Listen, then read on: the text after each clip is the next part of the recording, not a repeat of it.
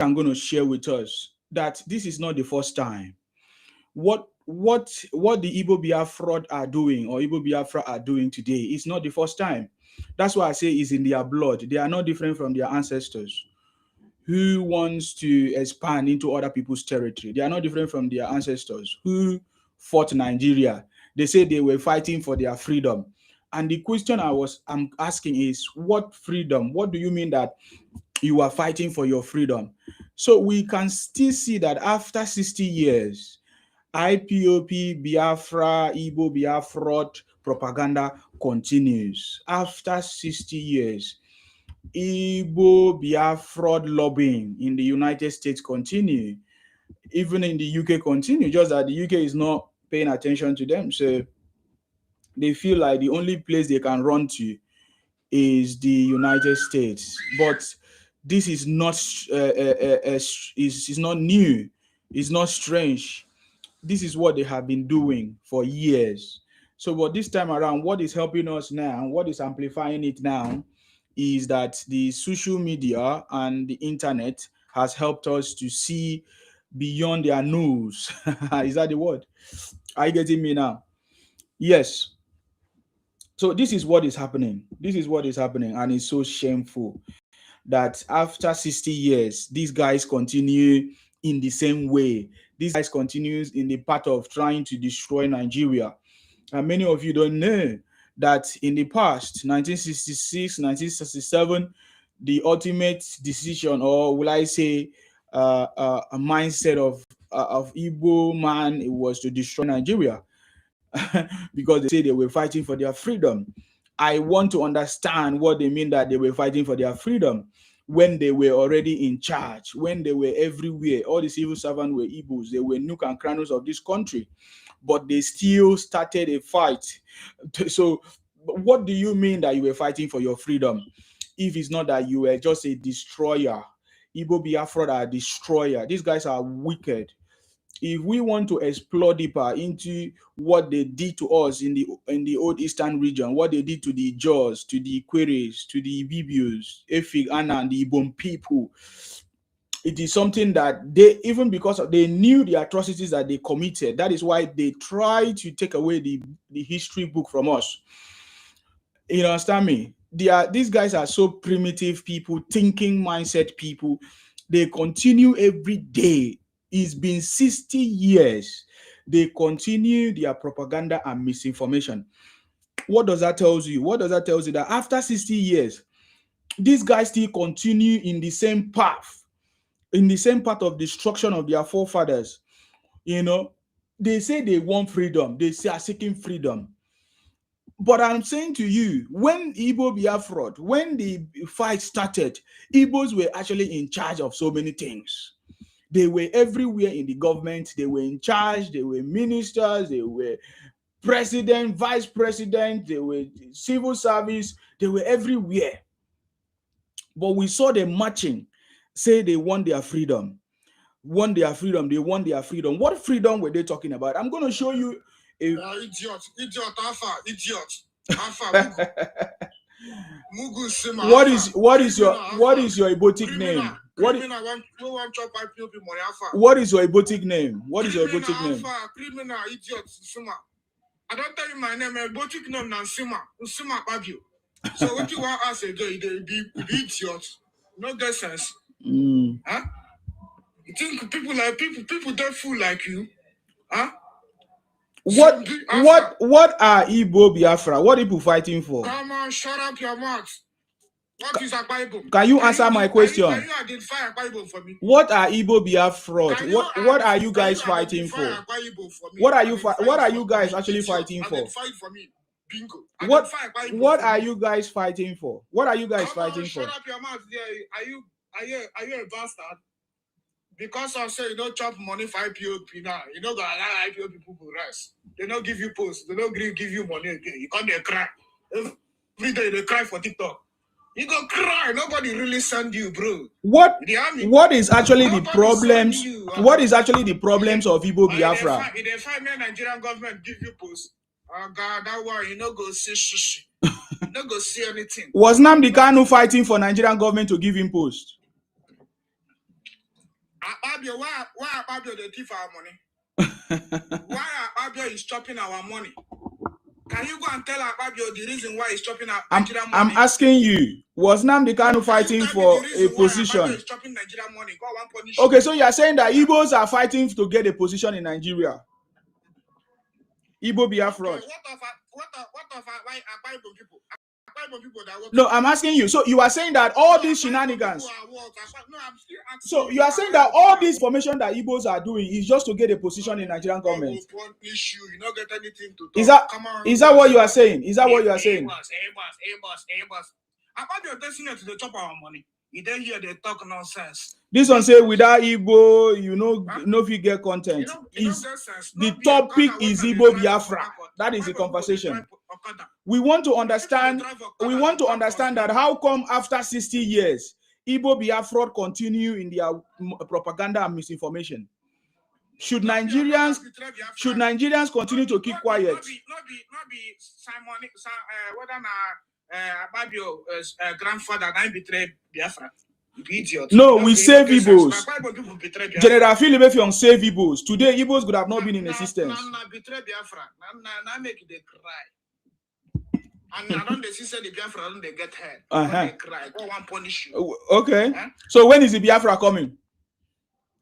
Okay. Anytime Biafra come, you go see her. You be crazy? I don't know why you guys no get shame. You say I ask you. I ask you, when is the Biafra coming? When is he coming? Okay, who is giving you Biafra? Can you tell me who is giving you Biafra? Who is giving you? Who is giving you?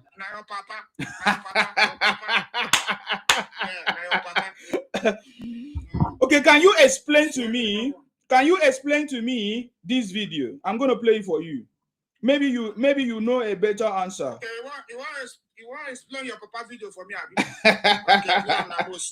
The video say, we are Biafra, fighting for our freedom. We are Biafra. Please, can you explain to me?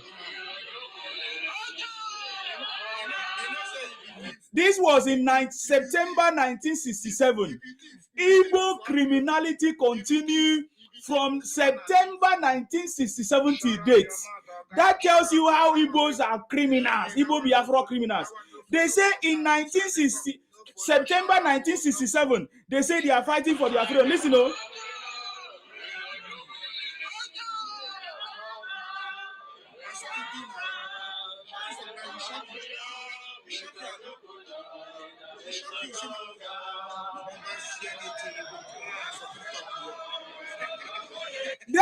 That is a video. That's a video. That was a video. That was a video. In 1967, Igbos were shouting, we are Biafra, we are fighting for our freedom. Till date, after 60 years, Igbo criminality and Biafra continues. What do you think about them? What do you think about them? You go cry like you go cry like Okay, let me bring our brother from Edo.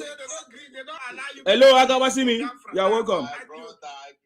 You are welcome. They don't allow you make you teeth. Since 1967. Will you shut up your mouth? God go punish you. If you tell me make a shut up, God go punish you. This is Agawasimi from God go punish you. Punish.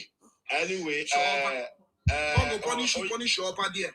Okay. Son. God go punish you up there. Okay. Okay, I need to take you down that you have gone to that spot. That is not what I'm bringing you here for. Agawasimi, go ahead. Thank you. I will bring him back now if you want, because I don't want him to be insulting the Oba of Benin on my platform. Okay, I will bring him back. Okay. Because as we don't help Nnamdi Kabiru Sokoto, we don't help him life now. We don't give him keto. We don't give him keto slippers. We don't give him. We don't give him kaftan. Do shish. Amount to na here. Now the craze. He said that to bring me down, not be a problem. Bring me down, me I move. God will punish you there. The craze. Bring you down. Like say, if you bring me down, you come out money for my pocket. If you bring me down, you come out money for my pocket. Oh God. But some people wicked. Come on, no worry, none of the enjoy. They enjoy. They watch toilets. You want follow and go creek. I don't send No, person you go want greet follow am and now. go there. I send person go greet am. No, you want follow and go there. I send thank me. You have to thank me. God go punish you. Why not go there now? I buy a mat. I buy No a problem. slippers. No problem. No I buy a problem. kaftan. No I buy a problem. K2. No problem. Wait till they do prayer. No problem. Why they say? Thank me. You need to No thank me. problem. What did you say? Then go soon what? Me, I they give you about dog. Una go soon cry.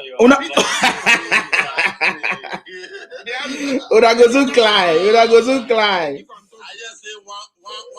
You know, say your husband are gay. Your husband I are say gay. one man for they don't wire. Top gay. Oba top gay. You don't wire the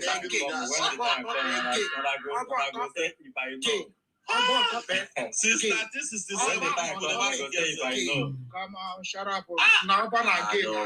They're not. The first travesty we get for Nigeria. Now Ojuku. No, Oba. Ojuku dressed like a woman to escape Nigeria. Gay. Oba. And when he reach Cote d'Ivoire, they knock her for Nyash. See, you don't follow me. They don't die. They say knock her inside grave. You where the I know. Anyway, Igbos go cry forever. No, they pay you, sir. They disgrace you. Una go cry, Lord. Anyway, Tinubu all the way. Oba go collect gate. Tinubu all the way. I mean, they knock you up for that. Anyway, we know who they knock. So may you know that one. I mean, they knock you up for. We know who they knock. Can you see that you don't have any important thing to say? You keep talking nonsense. No God go punish you. Say, man, God go punish you. You already punished. To talk here. You were open like you get the punishment. Then God will punish you and Pablo. God will punish you and Pablo. This is my uniform now. This is my uniform. Wait, I don't understand. Did they ask you every time? Did you do that? You can't offend the day they wear. Nande Carlo. Fendi.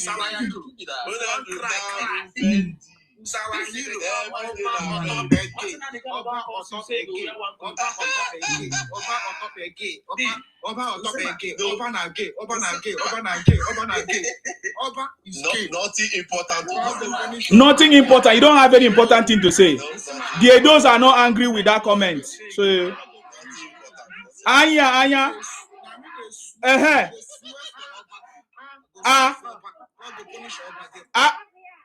Agba. Anya.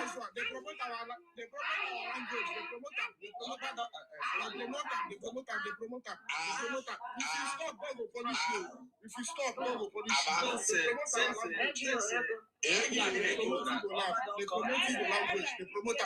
Ige. Aya. Anya.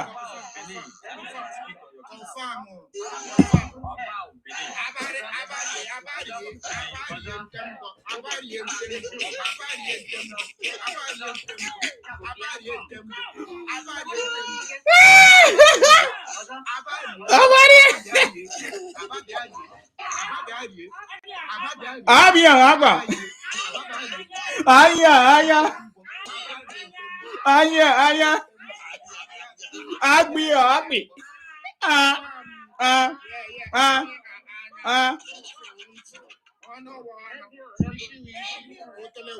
Egbo.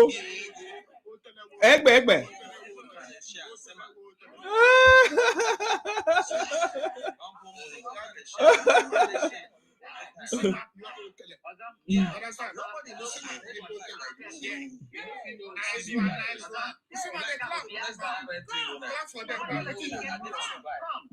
Come.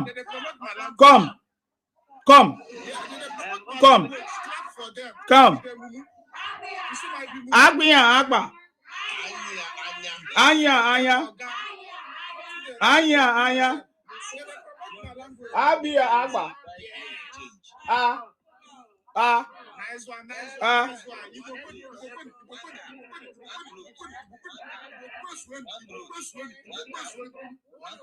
For life.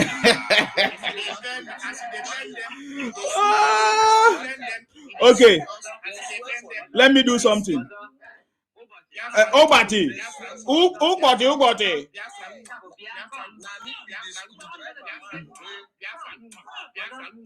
Biafra Nwa. Biafra Nwa.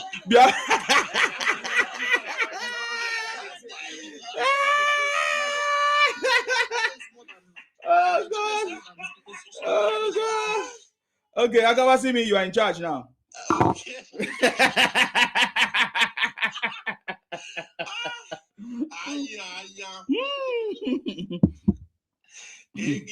Egbe.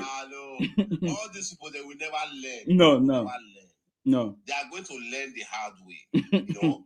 Because since 1967, they have tried to destroy our country. Yes. They don't try all their best, but Yes. it don't work for them. Yes. You know. So what will they do now? Now just to create the awareness, make everybody know these people. Yes. Igbo will never rule Nigeria forever and ever till their kingdom come. They will never rule Nigeria. We not go green. It's not possible. So for this one where they come, so this 27 election where they come, so that Tinubu get the power. In fact, that Peter Obi, that small boy, Obi's a boy, he not going to even get ticket. No. Atiku plan to poison Peter Obi self. Not be lie, yo. Because Peter Obi really deal with Atiku. Yes, Atiku say he's going to poison him. So he will poison that go enter house. Igbo man can never rule Nigeria. We will never accept it. You have ruled Nigeria before. We gave you the opportunity before. You misuse it. You destroy everybody. You destroy what we have. What the white men left for us, you destroyed it. Now you want to shift the goalpost? When we don't already inside the game? It's not possible. We died here. You understand? Yes. So if you want to go, we are going to fence down your small state. We go fence around. We shall never do anything with you people. You will be on your own. We will be on our own. So that's how it will be. So Biafra, Indi Biafra, una go cry blood. You know, yes, so the ones who are good for inside, now only all those ones now we go to see. And now they let all those ones the rest. But now, all this Indi Biafra, this Unamdu Kabiru Sokoto, when me myself don't use my money to buy care to go give. But they do prayer. It not go better for a Papa Nyash. In fact, the next judgment we go receive now by hanging. They go hang him. Because that judge or motor show me the law. He was so clement with this guy. Why you go leave this guy make it see there? You need to don't go tete. Can Saruwiwa what he do? Can Saruwiwa not do what you cannot do now? I don't know why this our government even they very soft with these people. No, this will not merit any pity. Nobody have to pity these people. They don't turn their region into one thing where we don't know. Everybody, all of them don't run come off our house. Now they call it drag our region with us. They enter different place. Even their brother, they reject their brother. Then they call all those ones Indi Wawawa. They say they don't be Igbo. Okay, you live in the Wawawa. Now you they come back, but they claim Ika people. Say that nah, Ika people na be Igbo. My brother, all the Naka, democracy or no democracy, Igbo man can never rule Nigeria. We not go agree. Even though they win, we will turn the election down. That's so they can never even win. It is all those things where they write now, so then be this, now so then be that.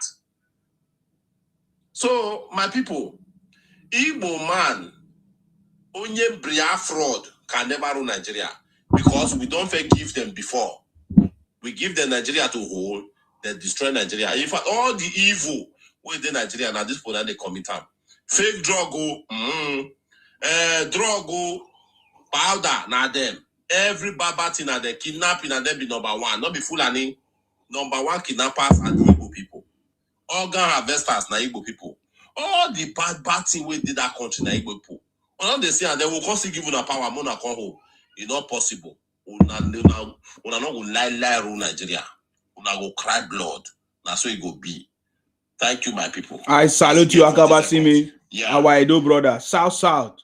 All of us, you know. Tinubu all the way. We are, Tinubu for second term. that's it. Nobody go change up. It's not. Obi will never get ticket.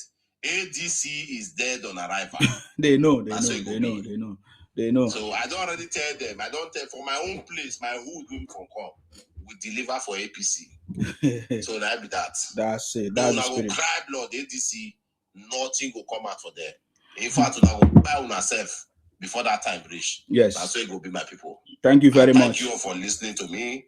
And thank you. That's okay. Okay. You see my day, Chris, why they send me video this thing? God won't punish you. Are they saying you waiting?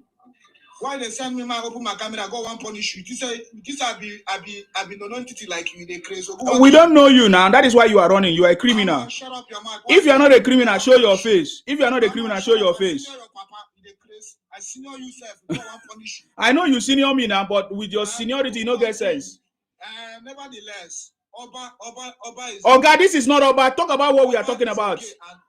Oga, this is not a dope platform. Talk about what we are talking about. Talk about what we talk about. And so what? And so what? And so what? Stand up, show me your nash. And so what? Show me your nash. And so what? Show me your nash now. Can you see that Igbos don't have any important thing to say? Miscreant. Igbo Biafra. You guys are miscreant. Stand up, man, I see your nash. God go punish that your smelling nash. That your idiot nash. That your clapper nash.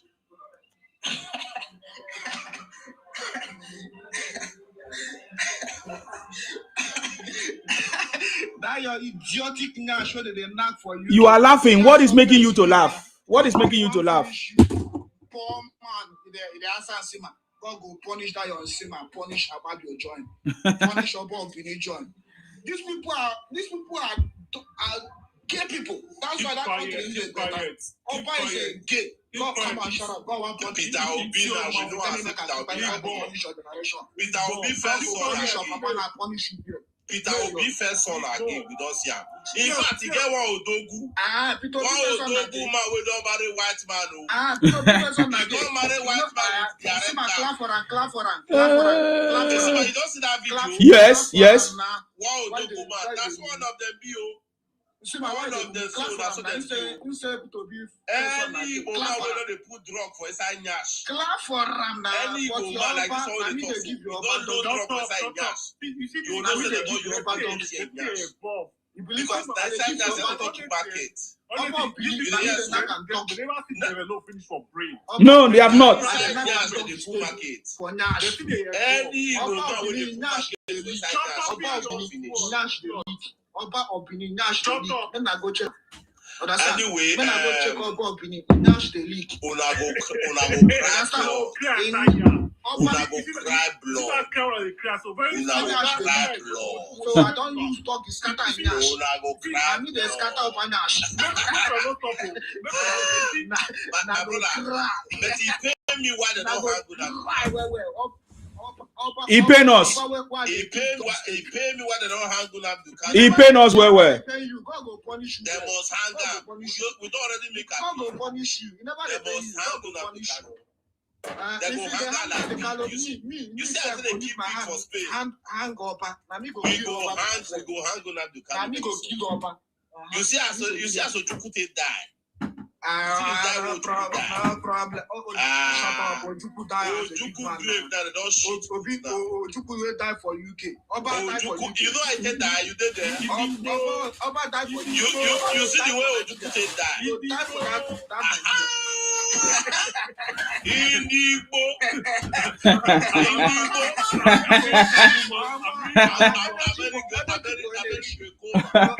Energy for energy. Israeli people. Go Israel. Israel rejected. Israel rejected. Oba where they give 419 people. Nothing will not claim. Jesus Christ. Nothing will not claim. Oba the rape. Jesus Jesus buy you there. In the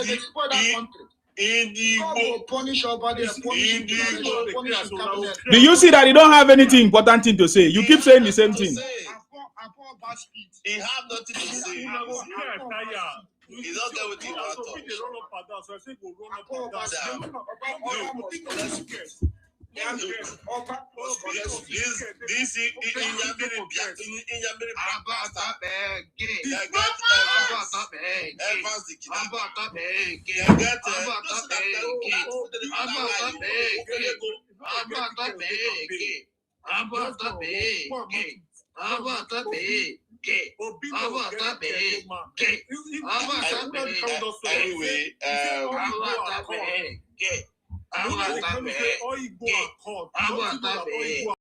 Fucking of Nash. Yes, now the kind of talk.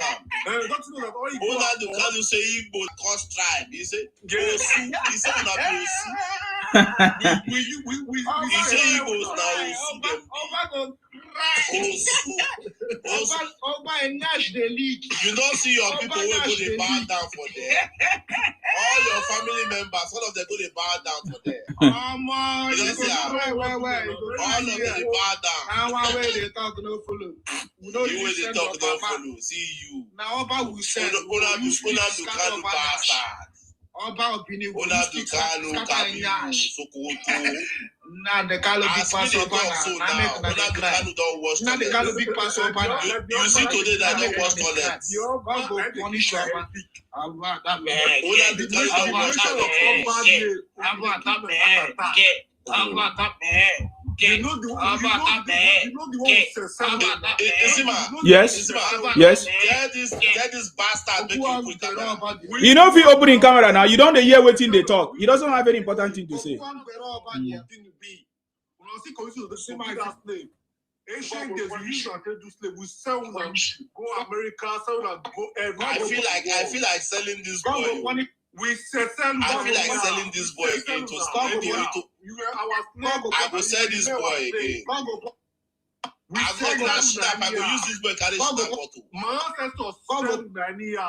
We dey sell una till they buy snap, till they snap on God.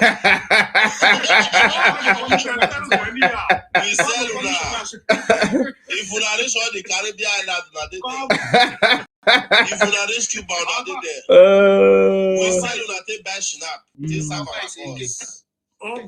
We sell una till buy mirror. You see mirror? We sell these people, they buy even umbrella. We sell them, they buy umbrella. Then you want to call the talk. If not be Igbo, we can't save una. We foresee they sell una today. We foresee they sell una today. If not be British, we can establish Igbo. Una cause it Igbo.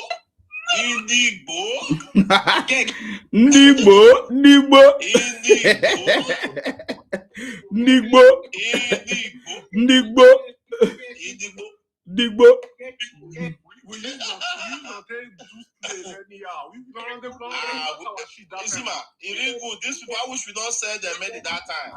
If for hard though, as we sell them, it good. It sweet me well. When I hear say my ancestors were selling this thing, I was very happy. It sweet my belly. Yes. And if I still get that opportunity, I will still sell una again. Because I'm a bastard. Now big bastard. Anyway, throw away this goat. Just throw me and go for Sambisa forest. This year. Just throw me and go for Sambisa forest. I leave him now because he's a man. I leave him, but I know what he came here for. He's always he's a criminal. All of them are criminals. They have nothing to offer. That's the truth. They have nothing to offer at all. Now, second tenure for Tinubu is a goal. They know that. That is why they are angry. Yes. Once you don't enter finish, we can't show them what we really want for them. You understand? We will really show them pepper as supposed to be. Because these people, we can never accept them demarketing Nigeria anywhere where they go. Yes. Anywhere where they go, they demarket. How can you say you want to be a president of a country, and that country you did destroy that country every day anywhere you go? It's not possible. So now be that. Peter Obi, I think you need to go and sleep. That picking will be gay. You know, say one of the picking are gay. Yes, we are aware. So that picking will be gay. May go take care of him. He himself, he not gay. His brother not gay. That brother will be Reverend Father. na gay. If family na gay. So you don't go better for their papa head. You don't go better for them. God. You understand? All the supermarket we get for Nigeria, all of them are fake drugs. In fact, Peter Obi now be the highest seller of fake things for Nigeria. Peter Obi, they sell fake baby food. They sell fake food for all the supermarket we get. You understand? So now be that. We don't go fear allow criminals like all these people to rule Nigeria again. Never. Never and never again. Not go possible. So any other person can come, but Igbo man can never rule Nigeria. It shall never be well with them at all. We don't agree. All of them are thieves. If you see any Igbo man always saying get money, if you look for inside cupboard, skeleton day, sure 100%. And whenever they make the money, if they did that they are southeast, they don't they get 1 kobo. Now when they come up for that, they'll offer pass Benin. If they pass Benin, they'll offer concert to Sumo. From Benin, they'll come go Lagos. That's when they make the money. And all these places where they pass, so now evil that they do, they go. They thief people, they harvest organ, they sell fake drugs, they buy people. You know, say these Igbo people that Biafra will not end though. Since then, they see they buy Nigerians. All the sickness we did for hospital today, na Igbo people na them cause am. So my people, make una beware when you see Igbo man. When Igbo man tell you good morning, you know it's good evening. So you have to be careful. No truth for their mouth, and they don't get respect for anybody. So now be that they don't get respect for even their papa. Now make you see them they are insult their elders anyhow. When one person talk to them now, see what did they do? Dark man not before anybody. He accused one person of one bad thing we do. All of them come very tribalistic people. They attack Igbo people. Igbo evil, we don't know him. And Igbo can never rule Nigeria. So that. Thank you very much. When that person take microphone. Thank you very much, Agabasemi. I think Thomas Sankara, I don't know if you want to say something, please. Okay, thank you very much. Agabasemi, I greet you. See, the level of passing, you see some of all these Igbo, where they form liberalism, where they form saying they don't care, they are not into tribalism. I pity you, those of you guys that is accommodating them. I pity you guys. Because there's one guy, I don't want to mention his name here, and they follow that guy up. That guy a very corny guy. He's always talking about the system is bad, but that same guy is always the one supporting those that are using the team for corruption. So those of you that is following them, I pity you guys. For those of them where they follow those people where they say the tribalistic lifestyle, that they condemn where they fight our own territory. We try to protect our own environment. When they laugh us and they mock us, when they feel we don't know what they do. I'm sorry for now. Those guys, they will come and penetrate you. They are coming to use you because these guys, they know what they are doing. Of course. That's just the message for you guys. So secondly, you see, Peter Obi will not get any political party ticket to contest. Go and mark to these deeds. You don't get political parties ticket to contest. Now you just shop back and make the beat around the. Everybody know. Any party will give Peter Obi. Anybody Hold on, guys. Don't interfere. Hold on, please. So anybody will give Peter Obi tickets. You all know say those people they want to collect the masses money. They want seek for donation. They want scam now. You people should be wise. Peter Obi knows that he's never going to be the president of Nigeria. He knows. And same with Showore. Those two people, beware of them. They are not contesting at all. They are there to make money for themselves. That's what they are going to do. So Tinubu all the way. Tinubu has come to do something that he will want us to remember him for. So let us vote for him. Nobody is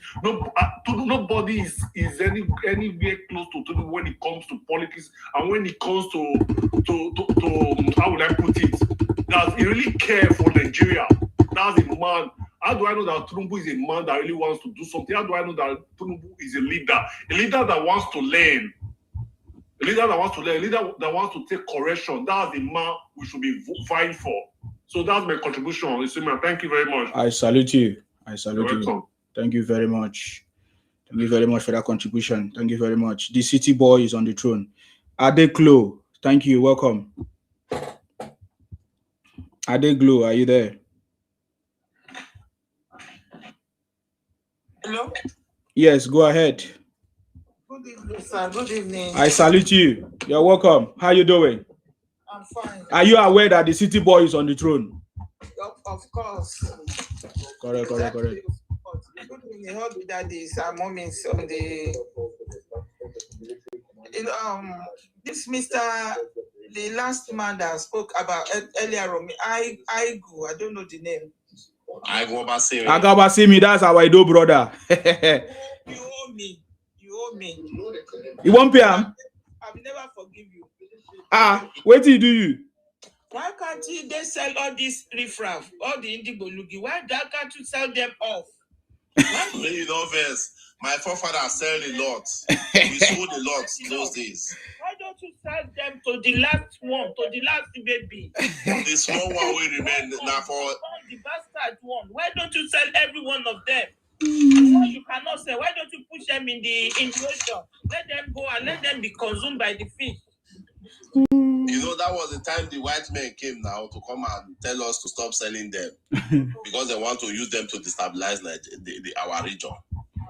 You know, that time there was nothing like Nigeria. So I will just put it here, the market where we used to sell them. Let me bring out the market so that everybody will know. Bring all this history out. That is what we are doing now, because after 60 years they continue. We need to create awareness of these Igbo people. Igbo Biafra. Yes. It's not a joke. What we are doing now is not a joke. They will see 2027. It's a joke.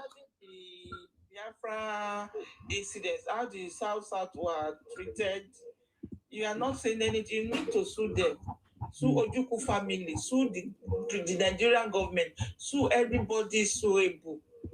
They need to pay because of lack of consequences. That's why these people are moving mad. The people that Ojuku need to be sued individually. Like this, he is dead, but they need to sue its family. For every penny they have. Federal government shouldn't have allowed these people to get away with murder. That is why they don't understand when to stop. Because Ojugu got away with it, another one got away with it. This is stupid in Nnamdi Kanu as well. They believe he's supposed to get away with it. Are you people as well? You from South, you are too quiet. You didn't do anything about it. We didn't do anything about it because all of us, we were almost captured, because even the Yoruba supported the Igbos. Is that not? No, I don't think Yoruba will support the Igbos. No, as at that time, the Yoruba supported the Igbos. That is the truth. You guys brought them. When you guys brought them back, it means that you brought them back and clothed them and give them house and give them land. You even praised them. You understand me? I said we should give them a chance. So what will we do? What are we going to do? You see, today, Obasanjo is still supporting them.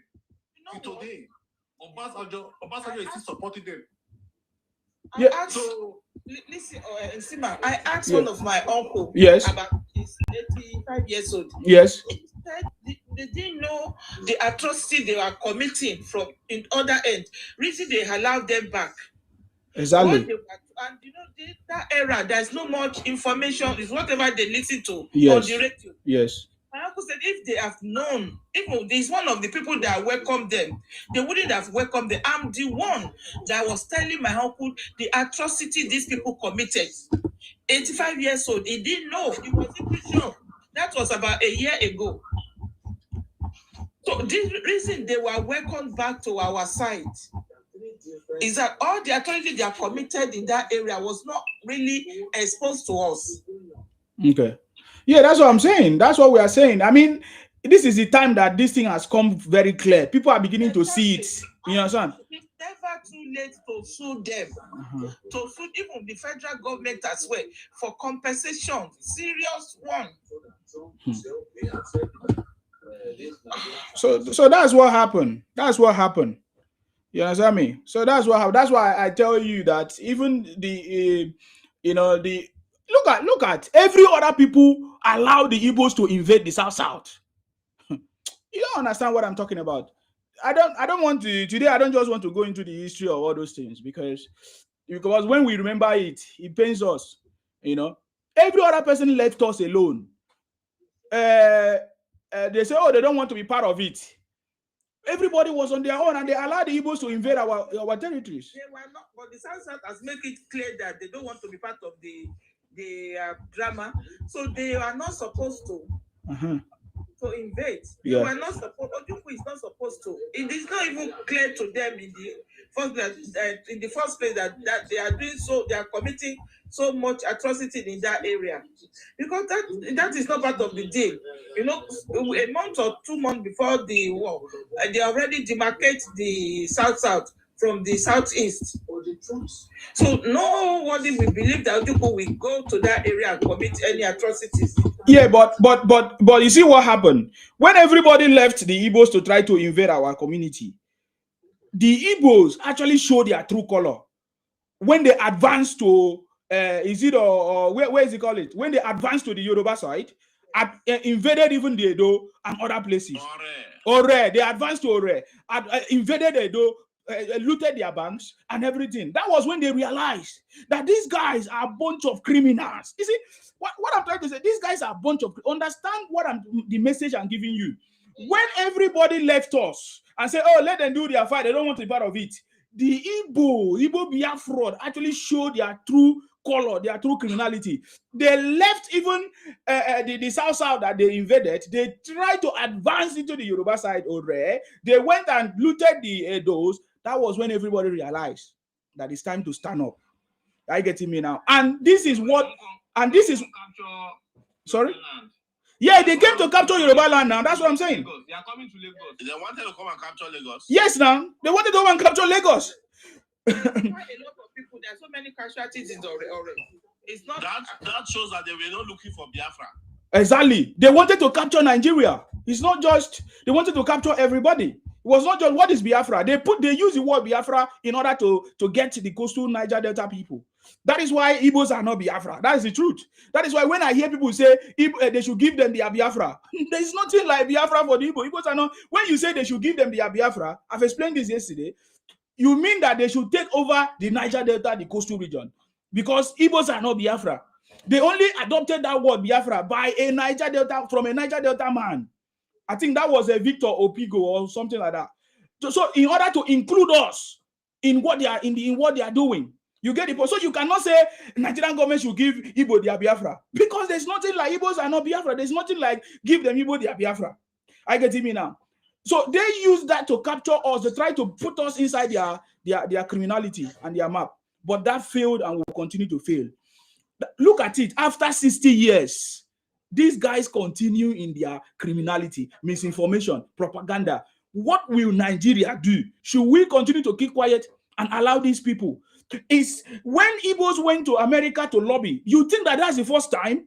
They did it in 1967, September 1967. I showed you when Igbos were marching in America. They said, we want freedom. We are Biafra, fighting for our freedom. That is what they did in September 1967 up to date. So what will Nigeria do? That is the question. That is why we are bringing this thing, so that Nigerians will know over 60 years, people that continue to do this over 60 years, how do you describe these people? If Nigeria cannot let them, if they will not give them Biafra, we should go on regional government. They should give them their. They should go to Guinea, Equatorial Guinea, Papua New Guinea. That is where they came from. They want their Biafra, but they are not even ready to leave Lagos. No, they have to leave Nigeria. They have to. Now, the boat they use in coming, bringing them to Nigeria, they have to take them back. That is very close to them. They are not ready to leave Akwa Ibom, cross back to there. Once they enter those places, they don't want to go back to their region. And they want Biafra. They say they want sea. Me, I've told them they should take one of the sea in Lagos and take it to them. We give them, to give off peace, you can sacrifice one sea. They should put it in their pocket and take it. If you want, in our own end, see in our water. There is sin in Ondo State. We are not landlocked like them. So they can take the seed, one of the seed, and go and want to arches. Their headache is just too much. And I don't know when Nigeria is going to rest, because I don't know what they are capable of now. Because definitely they have been saying that if Obi did not win the election, Nigeria is going to burn. I don't know where they are. Nigeria will not burn. We will burn them. We are going to burn them. No, we saw them talk about Nnamdi Kanu. We will burn them to ashes. Oh my God. That's what they said about Nnamdi Kanu now. Okay, thank you very much, Adeglo. Are you done? Yes, if Obi got the number, he will win the election. It's like they should just give it to them. You cannot give things like, it's not like a chieftaincy title. Somebody will just dash you. If you have the number, you will win the race. But if you don't have the number, you don't have it. Allow the people that have to rest. Anyway, thank you guys. Thank you very much. Thank you. Anyway, sorry, make una not verse. My ancestors, I don't know why they not sell all of the finish. They're supposed to sell all of the finish. So, una not verse. Now, Igbo na British, go on, stop them. A lot of headache. You understand? Okay. All right. I think it's Equator Social. Social. Go ahead. Okay, thank you very much, Mr. Ansima. Yes. You are doing a great job. For the people of South, may our ancestors continue to bless you. Amen. Now this is what I have to say, Mr. Ansima. For my good Yoruba people, I would say we from the South, we partly blame you people. Of course, it's not an insult though. We partly blame you people, and I will tell you my reason. The River State people, at some point, we are chasing the Igbos out of River State. If you heard about the Abandoned Property Acts, because of the atrocities they committed in River State, the River State people became very furious, and we chased them out of River State. Now, our Yoruba brothers who are in charge, who are empowered them, they sent the military to be guarding the Igbos. When the Igbos were returning to River State, the River State people say, we don't want these infidels back in our land. They were sending the military to be guarding them in concentration camps, They were guarding them in camps in River State. You understand? So if our Yoruba brothers have seen what we have seen in the past, maybe they would have joined hands with us. Back then when they were retreating, when River State people chased them and they wanted to run to Yoruba would have chased them. When they wanted to run to Abia State, the Ibibio people who originally owned that land would have chased them. And maybe by today, we would have succeeded in chasing them to Cameroon, or maybe succeeded in chasing them to our any of our neighboring countries, Togo, any of them. To go there to go and be, those people will have them to deal with, and not us. We will not be having these issues to deal with. And then the 5 plots, we will share it amongst ourselves. Ibibi will collect some part. Ikore will share we would have shared the 5 plots by now amongst ourselves. My brother, I'm the one that told my uncle about the atrocity that these people committed. And my uncle is 85. He didn't know that all those, they did all that, that the people of South suffered that much from the hands of Igbos. Because it's what he said, if they have known, there's no how they will welcome them. It's one of those things. It's good that everybody is learning. It's good that everybody is seeing the truth. They usually come up to gaslight us and say, the Northerners buy 20,000 of them in the North. They buy 40,000 of them in the North. Now we know the reason why the Northerners were buying them. Yes, the Northerners were buying them as chickens as a result of this same attitude of theirs. You understand? So, but now everybody is now seeing why the Northerners, for the Northerners listening, we are sorry. We didn't know that you people were doing a great job that time. For what you people did, I heard that in the North, they said at one time in this in Kano, they buy 40,000 of them. We commend you for that now. Back then, we were castigating you. We didn't know that what we are passing through in Nigeria now was what you have already passed through, because of course the same they say a lion does not give birth to a goat. So their mothers give birth to them, their fathers give birth to them. The same attitude they are exhibiting in Lagos was the same thing they were exhibited in Kano. Who knows, maybe they were also shouting Kano was a no man's land, Kaduna was a no man's land. And then the Northerners, who doesn't take rubbish, they dealt with them decisively. And then, they roasted them like suya. You understand? And it is today now that we are now, I would say, we commend the Northerners for that because it gave them this level of respect. As we speak today now, the Igbos cannot wake up one day to go and misbehave in the North. They cannot do that. They know born them well. But you see, because the Yorubas were very lenient to them, they came and they... Let me say something about that. And wait for your turn, please. Wait for your turn. Yeah, go ahead. The Yorubas welcome them in open arms. As a result of that, they are disrespecting them. I will give you another typical example. In Rivers State, they don't mess up. Yes. Because when they started the first time, they got Abandoned Property Act. When they tried to move again, that was around 2021 or so.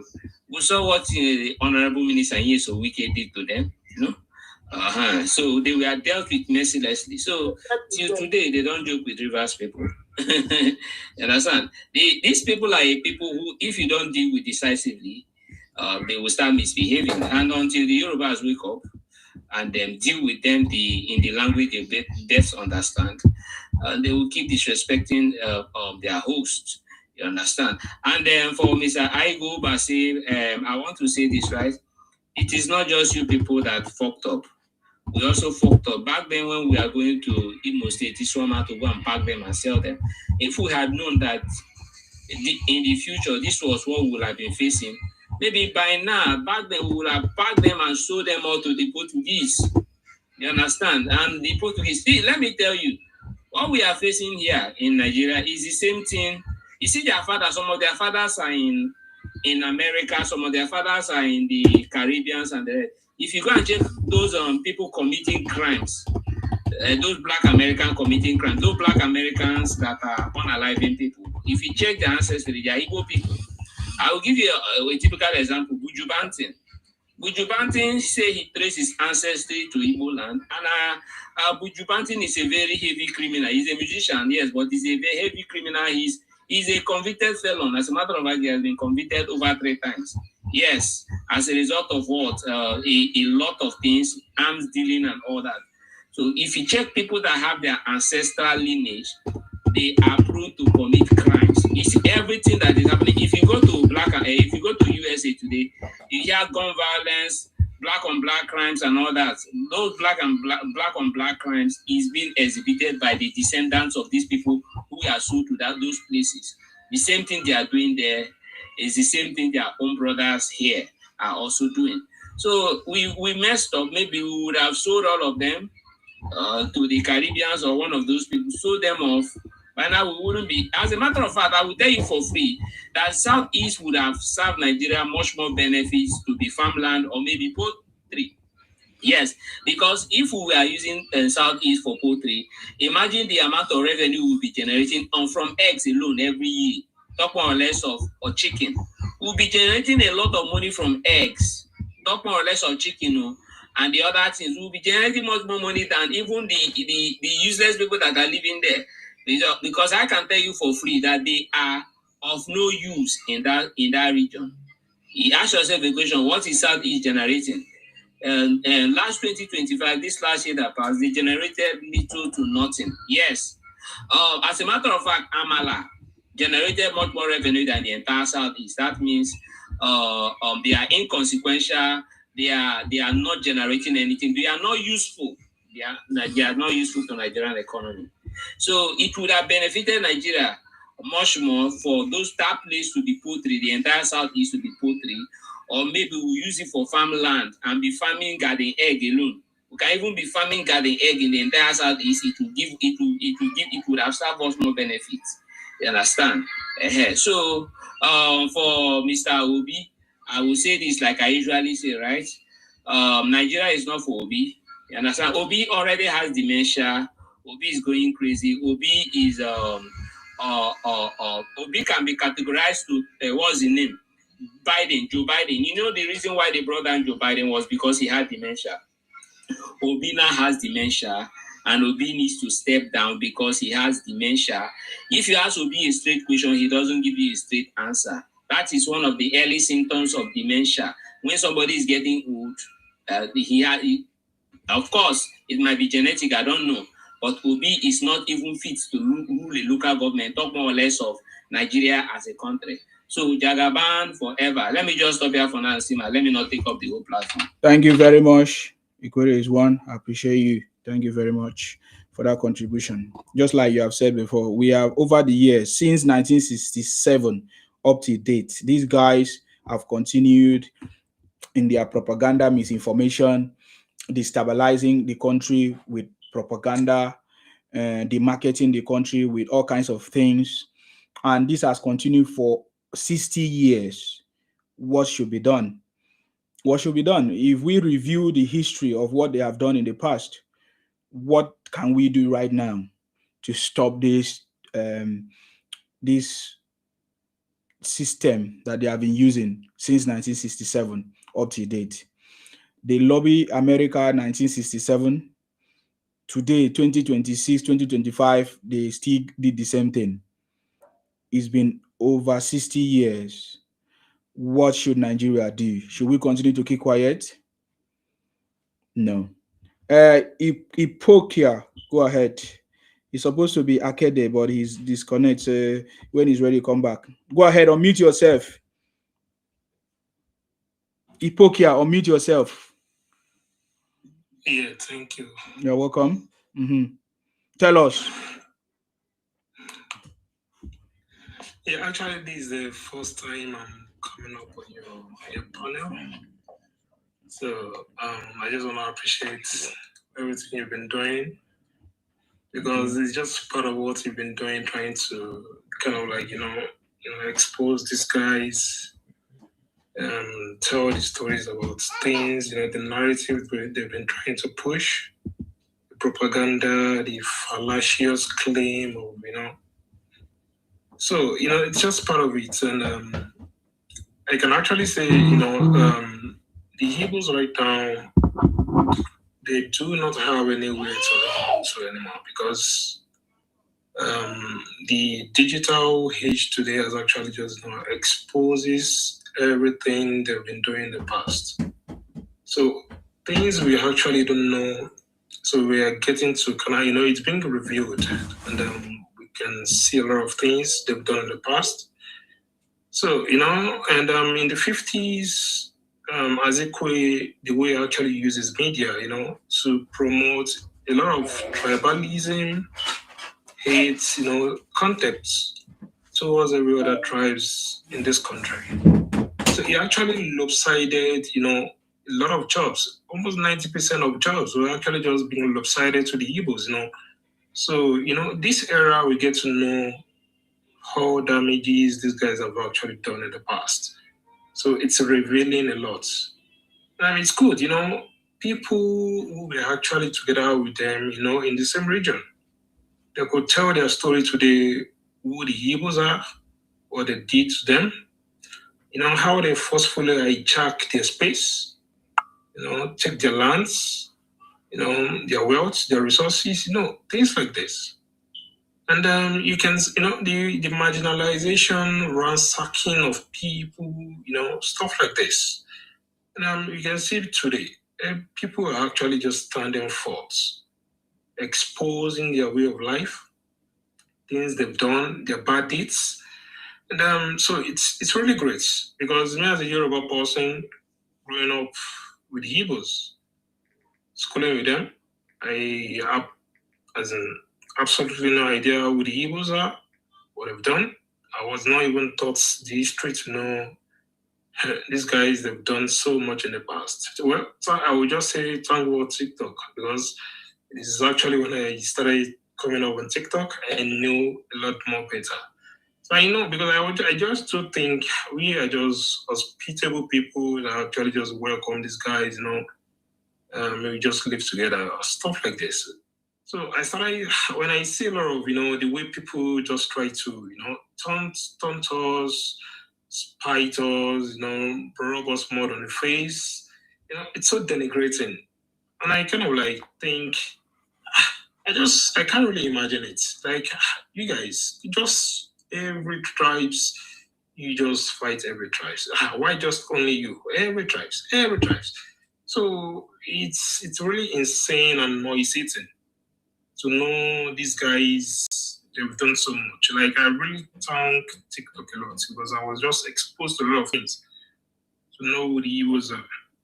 And I came to see this, this same thing they exhibit towards every other person. And it's not only bound to Nigeria alone. They do all these things everywhere you find the footprints of Igbos. You go to Ghana, you go to South Africa, you go to Kenya, you go to Liberia, it is always the same thing. Far away Asia, it is the same attitudes they actually just, exhibit and portray towards the people there. So this is not normal. So for me, sometimes I just kind of like think, are they doing this only to the, to the Yorubas? And then when I get to see, all these things, they actually take it along to them wherever they are domiciled. So these guys are a threat and a menace to everywhere they are. And I so much like the fact that people are waking up to know Igbos can be trusted. Igbos are people who want to forcefully dominate you. They want to monopolize everything and take away what belongs to you. They lay claim of what they do not build. They lay claim of what doesn't belong to them.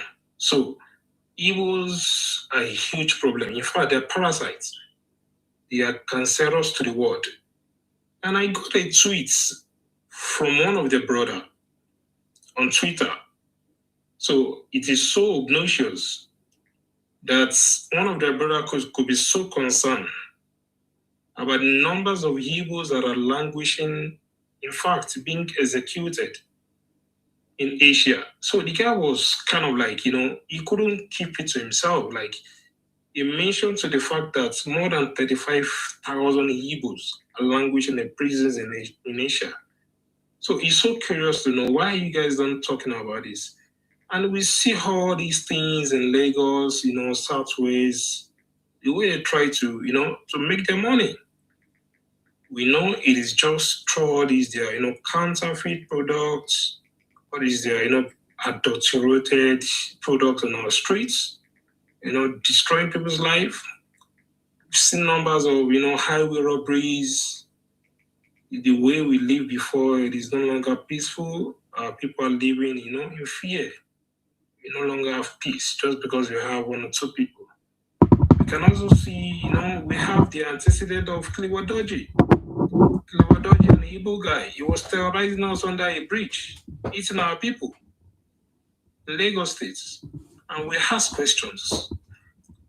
You don't have Yorubas in your own land, your own space, terrorizing you the way you're in our space, destroying our businesses, our mother's businesses. We're actually having this, this competition. We see our mothers just doing their little trade. You come with competition, you destroy their business. So, these are things that should be put in check. Well, we need to call our government to order, because everywhere in the world, you go to, to foreign lands, there are actually jobs that are for indigenous, that no competition should come in order to take food away from them. These are done. Sometimes, when I see the way Western world actually try their possible best to preserve their land and their people, I so much love it. I don't use the word nepotism, just anyhow. I don't use the word self-preservation anyhow. I don't use the word self-reliance anyhow. It is the fact. You have to rely on your people first. You have to be more nepotistic. You have to preserve your land for your people. That is why you can actually say I am indigenous of this place. But as much as you've actually allowed foreigners, you've allowed settlers, intruders to come into you and do whatever you like, you're being so lenient, so tolerant to foreigners. You allow them to do whatever they like. So these are the things we are saying today, that the Igbos will tell you, your space do not belong to you, because they're everywhere. They've been given that freedom. They've been given that chance. You've been so magnanimous to them to let them do whatever they like, just because we have this, this ideology of one Nigeria. And for a fact, I get to know one Nigeria doesn't actually exist in Southeast. Because we've seen even the Ebonyis can't even be vice chancellor in Nnamdi Azikiwe University.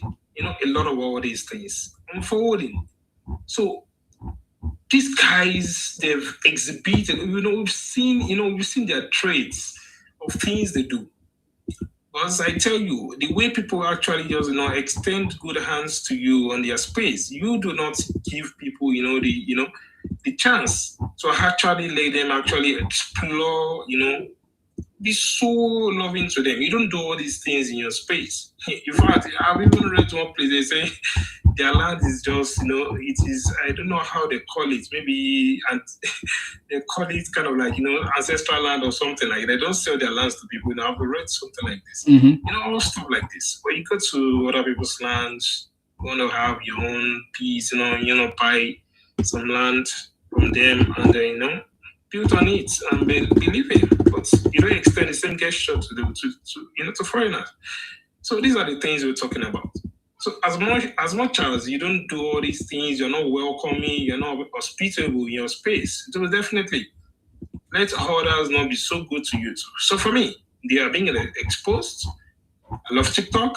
I love things I just know in a couple of months because I am not so clear to a lot of them. Just for a fact, I have a very good friend from them, but when I see the way it's just going, I will just kind of like, I have to, sell my tribe just because I want to be so good to you or me having Igbo as friends. A lot of things comes to mind. So these guys, it is for me to just say, they have to be treated in the language they could comprehend.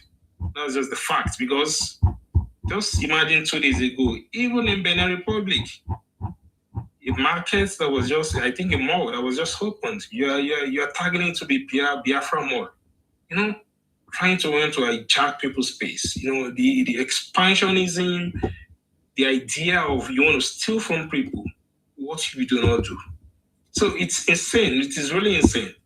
So Igbos know what you're doing, and then I can tell for a reason with their heart, with their current heart today, even for a fact that we don't know what happened in the 60s that actually led to the WR. It shows it is their way of life. It is the way they are that actually made that WR happen. And we could read today how it happened, how their emperor, their hero fled, all these things. So these guys, they do not even want to, change their ways at all. That is just the saddest part, the most devastating thing to think of. That they're not even willing to change their ways. It is so sad to know that. And I'm so much happy that even their closest allies today, the Southers, are even trying their possible best not to want to associate with them. Just because Igbos are not people to be trusted. They are not people to want to ally with. So for me, these guys, we shouldn't give them space. So for me, I keep chanting a lot of things to my people today. I can no longer trust Igbos for the fact that I grew up with them, I school with them. I shouldn't even be in this space today trying to, want to talk down any Igbos, denigrate them. I've read things a lot, not even only to Yorubas, the way you denigrate people, you taunt them, the way you incite that hate, you portray so much contempt and distance to people. It's so sad. And you want people not to respond to you. How, go to Facebook, go to Insta, it is the same thing. The same thing. You go to South Africa, you see these people, they are unaliving them in South Africa. You come to Nigeria, you tell us that people are marginalizing you. Of course, we know, we've read in the 50s. Your fathers Azikiwe, that was what they did in the 50s. In fact, under Buhari, federal government jobs in Anambra State, it was lopsided. 811 jobs was actually lopsided to the Anabrians, and you give 5-6 to other tribes. I was reading that thing to the Cross Rivers to 5-5, and 811 was lopsided to another. So when you talk of marginalization, I just don't imagine when they cry, they cry to weep about all these marginalization just to gaslight people, just to want to manipulate people, and you see what they've done. And they don't want to, I just think maybe accountability, taking accountability is just bigotry to them. That is just what I think. And sometimes you just don't want to be accountable for your actions. When you tell them that is what Igbos does, they try to want to come. They don't even condemn all these things. It's so sad. They don't condemn it. And you want to condemn other people. You call out people's governor. You call out the state government. You don't call out your own people. And for a fact, your governments are taking allocations from the federal government, and they're not doing anything. But you are telling people's governor that, how their state should be run. You want to direct their own policies and, their principles. But people are not helping you to direct your own principles in Southeast. I don't get it. Talk about your place. Talk about your people. A lot was actually unfolding. We saw the gubernatorial election in Anambra. People were taking gala 500 naira. The way you tell people are hungry, people don't have money, they're begging. We saw all these things I don't know, maybe the reason why some things were actually just exposed in maybe some part of the South, it is just because they are everywhere. And people are not in the space. And we don't even know much about all these things that, things that actually just, abuse people for, they taunt people for. It is really happening in numbers, in large numbers in their place. A lot is really unfolding that we get to see people, the way they think, the way they push this exceptionalism, like things bad does not actually happen to them. They are living large, they make claim of, in every Igbo family, you're going to find a millionaire. I will get to know your parents are also hungry. They're seeing things. So I don't know. You abuse people a lot, you insult people a lot, and a lot is happening on your side. So for me, I can just see these guys have, they really just need to repatriate themselves back to their land, because everywhere they are, it is just chaotic. It causes problem a lot. I don't know, rioting the indigenous, respect, they trespass. You don't even know boundaries. If you even know boundaries, you don't have the effrontery and temerity to tell people their space do not belong to them. That is so insulting to know that you are just a foreigner on someone's land. You just came here to come and live. You're just economic migrant. You're telling people that your space don't belong to them. I saw this in Ghana. I saw a video. You're telling Ghanaians that you built Ghana. All these things, it's so sad.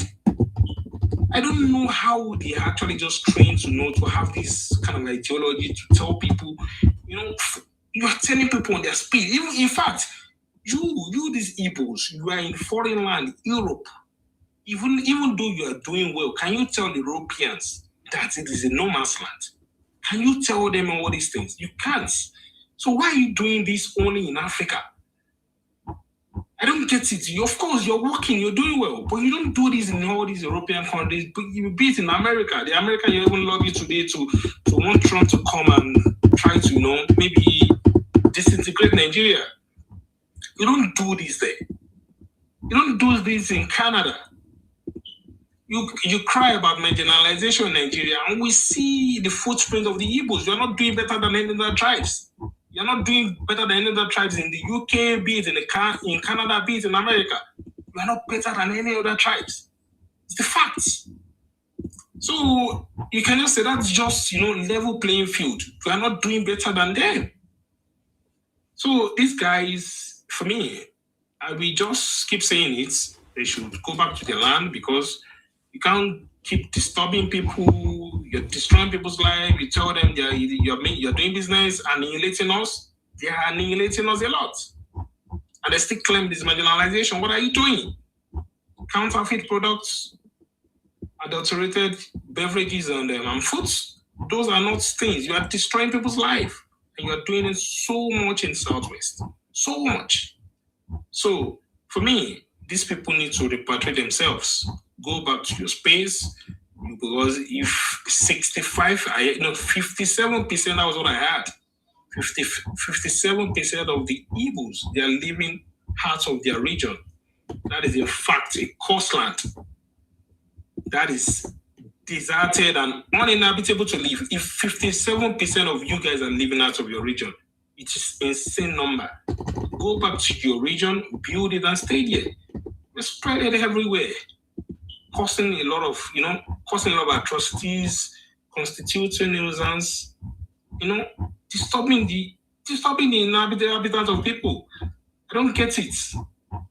So for a fact, I can just tell you, thank you so much, Yesima. I love it. We love what people are doing. For me, I really just love it. But they are feeling the heat. And that's what the Igbos need. They need to feel the heat. People need to rise up and stop their agenda. Because all this agenda they are having, it's no longer working. People are actually just, their eyes are open today. And they can know who the Igbos are. People are reading a lot about them. TikTok is actually exposing them. And we will keep doing our best to keep showcasing who the Igbos are to the world. They are cancerous and parasites to the world. We can see the footprint of what they do everywhere they are domiciled. Thank you, Insima. Thank you for having me. Thank you very much for coming, and thank you for your contribution. That was very powerful. And just like I said, I don't know why people shy away from dealing with these issues and calling them out by their names. I discovered so early when I was supporting them, the best way to deal with this Igbo Biafra criminality is to give it to them back to back by calling their names. Don't hide it under IPOP or any other thing. Unknown government. Call them out by their name, Igbo. Make sure you add that Igbo in the conversation. You understand me? Because they don't want people to know that it's not Igbo. Some of them will come and argue with me. Why are you generalizing? That is not the point. The people that are committing these crimes that are doing these things are Igbos. It's true that it may not be all the Igbos, but we are not telling you it's all the Igbos. But the people doing it are Igbos. So I discovered this early because I was supporting them. And if I did not support them, I would not have known this thing. So sometimes I say I wasted my time or I was foolish to support them. But no, there's a great lesson that I've learned today, and I can be able to talk the way I talk because I supported them. I knew and I understood what they were after and what they are doing. Even when I put it together with what my father and my forefathers told us about the Igbo during the Igbo Biafra criminality fight and civil war, it makes sense. Yes, I was not born when all these things happened, but right now I can see to my face, I can see it with my naked eyes what they are actually doing. But then the Nigerian government always give them the upper hands. If not for this government right now trying to deal with it and deal with every criminality, not just the Igbo criminality, every criminality across the country, everybody would have just been keeping quiet, and Igbos will continue to use the misinformation, fake history, impersonation to invade our communities. And we have seen it. We have seen Igbos using Yoruba names and speaking Yoruba in a way to confuse and to manipulate people just for their own personal interest. I get it me now. We have seen the indigenous bill. I remember those days when they kick against the Ruga and all of that. But today, they introduce the indigenous bill, which of course, we know that they will still bring it on board. They will still do it again. But for now, I think they pack it on the side. I get me now. Igbo Biafra criminality. How can we deal with this criminality? For over 60 years, it still continues. For over 60 years. Is it not time for Nigerian government or for Nigerians to rise up and put an end to it? Is it not time? Who is this Apple idiot that call here? Let me remove you, because if you are not ready to make any call, don't come and stay here and do nonsense. You understand me? So when are we going to put an end to it? You understand me? When are we going to put an end to it? When are we going to put an end to it? I bring you back. I don't know who you are, because sometimes I don't want people to come and stay. I'm sorry. Yes, I don't know your platform before now. All these Obi idiots. Apple, okay. They actually banned my old account, so I created another one. Okay, go ahead, sir. Go ahead. I'm a regular customer now. Regular customer. Wait till you don't buy from me. Have you bought my book yet? Go and get it. Okay. Yes, I think many people always say, "Oh, in Sima they want to support me." The only way to go and get this book and share, give it to people to see, because right now the South people are speaking up. They say, "Oh, the South people have not been talking. They don't share their story. People don't know what the Igbos did." I've written this book now. The Ikwere Ijo Ibom people are not Igbos or Biafrans.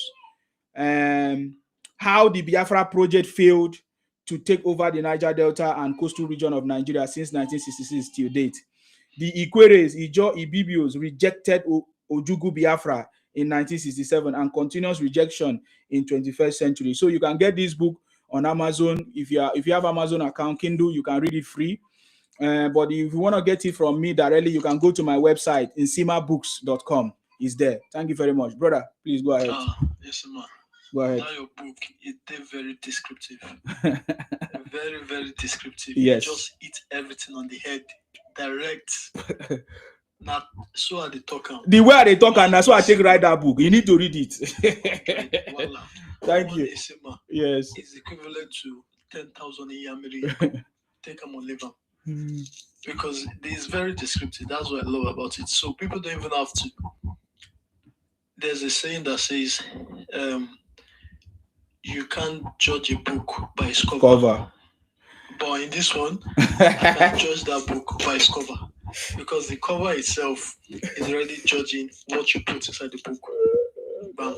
I don't finish that one with that. Yes, go ahead. But on the honest note, actually, they like what you did, Mr. Nsima. I really, really, really, really appreciate the way that you're educating a lot of these Igbo people.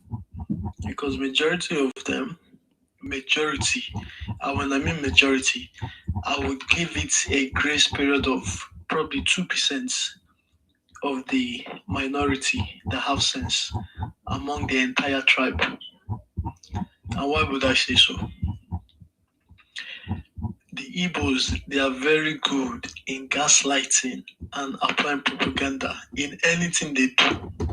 They love to propagandize it and play victim card. Just like the last brother brought up. You haven't built, I think that their useless governor, that short devil called Alex Oti, the market is still the build for that place they govern. He hasn't finished building it all. I'll tell you, up to today, that short devil not finished building that market. They carry Benin Republic market, they put them for the head. They talk, say this one a Biafra. You know the way they talk, say Biafra. Yes, Biafra. I just they look them, say, are these people normal in the head? To the extent that the indigenous of the land in Benin Republic, they give them warning. I've been seeing a lot of videos out there now. You guys need to desist from this devilish game you guys are trying to push in Benin Republic. Benin Republic no be Nigeria. Or they know they take shit for that side and they don't listen. Because what happened in the north during the 60s, it is what they are pushing now in Benin Republic. And when they start taking action against them, if they enter come Lagos, we go fire them. If they won't go enter Southeast, they they're supposed to pass Yoruba land before they enter that studies, and they're supposed to pass South. We go still fire them. If they want to enter Ghana, they don't already create animosity between them and Ghana. How they go take enter? It's Igbo man, they know they use sense. Now, there are women who get sense. They don't put padlock for their women's mouth. Their women don't even fit talk. Because in Igbo culture, women cannot inherit property. Now, if a woman cannot inherit property, that means she's even worse than a slave. Slaves, they're not meant to be given property. So, in the Igbo culture, their women are slaves. Now, they don't listen. And we keep preaching it to them. When they go to other people's country, we don't even need to preach it to them. It is something that I think these Inyamele people, they inherited it by their genes. It is genetic. You can't outbreed it out of them. That's why any other ethnicity that try to have babies with them, they always turned out to be more epotic in thinking. Even though the father is not epotic, that child is going to be epotic in thinking. And that's the problem. This thing these people are facing, it is genetic and they are cursed. Because they are saying they are Israelis now. The Israelis have put them inside the trash. If they go to Israel today, slave farm, they go put them, make them work like slaves. Because they talk say they are Israelis. The next one they talk say is that they are Biafra. Up to today, they are useless cross-dresser, Ojuku. You don't tell them, if you guys, Igbo Inyamere youth, are looking for a second war, it is dead and buried. It's going to be brutal if they come up with that second WAR. But up to today, they are still pushing the agenda because we know, say, yes now, Ojuku, that useless Berbisky, the first Berbisky for the entire Africa, the first and the only, is still the Ojuku Nain carried the title Berbisky, even though majority of these uneducated morons called Inyamere, they don't want to accept the reality that Ojuku was the first Berbisky we ever get for this Africa. He have already told them, do not come up with a second WAR. Because when you talk to an average myopic Inyamere, he will tell you, say, in the first WAR, did you know that Nigeria got help from America? Or how did they even say it? Americala. The one they talk, say their forefathers found. If they go America today and tell them, say, they go America today, tell the white man, say, now their forefathers find in America. I trust white man now. White man go arrest them, put them for jail, castrate the bastard out of them. You know how quick white people, they will just give them injection, make them castrate them. Before you know it now, their quickness no go walk. Even their one where they inside their legs no go walk anymore. Because these people, they think the world has to evolve around their myopic thinking. And it shouldn't be that case. It shouldn't. And when you don't agree with them, they're quick to call you a tribal jingoist. A tribal jingoist is the same thing. They are not calling the Indonesian people, or maybe if I've seen video now when Indonesian, they give them death penalty and they give them one bullet for head.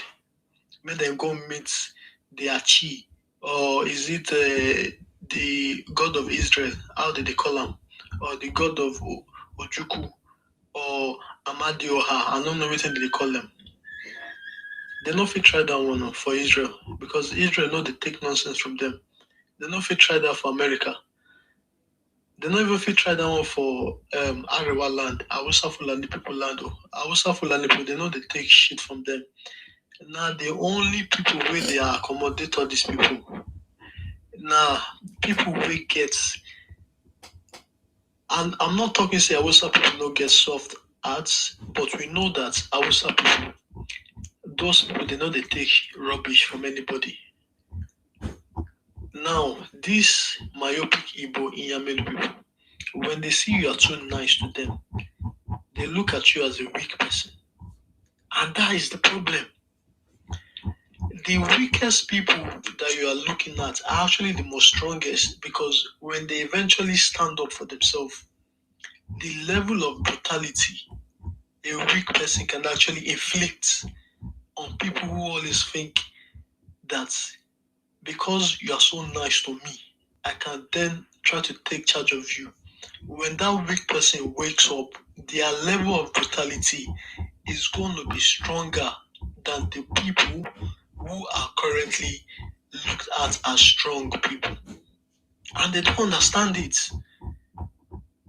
I'm not trying to bring up a G-side conversation inside this topic, but Igbo people, they need to be understanding logic. They should stop hampering on people's psychology. Human beings, we are built as violent people by nature, and we are being threatened. The only thing you can do is lash out, and when that lashing out happens, it is not stoppable. Because why would you tell me this their frog face called Peter Obi, the one that he has already named himself Alhaji bin Saman Obi Musa? He talk say he want to make the Christian take back a country, in a country where the constitution says is a secular religious entity. Mm-hmm. Is that not a call for uprising of the likes that even America self can't even come and intervene? Let's even take America out of it. The likes that other African nations, they can't even intervene if what Obi was trying to kick in that 2020 eventually came to be, or in 2023. Because when you try to tell them, they'll be telling you that yes, it is sent by the God of Israel. That's what the God of Israel wants Nigeria to happen. They are calling God of Israel that they are Jewish. The majority of people calling God of Israel are Christian Igbo. So you see that these people, when it comes to logic, their logic never logics. They are very myopic in nature. Very, very myopic. But when you tell them, they will tell you, the Northerners are Muslim, the Southerners are Christians. They like to put people under a blanket umbrella, and we clearly see the difference. But because they are hateful by nature, so they want to use that. Whatever they grab, it's an opportunity for them to bring out the hate and the destructive nature that they have prematurely, that is already built into them. There's no way that in this 2026, a right-thinking person would actually put his thumb down for a guy called Peter Obi, a man that couldn't even develop an umbrella state. Because the other day I was watching one interview, and there's this young Inyamiri boy, a youth like most of us. He was saying that he wished Peter Obi actually governed the state. The young Igbo boy said he wished Peter Obi governed a state. Can you listen to that statement once? But Obi was a governor. Thank you. This shows you that these people are not exposed, or if they're exposed, they are just myopic by nature. Obi was a governor for 8 years, and he was making the statement. For you to go on a live television to give an interview, it means that you already have some accreditation for the international or for that news anchor to pick you up for an interview. Chris, So you're not just. I bring you up. You say, sorry, brother. Internet never forget. Evidence plenty against you in Sima. Oh yeah, what evidence? Oh yeah, come and tell us. I give you opportunity. I invite you. Brother, see all this one are just petty threats. Now waiting they do press. Oh God. Not be them talk say when we arrest that useless idiots with the Namdi Kunu. Namdi Kunu. They say they go scatter the country, no biam. See, if they burn them well, Sokoto no be Abuja, Sokoto no be the capital. If anything happen for Abuja, that's where security go day. Security go full ground. Make on a go Sokoto release that useless buffoon. Because on a just come and be talking nonsense. Nigeria go burn. This one go happen. That one go happen. We don't give on the go ahead. Go Sokoto. See, I go book 1,000 coaches for now. I go park on now. Make on a go Sokoto. They no born on a 444 as well. Now why on a lose war for 1966? Even in the next 1,000 years, they no go born on a 444 as well. Make on a try. On a gorgeous come online, give cheap threats. In cinema, we put a head on you. In cinema this, in cinema that. Now cheap threat on always to the put. Igbo people try to calm down, use logic. Everywhere in Africa, they don't know now. Either for white powder pusher, female smuggling, female prostitution, unaliving people, using people's identity, which is criminal by nature. So many different things. And you still have the infantry to be saying Nigeria is a zoo. A country that is a zoo. Who is Peter Obi trying to rule in a zoo? Who is Peter Obi trying to rule in a zoo?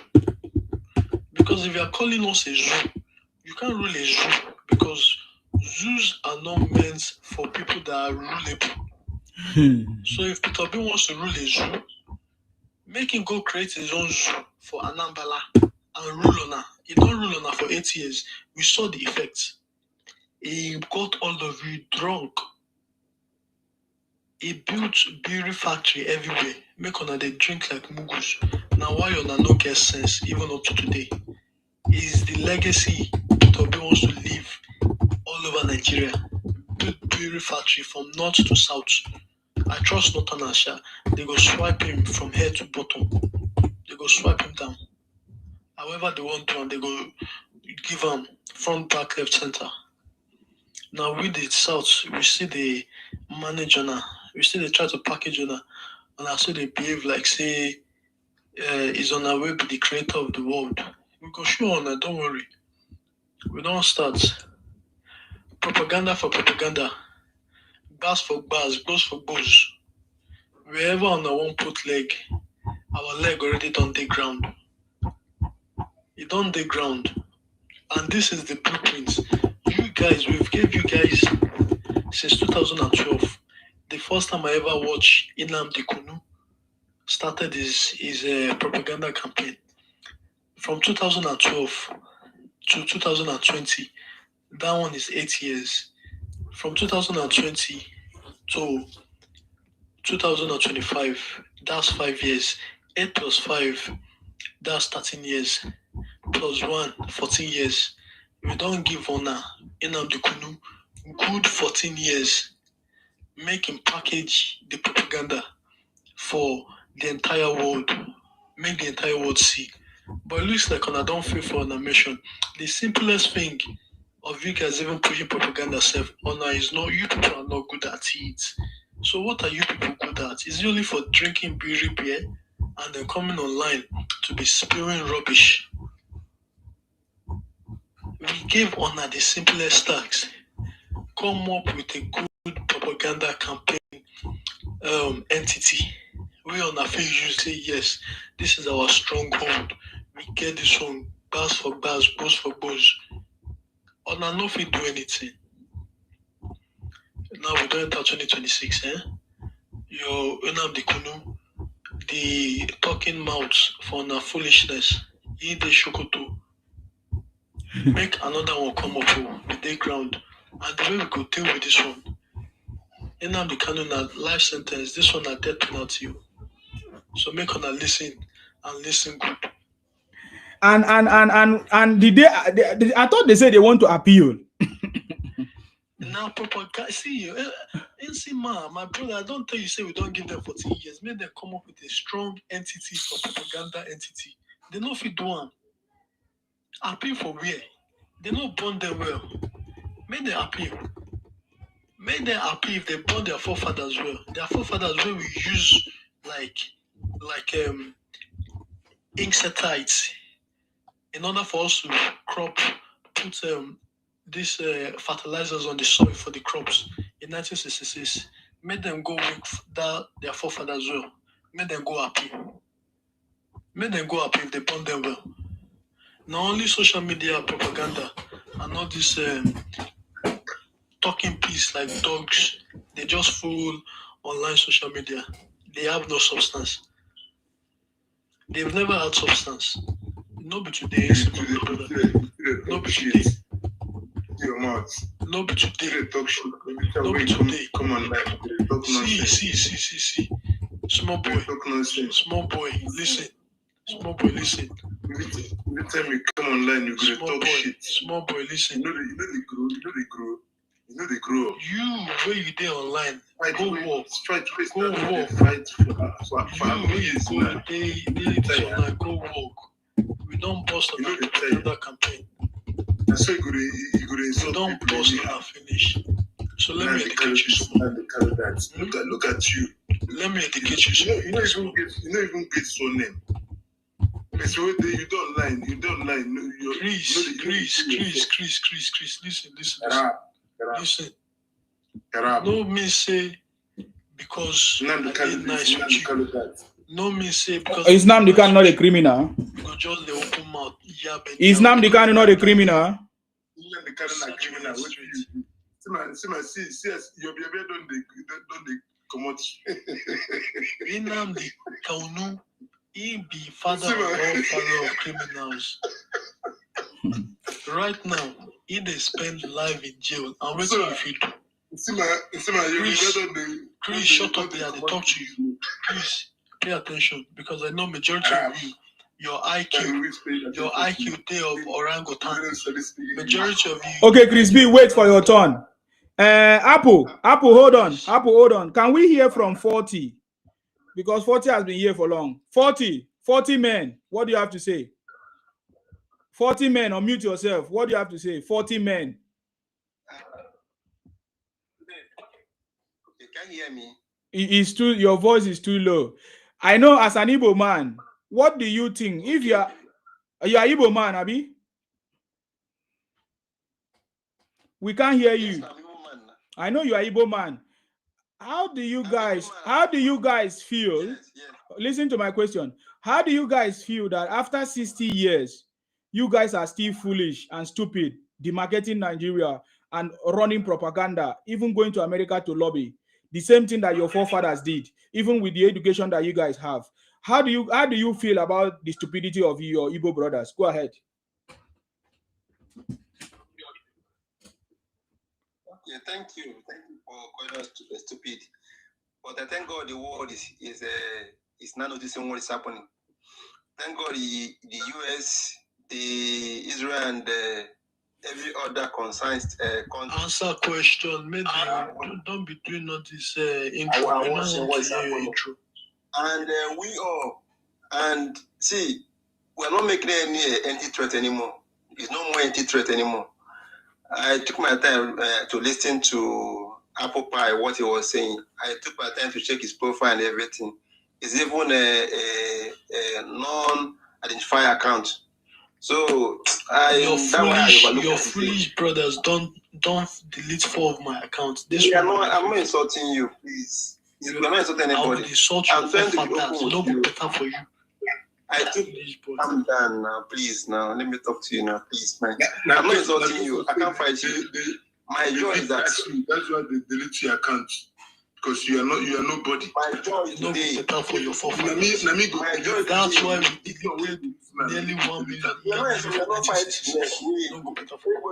Now, Apple Pie was talking. I took excuse from Apple to give you opportunity to speak. 40 men. The problem is that you have not answered the question. You say you thank God this, you thank God Israel, you thank God. You are very. Why are Igbos always so foolish, calling Israel, calling America, why? I asked you a specific question. Why don't you answer those specific questions? I say, how do you feel for over 60 years? Igbo Biafra are still foolish, doing what they are doing, demarketing the country, going to lobby, the same thing that they did in 1967. Why we are doing all these things? Because we understood that our country is no longer a place for justice. No, since 1967. 7 years after we got independence, where Igbos were in charge, even civil servant and everything. You want me to play the videos confirming that Igbos were in charge everywhere? 7 years after you guys started these problems. We are marketing our products. Okay, what is the product that you guys are marketing? Our Biafra. That is our product. But are you a Biafran? Yeah. Okay, what is the meaning of Biafra?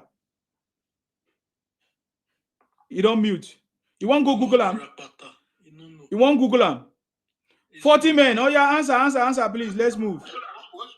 When was I Google it? What is the meaning of Biafra? It's not Google, it's Google. It's not Google. Oh, God. 40 men, what do you mean that we are Biafra fighting for our freedom? What do you mean? I didn't hear what you were saying if we were talking. What do Igbo mean by we are Biafra fighting for our freedom? What do you mean by that? Can you hear me? We can hear you now. What do you mean by we are Biafra fighting for our freedom? Please go ahead. We can't hear you. We can't hear you. It's unfortunate. Maybe you need to go down and come back. His IQ is too low, Isima. I don't blame him. I can't answer that. You can't answer me that. Very well. So you are just part of the Igbos that are foolish, joining hands to other people to demarket the country without knowing what they are doing. Is that what you're saying? Chris B, can you answer? Can you bail your brother? Anyone that can bail your brother, bail your brother.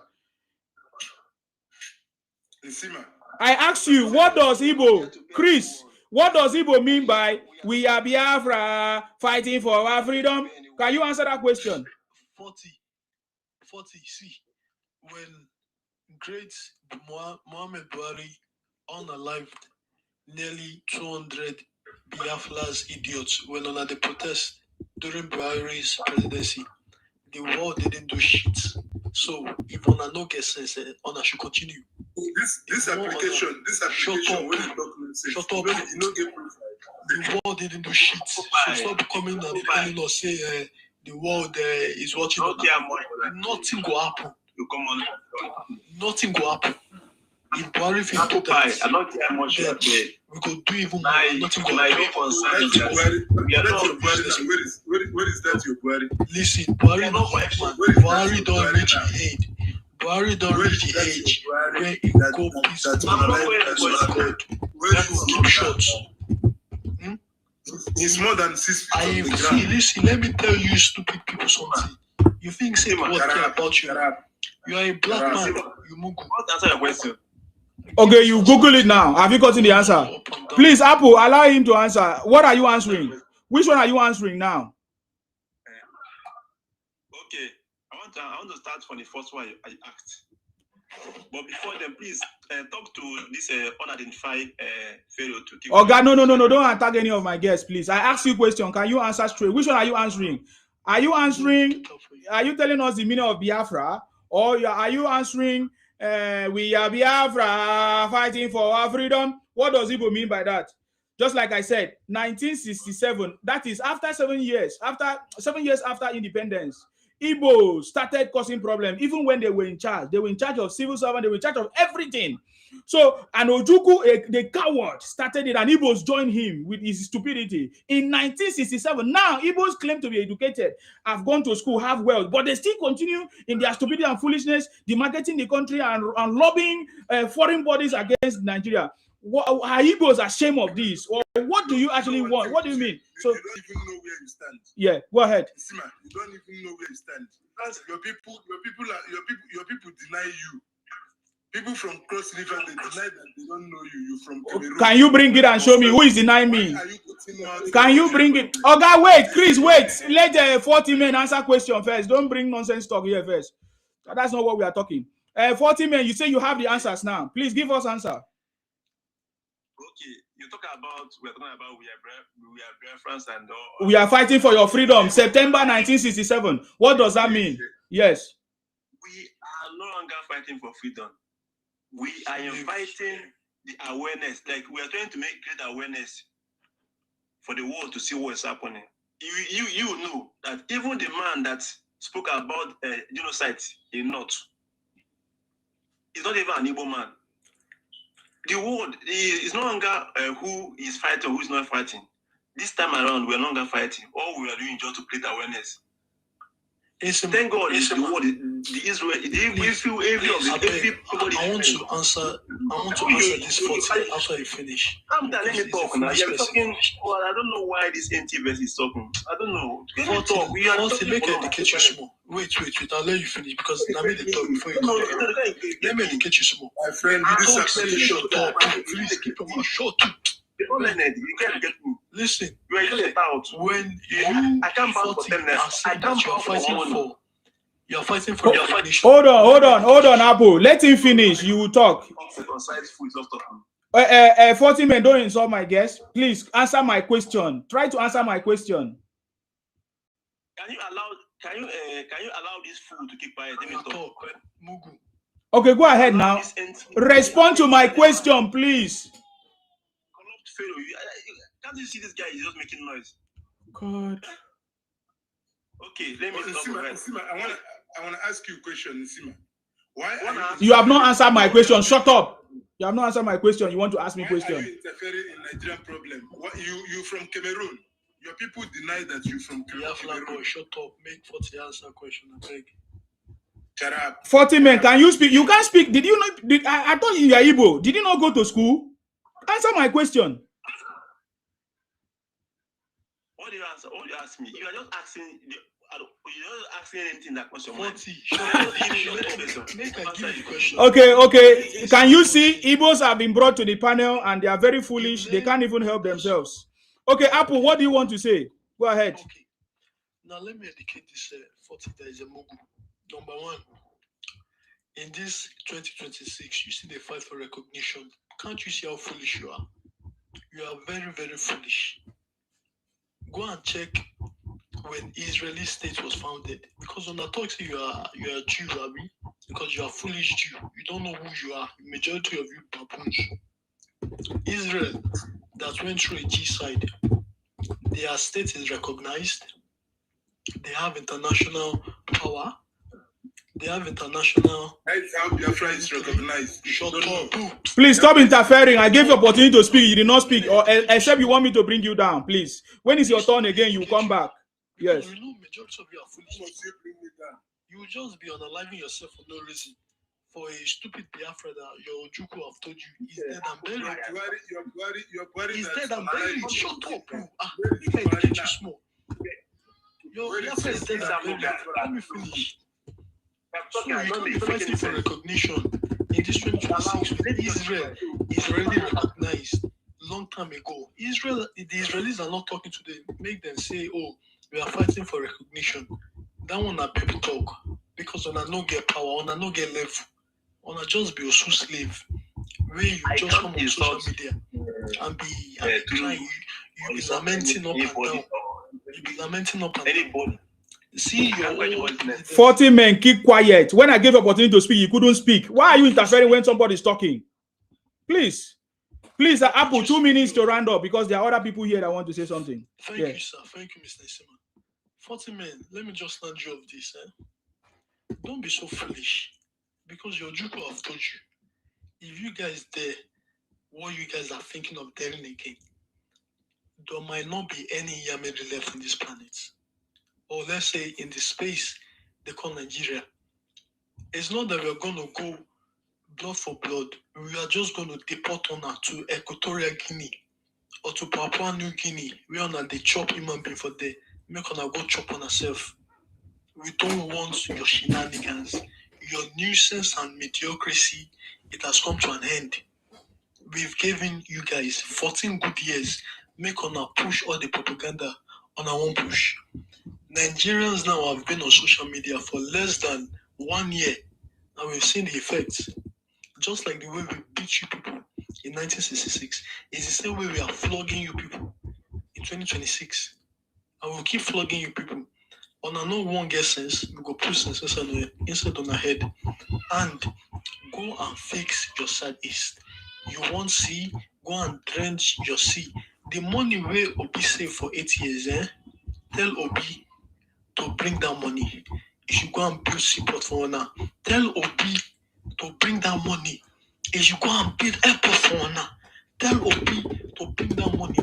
To go and build jobs for honor and stop building beer factory, alcoholic drink, making you people to be more foolish day by day. I am sick of it. Tell Obi to stop creating religious violence. Obi talks to Christian, take back your country. That man is a foolish man. Yes, ma. I thank you very much. Thank you very much, Apo. If you are still here, opportunity will come for you to speak again. Thank you very much. I appreciate you for coming. Is there any Igbo man that want to say something before I move to unapologetic, please? Your volume is not loud. That's a problem. Your volume. Please speak up. Go ahead. Okay. Can you hear me now? Yes. Mm-hmm.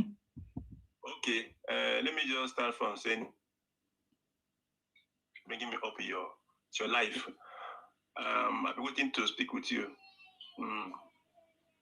Once, let me just say that once I will tell you that I can never call anybody's name. I can never insult anybody. P2B, this guy was P2B. He's talking about now has a open record. Go and verify. That's why we call him. Go and verify. If there's anything you think Obi did not do, go and verify it. I don't want to talk about you know your leaders, how they're behaving. You know what they're doing. You know who is who. Know that many of our youth are being paid. They come online and start saying of things. Like this Apple guy, and I don't even know him. I don't even know him. He just came and talking about. Can't you see Tinubu cap on his head? I'm not. I don't call names. I'm well trained. Oh boy, please now let me talk. I'm not calling names. Nsime knows why he's doing what he's doing. Everybody knows what he's doing. But what I believe in justice and truth. I'm an Igbo man. I can never deny my culture. That's why an Igbo man, anywhere Igbo man goes, Igbo man doesn't fear anybody. Even if Igbo man go to this man that is the king in Yoruba land, no, if he can never bow down for him. He will stand up and shake it. I can never bow down. That's an Igbo man for you. Igbo man doesn't fear anybody. Better I die or I stand on my ground. That's the Igbo man for you. But though there are still some idiots that can go and do their own part. But I'm telling you now, an average Igbo man now does not fight for freedom. All they do is just to create awareness. You see all these people that are sitting around, just calm down. We're no longer hoping for anybody to fight for us. Nobody's fighting for us. We're fighting for us. Thank God, even the houses are not understanding what is happening. The main Hausa man does not even understand what's happening in the north. It's the Fulanis that are taking over. And an average Hausa man is not even happy with what's happening. Ask them, they will tell you, they know they're no longer happy. The man that got out the genocide in north, had against Christians and all the things. Is it a Igbo man? No. He's an Hausa man. Because he understood what's happening. Before the American in the US came and attacked in Sokoto. And today, the Israel is paying interest. Go and check yesterday's news. What the Israel Prime Minister said. What he said it openly. I think we watched a news today. I read news by 9. We watched the news. We saw what happened there. What he said. What happened? What did he say? They're watching the world. He didn't watch the news. What is happening? What did they say? Just tell us, because my audience are listening. Go ahead. I can't say this. No. I can't say this online. I will send it to you. So you don't know what? Can't you summarize what they said and what you understand? Tell us now. Tell us, what did they say? Because if it's not on my disposal to say it. That's why How many alcohol make I send you? Make it tell us. Tell us. You see that what they said is that they paid you to be broadcasting so that they can Islamize Nigerian youths. I'm not disposed to say it now. Why I'm saying it because before you are supporting Nnamdi Kanu, now they paid you. You Chris, we are coming to you. You wait for your turn, please. No, don't wait for my turn. This was a wasting time. So the Prime Minister of Israel made this today, and today this morning was broadcast in the Arrest TV. This by I think 9 a.m. this morning. That what will happen? See what's happening. Okay. Oh, we are so scared now in Nigeria. 10 days from now. Everybody will be the eye will be open. Okay. Now let me ask you a question. Was this 1967 when Igbos were fighting Nigeria? Was there Israel? Thank you, Isima. Okay, thank you. Was there Israel in 1967? You can't answer. I don't know. It's going on Google. I'm not talking about. Okay, answer me now. You people, why you people don't answer question? Was there Israel in 1967? So you don't need to ask him that question.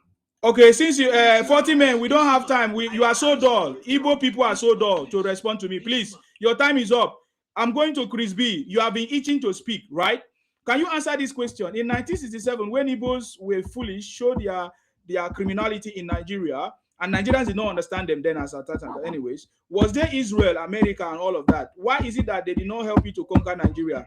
Can you answer that question? Because Moses, it's not your turn. You people bribe them all. Okay, so if we bribe them during that time, do you not think that we can still bribe them now? Thank you. You can't. Because we are educated now. We are wise. We are all over the world. You can never bribe anyone this time. Okay. Nigerian government tried to lobby America a few months ago. What happened to them? Okay. What happened to them? Chris, how many billion we paid American lobbyists? Chris, for your information, see, the American my friend, I'm not on the shout. You application. I'm not Americana. See, America. You don't know anything about Nigeria. You're just blabbing. Nigerian bribed America. Israel played both sides. Israel played Biafra. This time around, you people, are prostitute. Allow him to speak, please, so that we can move to the next person. So that you'll be confusing Nigerian youth, talking shit online. They paid you. That's why he gave you his cap to be campaigning for him. You are campaigning for Tinubu. I'm campaigning for Tinubu, of course. Are you not campaigning for Obi? I'm campaigning for Tinubu. You are campaigning for Obi. Are you not campaigning for Obi? I'm not campaigning for anybody. Okay, what are you campaigning for? Okay, you are campaigning for Biafra. Are you campaigning for Biafra? Nigeria is already woefully failed. There will be no Nigeria again. Okay.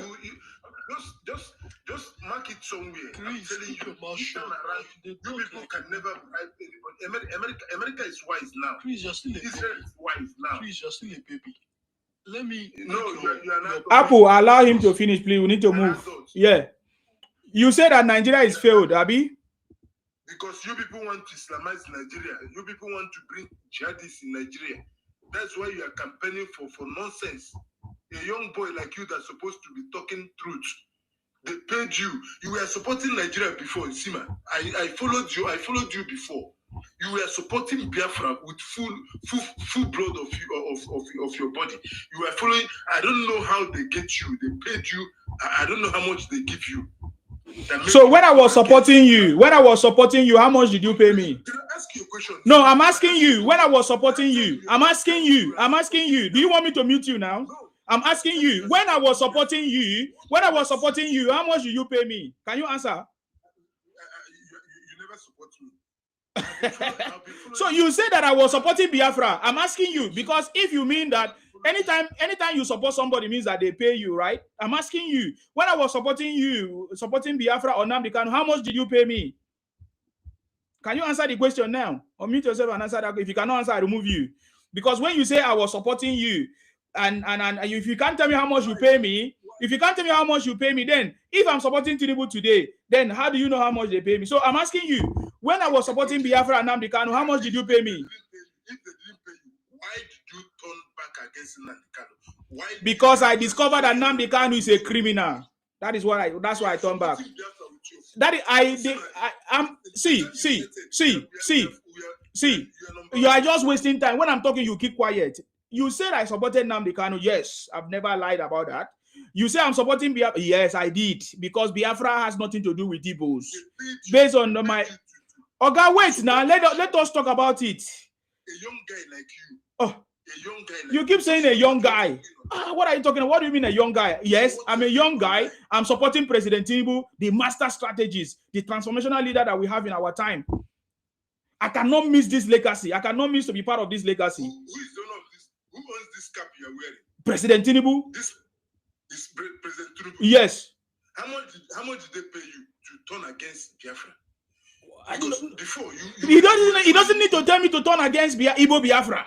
We have seen how Igbo Biafra, what it means. Sima, you don't know what you're doing. It is you that don't know what you are doing. I'm asking you, over 60 years. Over 60 years, you guys are doing what you are doing. Do you know what you are doing? Okay. You're asking me that question. Yes. I wasn't born by that time. I wasn't born. You were not born. Why are you fighting for Biafra? You see, you people are so Okay, please, your time is up now, Chris. Let's go to unapologetic because I don't want to keep my guests waiting. Unapologetic, please. Go ahead, sir. I salute you. Yes. Thank you. Good evening, everybody. You're welcome. Thank you. Can I just say this? I have been patiently waiting for about 30 minutes and I said nothing. So please, guys, mute. Please do not interfere with my submission. I will appreciate that. Please, guys. Where do we start from? After 50 years, Biafra continues.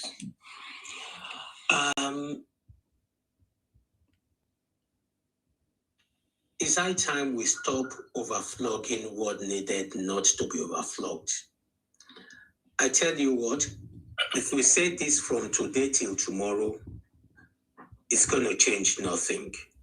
From this self, people, if somebody could wake up one morning, hold a mic on an internet radio station, and start telling us that the sitting president of a nation of well over 250 million people is dead, and that there is an imposter as a sitting president, and people believed that and ran with it, then what do you expect from such set of people?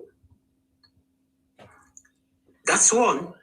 Two, if the state of Georgia could be said to have given an honorary, mark that word, guys, honorary citizenship of the state to somebody who is in prison, and 2 days later, this honorary, the said honorary certificate becomes a trophy that people are asked to pay for so as to get to America visa free, and people are paying for it because they want to go to America visa free because somebody has been given an honorary state citizenship.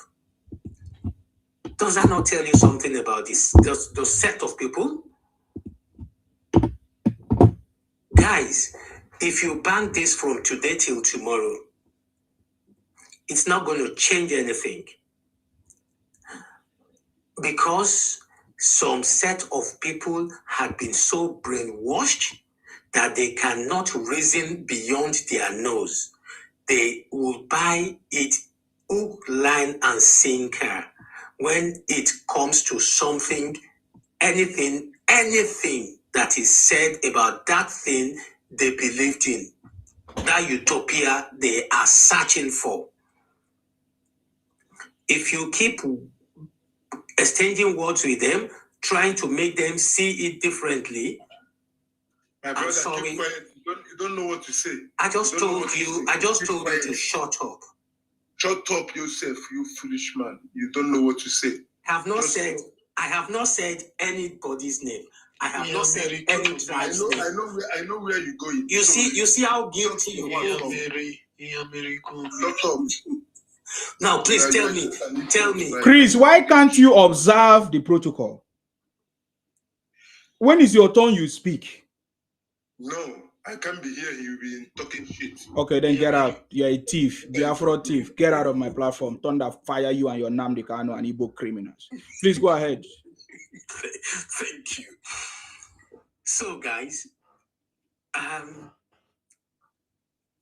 if the set of people could destroy their home, make their home uninhabitable, and begin to scatter all over the place, and still cannot call themselves to order, sit down in their darkest room and examine their conscience to align with the truth. I am afraid if you talk to them from today till tomorrow, it's not going to make any difference. They know what to do. Just for the avoidance of doubt, I'll put this out there for them. You want to have your state, you want to have a country, there are legitimate and legal ways to go about it. Killing yourself, demarketing the country you want to live, is not going to get you the country. There are elected officials of that geographical location. I don't want to use the word region now. There are elected officials of that geographical location. Those elected officials mandate them to go to the house and be asking for what you want. And if they are not doing it, vote them out. Put people who will go to their house and fight your interest instead of making your homes uninhabitable, unproductive. And finally, I think Nigerian government too should wake up and smell the coffee. They cannot continue to be using the resources of people who are working to feed the people who are deliberately destroying themselves. Internally generated revenue for all the 5 states of the Southeast put together is not up to 1 state in Nigeria. And yet, they are collecting from the joint allocation of internal revenue, generated revenues. Nigerian government, as at now, should put the 5 states of the East revenue together and share it within them. They should not be augmenting their internally generated revenues with revenues from other states in Nigeria. It is not fair. This is the marginalization, the injustice that we're talking about. I will yield the mic here for anybody who want to ask questions or who want to comment. Thank you, Nsima. Thank you very much, sir. Unapologetic. I appreciate your contribution and everything. Thank you very much for that important contribution as well. I think before Moses speaks, there's an advice from. Thank you very much for the brother that sent it to me. There's an advice from Madi Shehu to the Igbo Biafra. Because we have noticed that even when they came here now, I noticed that Igbos are calling Israel, America to come and help them solve their problem or give them Biafra or release Nnamdi Kanu. Now, this our brother here, Madi Shehu, I think he's from the north. He said that Igbos that desire Biafra do not need Trump to actualize Biafra. They need to do the following. Number one, have a uniform voice, focus and mission, because as at now, they are Judases among and within them who are sabotaging their agitation. That's number one. Number two, he said, all Igbos that are currently serving as ministers and occupying federal political appointments should resign immediately. Doing this will send shivers in the federal spine, and local and global attention will be on them. Okay. Number three, he said all governors from the southeast should decamp to one party, which may be either the original Igbo party, ABGA, or the most recent one, LP. Okay. Number four, all states in the southeast shall express openly their resolve not to participate in any future elections. Number five, all states from the southeast should collectively visit the United Nations, ECOWAS, and African Union, submit their notices and requests of intention to conduct a referendum of separation from Nigeria, and invite them as witnesses and observers. Number six, if the referendum is in favor of separation, they can go ahead and declare Biafra and demand for their share of the country's assets and liabilities. Next will be to make arrangement on how to resettle all Biafrans that will be migrating back to Biafra to build the new country of theirs, since they would lose their citizenship of the other part of Nigeria. At that point, no sensible or insensible or senile person can contemplate waging war against them. Doing that may pave way for the cowardly and docile North to copy their style and have their own country and save themselves from the impending collapse. This is Madi. Congratulations in advance, Madi Shehu. This man as well has always been pushing the North as well. So I think it's a good advice for the Igbos. Igbos should stop migrating to South-South. Igbos should stop migrating to Southwest by night with empty slippers, empty nylon bag. And then they go there and they start shouting Biafra. No, for you to prove to us that you want to go, you don't want to be part of Nigeria, you should withdraw all your governors, all your ministers, and move back to your Biafra territory. That is a very good, and I adopt this advice to the Igbos. Are you getting me now? Because that is the only way, you understand me, that will show that you really want your Biafra. But when I see you coming to Akwa Ibom to come and participate in our resources from the federal government, to come and share a space, to come and beg for us to help you, rent you a shop, and do all those things, that shows that you are just a joker. That's why I say after 60 years. The reason why you are still doing this after 60 years is because the government is not sensitive enough to understand that after 60 years, Igbos are demarketing the country, causing problems everywhere, and the government do nothing about it. So for us as citizens, we cannot keep quiet anymore. We have to escalate this matter to the point that everybody will know who the Igbos are.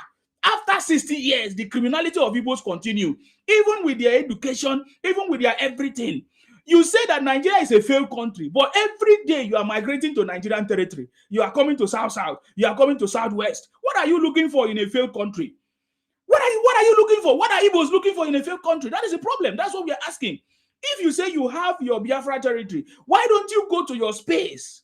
But every day you are coming to Nigeria territory. That shows how stupid and foolish Igbos are, especially the Igbo Biafra. And we need to raise the banner. We need to raise this media, this conversation to the point that everybody will take action to stop the Igbo criminality. Look at our villages and our communities. Igbos are every day infiltrated with fake drugs, with propaganda, with baby food, fake baby food, kidnapping everywhere. Igbos are everywhere committing all these crimes. And Nigerian government keep on pardoning them. Pardon them. Keep on ignoring it. And allow innocent people are crying every day. The same thing that the Nigerian government did in the old Eastern region, allow the Igbos to almost finish us. If not for General Philip Effiong, an Akwa Ibom man, Ibibio man that stood up and surrendered and saved the Igbos. Why will this continue after 60 years? And Nigerian government, no wonder Igbos are saying that Nigeria is a failed country, because Nigeria is not responding to the criminality and propaganda, misinformation of the Igbos. When will Nigeria rise up?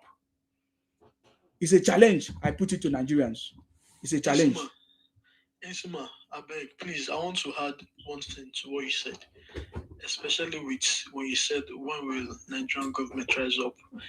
Let me use the case of America, okay? Because we know at the moment. Can you speak up, because there are other people listening on other channels? Please go ahead. Okay. Yes. So we know at the moment in America, there's a case going on between, I believe, the Somali community. The head representative of the Somali community, Imam Omar, she's involved in looting millions of dollars from the taxpayer. She went on a live interview and they asked the lady, according to the information we have, you've been looting a lot of money. And the lady response was like, yes, but it is not the fault of the Somali community. It is the fault of FBI and the government for not taking charge in order for the government to deal with people like her and the Somali communities from looting the taxpayers' fund from America. Now, we've seen what's going on with Trump and the rest that all these Yamili people always shout for as their messiah. Trump is now out there in full mass. As of current, Trump has sent the army to the states where these people reside in. 3,000 soldiers are in the street currently to look for all these criminals. So, Igbos, these Inyamere people are saying Nigeria is a failed country. Now I see why. The president has to take stringent actions against these Inyamere people. Send in the army, send in the Air Force, send in the Navy to barricade the entire Southeast. The criminals they are producing in that place, it is a cancer to the Nigerian economy. So I call on the president as of today to send in all our military personnel to go to the Southeast to shut it down, because they are the one producing all these bastard pygmies children to be infiltrating everywhere in Nigeria, and it must stop. You see what Trump is doing now? He is sending the National Guard to Minnesota to stop the cancer from expanding.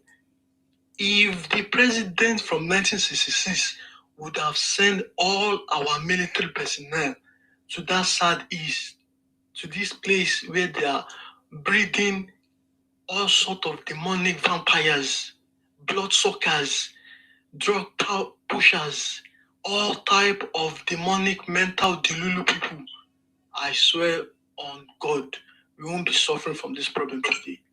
Thank you very much, Insima. Thank you very much. Sorry, Insima, can I quickly? No. Wait, I need to resume back to work. I just need to say something.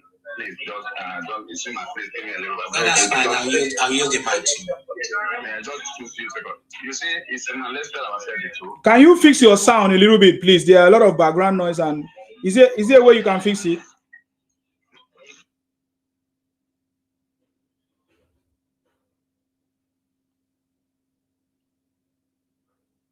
Okay.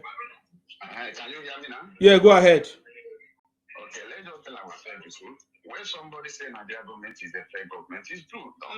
Because all the things that happen in the country today, the agitation and the gallo, the lacrawa, the enhancement, the bandit, it's Nigeria government that causes all this nonsense. Because if they do exactly what they're supposed to do, if they protect us, provide for us what they're supposed to provide for the citizen, all these things will not be happening. Everybody will live in peace. Everybody will be happy. No Nobody is going to convince anybody to protest. If Nigeria country today is working as is functioning as country is supposed to work, who are you going to convince to follow you to do the agitation? Nobody is going to go with you, because what are you going to tell me? If we have 24 steady light, good road, good hospital, everything is working good, why are you going to tell me to say? Why are you going to tell me or to confuse me to leave the content I give, making life easy for me? Nobody is going to listen to it. And let me remind you one thing. In 36 states of Nigeria today, if any tribe, any member of any tribe rises up today and starts his own agitation, his people is going to follow the person 100%. Because people is tired of the country called Nigeria today. Let's tell ourselves the truth. People is completely tired of the country called Nigeria. That's why you see a lot of people can rise up at any time and start an agitation. A lot of people, they have a lot of followers. But if Nigeria is working today, all this nonsense is not going to happen. All these bad books is not going to happen. Everybody is going to live peace. You keep repeating the same thing. What is your governor doing? We keep repeating the same thing. I told you now. You said, see, did you not listen to the conversation? You said that Nigeria is not working, right? Yeah. So what are Igbo still doing in Nigeria that is not working? The government is not working. All of them, including the Igbo politicians, all of them are criminals. That is what I'm saying. So what are you people doing then in Nigeria? You went to Christmas. You went during the December period. Igbos went to Christmas, right? Or for Christmas, right? So instead of you staying in your working place or in your country that you want to create, why did you come back to one Nigeria? If you are saying this, and we're looking at that shows that you lack the inability to live on your own, right? When you are saying this, and I'm looking like somebody who don't have anything upstairs. No, bro, that is what I'm telling you now. We don't have anything upstairs. We don't have anything. You that have something upstairs. Why are you still coming to Nigerian territory? That is the question. Can you answer that question? Don't forget that in this struggle, you are part of them before. No, I made a very mistake to join Igbo criminals to talk rubbish. That is why I'm reversing it. For how many years now I've reversed that stupidity. When I was a child, I behaved like a child. When I was a child, I behaved like a child. I discovered that it was foolishness of me to join Igbo criminality to destroy Nigeria. I'm very happy that you revised, because there's no road over there. Yeah, but I'm telling you right now, you that is saying that Nigeria is not working, the point of, you are not answering my question. You say that Nigeria is not working. And I'm asking you, what are Igbos that are saying that Nigeria, what are you still doing in Nigeria that is not working? That is my question. Can't you understand that question? If you say that Nigeria is not working, what are Igbos still doing in Nigeria that is not working? Nigeria is not working, man. Okay, you are wasting my time, so I don't have time. Go to if you say you want to go to work, go to work. I know you are not going to any work. You are wasting my time. Please, yes, go to work. Foolish idiot. Yes, go ahead. Unapologetic, please. I just want to land one point.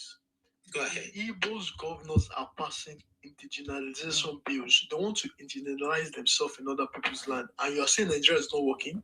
I was pass such in a country that doesn't work. That was where I was coming. That was where I was coming. Unfortunately, he had gone. I was going to remind him about the indigenization bill in a country where it's not working. Some elements of you guys are striving to secede. Some element of you guys are trying to impose a president on Nigeria. Another element of you guys are asking for indigenization bill. So you guys are confused. Where do we go? You are just spreading your tentacles far and wide, catfishing, or is it, what do you call it now? Now, the truth is this. This sit at home, this perpetual destruction of the economy in the southeast, the federal government, because the state governors are independent, they are elected, so the federal government cannot outrightly say you are dissolved or whatever, but the federal government can do something, which is tell each state economically what you produce, what you generate is what you would have. That will make, was it yesterday or the other day, is it Soludo that is saying sit at home on Mondays must stop? And they are saying it's not going to stop. He is not intensifying force because he knows that even if they generated 2 naira, they will still get 10 naira back from the federal government. Exactly. But I'm pretty sure if they know that that 2 naira that they generated is what they are going to spend, then they would force their state to work. I yield to the mic. Thank you very much, sir. That is what I'm talking about. That is the reason why Igbos are saying that Nigeria is a failed state, a failed country. Because they are benefiting from it, even when they are causing destruction and misinformation, demarketing the country, and nothing is being done. The federal government still give them money. That is what I'm talking about. Why will the federal government continue to do this? Why will Nigerians continue to allow this to happen? Do you understand? I say after 60 years, that is why I'm doing this program. After 60 years, we continue to see, even when the Igbos have been pardoned several times. After 60 years. Oh my God. Okay, let me hear from other people because I don't want to keep you guys waiting because I have a lot to say anyways. Don Mark, go ahead. You are Igbo man. Tell us. What's going on? Sima, thank you for giving me the opportunity to speak with you today. You're welcome. One is this.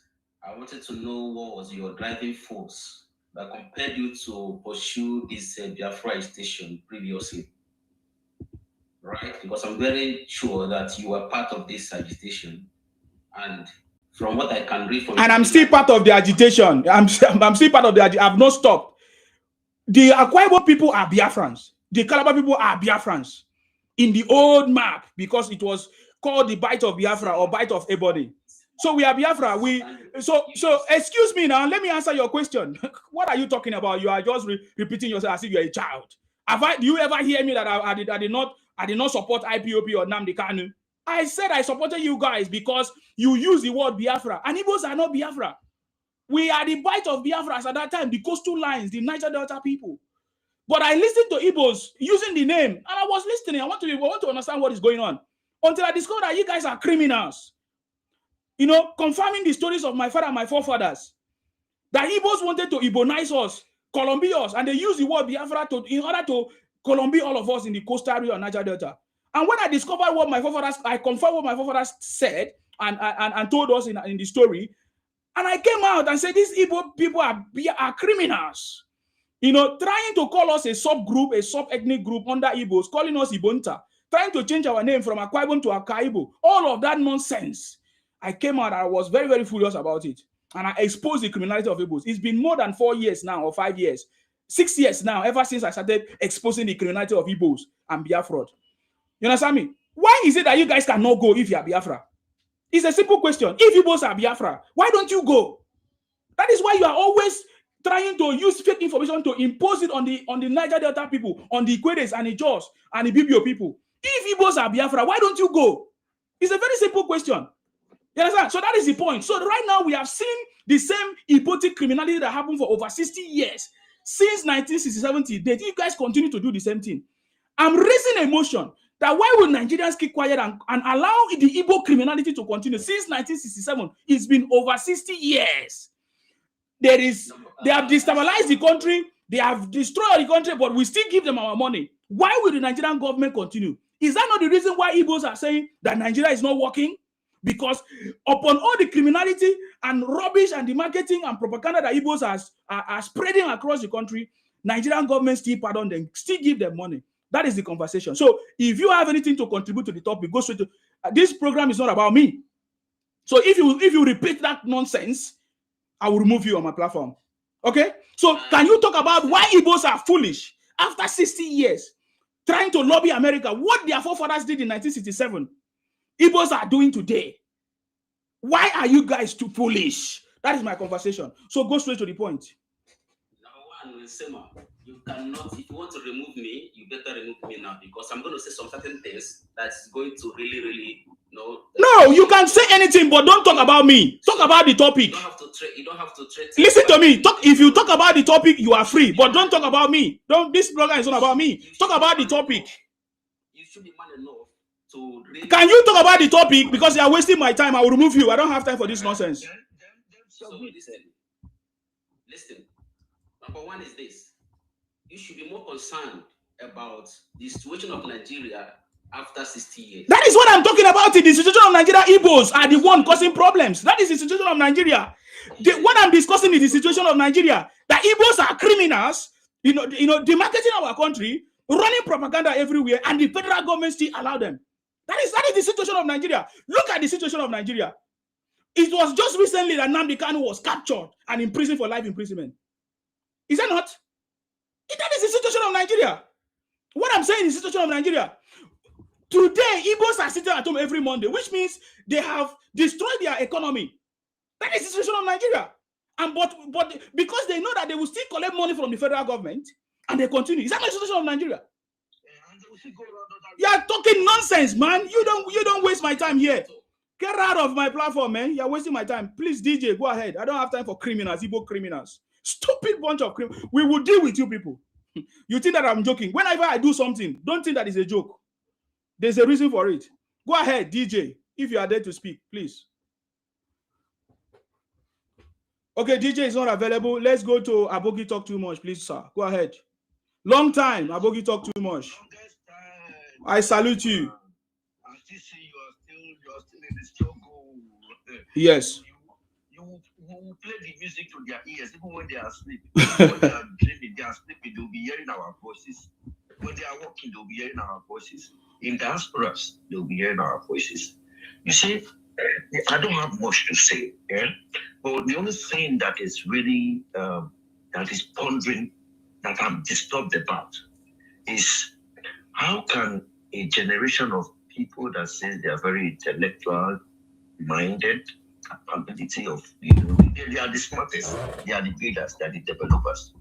How can these people, even at their age, after 60 years, you said you want your self-determination, you want to go, you want to leave the country, but you have not done the common thing. And you said you went to schools, you said you had professors, doctors, different titles that I don't know where it comes from. And you've not been able to sit down in your village, even in your smallest village meetings. You'll not be able to sit down and ask yourself, hold on, why have we not been heard? Please, is there anything you can do to your sound? They say they barely hear you. Okay, let me...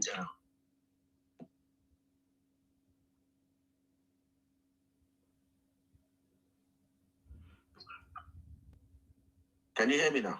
Perfect. Better, okay. Sir. Go ahead. Okay. Thank you very much. Yes. Okay.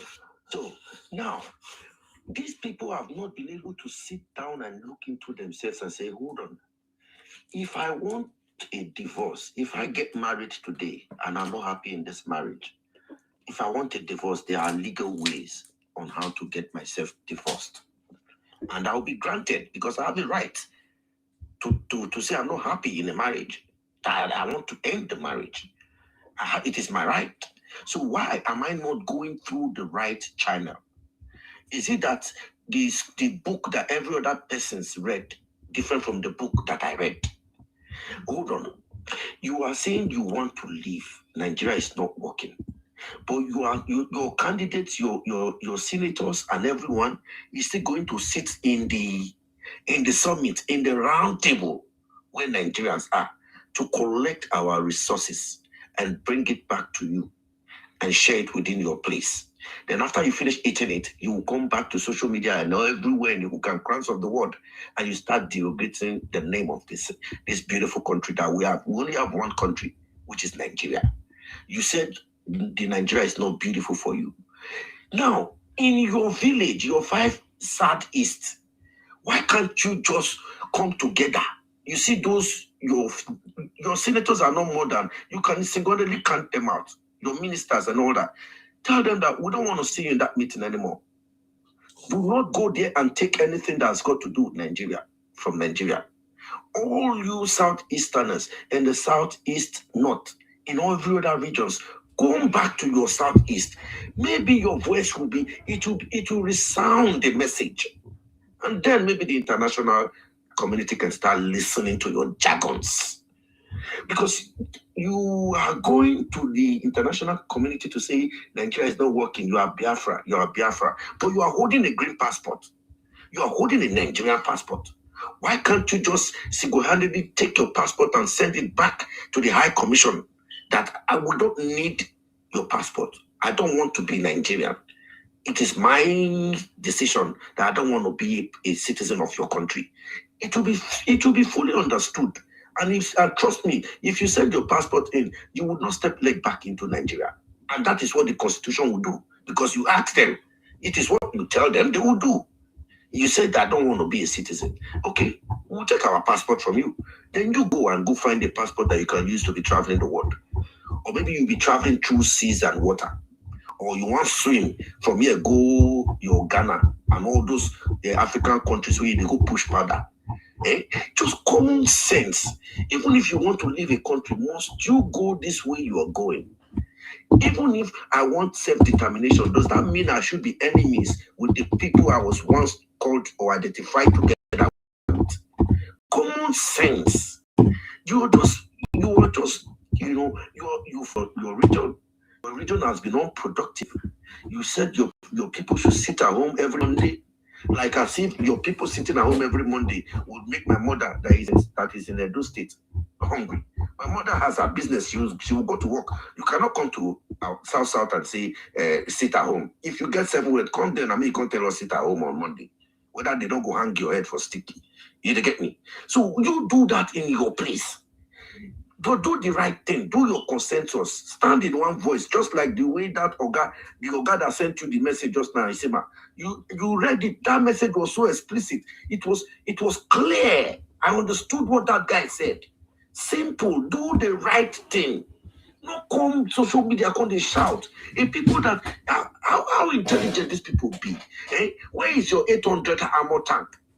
Your prime minister is in prison now. Where is your 800 armor tank that you saved for? That they told you that they bought 800 armor tank. Where is the armor tank? You've not asked where it is. And you were busy lodging money into a block that was meant to siphon you, take your money, take your resources. And the more you people are going, the generations to come, I wonder how smart or intelligent they would be. I don't want to lay curse on them, but it is obvious that you're already breeding your next generation. You're already breeding them already in that hatred, because that was what your forefathers sowed inside of you. That is what you're projecting now, and now you're trying to sow the seed inside your own children.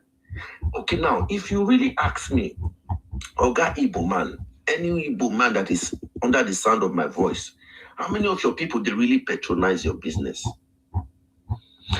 The business, your electronic shop that you have in Lagos State, how many of your Igbos go there to patronize? Is it not the other regions that patronize you? You don't have the money, but you rake, you run your mouth.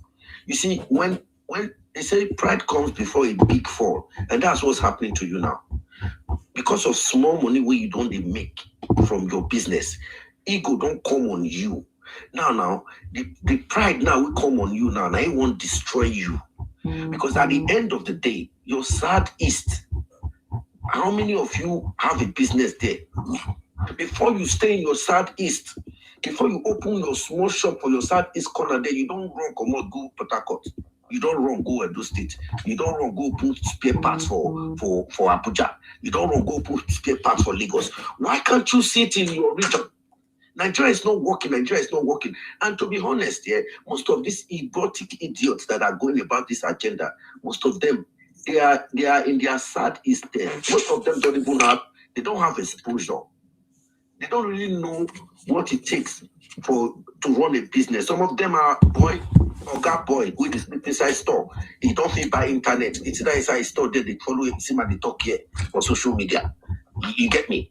But your boss knows the importance of his business, the importance of other regions that are patronizing him, that is making him grow.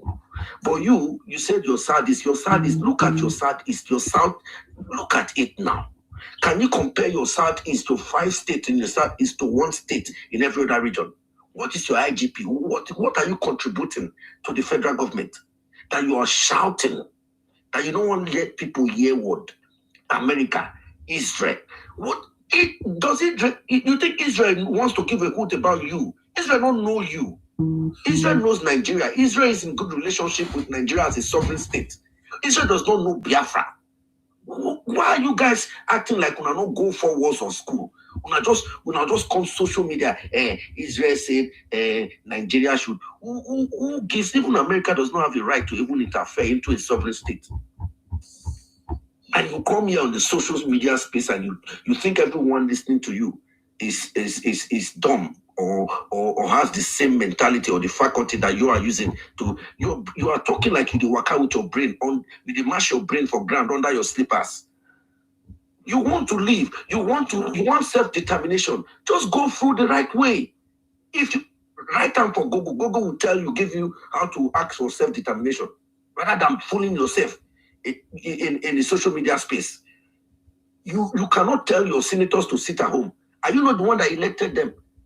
Why can't you? Because you don't have one voice. Tell your senator, we don't want to see you in that House of Assembly anymore.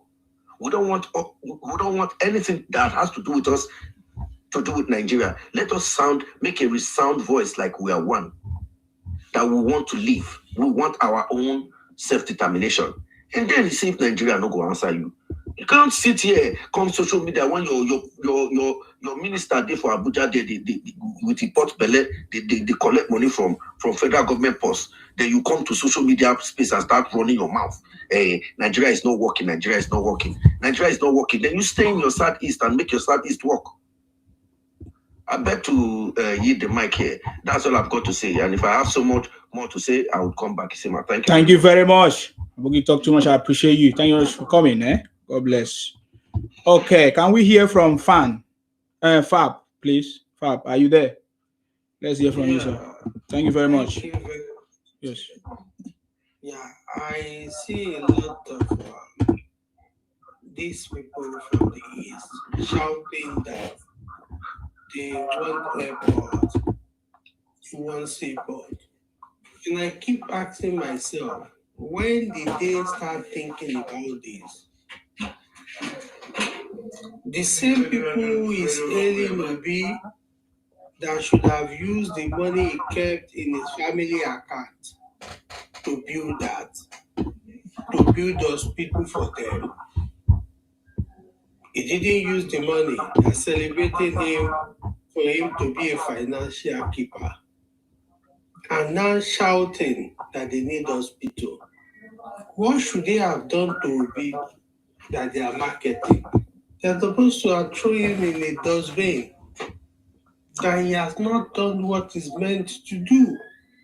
That is the simple result. If you have need something and somebody has not provided for you and kept the capital is meant to use to provide those things for you, what should you do to that person? Just put him in a bin. So why marketing such person who has been a failure and a calamity to your environment? And this is what these people do. Their inability to tell the bad people among them that they are bad. E.g., the Shokoto man, who intentionally does not bring anything to them than calamity. He never brought hospital to them. He never went all over the world to say, come and build hospital facility here. He never called the Biafra all over the world that let's build a big hospital giant that we can be treating only the Biafra people. But what has it brought to them? It is calamity, sit at home, and crying of those innocent children and market women who are looking for their daily bread. And honestly, Justice Omotosho is an hero. The reason why he's an hero is simple. Giving a judgment and quickly sending that man to a place he belonged to. When he was in DSS office, that he is able to change and have shine. But when he see the 4 walls of Sokoto and he saw how the prison looked up, now he knows there is law. He knows that if the government wants to deal with you, they will deal with you. He knows they are giving him the opportunity, and that is why he's actually misbehaving. And that is why he's actually misbehaving. Now, the mouth that is loose, like a bottom that has the area, now the mouth has sealed a bit. When he was in DSS custody, did he ask the court to change DSS office? The answer is no. But when he saw how Sokoto looks like, he was begging for them to change prison for him. In the same place you said is not working. I think there is need for these people to go back to the school of common sense, for them to know where their problem is. Their governors and their senator knows their state is a dry land. They know. But honestly, if they're able to get Niger Delta, I know they will move away because of the hall. Nothing more. Nothing more. Nothing more. I believe the federal government should do more in hiring these people, in dealing with these people with more iron hands that they deserve. They run around, if it's people who have common sense, you're running around everywhere to Trump. To do what for you? Giving Trump money. To do what? Spending money in the United States. To do what? What help would they do to you? Wow. They can't do anything. When you know what to do, making noise all over social media, depriving people from bringing employment to the country, making your region unsafe environment for them to invest in. So you think anybody will want to invest, a private sector person want to invest in a place that is not secured, a place that they eat human being, a place they produce fake medication? Ask yourself. So they need to rethink that if they want a better environment, they must have a common sense. Thank you very much, Oseba. Thank you very much, Fa, for coming and for your contribution. That was very powerful. I appreciate you. Thank you very much, sir. Okay, can we hear from Black Sheep? Who is Black Sheep? Can we hear from you? Okay, I just need to take you down because I don't know. Perfect. Thank you very much, sir. Thank you very much, sir. Thank you very much, everybody, for your contribution so far. I really appreciate that. Thank you very much. Because we have to do something about it. This is something that I've been there. Apple, do you want to say something? I think you have been trying to say something before, so let me allow you. Do you want to say something now? Yes. Yeah, go ahead. Please go ahead. Thank you very much for this educative session that we always give all these senseless people, because I'm telling you, they know what to do in terms of going towards the separation they are calling for. Like I've always told them, Ojukwu called all the Igbos. He said, let them come back home. But in 2026, their leaders are cowards, just like Ojukwu, because we know he ran like a chicken into another man's country. Benjamin Kalu is busy gallivanting himself, holding indigenization bill. Instead of calling his people back to the southeast, make them go develop their region. But instead, I'm sure there's a lobby group that actually made Benjamin Kalu draft that indigenous bill in order for him to. Yeah, Black Sheep, who are you? Do you want to say something? Sorry, Apple. Black Sheep, who are you? Good evening. Yeah, go ahead. Sorry, Apple. Let's hear him. Yeah. so curious, man. Good evening. Go ahead, please.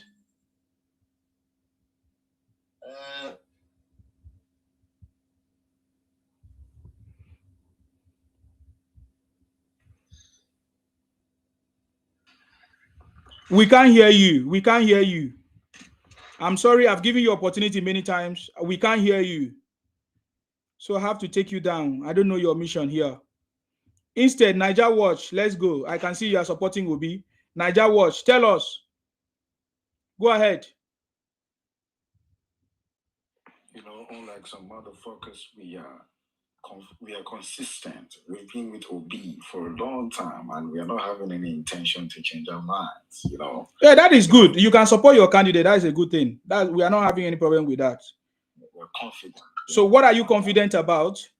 Confident that we are going to destabilize whatever castle of deception that you guys are building. So, which party is he running on? Which party is your candidate running on? Has no party. Right. You guys are agitated because you have intentions that are devilish. You say you guys are doing agitation. It is you guys that are agitated now. So the question now is, which party is he running on? Can you enlighten us? Can you tell us, since you are excuse me please, because we need direction. We can't hear you anyways. Can you fix your sound?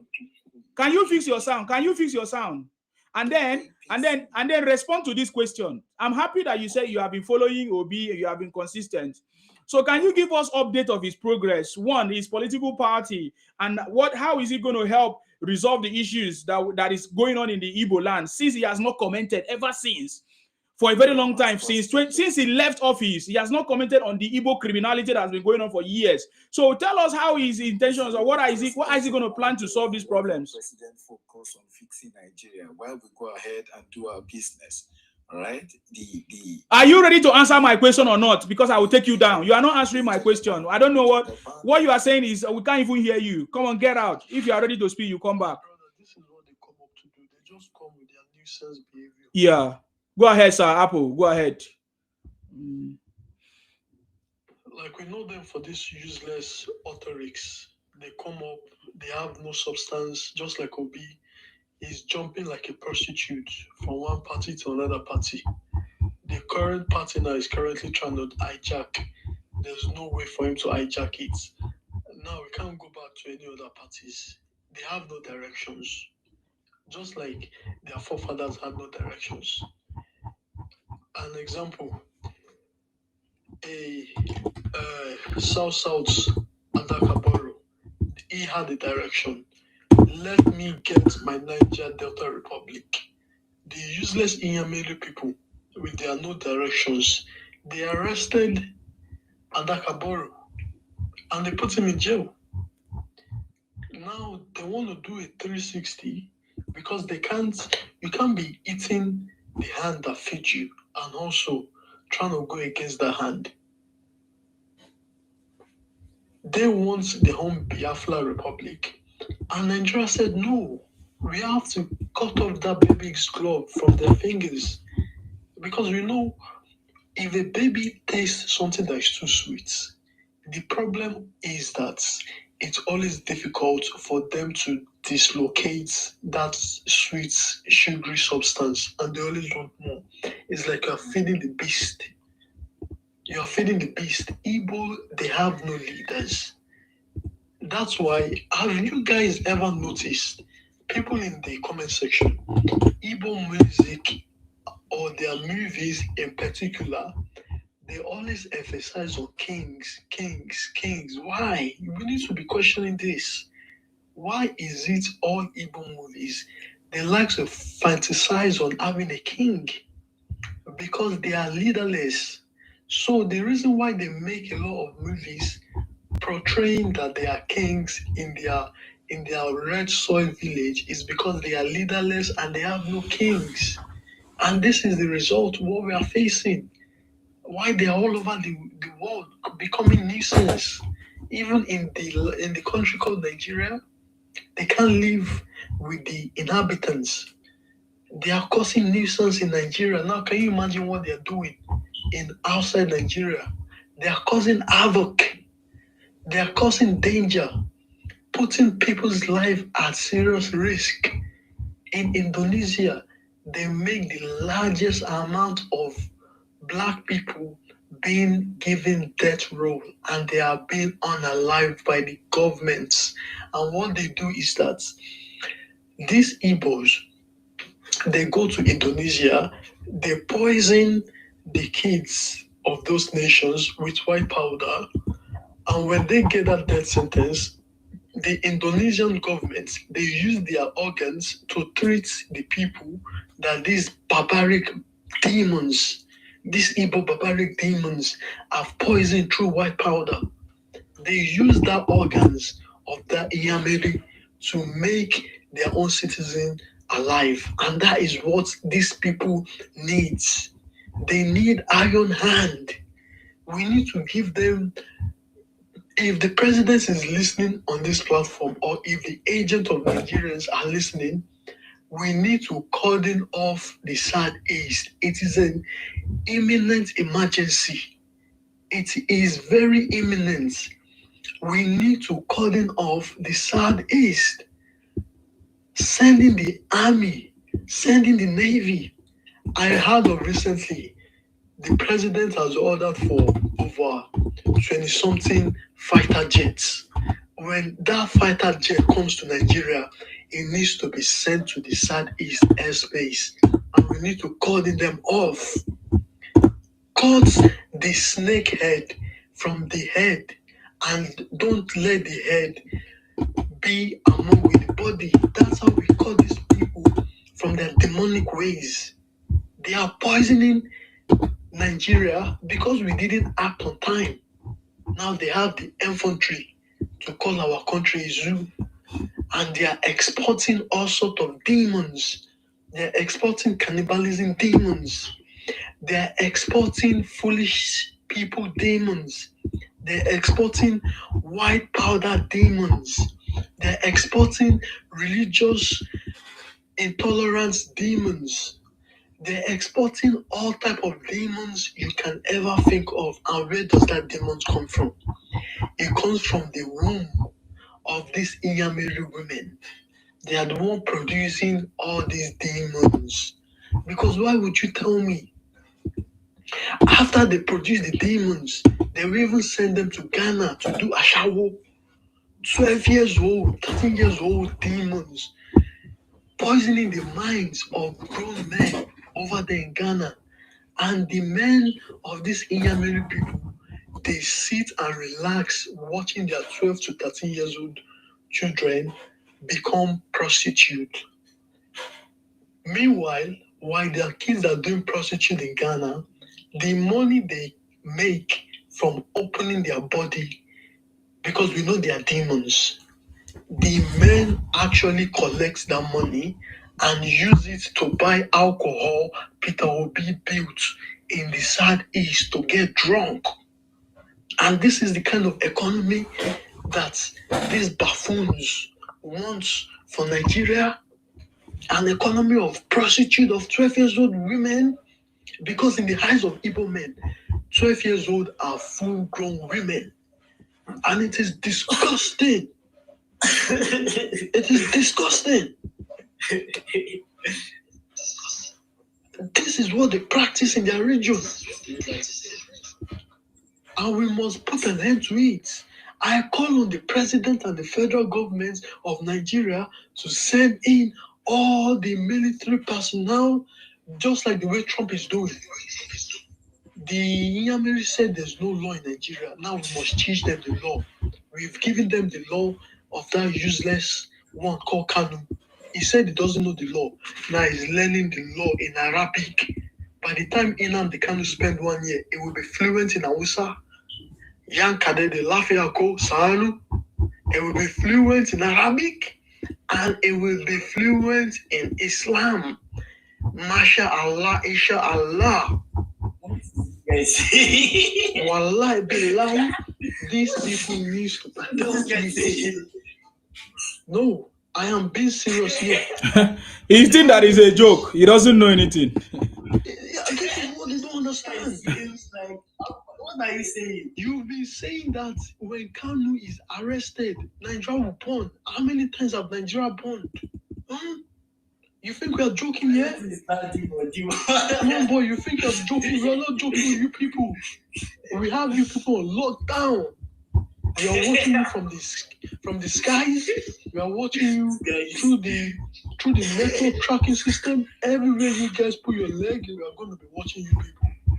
So you guys continue your foolishness, and you will get dealt with. Just like the way Late Buhari said, you need to give these people in the language they understand. And what is the language they understand? When this Inyamiri was doing protests of IPOB in the southeast, what did my great president, late former president, did? He sent the army in the open field. The great Nigerian army put down the nuisance. 200 of them. They went to go and see their father in heaven or in hellfire. And this is the language they understand the most. I keep saying it. If you don't give these people this kind of treatment, they won't stop. Because our forefathers failed to prosecute Ojukwu. Yes, our forefathers failed to prosecute Ojukwu. Ojukwu was giving interview, gallivanting with his gorilla mouth, talking like, oh, he was about to win the war. What stupid war are you about to win? Your people being unalive like animals? Because we know majority of you in your middle, you're animals anyways. You're animals. And this is the definition of it. This is the definition. You come online and be thinking this is how you get your Biafra?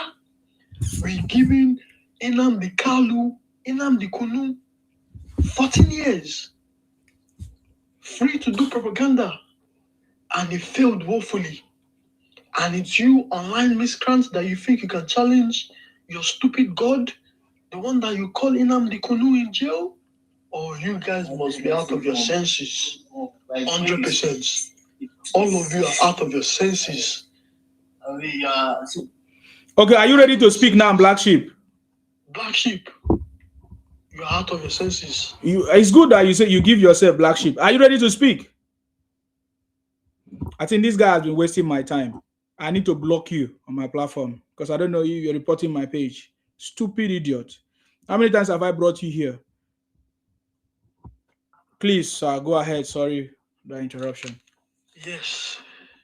So like I was saying, Isama, my great brother, we must continue this evangelism in order for us to desensitize these Inyamiri people. We need to dispose them of their ability for foolishness because we know them to be foolish people. From the days of Nnamdi Kanu to the days of Ojukwu and to the days of the remaining Mugus that they call themselves Igbos. Yes, I said it. They want to get Biafra and they are calling on Israel. Israel is already a recognized state. When you ask them, is Israel a recognized state? They have no answer to be given. Because why? They are uneducated buffoons.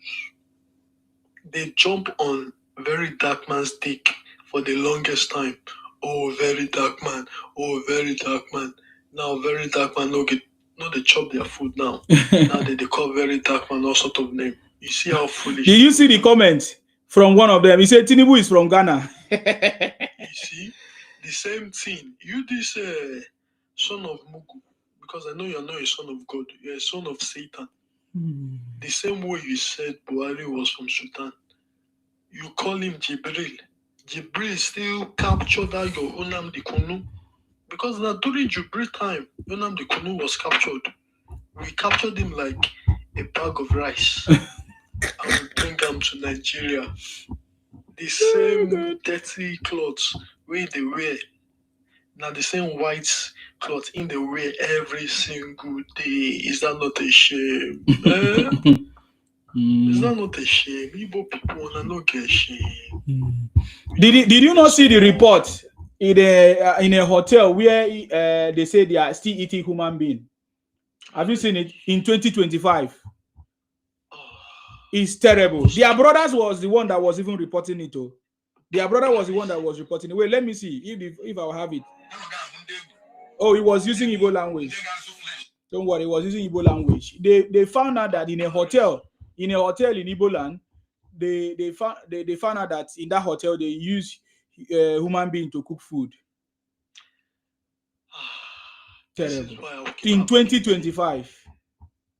The presidency have to cordon off. They have a special hotel where they eat human beings. They go there and eat it. Isima talks, he say, Isima talks, he say, Jesus Christ was born in Igbo. We can only laugh. Yes. Igbo is the Garden of Eden. Jesus Christ. Oh God. Okay, Igbo State is in Menja. I think he was born in Menja, Abi, according to the story.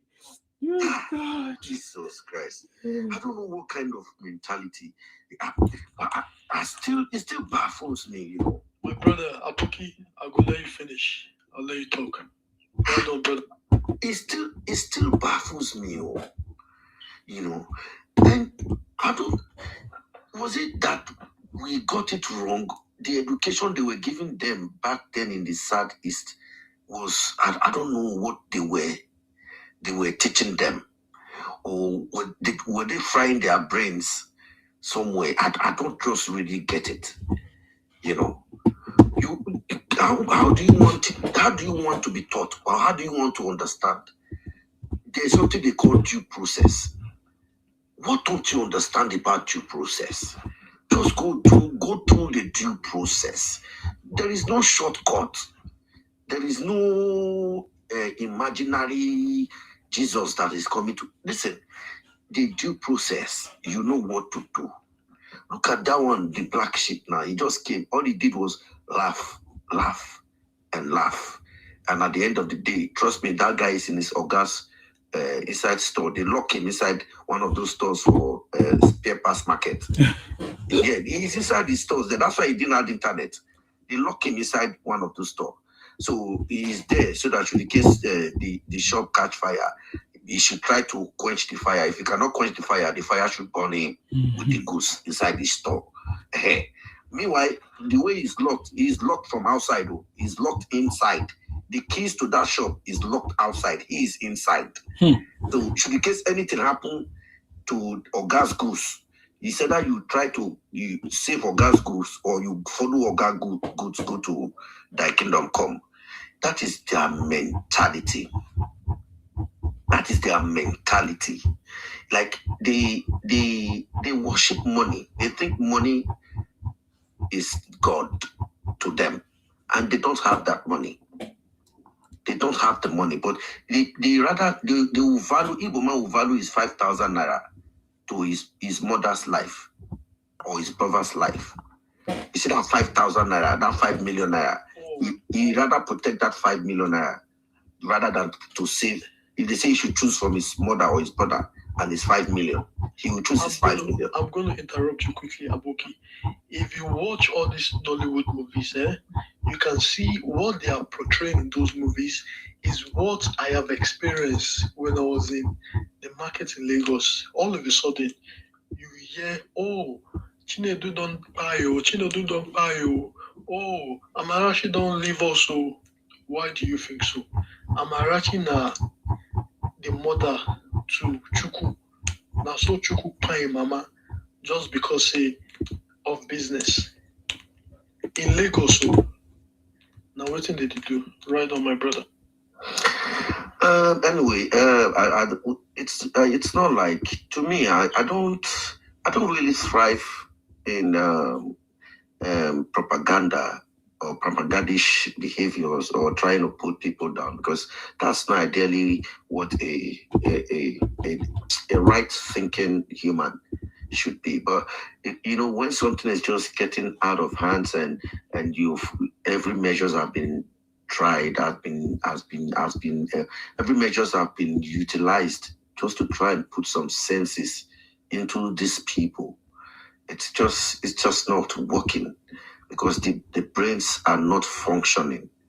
Because I don't know why people will just sit back and actually just bring down their own region, bring down themselves, make themselves a target, and for some reasons they are still holding on to an ideology that is not even realistic, that they've not even started doing nothing. Even 60 years from 1967 at 2026, you've not even made one step towards your fight for self-determination. What does that tell me?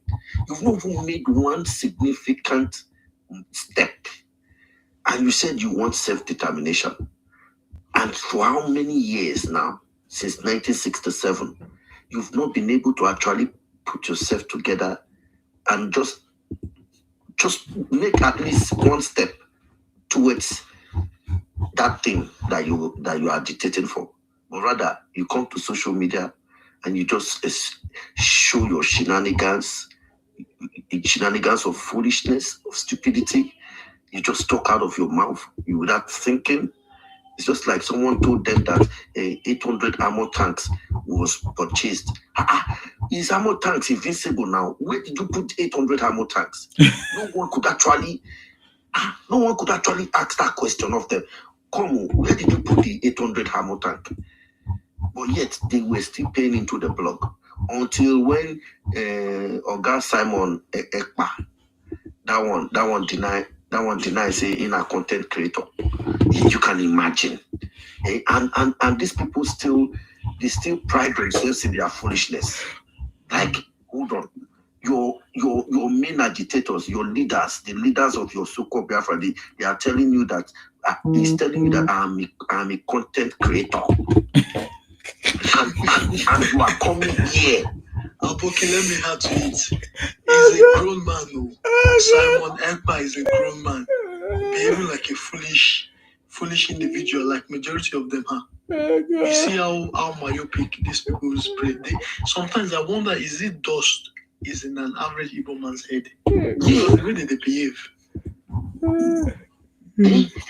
800. He didn't even say 10 armor tanks. He said 800. 800 armor tank. Are you going for World War III? 800 armor tank. Jesus Christ. I'm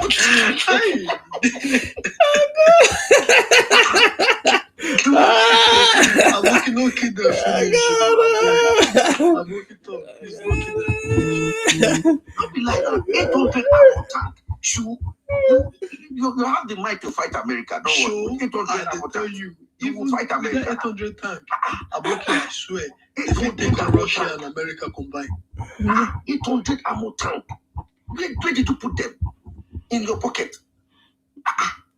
Sure. Even if you had the right, even if Nigeria buys 800 armor tank, yeah, the entire world they'll put it on, like, for real, this country just bought 800 armor tanks. What are they planning? Talk less of you, one group, Biafra, you bought 800 armor tank. Who sold it to you? They will first of all ask you, which war are you going to fight? Where are you going to? Is it this war that we are living in? You want to? Who are you using this 800 armor tank for? Then the next thing now, they go catch your leader like fly. They catch your leader like fly. The leader can't do for Jete. Then they go catch the Minister of Defense waiting for Finland.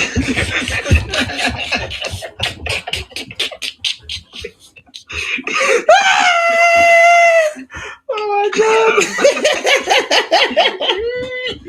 Oh God! They come catch your Minister of Defense. Your Minister of Defense saying that creator. Minister of Defense, you are content creator. You that used to wear army uniform, that you are a Finland soldier. I mean, Jesus Christ. You know, but at the end of the day, I just look at them like, why are you guys just fooling yourself globally? Not even in your village. You've now taken your foolishness from local village scene to a global stage. You took Aboki to talk. See, I will tell you what Fela said about these people. They be international thief. Now waiting them be. See the way EPA, they thief their money from international place where in there, and they full of this myopic mugus where they don't even see 5 naira chopo, but they still use 1,000 naira give EPA. They give EPA the 1,000 naira. Jesus. EPA content they say use their 1,000 to buy 800.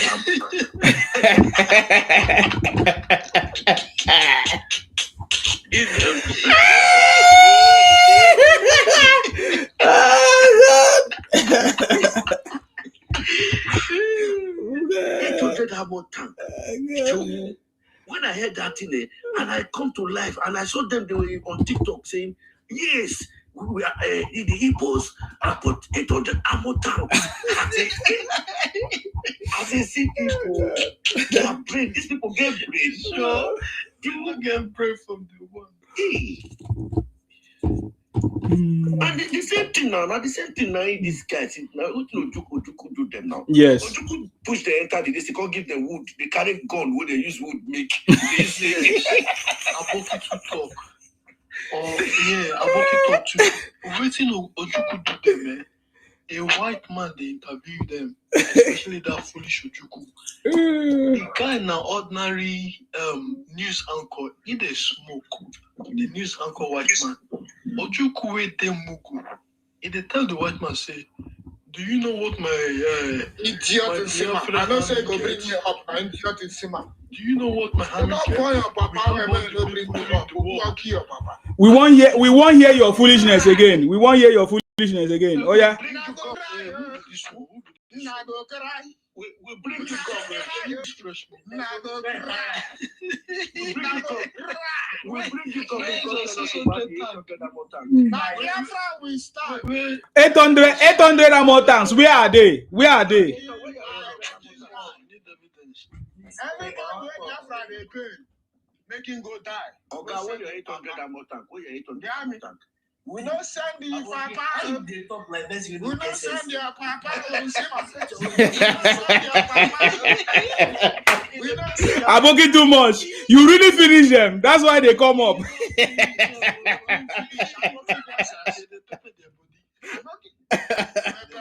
Oh boy.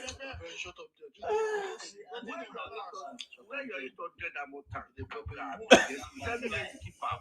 Tell me where you keep up. Yeah, we are the 800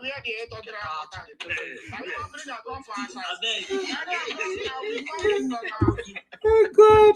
If you carry a comma, if you carry a Biafra land, all of them will go back.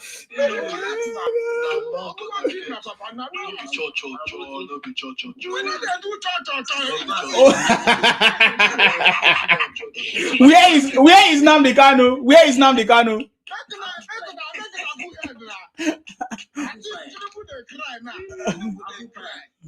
You go play for na eye. Oh God. You never start to black sheep. You never start. You don't dey cry.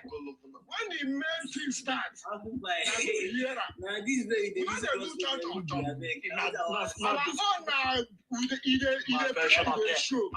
Now this guy talk 1967. People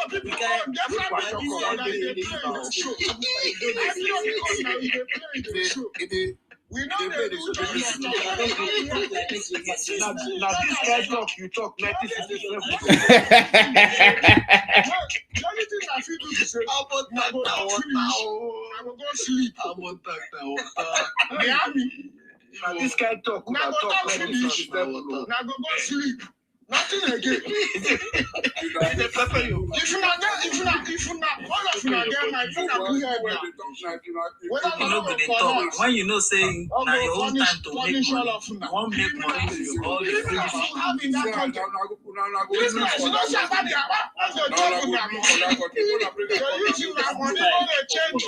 now this guy talk about 1967.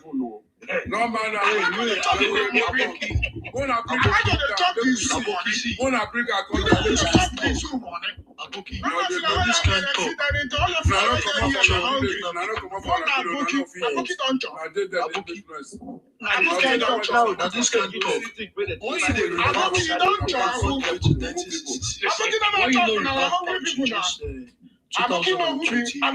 When they arrest Papa. Now this guy talk. Now this guy talk now to put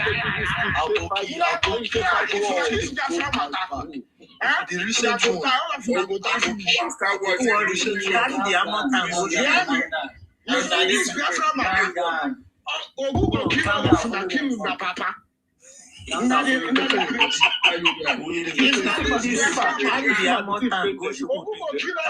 Aboki too much. He paid them well now. And that's why I just allowed them made them vent the anger.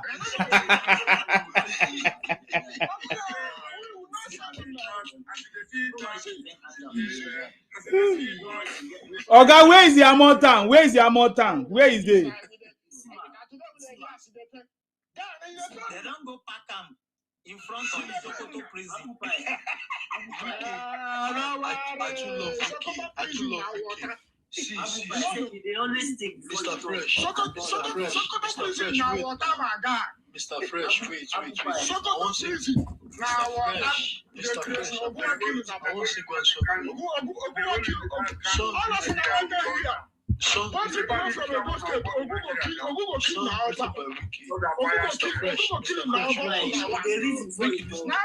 Now because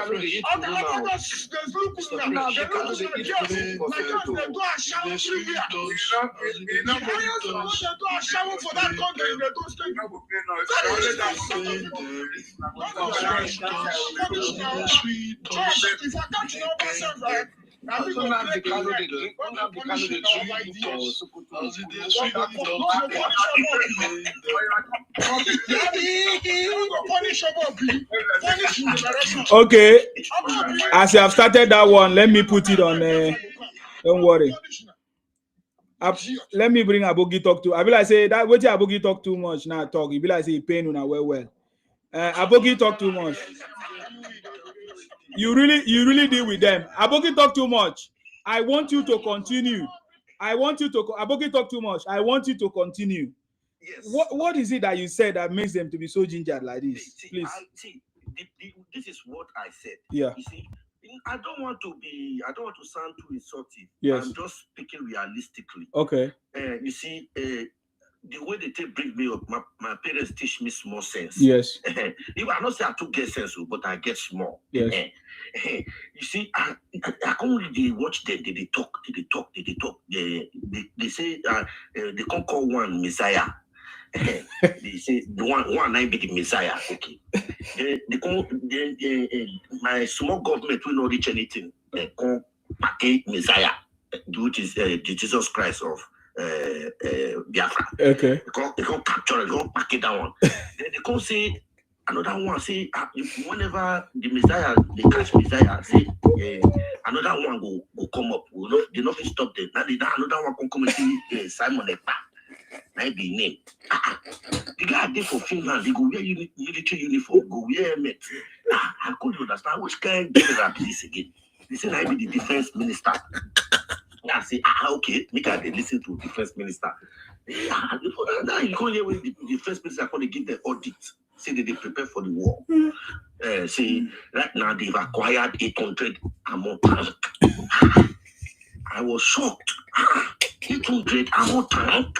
The thing can't they do me one kind. Which kind of people be this? These people now they are bring the table work for God.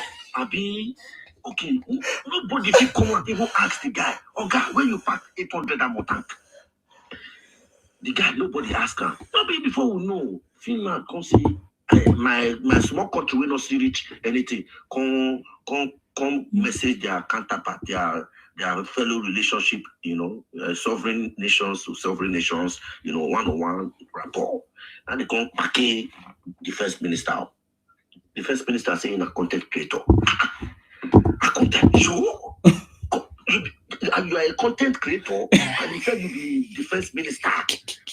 Okay, we could link that content. What about that aspect of the 800 ammo tank? Yeah. Till today, I never physically answer. So when I help me ask them, I don't know the kind of brain where they their head. Whether they don't, well, maybe they know where the ammo tank is. Maybe they tell us where they put the ammo tank. And meanwhile, Simon Ekpa, the Finland people now come say, when they see your account, say you extort people. So you don't carry a whole generation, when they call themselves Igbo, you they collect money for their hand. You they collect money, they pay money. The one we get 1,000, you go put. The one we get 5,000, you go put. The one we get 1 million, you go put. When they see your account, say money, so carrying unexplained money, they enter your account and you get treasury. That means you are a terrorist. Yeah. Then put it today. These same people stand there, they here. It's similar. That's the only thing why I want you to help me ask them. They where 800 ammo tank and where their money enter. Okay. Or make them tell us where they keep ammo tank. Thank you very much. Thank you very much. Let's hear from Q Date. Q Date, what do you have to say? I will hear from you, Q Date. I will give you opportunity to speak. So the question is, those of you Igbo Biafra that are here, where is that ammo tank that Nnamdi Kanu or Simon Ekpa promised all of you? They said that they bought 800 ammo tanks. Where are they? Are you guys don't think that you guys are foolish? Do you see the reason why I call them foolish people? So a man sit down, so he was even wearing helmets, wearing soldier cloth, or I don't even know. He's sitting in his room. He's sitting room. He's in his sitting room collecting money. Igbos are foolish. People are foolish. I don't understand. I cannot understand. They will still come to the social media space. They could see they run their mouth. Me. I remember that time when Simon Ekpa said, I know when Biafra will come. Hey! Which kind of tribe be this? Which kind of people be this? God. Common says they say common, but it's not common with them. What did they do you? The person go come out, sit down for a sitting room for Finland. You go they collect your money left, right, and center. He could tell you say by 800 ammo tank, my guy. If America say 800 ammo tank to you,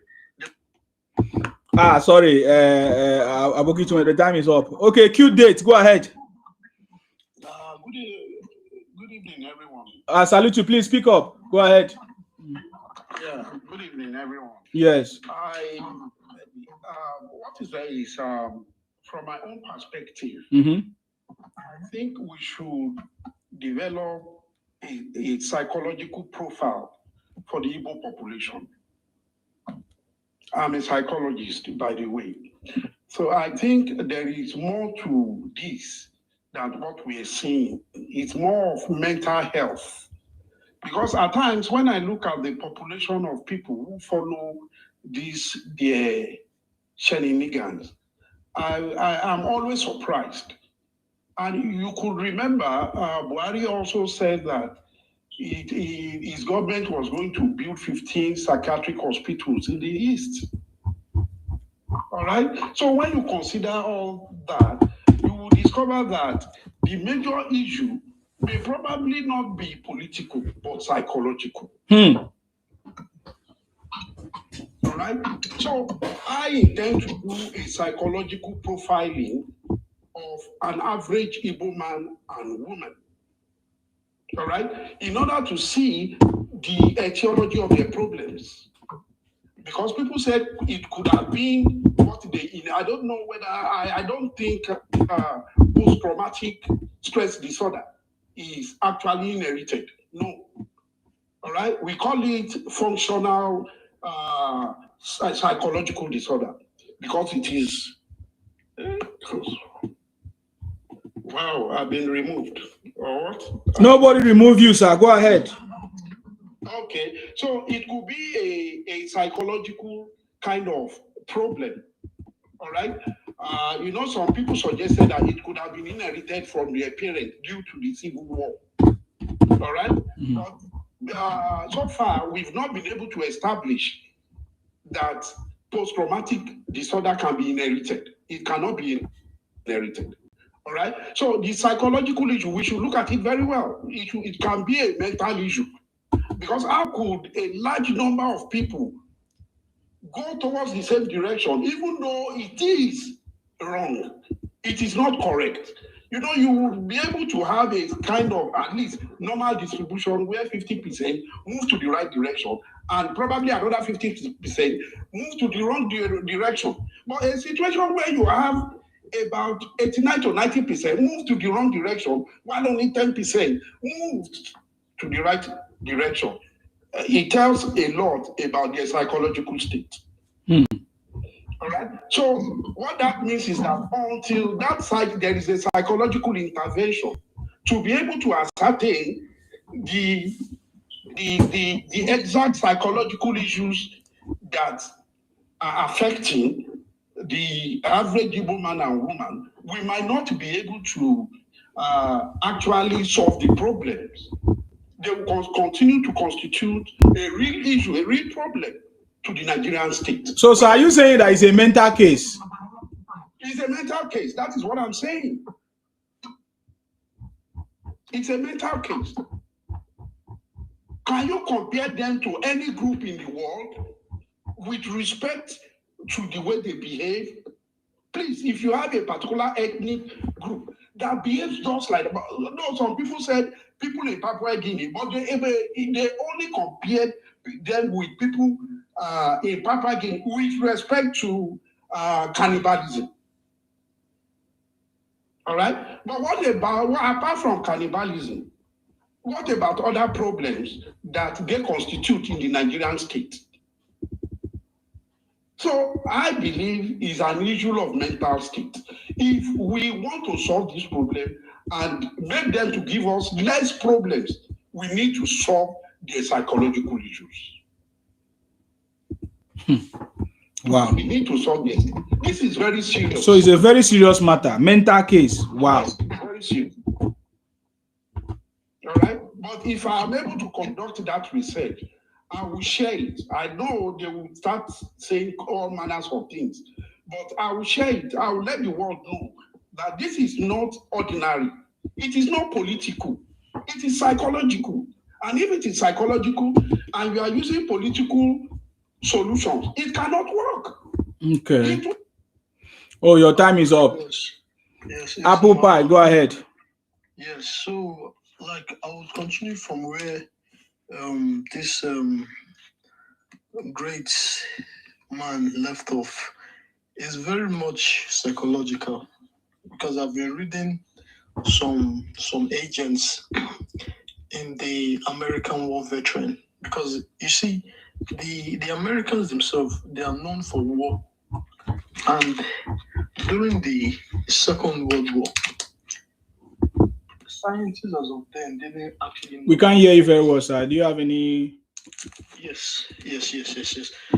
I was plugging in my headpiece. Okay. The scientists of then didn't actually know the effects of war until a study was carried out between 1955 to 1975 on the unethical experiments that people who faced war actually experience.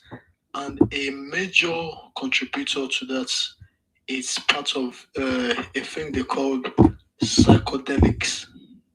It's literally LSD drugs, which the body itself produces it.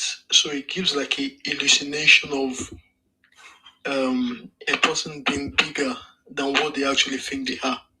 Like, for example, we know majority of all these Yamiri buffoons always brag, oh, their ethnicity is one of the most powerful. We are one of the rich people.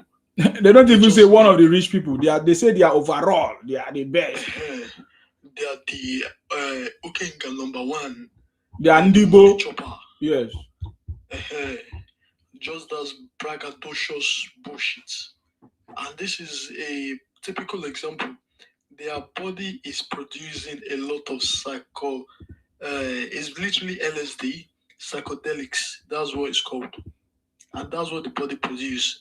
But when you tell an average Igbo man, they don't want to listen to that, because in their mind, since the body is producing so much of that chemical, they are not able to control it. Now, given this useless finance minister Emefiele didn't loot Nigerian funds. You see what the Igbos are doing? It's a calculative economical strangulation, because we need to know that these people, they're all unproductive in the Nigerian economic system.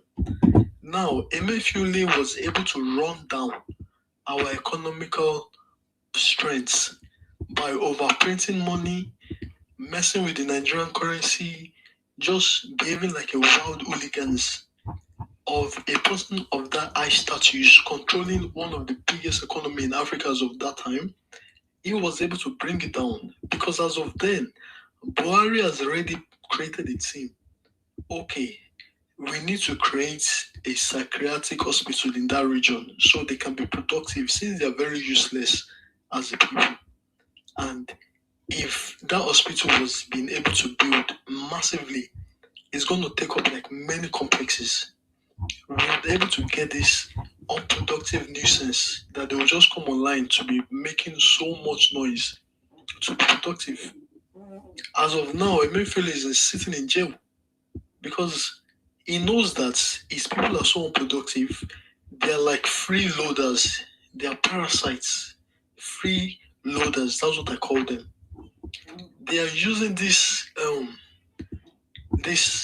thing called marginalization to strangle us in this economics. Meanwhile, Buhari could have solved their problem easily. The bridge, the Niger Delta Bridge, our late President Buhari built, it wasn't required. It wasn't required. And Emefiele passed that, I would say, check for that bill to be bridge, or for that bridge to be built, instead of passing the check for psychiatric hospitals to pop up left, right, and center to be able to treat these illnesses that these Igbo people are facing. And until then, we are still going to keep experiencing this sort of braggadocious ridiculousness from these people. And I hope the health minister that we currently have is able to look into this matter. It is very urgent, very, very urgent. And it's about time we fix it. Okay, sorry about that, Apple. Your time is up, Mr. Fresh. What is your response to all these things? Okay, Mr. Fresh is not ready. Let me move. Yeah, my response to all these things they are saying right now is that, number one, Nsima is one of the IPOP member before, but due to the criminality he committed inside the IPOP, that is why they chase him away. If he can swear with his procos now and say that he's not IPOP member before, God will punish in generation. That is number one. Then the ammo tanker you guys are talking. So let us explain. If you want to know, come to Igbo land, come to Biafra land, and come and use your hand and see. Me, I don't have anything to tell you guys there, because you guys are Ifulefu. You know what they call Ifulefu? That is number one. So you are telling us that the 800 ammo tanks are Igbo land? No, are you saying that the 800 ammo tanks they are Igbo land? You know what? Allow me make a talk now. No, I want to be sure of what you are saying now. You know, allow me make a talk. The 800 ammo tanks, you said they are in Igbo land. I didn't listen to. Allow me make I explain my own matter. You understand? Everybody is explaining their own matter. Allow me make a talk. No, but you are not answering the question of what we are saying. Which question? Okay. The 800 ammo tanks. Okay, do you slap me now? What are you talking about? Come and slap me. You know they use your head and they talk. You say I know they answer the question. Okay, come put hand inside my nyash. Come flog me koboko. Before I go answer the one way they inside your mind. You be like they crazy, Abi. Who want kill you? You know mad? And they talk here. You say I know they answer the question. Which question I go answer? The 800 ammo tanks.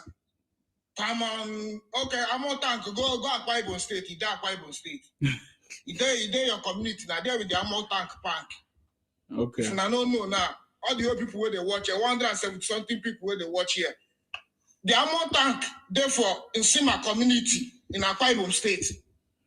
Okay. So may no come here, come they deceive us. You know, we say we don't know what they stop. You say you come here TikTok, one come make money. You don't go make money here. Now when you talk finish, you go your house, you pass sleep, chop.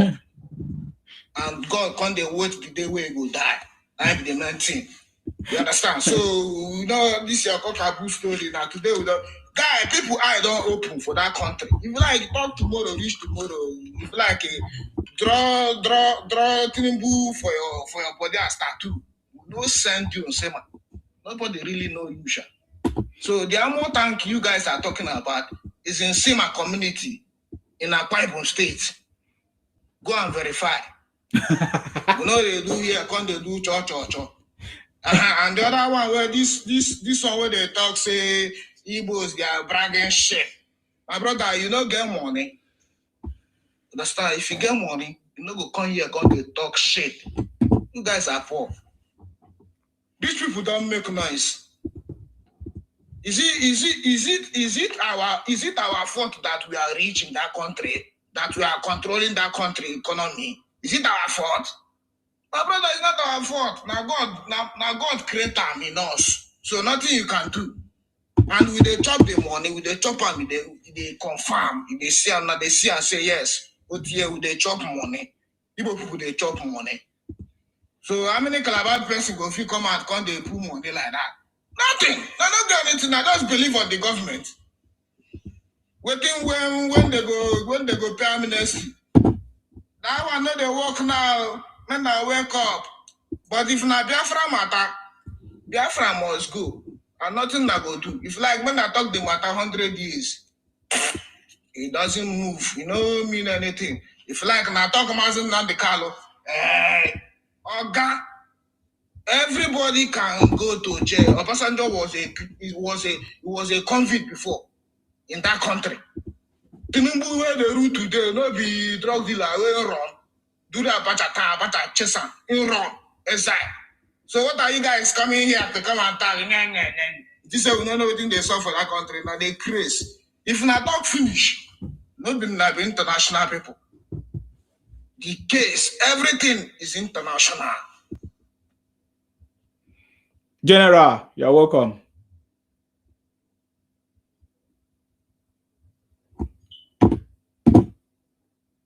Okay, General is not available. Let me wrap it up there and let us hear from Black Sheep. Black Sheep, you have wanted to say something. Okay. Good evening. Can you try to speak up? Good morning, everybody. I salute you. You listen to what your brother said. Very well. I mean, and I picked a point. Did you support it? Did you support what he said, or what do you understand? Go ahead. I'm trying to pinpoint one thing. They accused you of being an IPO member.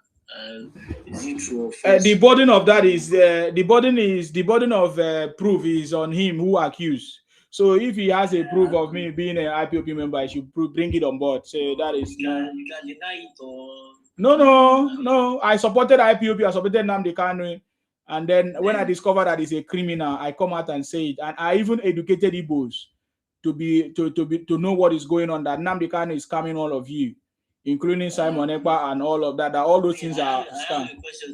So I did say to you, what he's talking about now is stupid, because for the past 5 years or 6 years, I've been talking about how Nnamdi Kanu criminality has been exposed, because I supported him and I discovered that there are a bunch of criminals buying their own people and all of that, sitting at home. We have been suffering for a long time. We never wanted our people to buy or sit at home. So that is how we knew that he's a criminal. I want to ask you this question. What made you join the first time? I mean, what was the hope you had? So just like I said, I supported IPOP Biafra because they use the word Biafra. The Niger Delta people or Coastal region are Biafra, not Igbo. And when I heard the word Biafra, I remember the story of my father and my forefathers telling us about what Igbos did to the coastal region, to the Niger Delta people. And I needed to hear if it's the same story or it's something different. And I confirm it for myself. That Igbos are criminals. They continue what their forefathers, Ojukwu, the coward, did to Igbonize us. They are and expand into our territory. And that Igbo project failed. Criminals by using Biafra to defraud their own people and buying themselves, using it for Look at the way Igbos ran away from their village for over 10 years. Nnamdi Kanu deceive all of them. And you're asking me how? Even Obi Kubana, even Obi Kubana could not go to his village. Even Chief Priest could not. Even your pastor. What's the name of that pastor? Hey, that pastor that said Kabu Kabu, Kadu Kadu, Kaduje Kanduja. Have you been to any of the southeastern states? You don't know what. That's the point. That is why you don't know me, my brother. I defeated all defeatables. Igbos are afraid of me. I school. Listen now, I'm talking. I school in Igbo land, Nnamdi Azikiwe University. That's where I school, so I know everything. So I can tell you what happened there. Go and ask about me. Industrial production engineering in Sima. I was a star. But when I think as at that time it was even the best. But until when Nnamdi Kanu started his criminality, you know. So and I came out and exposed it. So when you ask me when did I join, you should tell me did I join? It's the same thing now. Why? Is it just like I'm promoting President Tinubu today? You ask me why am I promoting President? Is that what you're saying? Because the only thing I did, listen now, I've told you the reason. Are you not listening? I know you don't have sense. I'm promoting President Tinubu today because I believe in him and I see what he has done before. And he's already proving me right by what so far so good what he has done. Okay, what way? You understand me?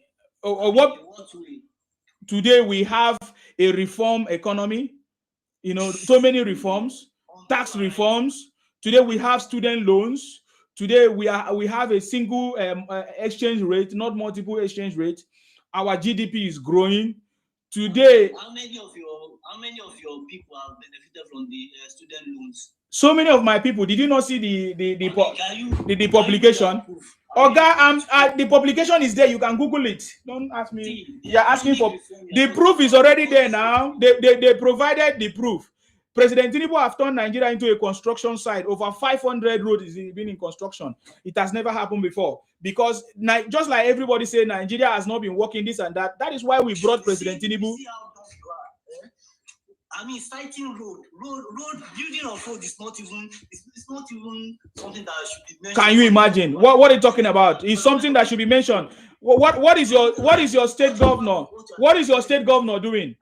Can you where are you from? Where are you from? You are from Enugu State. That is one of the failed states. Upon that, you people stole the money from Akwa Ibom and Ikwere to go and build Enugu. Enugu, is it not the money that people used to build Enugu? What do people achieve? Enugu cannot even be compared to Akwa Ibom. Akwa Ibom is better than Enugu. Upon that, you guys stole all the money from the coastal region to go and build Enugu because you guys put Enugu as the headquarters, right, of Biafra. You use the money. You use the money from the coastal, from the south to go and build Enugu. And today Enugu is nothing to write about. You are here talking nonsense. Stupid bunch of criminals. Let me give opportunity for Movie Connect. Let's hear from you. What is your contribution, please? Yeah. Isimen, good morning.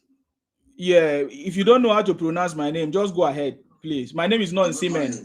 Yes, go ahead. Oh, sorry. No wahala. I will say you're doing a great job. No wahala, sir. Go ahead. We that grew up in Lagos, I'm partially Igbo. My mom is from Imo State. I know Igbo very well. Oh, your mom is from Imo State? Yeah. And your father? He's from Ekiti. Oh, okay. So I have a lot of cousins. My own cousin that stayed with us in Lagos, then they came all the way from East. We climbed on back. My late father asked them, what will you do? Will you go to school or learn business? They said they want to do business. And most of them, they are doing fine. These same people that don't blame Tinubu, that Tinubu has spoiled everywhere. But you have houses in Lagos. I see you where you come. Nobody say they tell me that I see Kuru. Lagos favor you. Tomorrow you say that make Lagos what Lagos is today. So this I don't understand them. Sometimes I look at them and are these people really human beings? Because sometimes when they behave, they have this devilish mind. They are not caring. They don't care. They are desperate. So sometimes I look at them and say these people are not human beings. So now I understand them very well. But I even speak the language. Wow. I understand. I know them very well. So Whenever they argue with them, I don't like talking because I know these people very well. I know them reach out some second chop. Wow. So I will tell you, you should not waste your time with them. I like I should give them back to back. Just like you say, you know them. Me, I grow in their midst every time. In fact, some of them refer to me as when I was growing up, I live in Port Harcourt. The same. I went back to Imo State. I spent like 2 years in Imo State. I was my grandpa before I came back to Lagos and ran up my school in Lagos. So I live with them very well and I understand them. I know the kind of person they are. So just few of them that have sense. The majority of them don't have sense. Okay. I swear down. Just few of them have sense. Few of them have good art. I'm telling you the truth. Few of them have this good art. But majority of them, they don't have one sense at all. I don't know if I'm understanding their brain. Imagine what this one is talking. This Mr. Fresh. No manners, talking anyhow, no respect. Now so they talk. They don't get sense at all. So that's what I have to say. I don't get much to talk. Thank you very much, sir. I appreciate you. Thank you very much for coming. God bless you. God bless you. Thank you very much. No problem, sir. Thank you very much for coming. You see, we have seen how the stupidity of Igbo people everywhere, and now we need to bring it out. Before now, we keep quiet and allow them to be stupid, but now we are no longer going to keep quiet. So, West, go ahead. In fact, I really appreciate your effort and the way you are putting this thing up so that we can see the real work. And you have listed when this guy was just asking you in ignorantly about why you became part of this, and you gave him the reason, still asking just because of his preconceived or biased mind. And that's what they are. They like bragging of what they are not.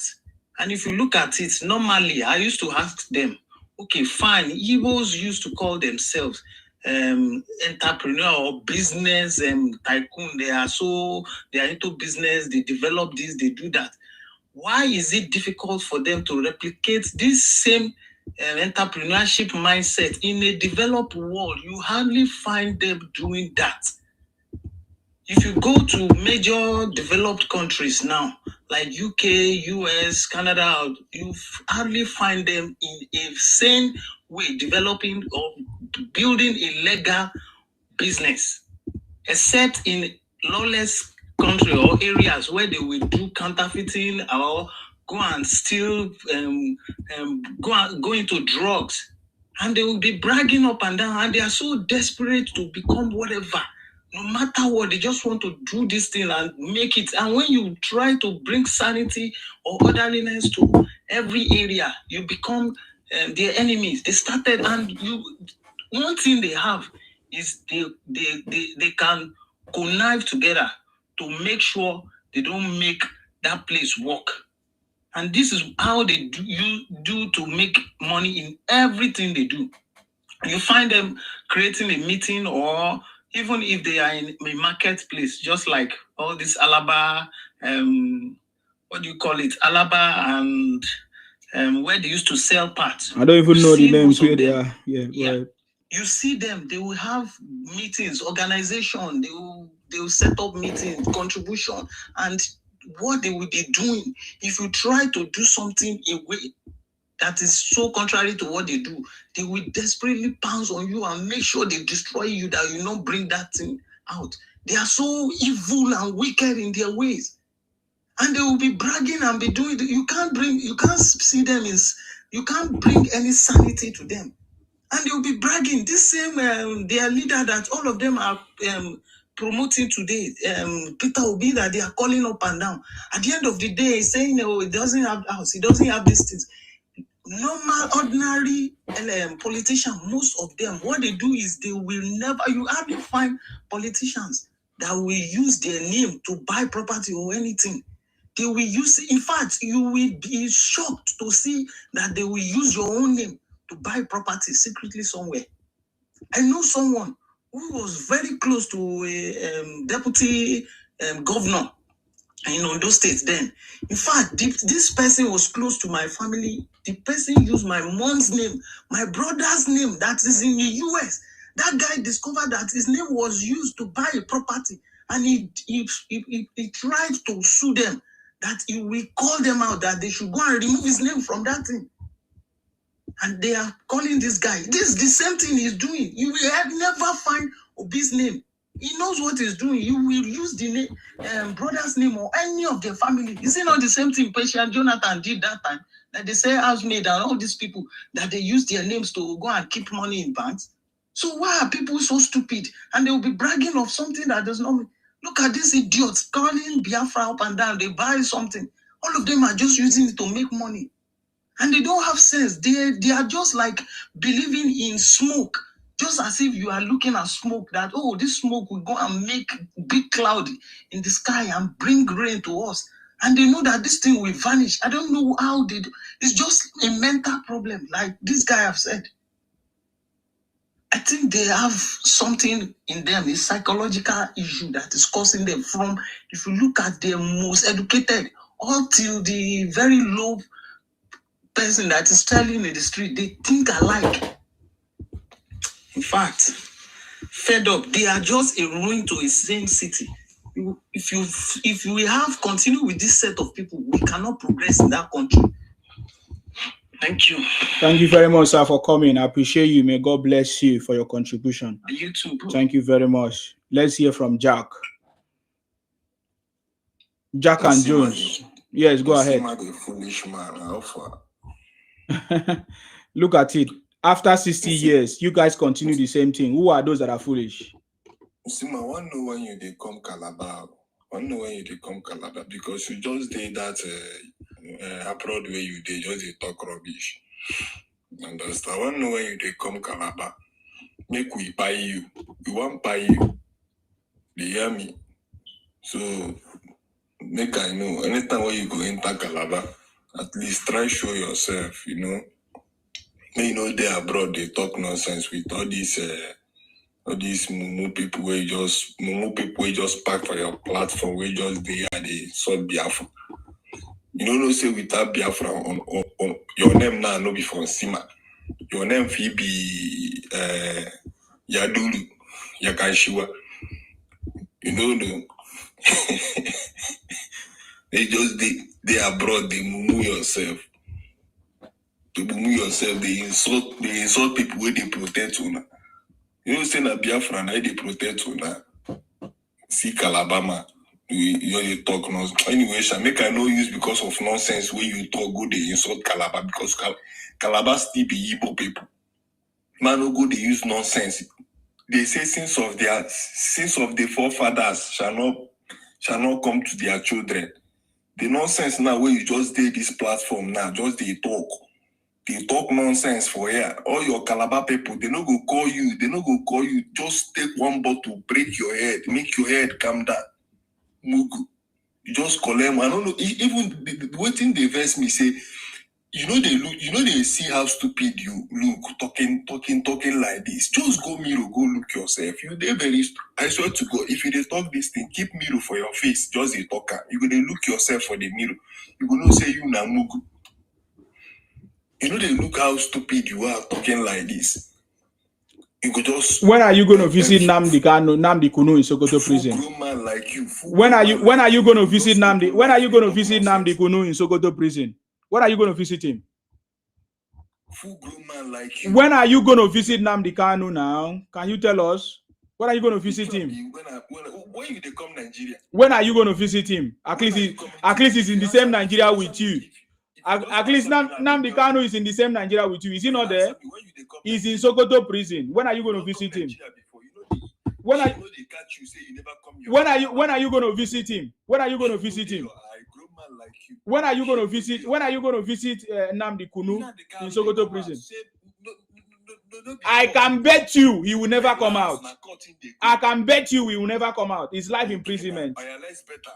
Let's bet it. You see, make I tell you.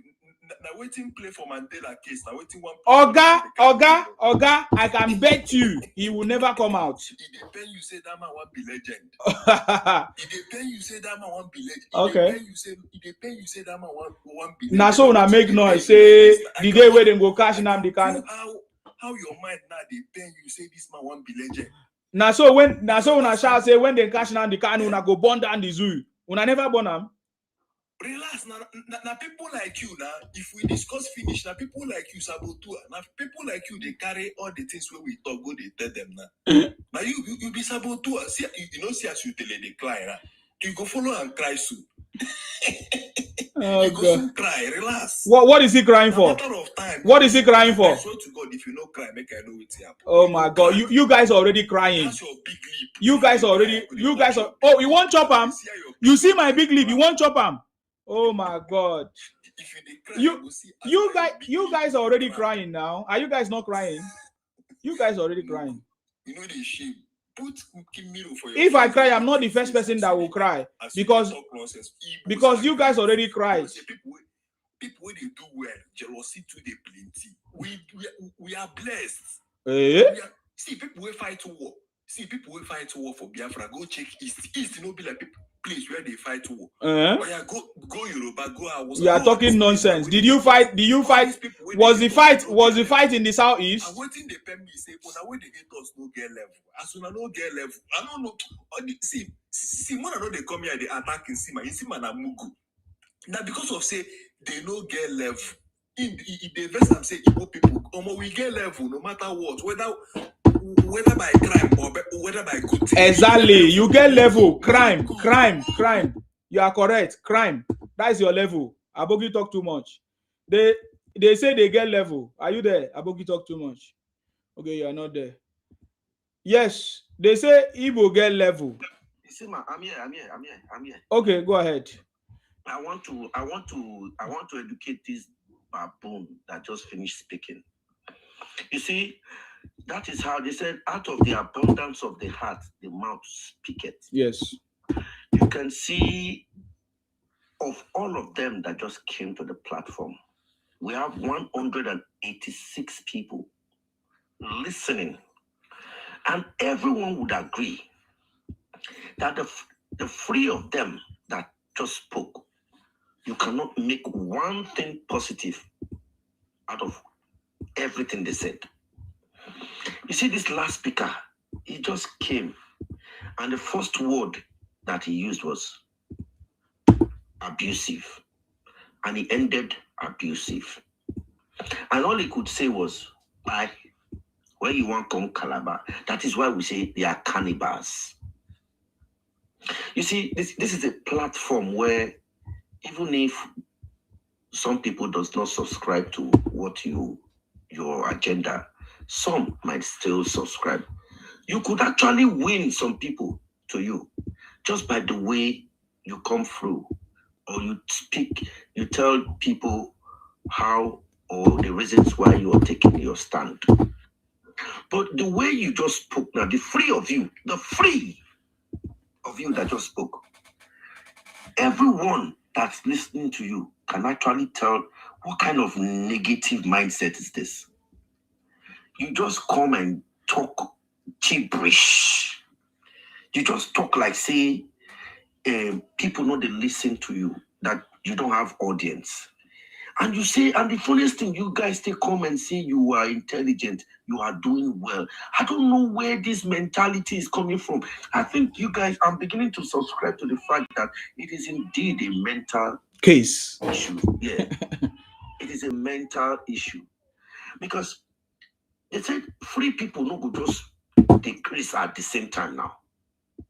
You get me? That is, let me see one educated Igbo man that can actually come here without being fumed with anger, that can actually just try to, air his or her opinion, irrespective of the fact that there will be some people that would not, go along with what you're saying, and there will still some people that would see reasons in what you've. But when you come and you're given a floor to speak, you've not even talked about your struggle. You didn't even come to actually try and, portray your struggle and try and see, maybe people might see lights from another angle of what your struggle is about. You see, when people are saying a country is not good, are you speaking for only yourself or you're speaking for the country at large? Because if you're speaking for only yourself, that means you're selfish and disgruntled in your ways of reasoning. Because your issues, your own interest is your belly. That's why you cannot even take time to even try to, talk to people that you claim to be a part of. And you say you are the one saving us. How can you be saving people that you come to a platform and you just start with abuse and you end with abuse without even saying one reasonable thing about your just cause? So now, why should I take you serious? Why should I take such a person or such tribe serious? Because you just came here, we Igbos, we not the carry last, we not the door, we not. But what do you do for my land? If you think say you pass me, why you not sit down for your small village there, make you do your business there? You come to my place and you can't tell me say you be champion for my place. Now I won't put you for where you belong. Now you say people hate you. Don't you see that you're a narcissistic person? Because they said there's every action. Every action demands a reaction. Mm-hmm. So if you beat me, you say make I not cry. So if I Abogi talk too much, your time is up. It will come round again, sir. Let's hear from Black Sheep. The thing is, I want to ask this question. Why Igbos always ask question and they never get answer? Okay. Everybody come here, make their contribution. You want to ask question. Yeah, I mean, it baffles me. I mean, coming from someone who is from Akwa Ibom or Calabar or any, I mean, of that south region. I mean, you guys have a long history of cannibalism, and you guys are even accusing us of, I mean, this cannibalism of the thing. I mean, it's so funny. I want to ask you this question. You are not living in Nigeria, but you are even giving us what is it called? You are giving us instances of, I mean, developments in Nigeria. How so? I mean, you can come down to Nigeria and witness this thing from the first hand now. Hello? You are not making any sense now. We are listening. I'm not making any sense. You imagine you are not living in Nigeria, but you are supporting Tinubu. You said, I mean, he has done really great things in Nigeria. I mean, you were listing a lot of things he did, or you are not yet to even witness it. You are not even in Nigeria. I mean, why are you out there since your local village in maybe Cross River State or Akwa Ibom is, I mean, is so economically rich enough, imagine feeding the whole nation. Why are you out there looking for your daily bread?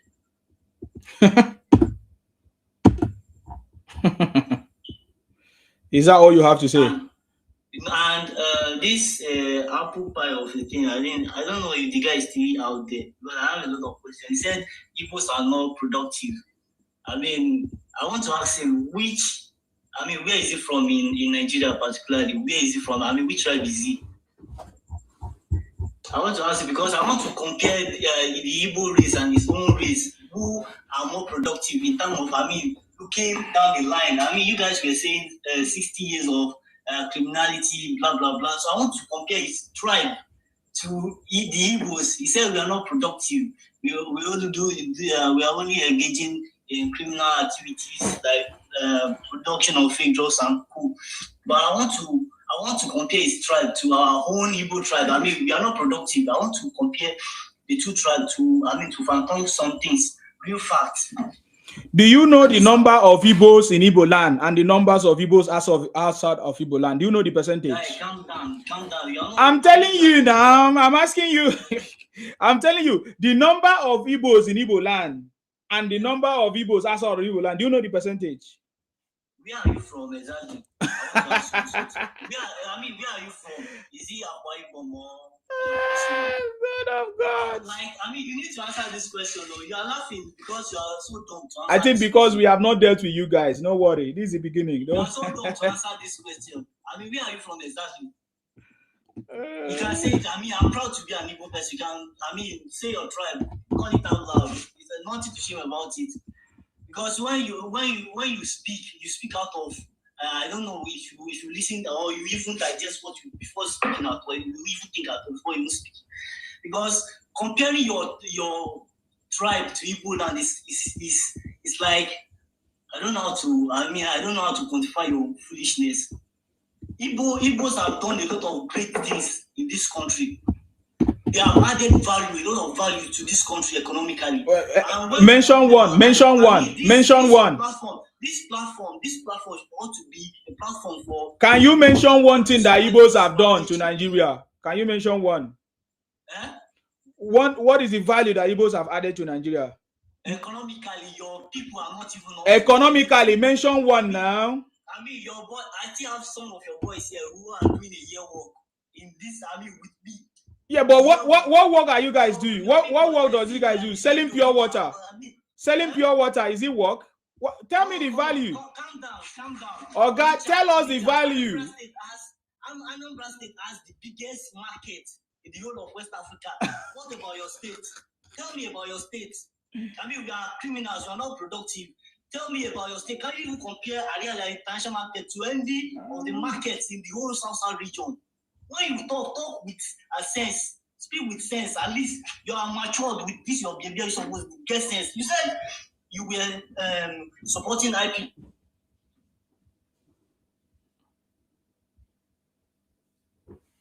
Okay, your time is up. Let's listen to Mr. Fresh. Sima, sometimes, try to get sense. You understand? I still tell you what they tell you, okay? Number one is that you are a criminal. Understand? I still they tell you I know you are the one of the people in IPOB. You understand? But due to your criminality and the Ojukokoro, that's why IPOB chase you away. So now come here now because of anger, because of say they get shishi again, as they get. I mean, come out and my guy for that country, Igbo people better pass your tribe. Now, no one can they insult Igbo people, but if I insult them, but nothing they happen. No really send. Understand? So this one, Igbo people get sense, pass na tribe. So we know they drag that one. The world knows self. America know the world power know. Now I make they recognize Igbo people. For Rome. Where did they recognize Igbo people? You see, I want cry now. You see, no, I'm asking you now. Where did they recognize you people now? See, that one don't shock him. That one shock you, Sima. Oh. Understand? That one shock you. Abuki, where they talk here, Abuki. I just listening to you. No, you be idiot, Abuki. With your name already, self, people don't know, say, you don't get sense. For Nigeria, we know they value Abuki people. They don't get sense. And no matter, say, since we Abuki people, they rule that country know better. Everybody know. So, no can they do pra. My guy, the world don't open eye. So, everybody see what is going on. So, Donald Trump will come bomb that country on Christmas 2025. December. Say my guess sense pass Donald Trump. I guess sense pass him now. I guess sense pass him. No, God go punish you. Understand? You don't even reach Donald Trump shoe. Talk less of in toothpaste when they use brush. So forget about that one. Say my be hungry man. Because as he did like this, person like you now, they say may you lick Donald Trump shoe, you go lick him. That's so it be. So we know they do that one. So Aboki, first of all, God go punish you for those things where they talk. Say we know the guy. You will not get sense. You are speaking out of jealousy. You are speaking out of hatred, and we don't send out your hatred, Sha. We don't send out your jealousy. If you like, no eat. If you like, go hang transformer. We are still selling. Igbo people, they sell, they go. We are moving. And Biafra is coming. So we not really they look na face. Sha. This is when they cry, na cry. If na cry finish, na go find food, job, bath, sleep. That one go. The men people they work. Not be now we come out. Not be all this a cook. We just they come out they talk. When are you going to visit Nnamdi Kanu? Men where they control the world, they work. When are you going to visit Nnamdi Kanu? I want the day. I want me and you follow go now. Which day go get chance more go? I cannot visit a criminal. Okay, he cannot visit the criminal, but he's your boss. He's the one paying you salary before. Huh? You go swear with your life that one. Or swear with what they work for UK. No, swear with what they work for UK. I'm not really sure whether I get to work because person like you not want to way be only just their house they knock you for Nash now normal. So I'm not really sure where they work. Swear with your life, say Nnamdi Kanu they pay you salary before. Huh?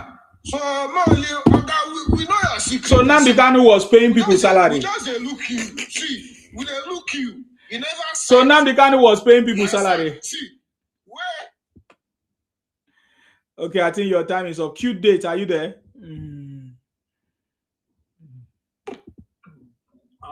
I'm here. I'm here. I was enjoying the how the Igbo coming on the platform to defend their behaviors. All right, and you discover that they have not made any reference to those behaviors we continue to condemn. Why? Why would they not make reference to those behaviors, to those conducts? If you are alleging this is who I am, this is what I do, I will talk about those things you allege that I do. That is where to start from. All right, look at where people are saying that, oh, the Igbos are this, the Igbos are that, these are the. I wanted to listen to intelligent conversation from them concerning what people have alleged that they are doing. All right, it is not to come here and say some balderdash and you did not make any sense. People have alleged this is what Igbos are doing. In your own opinion, are those things really happening?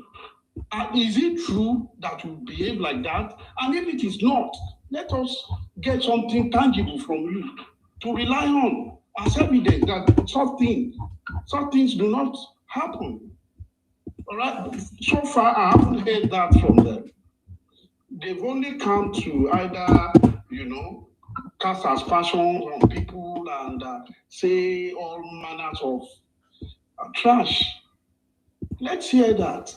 Let's hear intelligent things from them, things that are intelligible, that we could hold on to.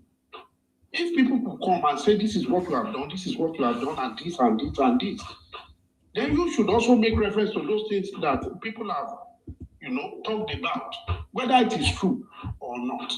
That is, perhaps the intellectual ones are not here, I don't know. The intelligent ones are not coming up to talk. That is what I feel they should do. All right? Don't start casting aspersions on people. Just come and tell us whether what those people have said, whether they are true or not. If they are true, why are they true? If they are not, why? Tell us that. I've lived with them. I served in Anambra State, precisely at Nemo Girls Secondary School. Nemo Girls Secondary School. That was where I served in Anambra State. And I saw quite a lot of things.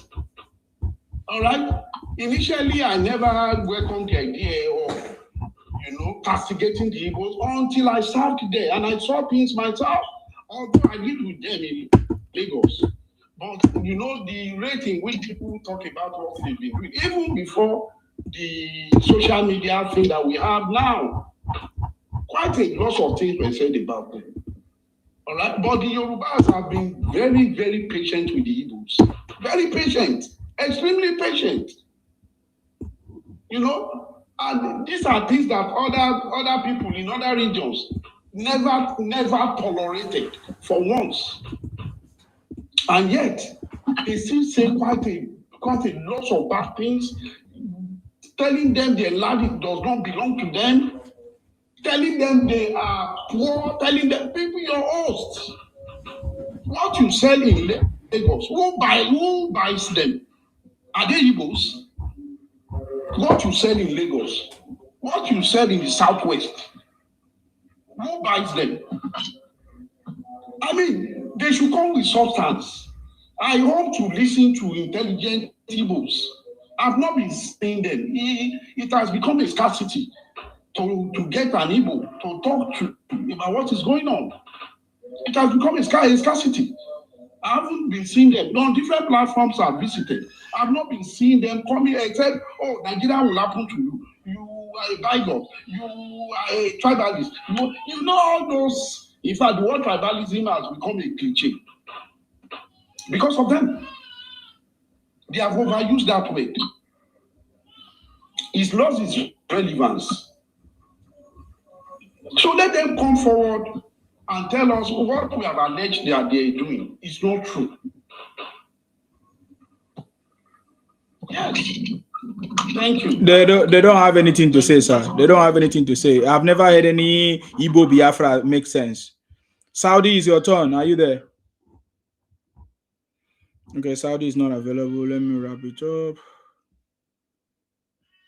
General, are you there? Yeah, I'm here. I salute you. Go ahead. Yeah, well, last time you said I should talk before I could open my mic. You just I was shouting now. Go ahead. It's okay. Yeah. The point is that I come to look at these people. All of them that came to the platform, I've been listening to them. No one even have sense or even have reasonable thing to talk that to abuse. I don't know why these people are like this. Really, these people, the common sense, they don't have it. I used to recognize them before because of the way and manner they are behaving now.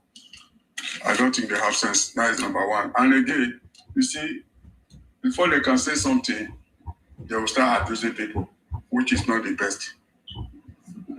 If they will come up and say reasonable something, at least out of 100, maybe 20 or 30% of people listening to the person that is talking,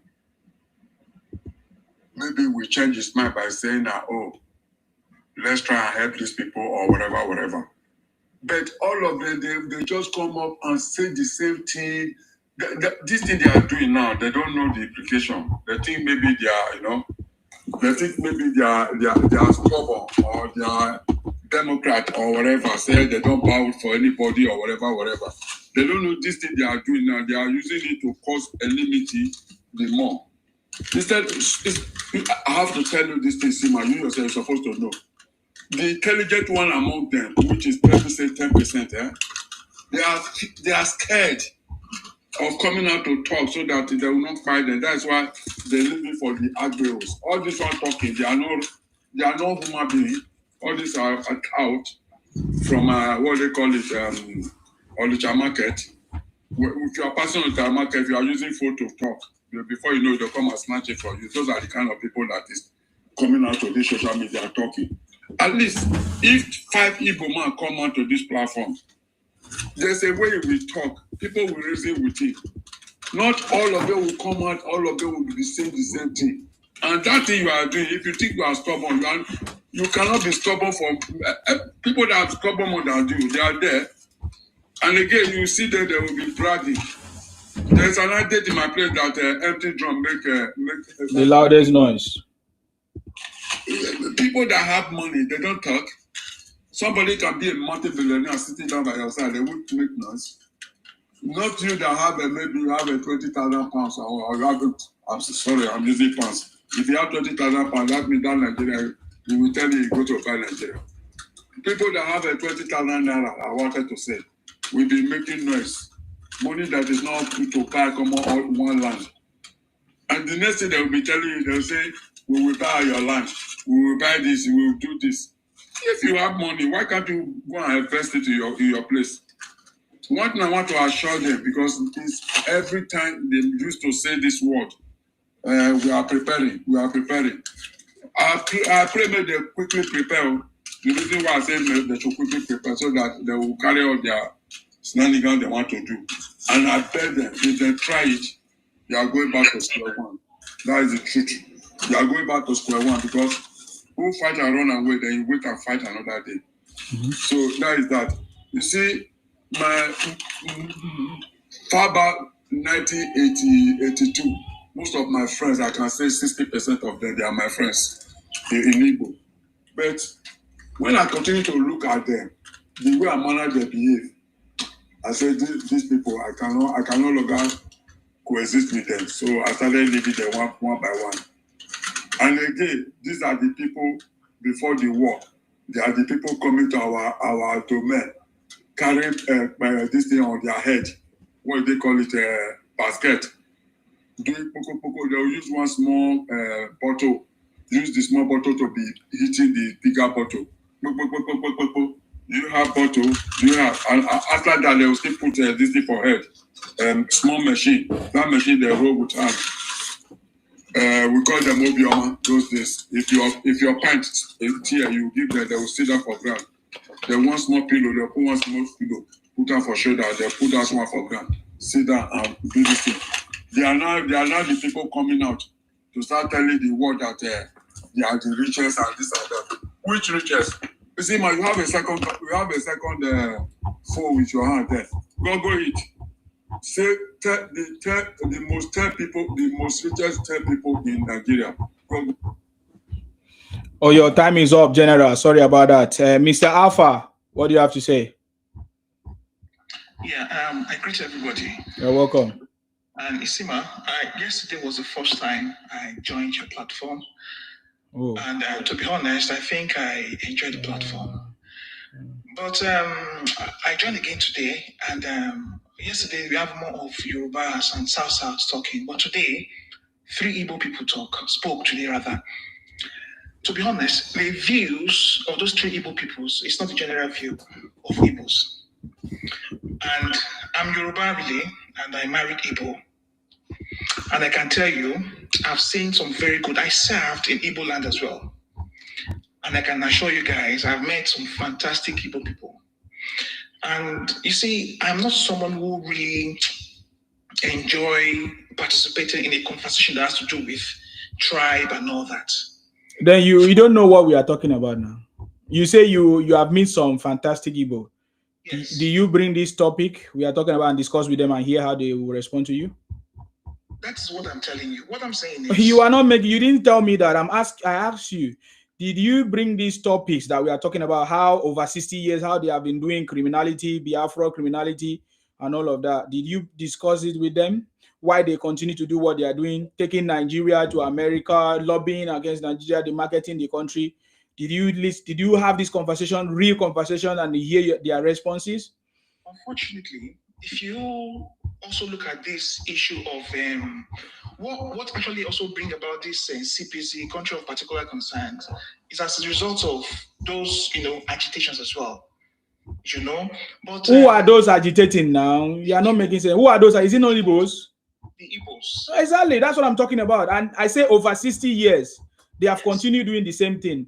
The conversation is not if all Igbos are good or bad. That is not what we are talking about, because there are good or bad people everywhere. We are talking about peculiar issues that Igbos have always been doing in Nigeria. That is what we are talking about. I understand you see, man. You don't understand. You don't understand because you say you marry Igbo. So if you marry Igbo, you will be complacent. I can tell you that. Anybody that marry Igbo become foolish. I'm not complacent. Okay? Anybody that marry Igbo become foolish. We have seen it. I can give you evidence, but that is not what I'm discussing today. We are discussing a very specific issue, and I wanted you to deal on it. And then you are telling me how Igbos are good or bad. Are you telling me? Can you tell Nigerians how Igbos are good or bad or not good? We are talking about what we have seen persistently in this country. Yes. What they have done. So address that. Don't tell me Igbos are good or not bad. You have listened to 3 people who have come. If I bring more Igbo people here, it's not going to be different.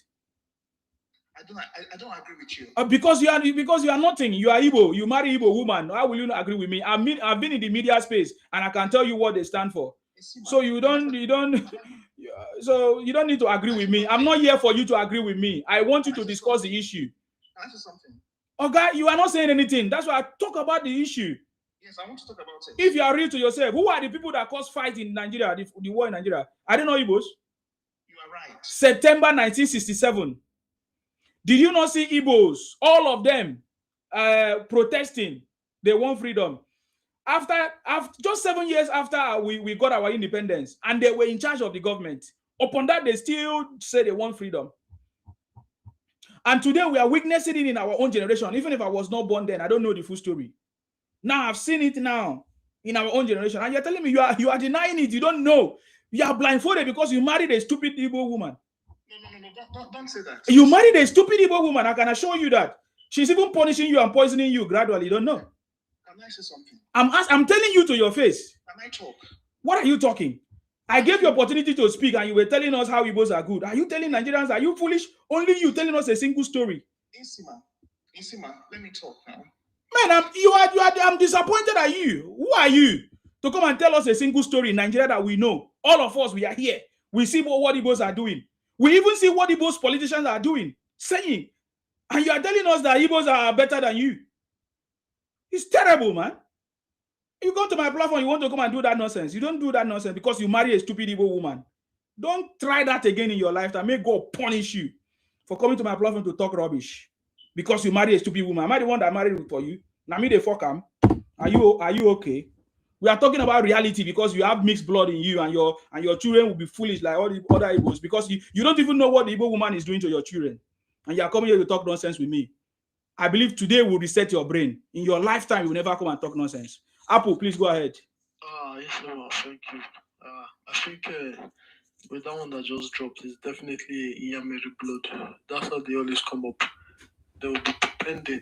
Yeah. They're like the Black Americans, the pretendians, but this ones are even worse because those who don't know where their father is from, they will never know how to claim what belongs to them. And that's a typical example. Because majority of these Igbo Inyamere women, they are trying to deliberately change the demographics of other ethnicities. It is a deliberate plan.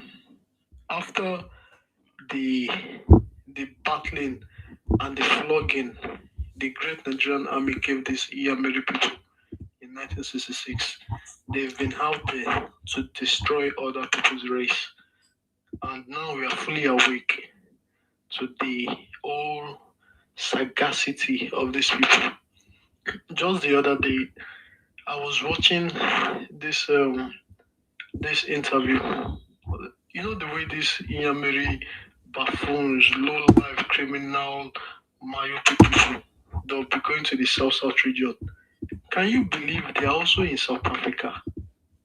This documentary I was watching, when the entire kids mention their name, it's all Igbo names, and they name themselves Southgerians. What kind of madness is that? I'm telling you, what kind of, I was like, these people are fully gone mad. Southgerians, their surnames, Ebu Chichi Chichi, Omo Pupo Chichi Lalapo. I was like, oh, now don't go crazy.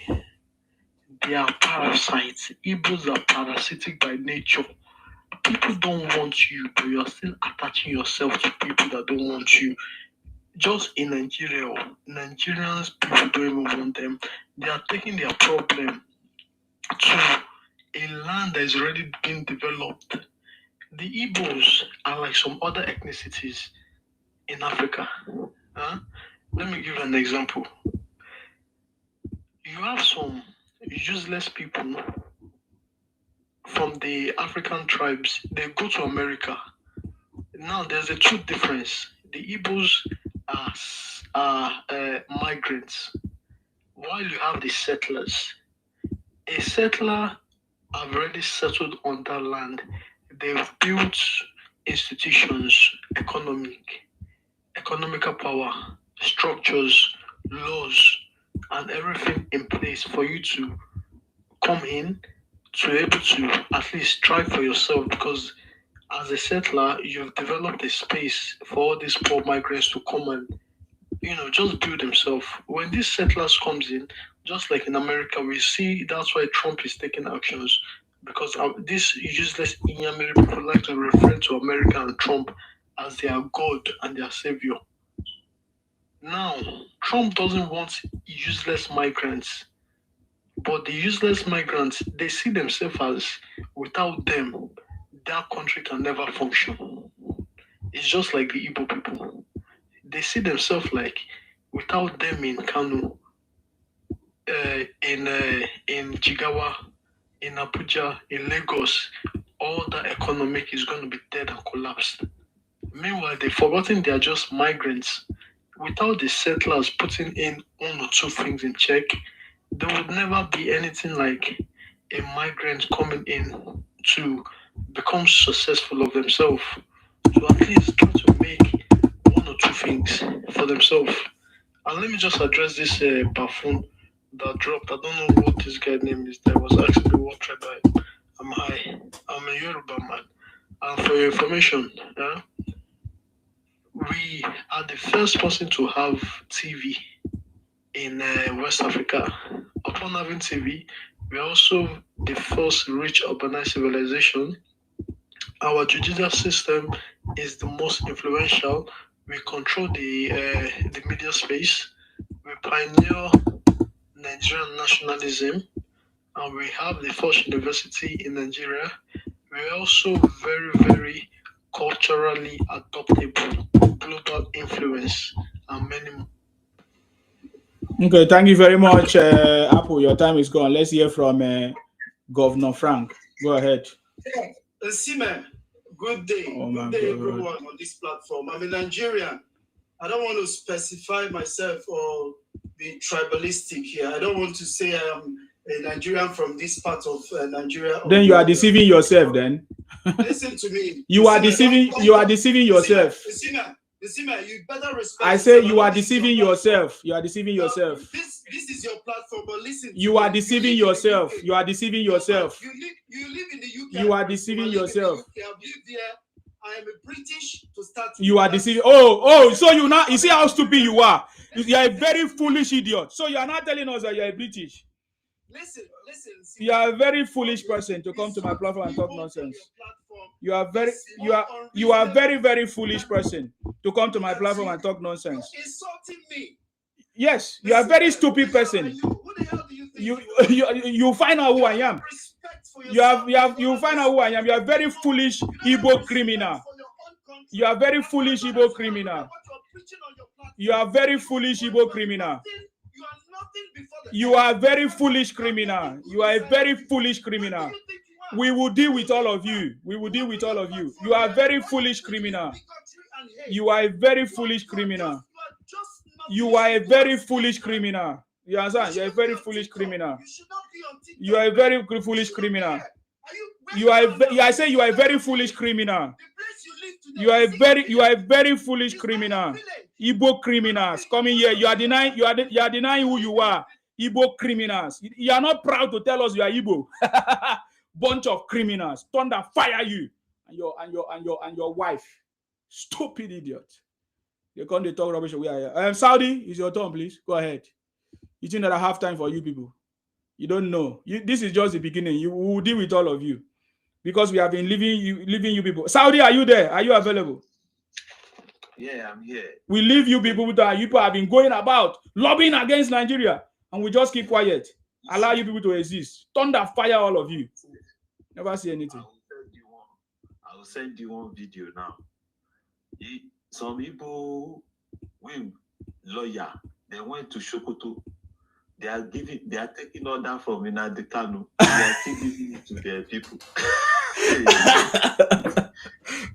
Really?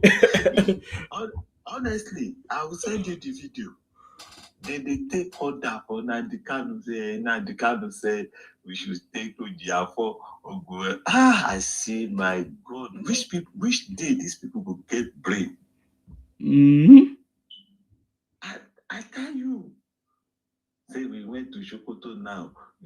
We see man saying that they can't know. He give us order. They want to collect money. They want to do fundraising. These guys are foolish people. I've told you, Igbo Biafra, very foolish criminals. They are too foolish. Honestly, they are just too foolish. I don't pity them again. I don't know say they don't get brain. They don't get anything where they think. And that one small boy come out, he say, Igbo dey productive. If the guy still did there, I want engage. I make it tell me one thing when Igbo dey productive for. I asked him now, I know if he talk. I asked him. Apart from being productive or criminal, from Nandi Azukwe, make it come, make me and him debate. They ask where you come from. You won't compare Calabar with anywhere of Southeast. These people don't get something for head. Honestly, sometimes they don't want to be arguing with or talk to because they know the way they brain they function. It is different. One boy don't talk today here. He said that it be like say they get mental. That is true. It's a mental case. Yeah, Peter Obi don't talk. Say now inside now for mental people, they take your own advice. So and all of them go they follow the Peter Obi. No, all of them are even bad. I don't know, maybe Nigeria feel help us do something for them. Make them face them out of Nigeria. So we go have peace. We go begin to do. See, Onisha now the largest market to produce fake products, fake alcohol, fake everything they do there. Don't people will get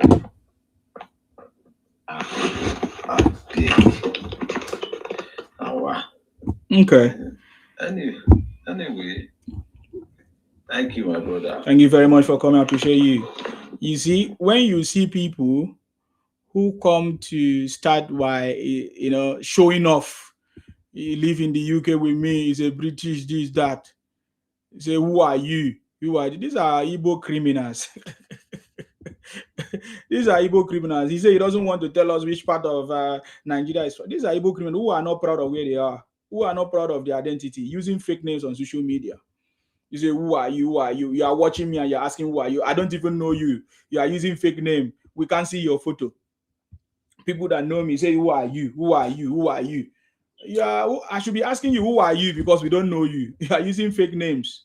Coming on social media to say you are British, this and that. You are proud of ascribing yourself to other people, but you cannot tell us where you come from because I know you are Igbo. That's how Igbo are foolish. That's how Igbo are. Igbo Biafra. You are one of those Igbo stupid people. You understand me? And we can no longer keep quiet for you. You think that I'm joking? You will see the movement is on. You hide under one Nigeria and be doing nonsense, talking nonsense, behaving anyhow, doing all kinds of, and we keep quiet. So now that we are calling you out now, it's paining you. You think that I'm going to destroy your own image when you guys have been doing that for years. And I just showed you over 60 years of Igbo criminality. Nigeria refused to take action. Let's hear from you. Go ahead. Is it me? Yes, please. Okay. I was here since. So the issue there is someone say you want to see a reasonable somebody talking, but you did not allow someone to be, you just start shouting on people. You are one of the foolish person. I've given you opportunity to speak now. You can't speak. You are coming to tell me you did not allow. Did I not allow you now? It depends on what you say. This platform, nobody come and talk rubbish. He came to talk rubbish. He's a stupid, foolish person. Prove to us that you are a decent Igbo man. This is opportunity I'm giving to you now. Prove to us now that you are a decent Igbo man. Have I not given you opportunity? Why don't you go straight to the point? Did you not see somebody? Did you not see other people come to speak? I will drop you too. I will drop you too because you are wasting my time. I don't have time to Igbo criminals to come and waste my time here. Go straight to the point. Prove to us that you are different from other people. That's it. It's as simple as that. It doesn't make any sense without you.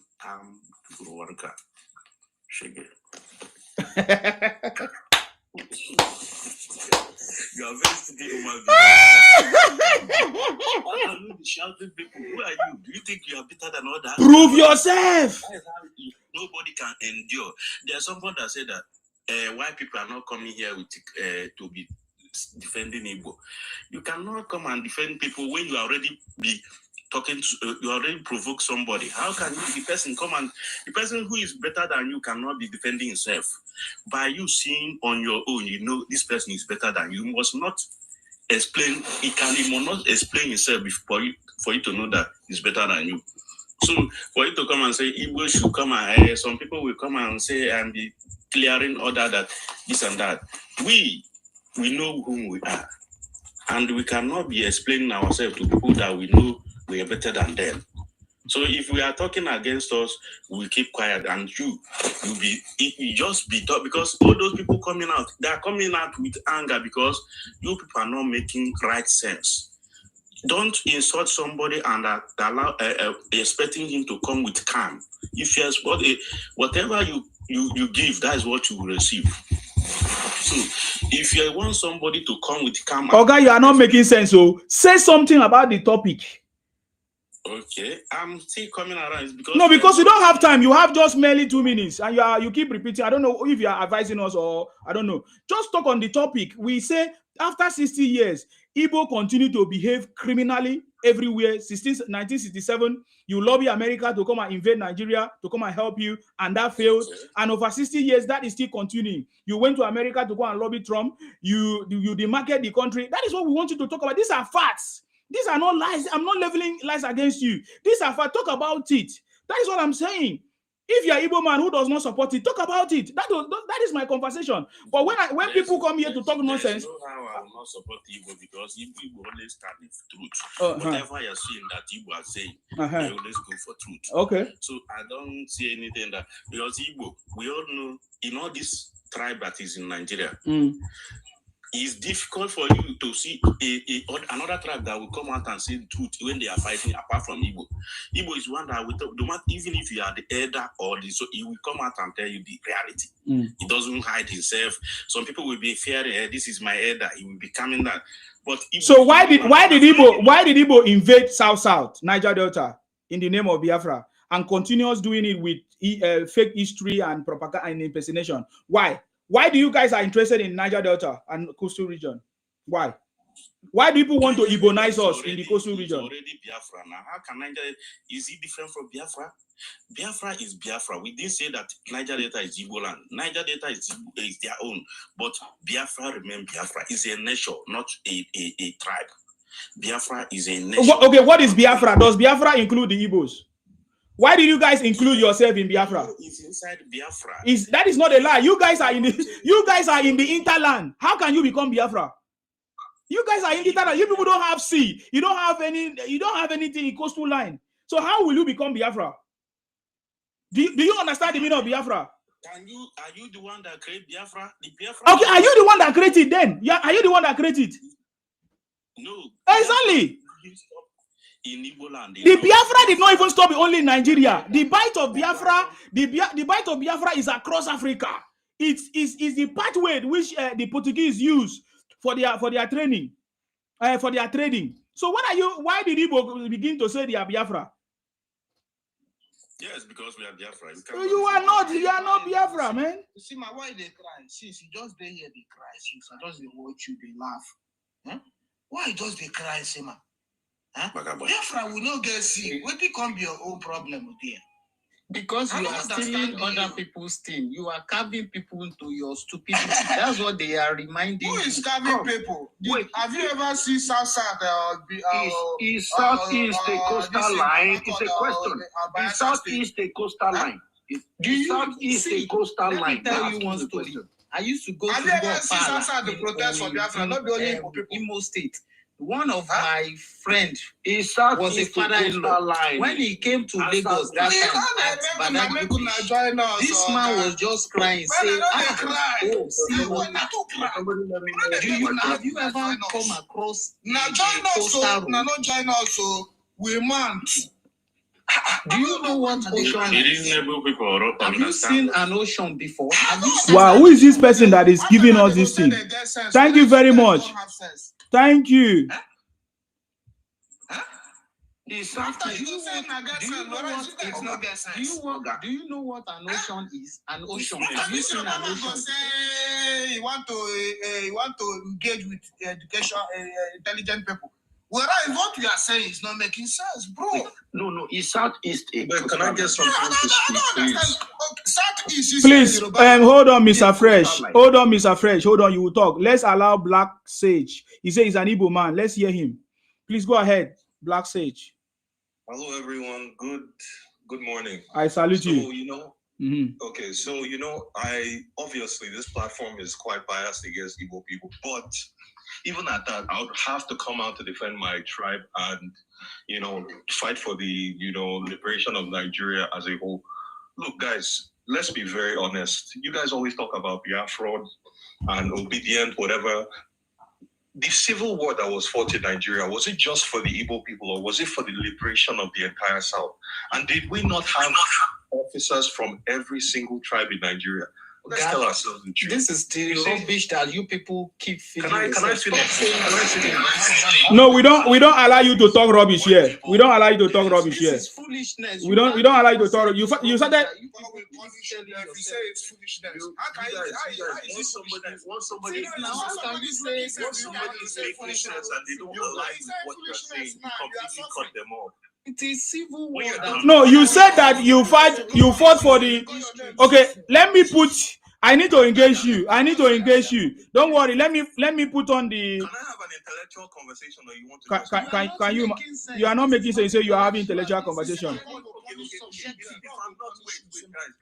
You see, I don't go school. Don't worry.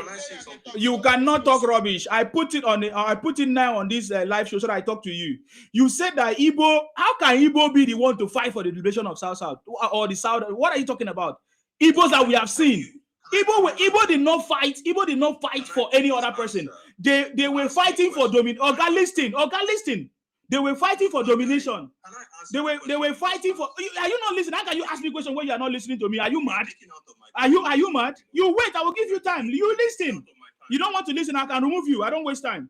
How can you fight for the progress of and you dominate them? You say you are fighting for the progress of everyone. You are dominating them. You come to force us in Akwa Ibom, in Ikotepene, to Ibona, rape our women. Try to force our men to join your Biafra. You want me to play it for you, and you say it was for the progress. If you don't know what you are saying, don't talk about it. Talk about what we are saying here. After 60 years, Igbo Biafra continue to demarket Nigeria, continue to run propaganda, misinformation, lobbying foreign bodies to invade Nigeria. Why are Igbos foolish? That is my conversation. So talk about it. Don't talk nonsense. Can I speak now without being interrupted? Would you allow if you talk rubbish, I interrupt you. I say talk about this. If you don't talk, I'll remove you. Your bias is showing very clearly. You're very stupid. Igbos have been so stupid in Nigeria. Igbos have been so stupid. Why did I give you my time, my broadcast to come and talk rubbish? Let me remove you, idiot criminals, Igbo criminals. Make thunder fire all of you. You can't talk nonsense for we and see, man. Are you stupid? You think that we have time for that nonsense? You understand me? Igbos are a bunch of criminals. Igbo Biafra criminals. You say you were fighting for the progress of everybody. How can you fight for the progress of everybody?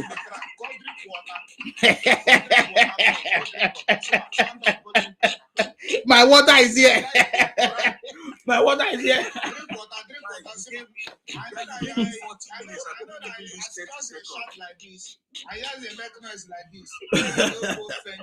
This guy when they talk for this, tell me say now in the same if I see this guy I get you. This one way they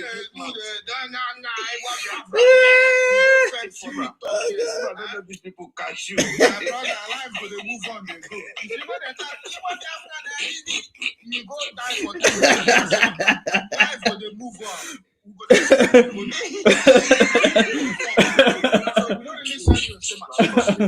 He said this platform. What the platform do you? You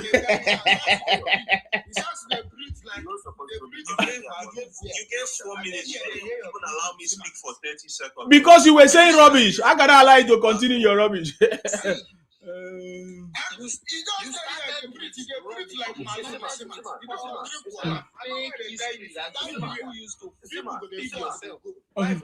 Yes. I want to ask this guy. He will not listen now. He won't listen.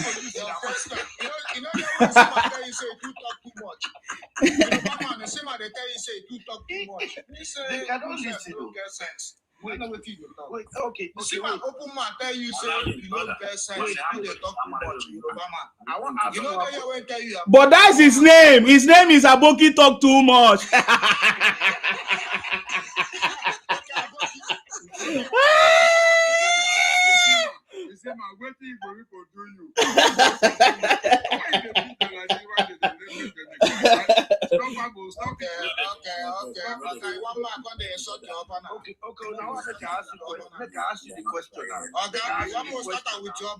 Okay, let us hear from.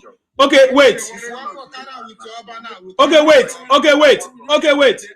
I think the is it Major or who? Mayor, is it Mayor? Mayor. The Mayor, what do you have to say? Come, Mr. Fresh, I will remove you.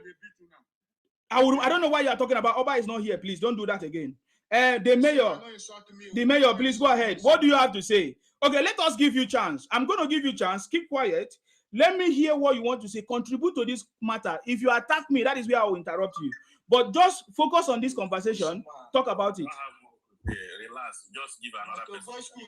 Okay, you don't have anything to say. Okay, Mr. Fresh. Now they push people for road where they say to go school. Black Sage, say what you want to say. I just want to ask you, how do you create a show time? You give people 4 minutes and you don't let them speak. When you start with life, you can't. No, you were. See, I gave you opportunity to speak. Even if I'm lying, why not use your own time? No. I don't do that because if I keep quiet, it will be recorded. My platform is not for that. Yeah. So, but I give you opportunity now. Can you address the issues? Go ahead. If you promise me that you're not going to, you see the problem now. You are coming to come and make rules on my platform. You see the problem now. You are not giving me any time. I give you time now. I say speak, and you are telling me what to do. That is the stupidity of Igbo people. Go straight to the point. I give you time now. Don't come and set rules on my platform. I'm the one to set the rules. I will set the rules for you. You have to keep to the rules. It doesn't matter whether you say I'm biased. Igbos are always playing the victim card. Igbos are always playing the victim card. Today you say I'm biased. Always playing the victim card. You go to America to cry for help. Always playing the victim card. How much of Nigerian history, or even the young people, I'm guessing you are talking nonsense. Make your contribution. Don't ask me stupid. You are talking foolishness. That is why I stop you. Because if you are meant to contribute. Don't show your stupidity. The first thing you said was that Igbos wanted to grant Nigeria freedom. Can't you see that you are so down in this? I talked about the liberation of the entire South. You are talking nonsense. How can Igbo be in charge of the entire South? Who are Igbos? You are talking nonsense.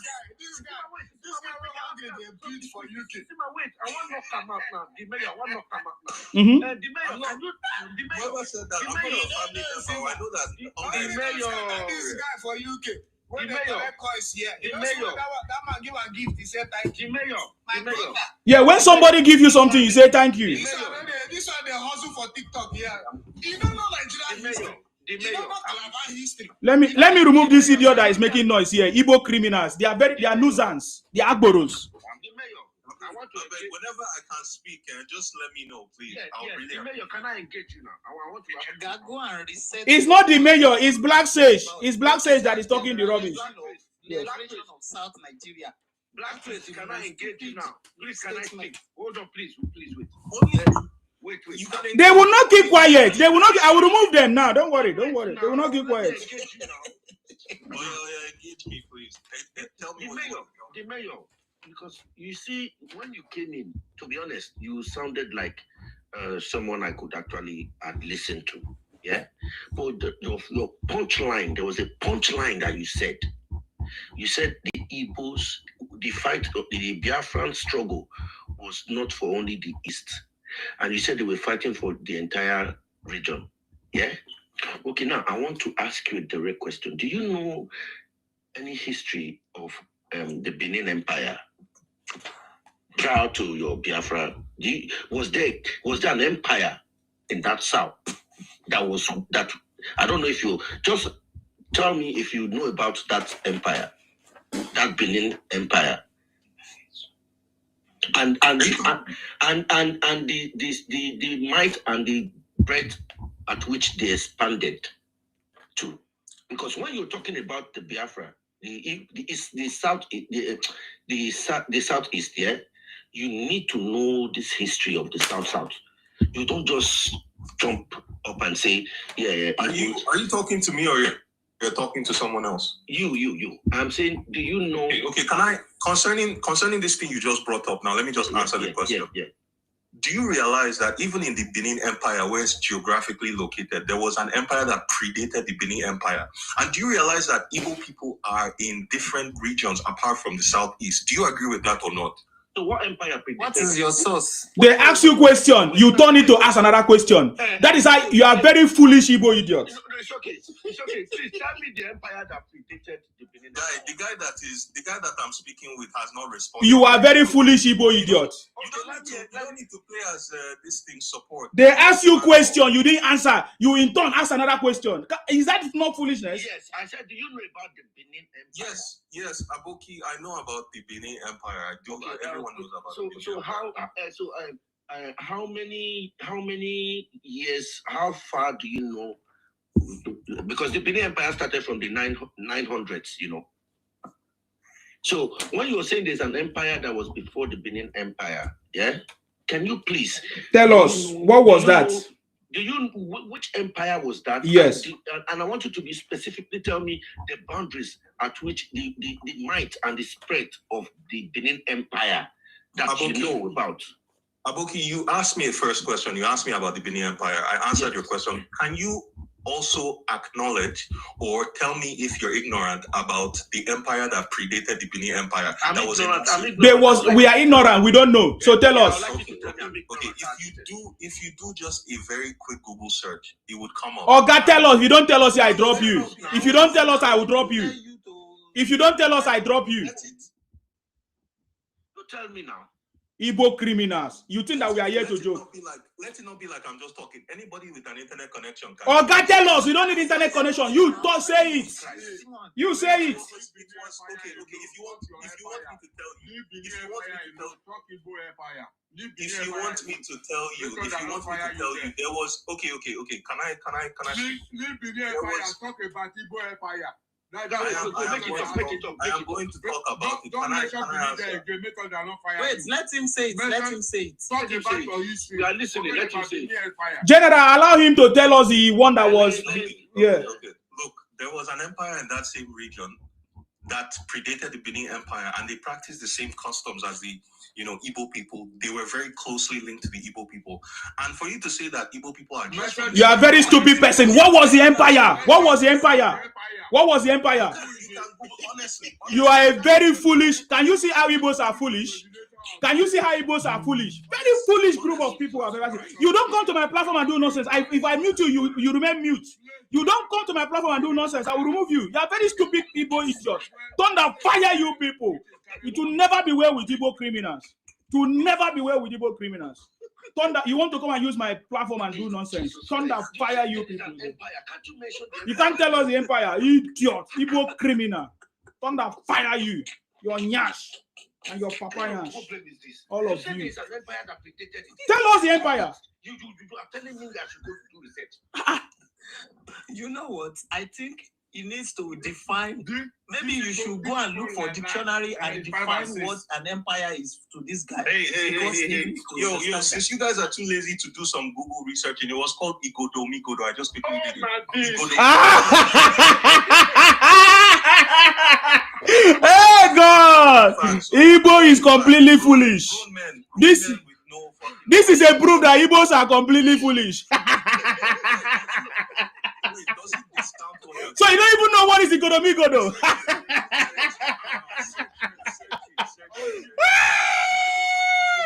Oh my God! Oh my God! You guys are embarrassing. Oh my God! Oh God! You just stop talking. If I were you, Why would I stop talking, bro? Oh, Like, God. Let me educate you now. History. You know, I said you should stop talking. Okay, sir. Let me put you on a live show so that nobody can interrupt you about it too much. Okay? Yeah, because they don't know. Igbos are so backward. They are foolish people. I tell you. Please educate Igbo criminals. They don't even know the meaning of Igodo. Child. Go ahead. Mr. Black, I said, do you know? I asked you a direct question. I said, do you know anything about the Benin Empire? You said, yes, you know. And I said, tell me how far you know about the Benin Empire. And I still helped you to jog your memory a little bit. I said, not forgetting that this Benin Empire started at the 900s. And you went on and you said, you asked me, you reiterated the question back to me, that do I know that there was an empire that predated the Benin Empire? And I said, I don't know. Please educate me. And you had to go to Google. You hesitated and did everything. And you went to Google and you didn't even take your time to read about that Igodo that you saw on Google. Maybe had you read that Igodo, yeah, you would know that Igodo was Benin Empire. And I know the meaning of that word. I am from Benin. The fact that you seen me bearing a bouquet talk too much, that is just a name. I am from Benin. I am a bred son, buttered in the soils of Benin, that ancient kingdom. So when you were saying that the Biafrans were fighting, they were fighting for us, not just them. Like, hold on. The Benin Empire, that empire predated even down to your southeast, even down to the coastal lines, down to Ghana. The Ghana you're talking about. So when you see, one thing I don't want to, I like the way you've been so calm. You've not been too really, like others, and I would respect you for that. But please, before you say certain things, try and do a lot of research. Mostly when you're being thrown the question that you don't know too well about. Now, the Godos were ruled by the Ogisos. And those Ogisos, were kings. They were the Obas. They only transformed their name from Ogisos to Oba. Yeah? They are the pre-ancient kingdom. And if you go around the world, down to the Western world, that they follow this Igbo, I wouldn't want to use a derogatory word against you or towards you. I would respect you as a person. You see, you Igbo, some other few, under-informed Igbos that goes around into the various hook and crowns of the world to be talking about self-determination. Do you know that if there is any tribe that is legally entitled to that self-determination, has to be lineage from that empire? They statutorily. Because if you go to the world, if you go to all the museums in the world, I know you've traveled, you sound like, if you go and do research, you will find out about that empire. The white man knows about that empire. But it's just that the problem with the Igbos, it is this ego. They claim to be the most populous. They say they are the majority. No. The majority that they call the Igbos was as a result of conglomerates that are linked to that empire. Down to the south, people will tell you their lineage to that empire. Yeah. But the Igbos have decided not to associate themselves because they have always had that rigorous, boisterous ideology, mindset. Maybe as a result of maybe lack of education when predating back. Because people think sometimes they say they are very educated. Like when it's not even up to 100 years ago, the Igbos started, Ajay Krada started teaching, forming a language for the Igbos and how to read 1, 2, 3, all that and all. You get me? There were empires. The Benin had an ambassador as far as way back 500 years ago, ambassador to Lisbon, to the Portuguese. The Benin they were already exploring the world. They had embassy. We had embassy there. So when you now come and say Biafra fighting for. Okay, your time is up. Aboki talked too much. Sorry about that. Arinze, are you there? Yeah, Sima, agreed. You're welcome. Good evening. Yes. Go ahead, please. Okay. I want to correct some people. That is the problem. You cannot correct some people. Make your opinion. You don't know who I want to correct now. No, you can't correct anybody, sir. Everybody have their opinion. Okay, just make your own opinion. Okay. I want to make my own opinion. Yes. In terms of before the name Nigeria was formed, every tribe has its own kingdom and empire. You understand? There's nothing in connection between the Igbo and the Benin. Benin is one of the strongest empire. It takes the colonial masters how many years for them to conquer Benin Kingdom? But now, when they formed the state of Nigeria, now they form state because even inside the Benin, when you talk about Benin Empire, like Edo, Benin, but most of the people in Edo they are not part of the Benin Empire. They just come together in terms of state. This is Edo state, but the main Benin Empire is what we are discussing. Is a very great and strong. So you guys are not taking this life now to history. You have to come from somewhere, and I'm just trying to pick from the light. As I joined, I was listening to the topic about the dragon of Benin Empire, whether it's Igbo or this that. No, that is not the topic. He was just explaining. Your brother said that there was a kingdom before, there was an empire before the Benin Kingdom. He mentioned Igodo. That is where he got it wrong. He's wrong. He's totally wrong. Yeah, so that's what we're talking about. You understand? So anyway, go ahead. I don't want to interrupt. So what's the topic?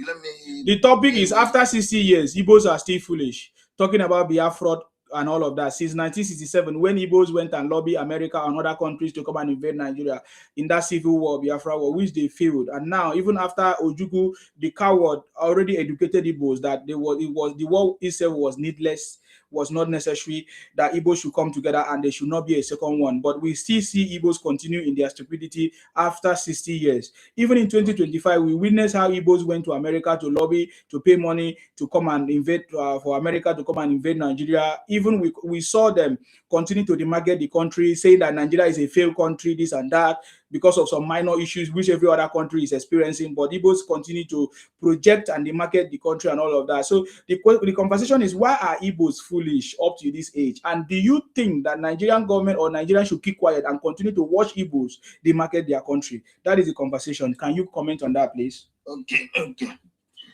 There's one thing I understand in this Nigeria. Let's just put Nigeria is just like a family. You understand? And when you have a son or children in a family, there must be a son that will never bow to. That even if you are his father, you say that you want this house to be like this. You say, no, Daddy, this is wrong. I don't support this. You understand? In the tribe, let me use the normal 3 major tribe, Igbo, outside Yoruba. When you come in terms of humility, yeah, a tribe that is very humble is the Yoruba tribe, and they are well educated. But that is a lie. There are other tribes that are humble too. But because you said that Nigeria is three major tribes, that's the problem. There is no tribe more humble than the Yorubas. That is a lie. That is a lie. How many tribes do you know in Nigeria? There is no tribe that lie down to greet their elders. Flat. Oh, is it the lie down? Is that what you call humbleness? Okay. Have you not seen people lie down and still abuse people? You have not seen it before. No, that is wrong. Now that's why I'm correcting you. Nigeria is not made out of three tribes. You only talk about what you know. There are many other tribes. I said I'm using the three major. You cannot say how what is the evidence that they are the three major tribes? Based on what? So that is where the problem is, and that is where Igbos get it wrong. Because you feel like Igbo, Hausa, Yoruba, they are in power, and Igbos say they want to be in power too. So, and they feel cheated. That because of that, they want to cause problems in order for them to participate in the three big brothers of Nigeria. Is that what you're saying? Even Hausa as a tribe have not. So that is, I'm correcting you, my brother. So, but continue. Even Hausa as a tribe have not ruled Nigeria, sir. Not to talk about exactly. it. So Hausa as a tribe have not ruled. They never bomb Nigeria. They never go to America to lobby. But you guys are doing it. Okay, Black Sage, it's now your turn. Now let's hear you. Okay, to Aboki talk too much. Honestly, when you guys asked me what was the kingdom, I'll accept I was wrong. And, I just did some more research and I gave the wrong name. I appreciate you for taking your time to educate me and, yeah. So the kingdom I was actually talking about, it's not like I was wrong. It's just that I got the name wrong. I was completely wrong on the name. It's actually the kingdom of Nri. I don't know if you would come back and tell me I'm wrong, but it was actually the kingdom of Nri I'm referring to. And then secondly, what's it called? In Sima, you're talking about there's no three major tribes in Nigeria. How can you be arguing with something that has been accepted for decades, even before you were born? Since the British came to Nigeria, they accepted that there are three major tribes. That is not true. Secondly, that is not true. Okay, no problem. I'm not going to argue. Yeah, but that is a lie now. Can you show us where the... Okay, that's no a lie. Don't use my time to argue. Let me just finish. Please. Then another thing. That is why the country is having problems. Okay, I've heard. Can I talk? So now your premise is that Igbos are foolish and they're trying to demarket Nigeria. After 60 years, continue to do the same thing. That's why I call them foolish. Okay. Yes. Let me talk now, please. Don't cut me off in my train of thought. Okay, so look, you're saying this kind of thing, and you're telling me that this platform is not biased. Your premise already shows bias. And then when you're saying that Igbos are demarketing Nigeria, if Nigeria was a working country, a good country, a country with structure and leadership, do you think that Igbos would be able to demarket Nigeria? Do you think Donald Trump is stupid coming into Nigeria, that he's not done his research? He's stupid. He's stupid. He's stupid. Am I afraid of you? He is stupid. And look at what you are saying. You are not debunking the fact that Igbos are the one demarketing the Nigeria. You say, according to you say if Nigeria was working, that Igbos could have not demarketed the country. Can you see what you are saying? You guys are foolish. I said, look at what I said. I said after 60 years, you continue to do the same thing. Is that not foolishness? At what age do you accept that you are foolish? At what age? After 67, after 60 years, you say that you are not foolish. Is it because Nigerians have not said it to your face? You will begin to hear it. I'm telling you to your face, you begin to hear it now. You are foolish. Igbos are foolish in Nigeria. Can I speak? Especially Igbo Biafra. Yeah, go ahead. It's very funny when you tell me things like I'm stupid and foolish. You are exhibiting it that you are foolish. You even come here to talk about the Nri Kingdom. You don't even know what Nri Kingdom means. You are so foolish. Does the Nri Kingdom belong to the Igbos? You don't know what you are saying. That you are so stupid. Because you are foolish. We argue with foolish people.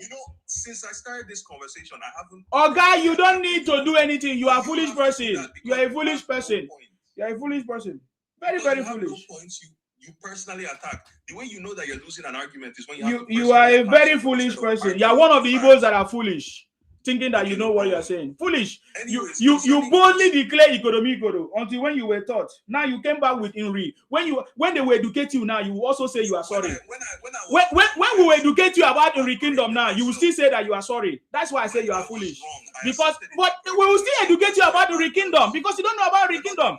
You can't read. You can't read. You are a foolish Igbo. You can't read. You can't read, man. You keep talking about being foolish and stupid. Do you think you're smarter than me or Donald Trump? Very, very smart. If I'm not smart, oh yeah, put on your camera. Let us see your ugly face. Let us see your ugly. I've told you, anybody that invade Nigeria is stupid. Even if including Trump. Anybody. You're stupid. You are a very stupid person. You think that Nigeria is a working country? Where are you now? Where are you now? Where are you now? Where are you now? Where are you now? Where are you now? Where are you now? What does that have to do with what we're talking because you were born in Nigeria, bro. Even as you are speaking, this English you are speaking now, Nigeria taught you. You are a very foolish person. How do you even know that I grew up in You grow up in Nigeria, we know. You even grow up in Lagos. You grow up in a working environment like Lagos. You left your southeast where you come from. Lagos is a working environment. Something is wrong with you upstairs. You see, you guys are stupid. Very Igbos are foolish. I tell you. Igbos make all their money from Nigeria, including Peter Obi, make all his money from Nigeria, including all your Igbo elders and wealthy people. They make all their money from Nigeria. That tells you that Nigeria is working. I say Igbos are foolish. I confirm to you that Igbos are foolish, and you're a proof. You're a proof that Igbos are foolish, especially the Igbo Biafra people. You prove to us that you guys are foolish, and every day you continue to prove to us that you guys are foolish. You were born in Nigeria. You were brought up in Nigeria. You were born in Nigeria hospital. The English you are speaking was in Nigeria. You are making your money from Nigeria, and you are still talking nonsense about Nigeria. That shows that you guys are foolish. Very complete foolish idiot. So when you go on the market Nigeria, you think that people will not respect you and give you are a very foolish person. Please, General, go ahead. Okay, General is not there. We will tell it to your face. You think that we are joking here? Is it because we have not been doing it? Don't worry. Apple, please go ahead. It's your turn. Apple is not there. Okay, hold on. We are not joking here. We haven't been saying it to your face. Now we are going to tell you to your face so that you know that we are not joking here. Are you getting me now? We are not joking here anymore. For a very long time, we kept quiet, thinking that over 60 years, you guys will have a rethink. But you guys continue to be foolish. We need to declare to you guys that you guys are foolish now. That is what is going to happen. Go everywhere, you will see what I'm talking about. Everybody is calling you out that you guys are foolish. You guys are completely foolish. Trying to demarket your country, thinking that people will respect you. Please go ahead if you are there. In fact, I don't even know how to start with the way these people think, and they are so good. In fact, they feed themselves lies. It is the mental disorder is so obvious, and they keep confirming and proving to us that they are so different to Nigeria. Their aim is to just rubbish Nigeria, just because things that they wanted is not working for them. And we cannot allow this set of people with this ideology, with this retarded mindset to continue to demarket Nigeria. Look at it. Somebody said the Hausas have not even ruled Nigeria. Hausa is one of the people, Nigerians, tribes in Nigerians that have been like marginalized too, just like the other tribes. And yet, you will never find Hausas trying to demarket Nigeria, even when the other tribes are overloading all their lands, taking over everything. But these Igbos, they are given opportunities in all parts of Nigeria, and they will continue to become a menace to their host. That is their nature. They just want to dominate and be given everything. I remember, I used to look at this nation. We are not like this. In fact, we are so tolerant and we are we have this hospitality nation. Yeah. We were in my house. I have these Igbo people, tenants. This guy just came and packed to my house after 2 years. We have other tenants in the compound, and this guy is an Igbo guy, and he is a keke rider, and he came with all his other keke that are not even in the compound, and they started having this their meeting. I don't know what they have with all this their meeting, and they continue to have the meeting. And I told this guy, you can't be doing this thing because this thing does not contribute, and no other tenants is in this meeting. You can do it in your apartment. And this same guy continued, and he refused my order until I forced all of them out. At the end of the day, they beat themselves just because somebody did not want to do their bidding. They have this aggressive nature, force things that are not normal. And when you keep telling them, they will gaslight it as if, oh, you are doing this, you are doing that. This guy came in, now you talk about one kingdom, empire. At the end of the day, when you brought out the information, you are talking about the kingdom. Do you even understand what an empire is? Have you read anything about an empire, about Igbo people? Are you people so organized to form an empire? Is this not different clans of different family head that are not even in one? You are not even in one community. No unity among you. Different clans fighting each other. At the end of the day, you want to gaslight Nigeria.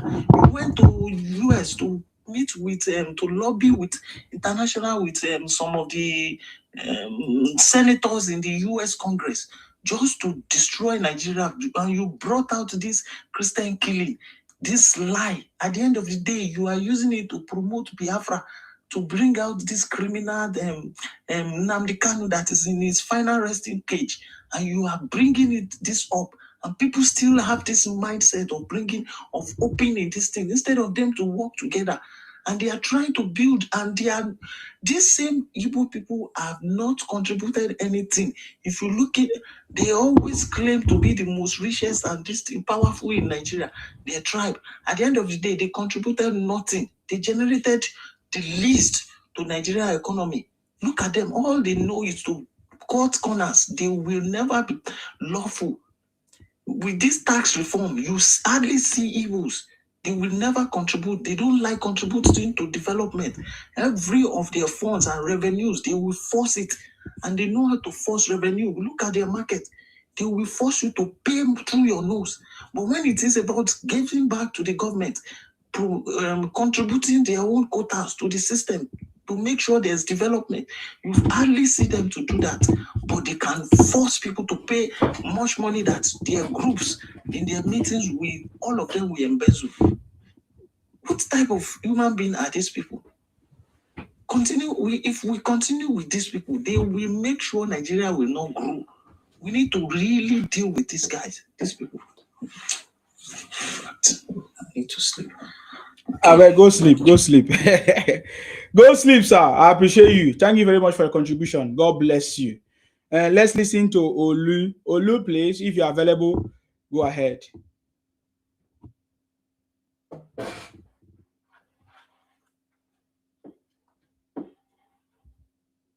Okay.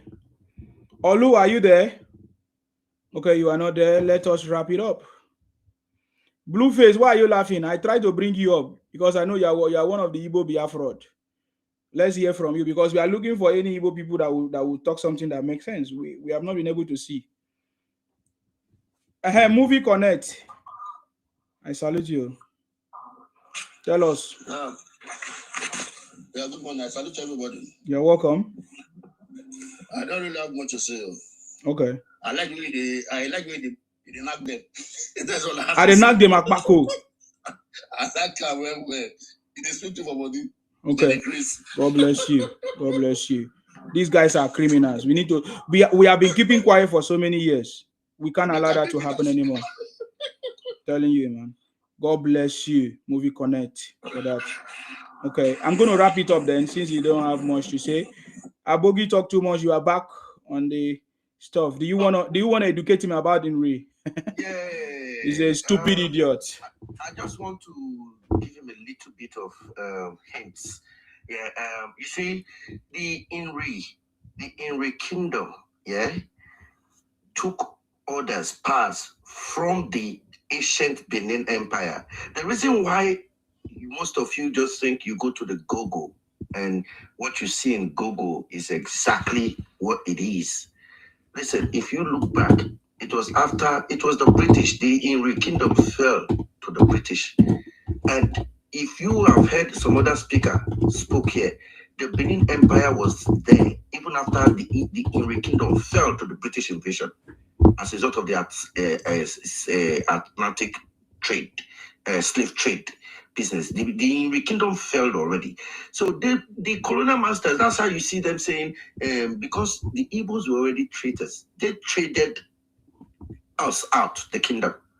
So that's why the colonies, the colony masters actually made that decree on them, like set all those rubbish writings there that the Inri Kingdom predated the Benin. Nah, it's a lie.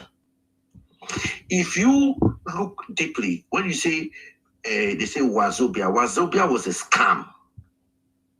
Wazobia was the Igbos. They classified both the south and everything. That's why today, if you go to the north, if you say you come from the south, they call you the Igbo man, because it is what the pre-colonial masters actually set up. It was a setup. You understand? And that is what has actually eaten deep into the Igbos now. That makes them think that, okay, Irin Kingdom. Can you actually tell me where which Irin Kingdom was like? It was like a worship. It wasn't a military. Yes, it was religious house. Yeah, it was a religious house. It wasn't a military power. The Benin Empire was a military force. It is not. If you black, I would advise you, if you're still under the sounds of our voice, please don't just jump at history. And sometimes there are some surface history you just see, but you dive deep. Go get books, deep books that will tell you the credos of our civilization. You know, you don't just, like, I was so disappointed when you said there was a kingdom that predated, then you now went to Google. I knew where you got those facts about Inri from. I've done all this research before. I've actually contrast from the both sides. I say, you know what, Inri was an ancestral place where people go to worship, where people come together and seek the face of their progenitors. Where they say this is where the world started, this is where we met, this is where we all met and we went our various ways. You get me? But it wasn't an empire. It was a place of sanctification, a place that unified us, where we all come together. Even the Israelites do come there as well. Yeah, where we all come together. Say Israelite, these Israel people. But you see, sometimes when you say, that's why I still commend the SIMA. If not for the opportunity of this platform, most of the informations that people are learning, they wouldn't have had the opportunity to learn. And Inri also is connected to Igala as well. So yes, Igala as well. Yeah. So you see, the problem with the Igbos is I wouldn't want to use the word that they don't have history, because I don't know if they never taught them, or it was Bishop Ajayi Kwada that they just came there and forged some things into their head and said, don't worry, Wazobia, Bia. Now you're saying you are the majority. No. What made them call you majority is the South and other regions, the Calabaris. There are even kingdoms that are even older than the Igbo kingdom in those regions. I'm not aware of any Igbo kingdoms, sir. So there was no kingdom that we know as Igbo kingdom. No. There is nothing, there is no history that will tell you that there was a kingdom or an empire in Igbo Southeast. Which empire? Okay. Your time is up, and is a black sage. Oh yeah.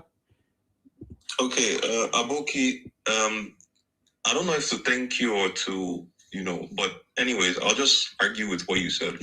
So you said that the Inri people, that the British defeated the Inri people before the Benin people.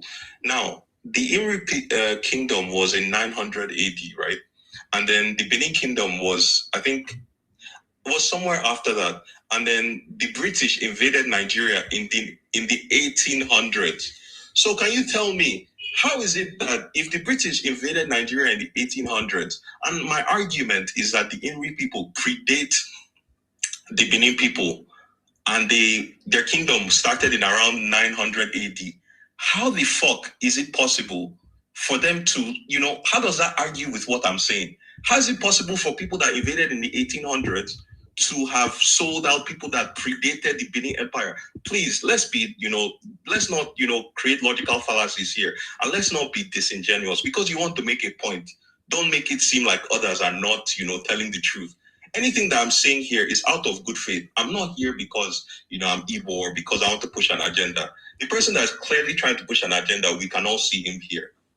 So please, let's be very honest with ourselves. There's some other things that you guys said, like Igbo people don't have a history or, whatever you were saying. Do you realize that the reason why, The reason why that you see it that way is because you haven't done enough research on the Igbo people. Igbo people are indigenous to the areas that they are from. I don't know if you realize that. Igbo people practice, ancestral, lineage. Like they can trace their history back centuries, decades, let me not say millennia. You can say millennia. That's like most of what I have to say. I wish we could talk more directly with each other so that we can, have a more productive conversation. But I'll just stop for here because if I make too many points, then you can't obviously. You don't have anything to say. Who was your ancestor? The name of your ancestor? Do you know? My guy, you're asking very stupid questions. Can you give it to somebody with sense? Okay. You see the point now. You can't answer. You don't know what you're saying. Me what's the name of my ancestor? Are you thinking at all? What is the name of your ancestor? What is the name of your ancestor? Isima, what's the name of your ancestor? It's a simple question. You can say you don't know. We will educate you. Isima, okay, you that knows. You don't know, right? You don't know. Isima, what's the name Do you know? Yes or no? Isima, okay, let's say that I don't know my own ancestor. You don't know. Then Google it. You see my answer now. What's the name Google of your it. ancestor? Google that it. question you're asking is not stupid. What is the name of your ancestor? Okay, my question is stupid. What is the name of your ancestor? You say you have not abused me, but that one is stupid, eh? I have to abuse you because you've constantly been doing it. I can't. You see, Aboki came with facts. At least, even though he doesn't agree with me, he's saying what he knows. Aboki came with facts. An intellectual conversation, but you are so disingenuous. You cannot argue with the fact. You personally attack people because you can't engage. You are just talking nonsense. That will not stop Nnamdi Kanu from life imprisonment. I wonder how many bags of rice they gave you to support Tinubu. Get out of here. When are you going to visit Nnamdi Kanu in Sokoto prison? When are you going to visit him? You see the kind of nonsense you're talking. It shows the type of person you are. When are you going to visit Nnamdi Kanu in Sokoto prison? I finished making my point. You don't have any point. Before you were saying I should give you time. Did you see I gave you time now? You don't know what to say because everything you say we are going to debunk it. You are a very foolish person. I'm telling you, you agree that Igbos are foolish. So you don't agree that Igbos are foolish in Nigeria after 60 years. You guys are still doing the same thing. You say that Nigeria is not working, that the Igbos are everywhere, traveling everywhere in Nigeria that is not working. Igbos are foolish. Igbos are, which kind of illiterate? Even Obi, your trader is more illiterate than you. Igbos are foolish. That is the truth. It will prove to you that Igbos are foolish. No problem. Igbos are foolish. So foolish idiots. We have never seen the people that are so foolish like this. Igbo Biafra. Very foolish set of people. Come here and talk nonsense. You don't even know. You are claiming Nri. You don't even know what Nri means. You don't know what Nri means. You were shouting, give me time. Have you people seen these Igbo people? He was shouting, give me time, give me time. I gave him time now. He didn't know. He don't know what to say. I gave him time. He didn't know what to say. Look at you. We have dealt with you people. We'll finish it. Don't worry. General, do you have anything to say? Because I've called you many times now.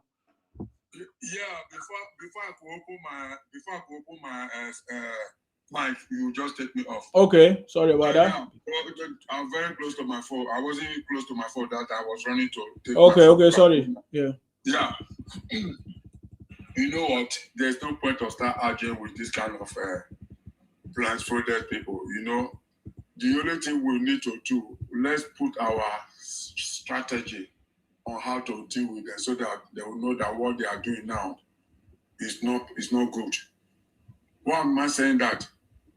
If we start denying them for house rentage, selling land for them, our lady or girls getting married to them, discriminating them, that is where they will not know that we really mean it. Not question, they start making noise with us in social media, or if it is grand. At the same time, we start preparing them. We're supposed to just start giving it to them now. If they come to your house, they want to rent your house, you say, where are you from? You say, I'm an Igbo man. If I thought this say an Igbo man, maybe you measure at that place with the tongue, the way he speaks, you know it's an Igbo man. Don't give that house to them. That's why for me, no Igbo man can rent my house. That is the truth. And none of my children will marry to Igbo. I vow for that. Or none of my son will marry to Igbo. Let's start cutting them off. By the time we start cutting them off, all these things they are doing now, they will stop it. They will know that. Because hence they are people that are supposed to speak, they come out to come and speak. And they're just quiet, pretending that they don't know what is going on. By the time we start doing them like this, you see they will come up. How can the Agbero will be dictating for the intellectual people among the Igbo people? That's to tell me that all of them, they are the same. Because if they are not the same, they're supposed to come up. You see, when Igbo was coming out to say Yoruba nation, the intellectual ones among them call Igbo to others, say, hey, stop it. You are not educated and you are nothing. How can you say you want to lead us? Somebody that in Britain, UK, somebody that they are taking to be their leader is a barber. He's not even the one that owns the shop in UK. Even one guy came and he said both of them arranged this thing, but he later pushed him off. Say they want to make money from these people, and these people, they don't have sense. If I open my platform now, if I open any platform now, I started praising them, telling them what they like, you see they will be pumping money to me. But if you tell them the truth, they will not take it. This Biafra of a thing they are talking now every time. You want to get Biafra? Is it by force? Is it by insulting other people? You want to break up? If you want to break up, you pass the real channel. Tell your senators, your governor, all your people you know that they are leading you people, tell them that you place this bill to the House of Representatives or whatever they call it in Abuja, that they want this thing, and let them debate about it. Once they debate about it, it can be 1 year, 2 years, 3 years, even up to 4 years. They will be having hope. No question all these Agberu people in garage, all of them, they'll be talking. All these guys are talking here now. They don't know the implication. They are causing more damage than good to their children coming. Because many people will hate on them, and that is where they will not know that what they are doing is not good. But if you tell them, the next thing they will be telling you, you'll be mumu, you'll be this, you'll be that. But that is the fact. And if they continue like this, they will have problem. And they are planning for WOR. Say they want to, if they try it, the first one will be better than this one they want to do. Because, yes, I'm telling you, because the Calabar people now, they are not the support of them. Ibibu, Boy himself is not even the support of them. All the rest of the other people, the only first thing they have, but it's not a part of them. So I will see how they're going to do it. They will catch them like cockroach and squeeze them and throw them off. Let them try it. Let them bring it to ground and let's see. That's the only thing I have to say for now. My time is almost off. Thank you very much, sir. I appreciate you. Thank you very much for coming. Yes, they say that Nigeria is not working now. So we need evidence that Nigeria is not working. No problem. DK, is your turn to speak, please. Yeah, Mr. General, let me advise you, because this is the 21st century. It cannot depend on the side by your son or your daughter, you know. If your daughter decides to marry Igbo man today, he can marry. If your son decides to marry Igbo lady today, he can marry. Stop coming here and talking to like a small baby, you know. My brother Sima, you see, this I like this social media things, you know, because internet doesn't lie. In 25 years to come, everything you have damaged in this social media, you will use that thing against your family, against your children. Continue doing this. Internet doesn't lie. Because you can take it now as a joke. It's not a joke. You're causing more harm than anything in this world.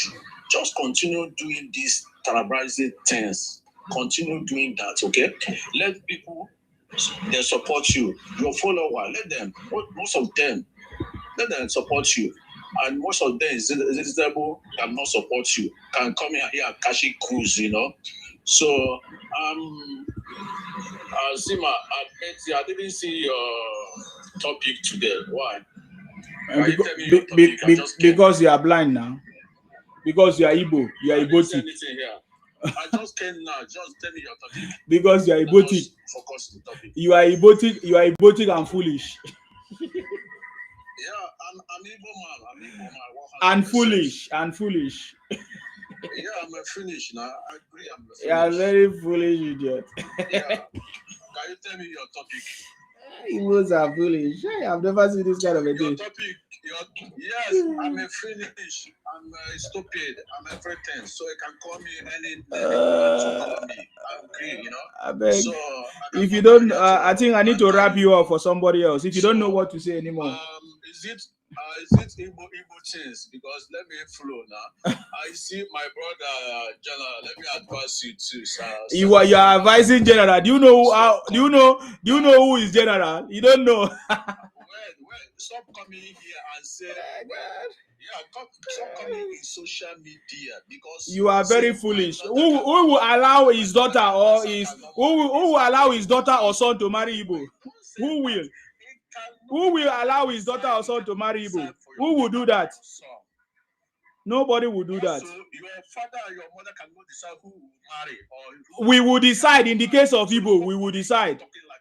In the case of Igbotic people, we will decide. We will never allow our people to go and marry stupid people. I beg, I need to wrap up. Please go ahead, Yoruba Justice. I don't have time for Igbo criminals. Oh, my brother, I just woke up right now. Okay, you're welcome. And I listened to an Igbo man talking nonsense. These people, they don't know the level, the damages they are caused to their generation to come. Because they just open their mouth and start talking nonsense. And we are now, I'm so happy that Nigerians have now woken up to see that these people, we are living with animals. People who do not have any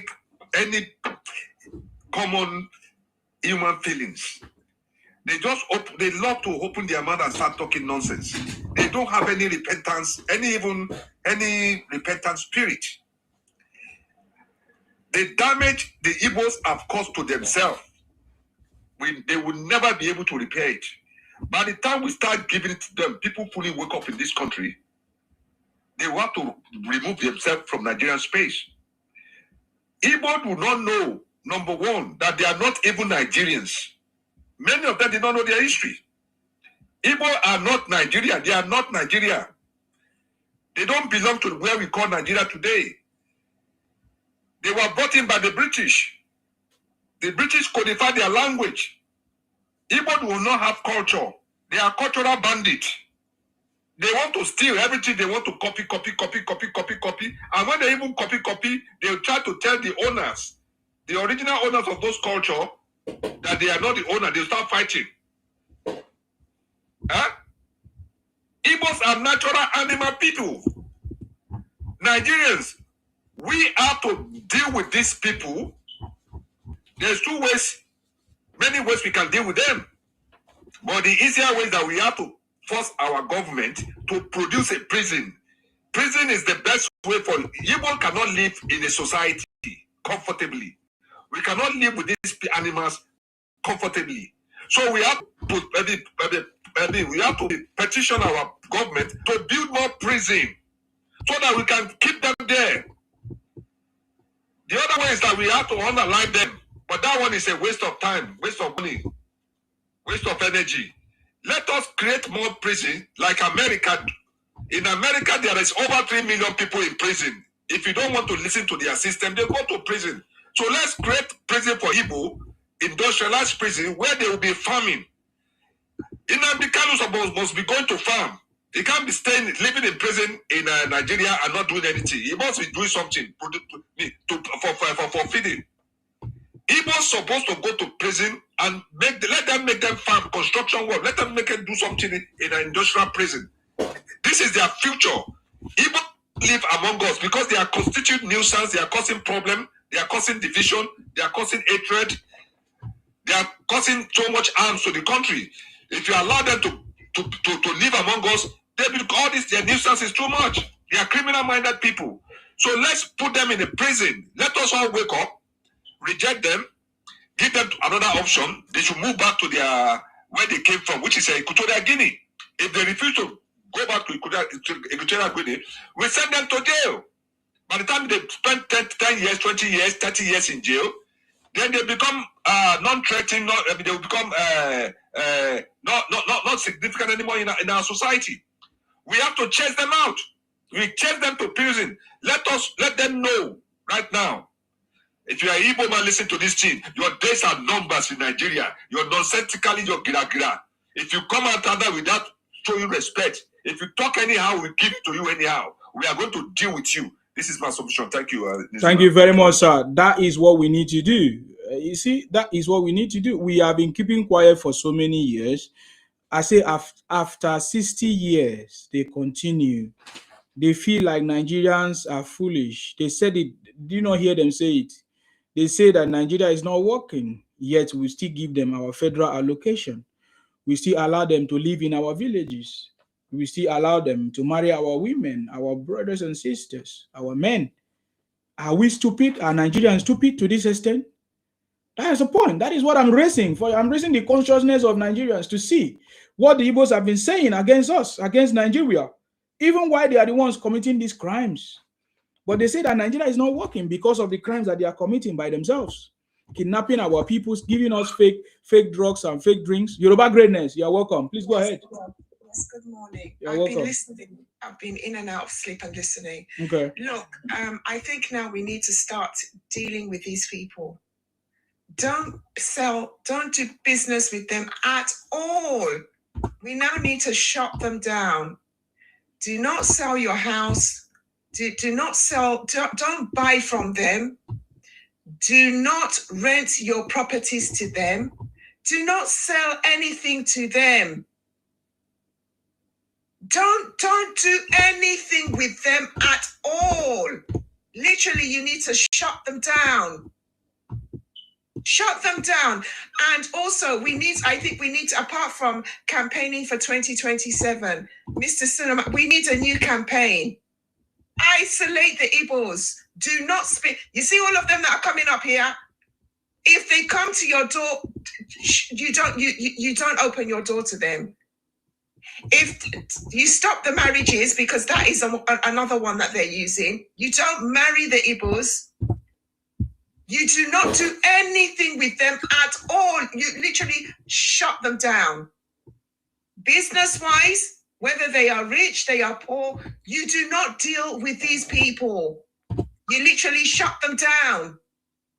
You see, they're so stupid. Look, these people are they're dumb. You can't stay in your space. You're going around to other people's regions. You're thriving, but the same people that you are living off, you are insulting. You're biting the hand that is feeding you. No. This is not a joke now. We need a new campaign. Igbos, we do not want to do any business with you. We are not selling anything to you. You don't sell your land. You don't sell you don't sell any property. You don't buy from them. If they're selling in the market, they're Igbo. You do not buy. You don't buy in the first place, especially when it comes to food, because you know that whatever they're selling is dodgy. You need to shut them down. You see all this that they're doing when you now send them to Coventry, you isolate them and you insist that, look, we don't want you here. Go back to your space. Go back to your space. What is driving them from their region? Let them go back there. Since they said they want their Biafra, start making your way there. Start making your way back to your forest. They don't even own the 5 plots. They only own one little dot. That is the Iswama region in Imoland and little parts of Enugu and some parts of that Anambra. We need to isolate them. Let them start going back. Nobody's saying that you should not have your Biafroid. If you know that you're serious, you want your Biafroid, you don't take part in any of the elections. You do not. Why are you voting? And who is going to vote for your useless Peter Obi? The way that you're insulting people. You have already allowed him to lose that election. No one is going to vote for you. And you will never, ever, ever, ever see that a presidency. You're already isolated. In fact, there should be a grand campaign. We do not want Igbos in our region. Start to campaign it. We don't want you here. Go back. We're not doing one Nigeria with you. We are not one Nigeria with you, Igbos. With you Isuama people. With you Igbo people. We are not. Go back to your region. Go and develop your region. We don't want you. We're not buying from you. We're not selling our lands to you. We're not doing anything. Mr. Suma, we need to start the campaign. We are already started, ma. Yeah, when they see that they are now being isolated, you've done this to yourself. I knew it was going to happen. Yeah. You have actually dug the pit for yourselves. No one is going to vote for that Peter Obi. Nobody. Sorry, Robert Green, your time is up. They say that Nigeria is not working now. We need to prove to them that Nigeria is not working. Please go ahead. Yes, Mr. Nsima. Yes. You see, I've been saying this years and years for the past 2 years. You know, at one point I started coming live. I was trying to see if I could see reasons if there are still some intelligent Igbos out there. But it still baffles me that out of their population, there is not even the intelligent ones that are coming out to say, you know what, you're not going to ruin our existence, our coexistence. These few illiterates from the village, these few illiterates that has been eaten up with a tribal bigotry, hatred, and everything. You come to the media space and you're giving us a bad name. I have not even seen a group of intelligent Igbos that comes out to say, you know what? We can't just sit back and watch these sycophants, destroy our livelihood within a country which we claim to be a part of. But you see, they're still going on. And so you see what this woman says, this Mrs. God bless you. That is exactly what we need to do. You see, when they said, like I said before, there is pride comes before a big fall. You see, that was how they made money before. They were beginning to thrive in our space. And that was when the egos came into their head. After they betrayed us, they actually assisted the colonial masters to infiltrate into our space. And after that, they still instigated a civil war against us. And when they were being pied, they were running away from their lands, running into our regions, and we were hiding them. My grandfather told me that then the Igbo man runs into our house. We hide them under the bed. The soldiers, police that he ran into here. Where is he? We would hide him, and we say no. He didn't come in here. Go. He's not here. Leave our compound. The soldiers will leave. This is what we did to save these people after they've messed up. After Nigerians' wrath fell on them heavily. But you see, after many years, and that is the question Isima is asking you today. Since 1960, 2026, 1967 to 2026, you are still a mumu. Don't worry. We'll use your mumu to wrap, make wrapper around you. We'll tie you around with the wrapper. You see that one? At least other regions had sympathy for you lots. Where, we're protecting you, covering you. You came into our region with tailor machine on your shoulder that the white man gave you, and you will be sewing our clothes. You were, you. And now, 2026, you say you are not a big man, Igbo developer. Don't worry. When we stop patronizing them, when we kick them, when we isolate them, and the only way you can isolate them, because it is not we that are wicked, they actually called for it. We've been ignoring them for years. We've been keeping them quiet. You go to Lagos, Igbo man fool everywhere like sand. Come to Benin, they fool everywhere like sand. What is wrong with your land? You said you want self-determination, but you're in people's places. Why don't you just go back to your place and let us be in peace? Tell your prime ministers to stop going to House of Assembly or your ministers or your House of Rep members, that you don't need them in that place anymore. And then we know you're ready. We know then you will make a loud noise. And that will show a sign that you are really ready for your struggle. But you cannot be in our midst, going in there to be collecting federal government bursary, and you are demarketing us. Your allocation is being sent to your state, but you're still in our states, our various states. Your children are going to our schools, money that is made for our own children. Oh, wow. Abogitomo, your time is up. Let's hear from this Igbo man. He's been commenting several times. The next one will be King, Yoruba Global, please. Let's listen to this Igbo man and see what he's going to say differently. Go ahead. Blueface, go ahead. Blueface, unmute yourself. Go ahead. Okay. I need to wrap up. Yeah, go ahead. Yes. I wish everybody. What do you want to talk? What do you want to talk? Because the people matter what they talk to. For me, people never do party for me for Nigeria because when they take bomb me, people never control Nigeria.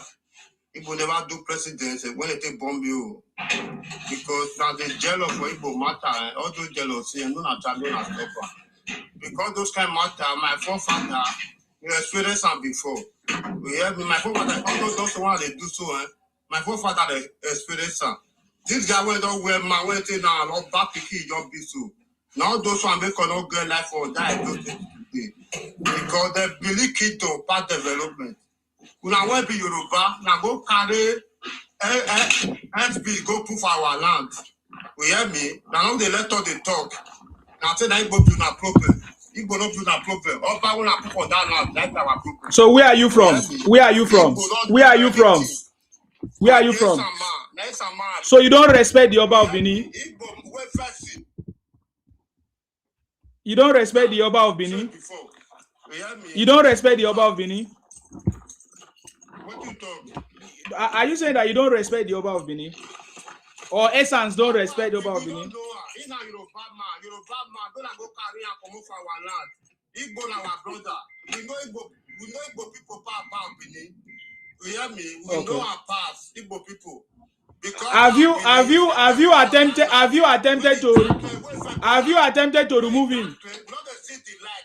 Because for Nigeria, now 3 people, for illegal Nigeria, now 3 people they know. Hausa, Igbo, Yoruba. Okay, even Esan, we don't know. Illegal Nigeria. Esan no dey inside. Now we create everything now. But nobody recognize you. Nobody recognize you. What was the name of your ancestor? What was the name of your ancestor that signed the treaty? What was the name of your ancestor that signed the treaty now? every 3 people come out. Because they see as everybody with a zero. If you see Yoruba, you don't say that Yoruba to this one. You see outside, you don't say outside to this one. You hear me? But you see us. Now one will tell us say yes.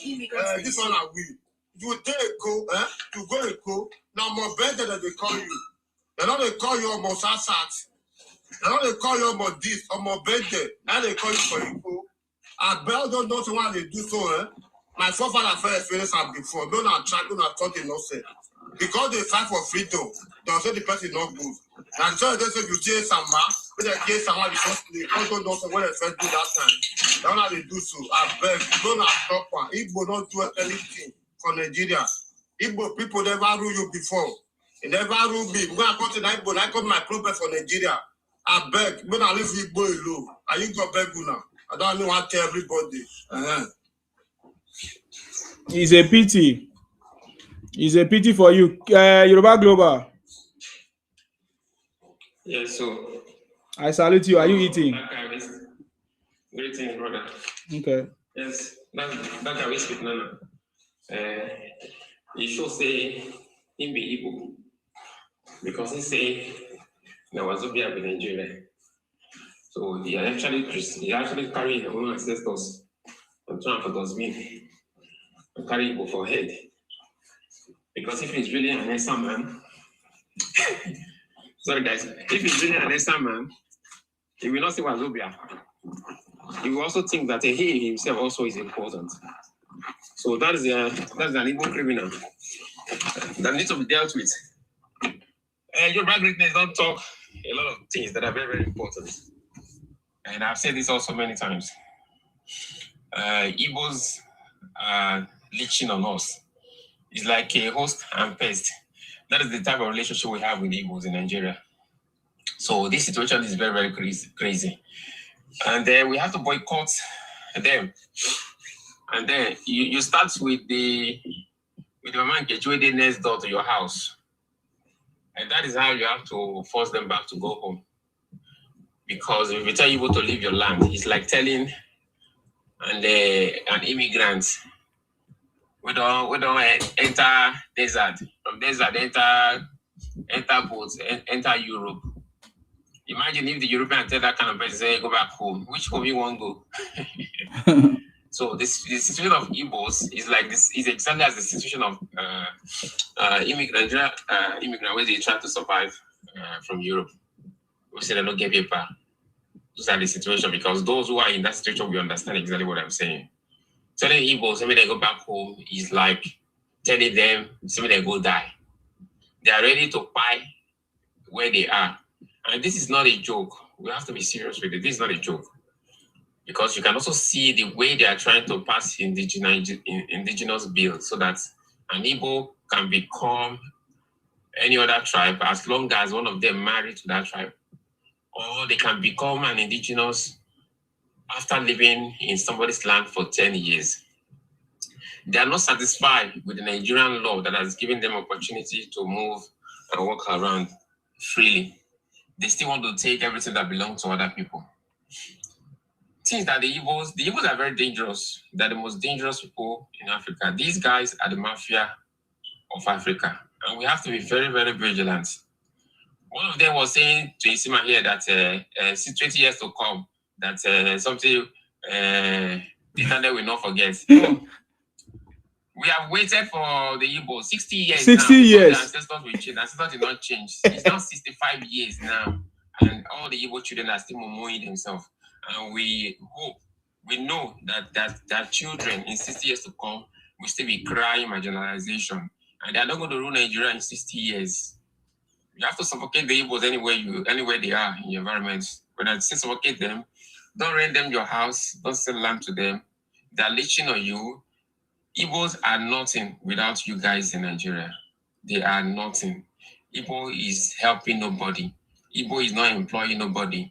Igbo does not build industry. Igbo is not good with administration. Everything about Igbo is criminality. And look at what they are coming to do for you, because these are very, very bad things. So Igbos are trying to make you a minority in your own towns and village and states. How are they doing that? By influxing themselves. they are not just influxing themselves 50-50, like 50 Igbo men, 50 Igbo women. No. When you see 50 Igbo people, 59 of them is man, 1 is woman. When they come to your space, they're going to be dragging girlfriend with you. So, proximity brings relationship. So when they start to do all those things, they start to reproduce. So all your citizens, all your tribal people that are supposed to produce your tribal people, when the Igbo carry that tiny prick come, they procreate with them. They are producing Igbo people. You are decreasing, they are increasing. At the end of the day, they're going to make you a minority in your homeland, and that is very dangerous. And I'm sure you don't want that to happen. This is why you have to deal with them. You have to take a drastic step. Another thing they want to do is political control over your land and laws and culture. You can see the attempt in Lagos. It is a very, very serious situation, and they will take it to anywhere they have the power. I have a lot to say, but it's going to be next time. Thank you very much, sir. I appreciate you. Yoruba Greatness, you are back. Yes, I'm back. Yeah, we need the Igbos need to be isolated. It's because we have made the environment comfortable for them to thrive. When you remove the dummy from the mouth of the baby, then let us see if it's not even going to cry till it dries. They need to be isolated. That's the only cure for these people. Like I said earlier, you don't rent your house to them. Even in terms of engaging them in politics, you don't vote for them. Anything that is going to make these Inswama Igbo people comfortable in your region, you do not engage with them. You send them to Coventry. You isolate them to an inch of themselves. Make like they're not even there. They are literally invisible. You shut them down economically. Shut them down economically. That is where it's going to pinch. Because they have been able to thrive where they are. Oh, it's one Nigeria. You hear them coming in here. Oh, it's one Nigeria. I can go wherever I like and be wherever I like. Oh, really? Oh, really? Because it's one Nigeria, you can go into anybody's space discriminately, mass migrate there. You don't care whether the person wants you or not. You just put yourself there like a bloody leech, like a parasite. You don't know how long to stay and when to leave. People are saying they don't want you. You go to America, they don't want you. You will go to Ghana, they don't want you. You go to Pakistan, they don't want you. Only you. Nobody wants you. You go to Ghana, the same thing. Now you're even going into the Republic of Benin. The same thing. Only you. Nobody wants you. How long? I mean, what message do people need to be telling you people? You are unwanted and you don't have any shame. Now people need to start acting on their words to isolate you to an inch of yourself. You don't do business with these people. You do not engage them in any form of politics. You shut them down. Shut them down. And we've not done this to you. You have done it to yourselves. You've done it to yourselves. Everybody, yeah, they hate Igbo. They're jealous of Igbo. What is wrong with you people? Behaving like animals. What is wrong with you? People have welcomed you as a guest. You don't own the place. Lagos is never sad. Lagos is nobody's stay. Nobody owns land. What is wrong with you people? What is wrong with you? What is wrong with you, for goodness sake? You have no respect whatsoever for people that have welcomed you into their space, allowed you to thrive. but you constantly denigrate and disrespect everybody that is everyone. Everybody that is everyone. Okay, go back to your space now. You know that you hate everyone. You know you hate everything that is Nigeria. Go back to your space. Go back to your evil forest. Go and stay there. Go and stay there.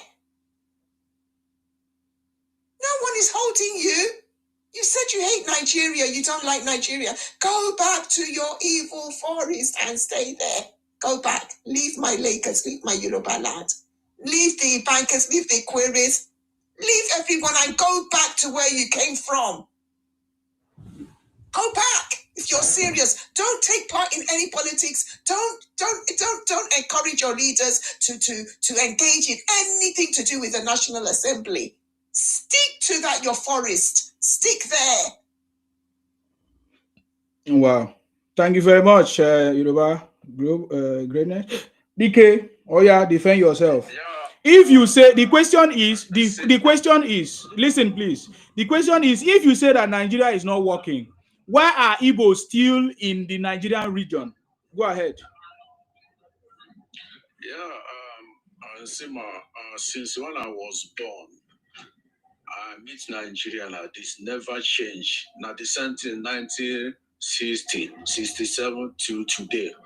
No improvement, you know. Nigeria still remaining like that. If you say 1960, Nigeria is better because that time our economy is very good. Our naira is very strong.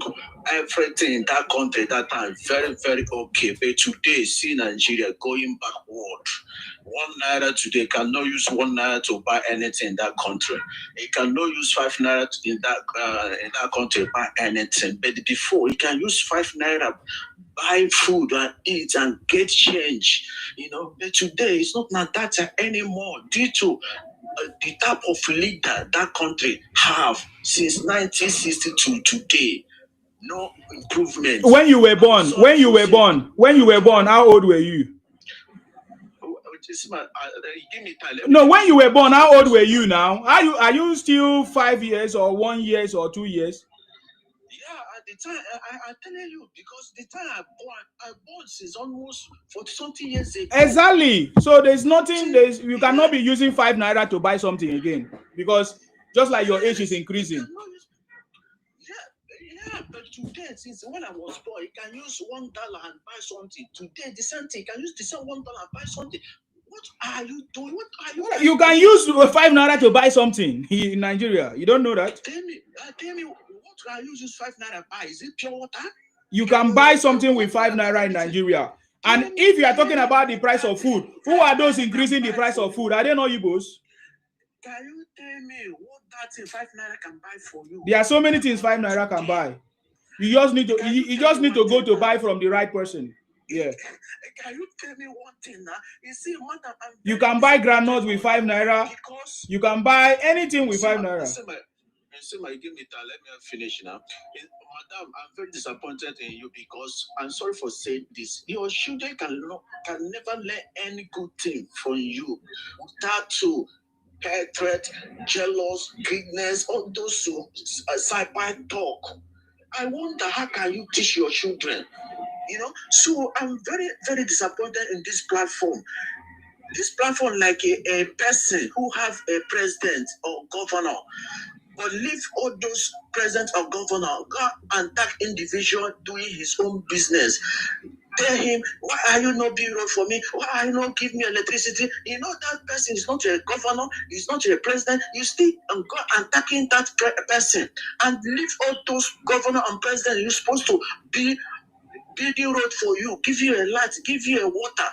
You go and attack Igbo. Igbo is not your problem. Igbo is not your president. Igbo is not your, if you serve or senior president. I don't know why people continue doing this platform like somebody doesn't know where he's going.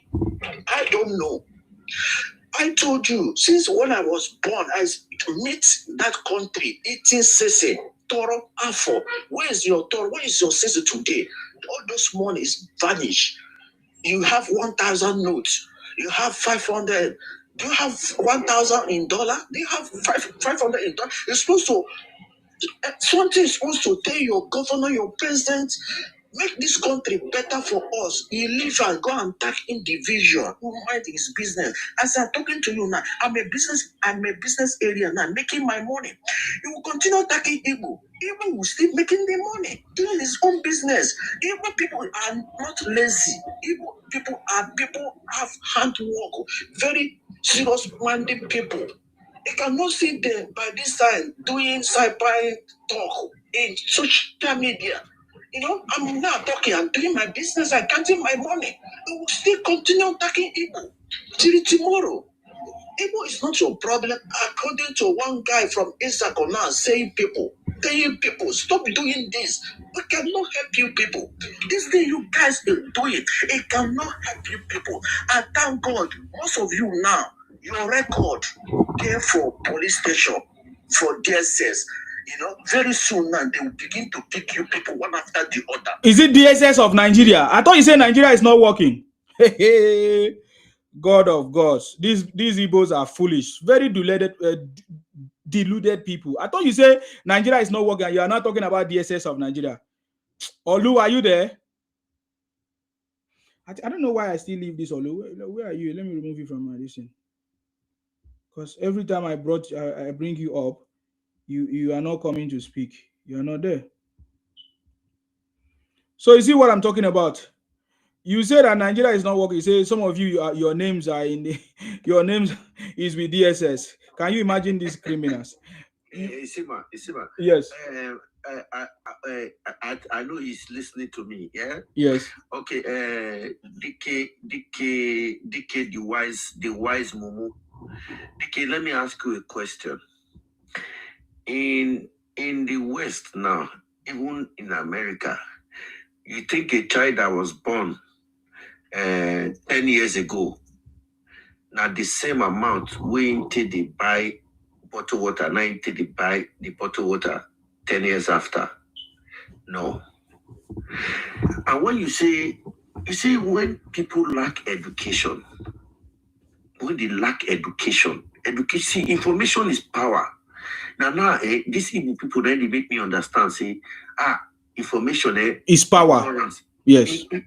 It's really power. Ignorance is a disease.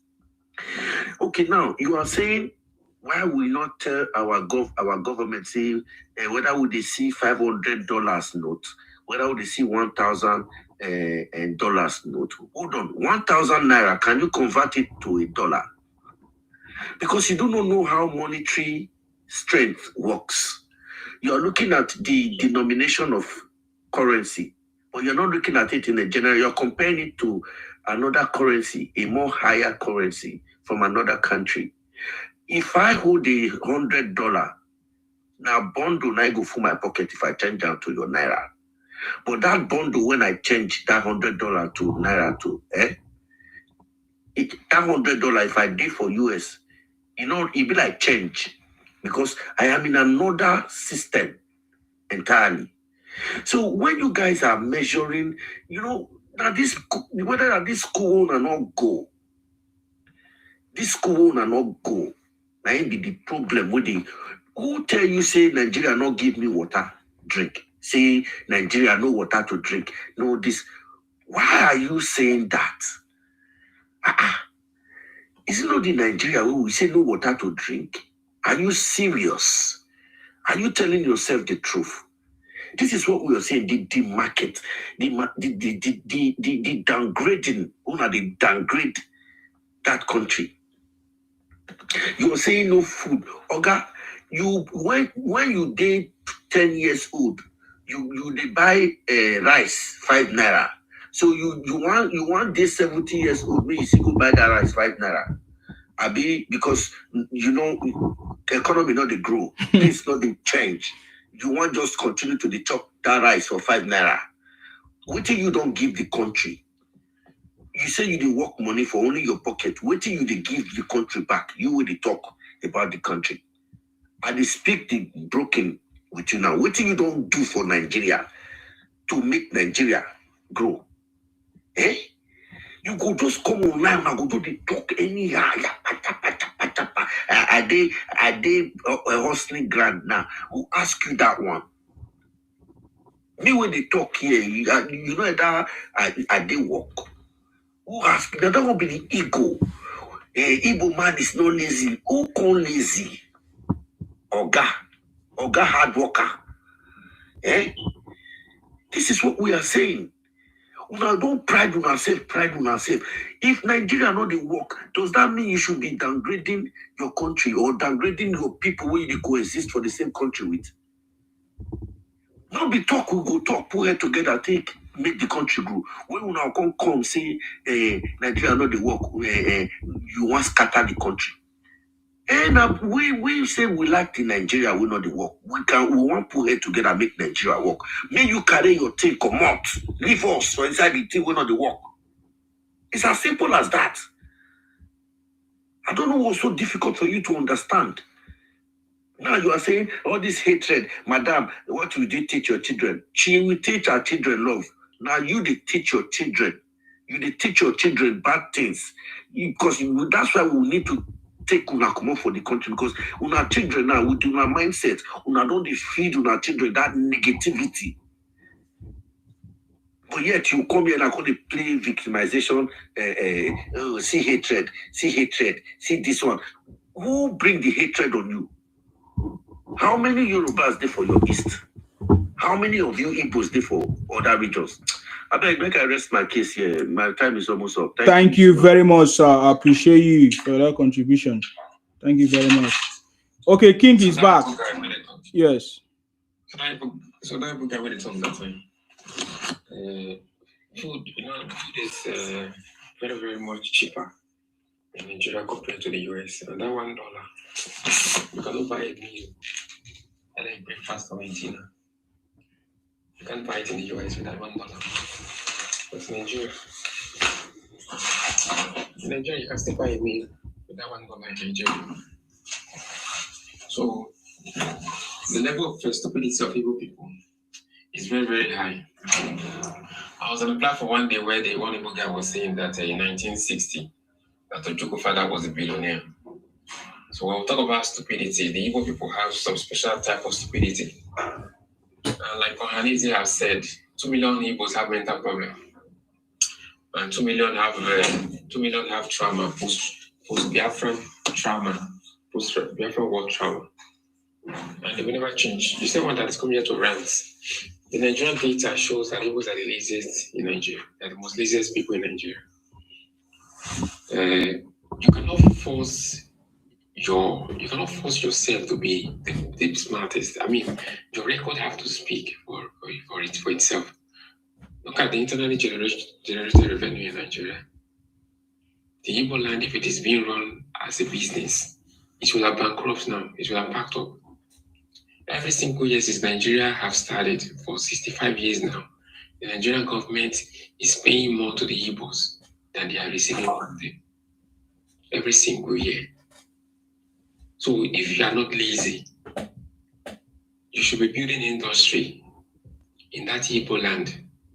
And we, that are Yorubas or Hausa or people from all over the country in Nigeria, should be coming to the Igbo land to seek for a greener pasture.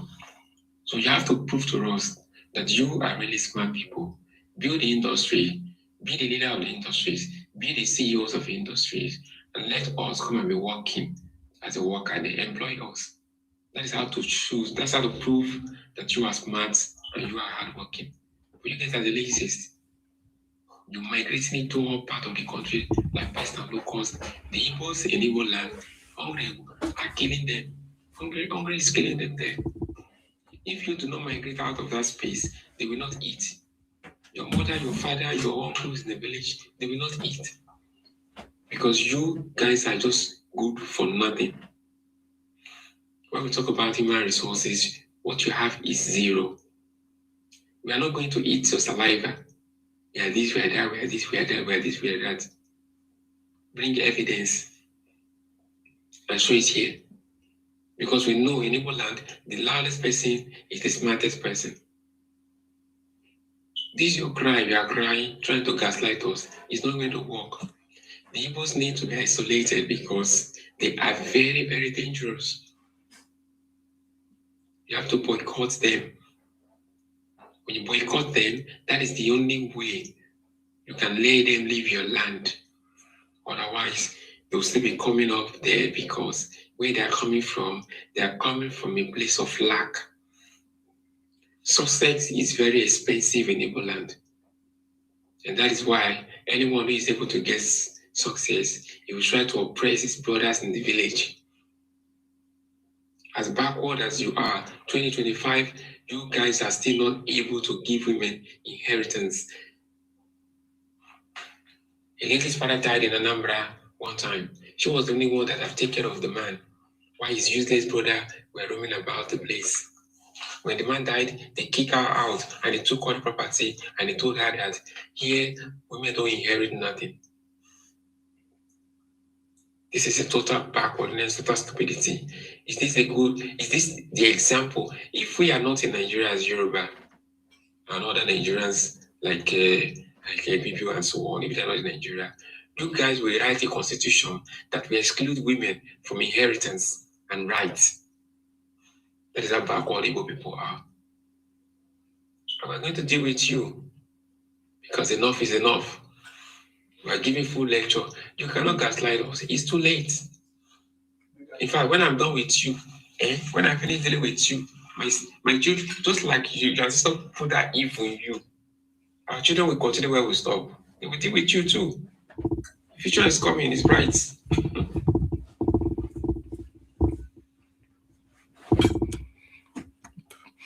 Thank you, Yoruba Global. Skin to skin. Yeah, good day, everyone.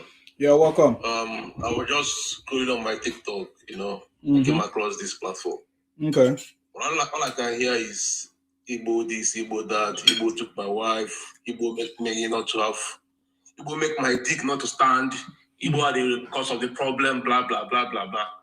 But I see some people here, they spoke very well, educated people. But, some educated people can also be illiterate, They all know the truth, but they can't tell you the truth. What is the truth? All of them are focusing towards Igbo.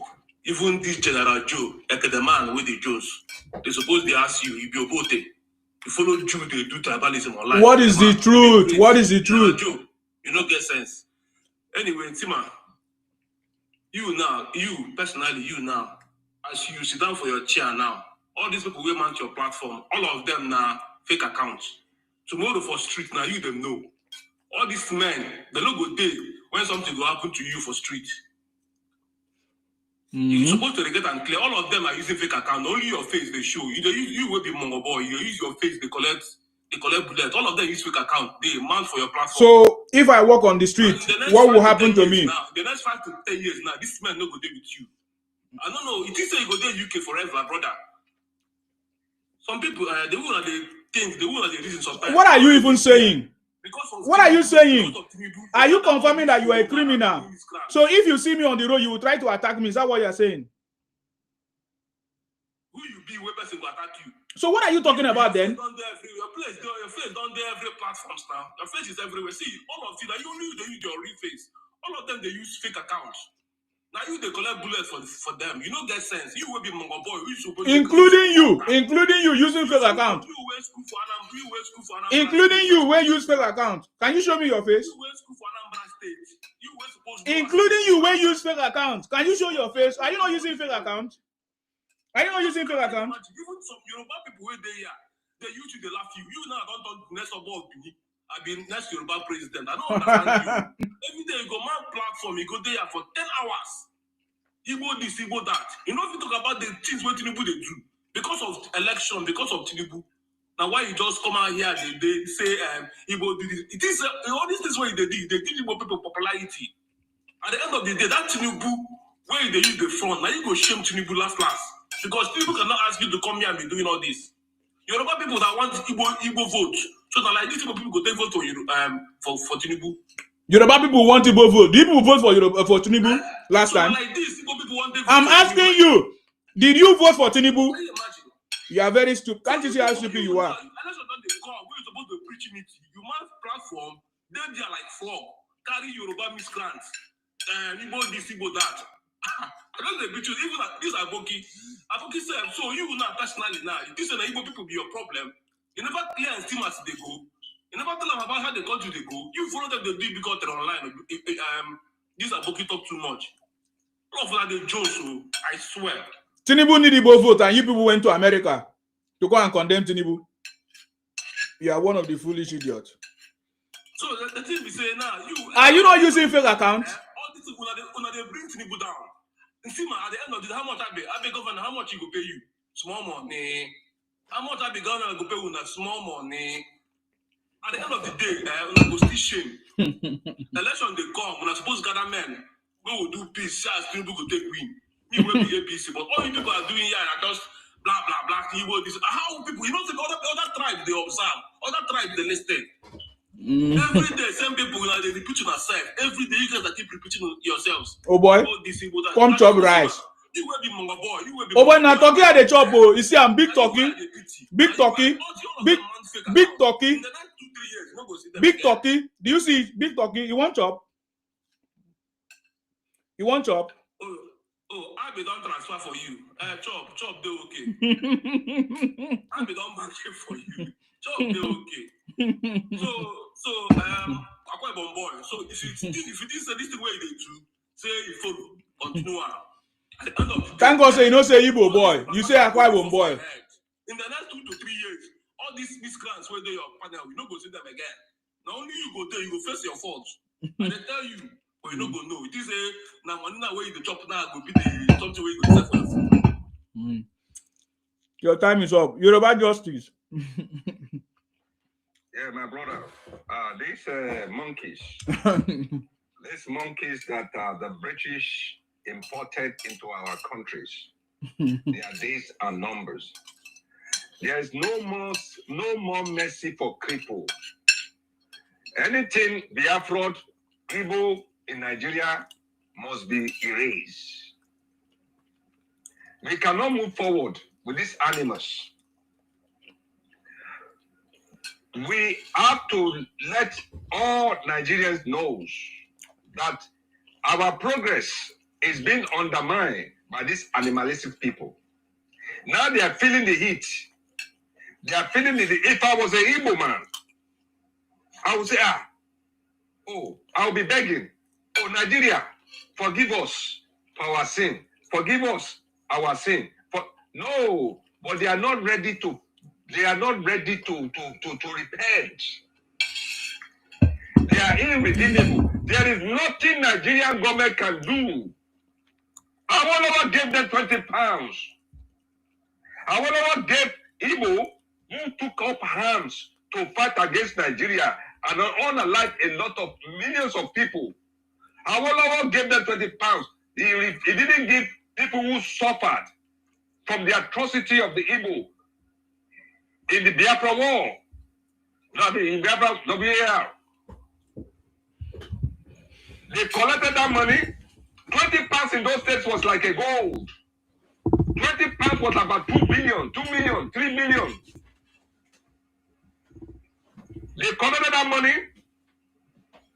and they thought they are invisible. That agreement, let me educate Nigerians. The British, our former slave masters and our colonial masters are still trying to manipulate Nigeria today. The money the British are stealing from Nigeria today, through all this misunderstanding, through all this problem that we are having, is a lot. The British are still managing our affairs in Nigeria with the help of the Igbos. The Confucianists of the Igbos. The problem we're having today, the British are still making money because of these Igbos. The British brought the Igbos in. The British make the Igbos important. The British use Igbos to destroy all the kingdoms. All the soldiers who destroyed the Benin, to my Benin people, to my Edo people. All the soldiers that fought, the black soldiers that fought on behalf of the British, to destroy Benin Kingdom. Where Igbos? Not only Benin, they use the Igbos to suppress all the region, the people everywhere in Nigeria. And when the British so-called gave us independence, they left the Igbos in power. Up till now, the Igbos are the majority in the civil service. I'll repeat. Go and what is that? Go and verify. Anywhere, even in your own state in Nigeria, the Igbos are the one managing the affairs of the civil services. In your own region, in your own state, anywhere in Nigeria. That is why you see them all over Nigeria, like ants and cockroaches. When there's any little allocation that was supposed to be given to the indigenous people or in the state, you see that they'll give it to their Igbo brothers. Why are Igbos everywhere in Nigeria like ants and cockroaches? Taking your jobs, taking your businesses, trying to undermine you economically because they are managing the affairs of Nigeria. Enough is enough. We are calling on all Nigeria. Wake up, Nigeria. Stand up, Nigeria. You are Nigeria. Igbos are not Nigeria. Igbos are not indigenous to Nigeria. Igbos must go. Igbo must go. Igbo must go by fire, by force. Igbo must go. Igbo must not take any part. Must not represent you in your region. Igbos want to. Thank you very much, sir. I salute you. They have not seen anything yet. Keno, it's your turn. Unmute yourself. They have not seen anything yet, sir. Go ahead. They think that we are joking. We are not joking, no. Go ahead. Yeah, I agree with everybody, you know. About this issue of Igbo, sometimes when they are, bashing them like this, I feel somehow pity, but somehow when I see what they are even doing to other people, it's their behavior. And the problem is they are not even willing to change at all. No matter how others will complain that, guy, this is the kind of character you people are behaving to others, which is not good. They can never, in Nigeria, for instance, it is only if you ask Yoruba person, then this is what I observe. If you ask Yoruba person, how do you see, what do you have to say about the Igbo? You will see, they will say that what the Yoruba man will say, they are very good in economy, they are very good in business, they are very. As Benin person, they will say, leave business for Igbo man. But as Igbo person, what I describe Yoruba man or Benin man, you will start hearing your rubbish. They don't go to work. They are very lazy. They are walkabout. Even some in the Port Harcourt, they even bash them in Port Harcourt that they are very lazy. They don't go to work. That means all the work in Nigeria, it is only people that are doing those work. And those are the people that accommodated you. They give you their land to excel. At the end of the time, you are bashing them. And they are still doing that thing today. But it is really surprising me that they cannot even take what they are giving out to others. It really surprising me. That is your view. If not, I could have just be saying that, let's just come together. But they are not willing to change. They are not willing to change. Even till now, to some platform, you will still go there. They are still attacking people also. But when you do the same thing to them, they will be crying.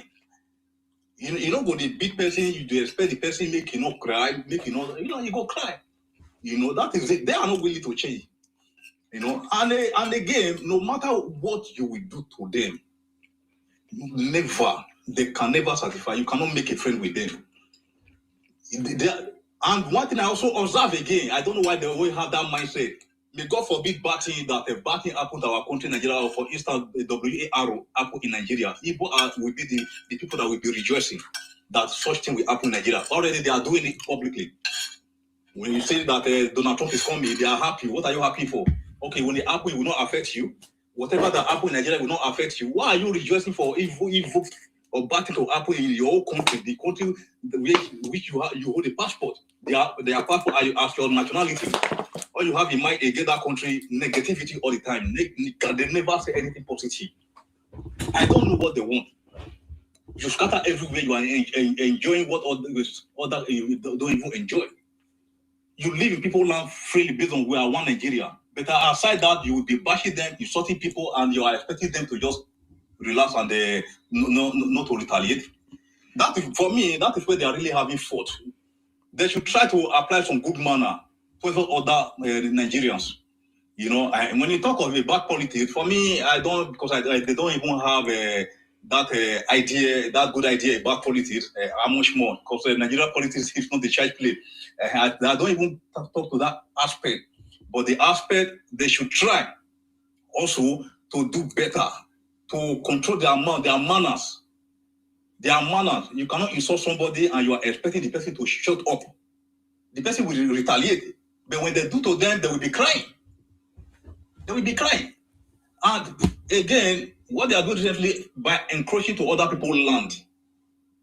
Sometimes when I reason that issue, it's like what even happened in 1967 to 17. I even observed that it is even the minority that were part of them, the minority that were part of them, if even benefited more by not being part of them by now. Imagine what those people will be experiencing from them if they are still part of them. For instance, those Ikuri area and some part that join the what is it called Cameroon, if they are still part of. Okay, I think your time is up there. Sorry about that, but it will come around again. General, supposed to be your turn. I'm not sure if you are there, but if you're not there, okay, go ahead. I'm here. Go ahead, sir. Go ahead, sir. Yeah, there's a part, that guy that just spoke about when he mentioned my name. Say, my daughter. If my daughter did married to them, this and that, I don't have to stay for my daughter. Yes, I have to stay for my daughter. The reason why I said it, I have a video of Iname when he was saying anybody that married to any Igbo man that married to outsider and bring the child home. Ogun go buy them. Ogun go buy them. I have the video. And again, any Igbo woman that married to any Benin man, he said it. Say anybody that married to outsider, any outsider apart from Igbo, he said, Tony will fire the person or whatever, or the children will be soon. Since he mentioned that comment that day, since that day I zero my mind that I call my children. I even play the video to them, say, no one should bring any Igbo man to my house. If you bring any Igbo man to my house, I will enter inside my bedroom. I will come out with anything where they see me, they collect them. So I will drive all of them away from that place. That is the very day I zero my mind. See all these things they are doing, they don't know that this thing is going to affect them in future to come. But they think they are doing the good thing. They don't know anything. Like for me, I stand by my words. None of my children, none of my boys will marry to any Igbo man. That's certain.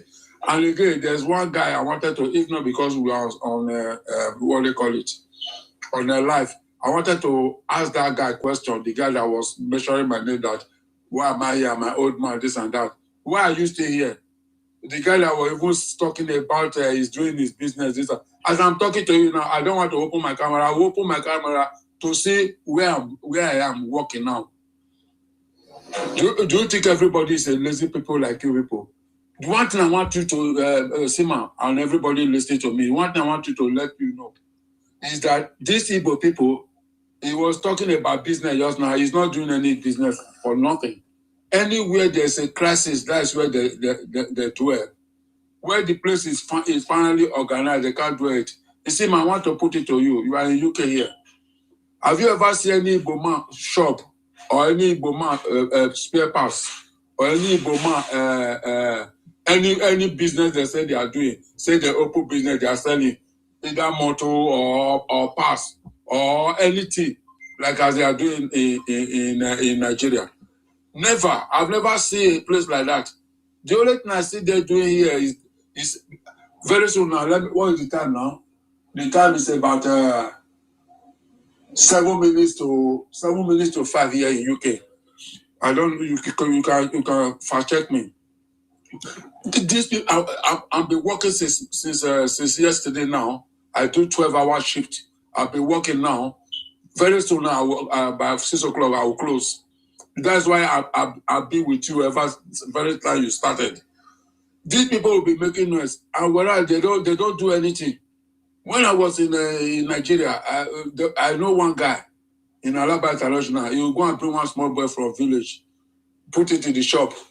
They will move and started cutting all this kind of high tension wire to go and sell. And one day luck run against and the high tension wire caught the boy, and the boy back in along near First Stack Abu Ward of it in along before you get to my 2 or when you are going to Ojo Alaba. If you see this way, if we pack heavy car for ground, don't know it's nothing in the shop.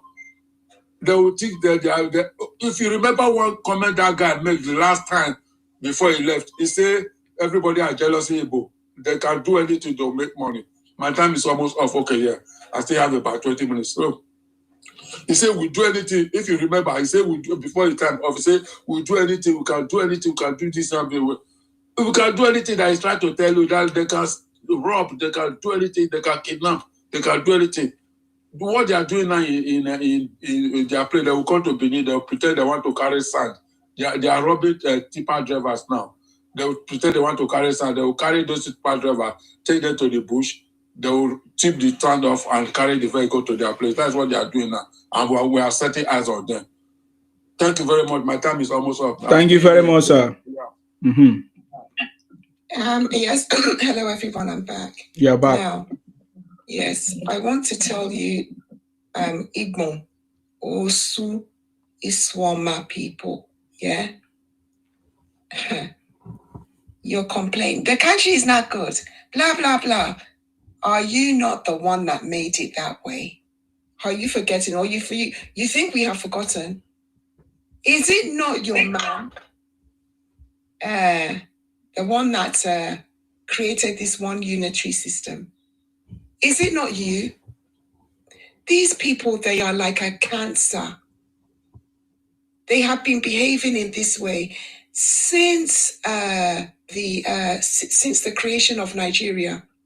Nothing good has come out of them. They're the ones that drove the Cameroons away from Nigeria. Anything they touch, anywhere they go, they cause havoc and destruction. Look, my fellow Nigerians, my fellow indigenous native Nigerians, I want to tell you, we are the ones giving these people power.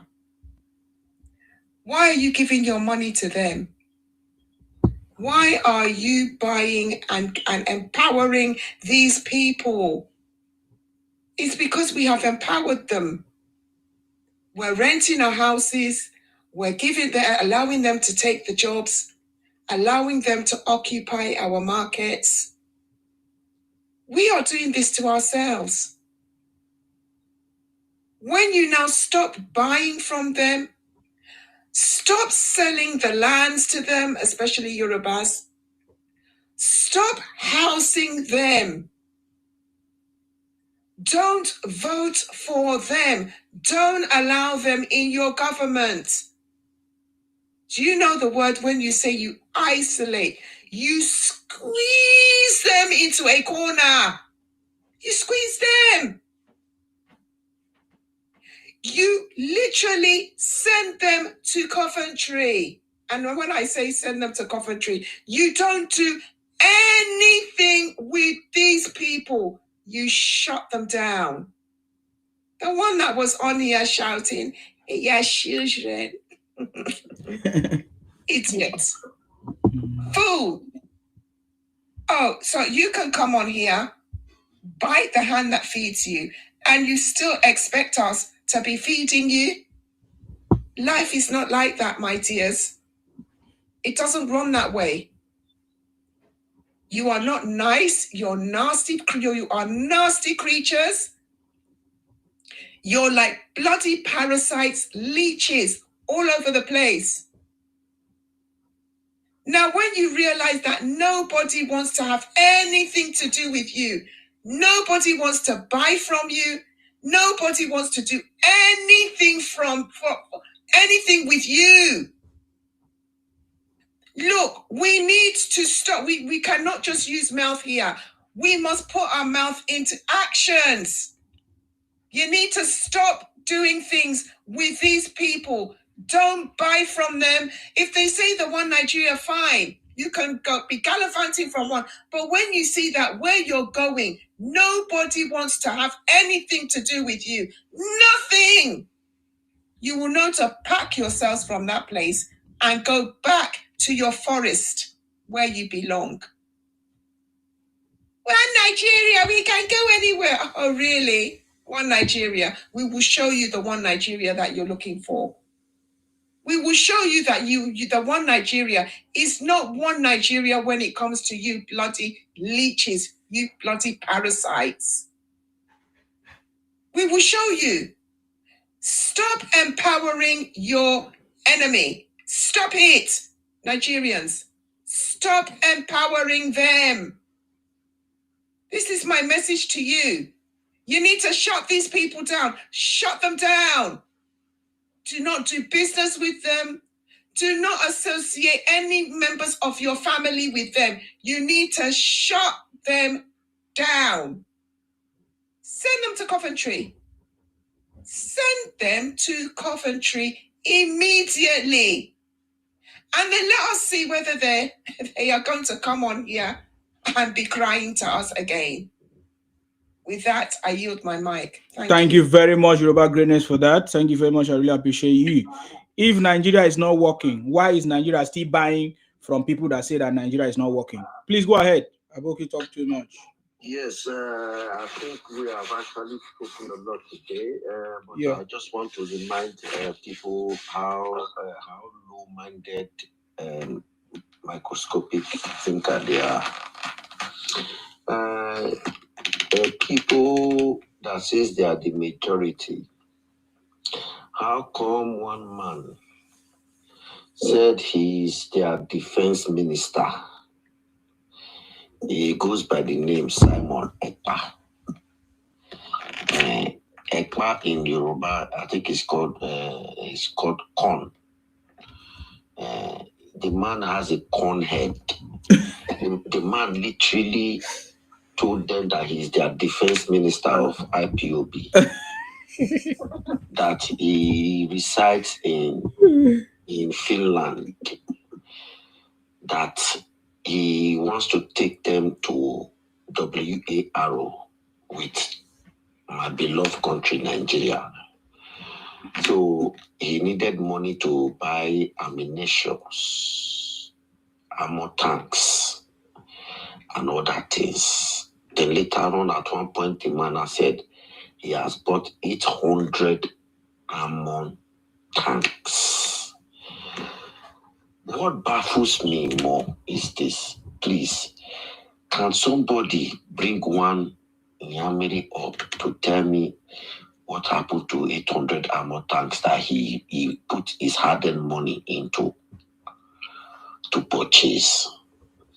And another thing, when my country that they say is not working, that is not functioning, my country now liaised with the sovereign country where he is, that this man is a terrorist, and they now hate this man, and they now ask this man, who are you? They say you are a defense minister. And this man said he's a content creator. This man said he's not a defense minister, he's a content creator. And now, why should I now have to think that these people haven't got a mental issue?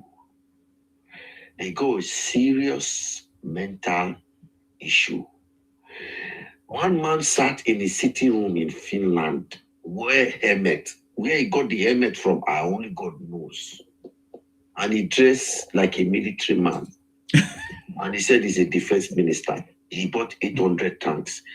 Can anybody with a clear sense of reasoning not Ask him, where did you purchase 800 armor tank and where did you keep them? Today, the 800 armor tanks, we have not seen. And some people came up here, some of the mumu, the idiotic, egotic brains, they've not been able to come out to tell me where Simon Ekpa kept their armor tanks. But even in the common sense, which country would say armor tanks, 800 armor tanks? Are you going to fight a third world war? Tell us where you are going to use this armor tank. So now, and these same people are coming to us to tell us that they are very smart. They are indie developers. How, Isema, please, can you look for one Igbo man and bring him up again? Let me hear their stupidity again, so they can tell me where they kept the armor tank, or how are they going to ask for their money back? And now, these same people are trying to tell us they want to fight for our betterment when they don't have common sense to even reason within themselves. Common sense. You cannot even use your common sense. They open the franchise and they've been extorting you of your little pittance. That's more money that you're going to work for your orga. You will make 5,000 naira, you will carry 3,000 naira and go give it to Simon Ekpa. And he bought 800 tank. And yet till today, you have not brought the WARO to Nigeria.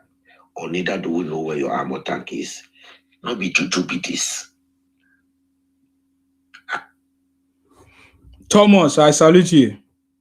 Thank you very much, Aboki too much. Dr. Mosh, thank you. Yeah, good morning. Yes. You see, I came up because that guy that said his name was his name called skin to skin, something like that. You're a stupid person. No, I wouldn't be surprised because you guys, your brains are still going under evolution process. So I wasn't surprised. First of all, there is a conspiracy against the people of Sarsat. I can still remember when this their writer, Chimamanda, I don't know if it was a CNN, went to tell them that they hold the oil region of Nigeria. If I'm saying the truth, let somebody correct me. So now they went to America and started lobbying that they want to give Port Harcourt to America. I once have a friend, he's an Igbo guy, he's a very good friend of mine, and a die-hard IPOB member. He said they are going to make a deal with Trump, that Trump should come and help them fight Nigeria and give Biafra, and they will make a deal with Trump to help them build Biafra land for 75 years. That was what that guy told me. So these are eye-opening to the people of Sasa. You people, you better wake up. There's a great conspiracy against you people for this. They want to dominate you. Even if they want to erase you, you can see they are changing histories here and there. And you, this skin to skin somebody who will destroy. Coming here to talk about Ekede. Are you mad? What concerns the issue of Nigeria and Egede of a thing? Ogu they kill you, kill that Egede when they talk about. Now Ogu they kill you, kill that Egede when they talk. Ogu they kill you again. This is what you brought to our region to distract our own people for them not to focus on studying or for them not to focus on their life. You brought that barbaric into our region and you are coming to this place and start repeating that word. Or go and kill that Egede when you talk. Idiots. Can you imagine? Now you are complaining of hatred, complaining of people preaching hate. Where we are you when now the can we are preaching hate, calling people efulefu. You were enjoying. You guys were calling other people efulefu. Where were you when pastor from the region saying that any Igbo man that goes to Yoruba church is an idiot? Where were you? You were clapping and dancing around. Now you are receiving. We have never started. We will never ever start. We never ever start. It's just that it's so painful that a lot of people are still awake, are still sleeping. They don't know what is going on.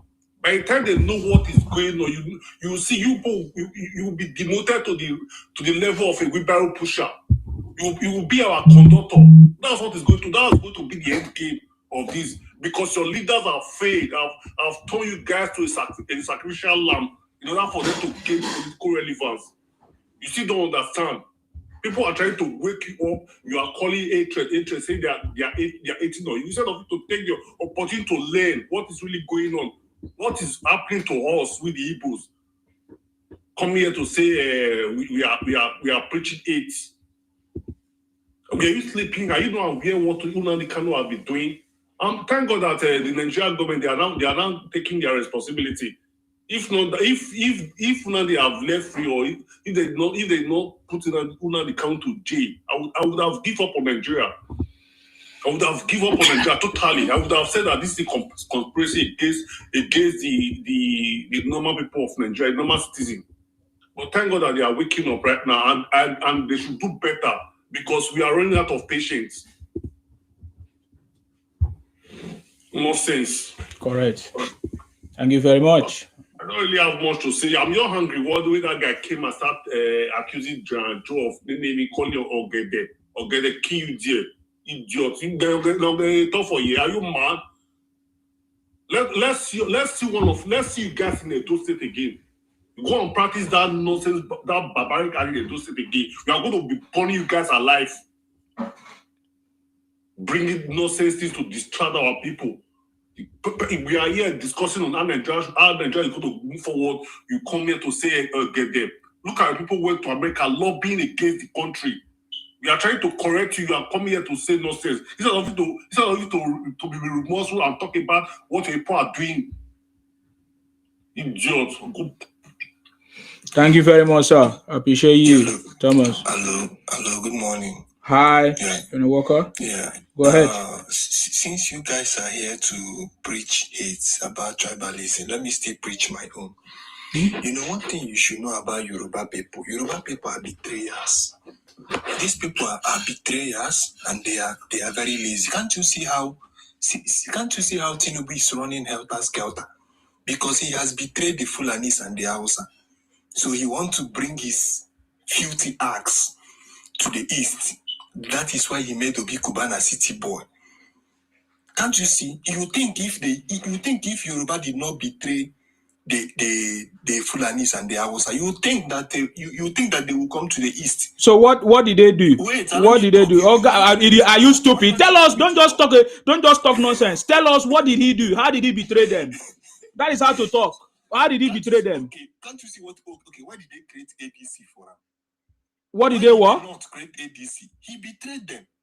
Okay. Yorubas, we all know that they are betrayers, and even talk of this guy that is talking of Bini. Talk of this guy that is talking of Bini. You can never see. Nsima, can't you reason? East does not have international airports. The only thing that Namazin Nadekalu is begging Nigeria. The Enugu International Airport is for what? Wait, let me talk. Okay, the Enugu, is it Enugu or where? The one that Obiano created. What is that one for? Relax. Why are you? We don't talk lie here. That's a problem. Everything you are saying is lie. You guys are, guy, you the craze. Why you the lie?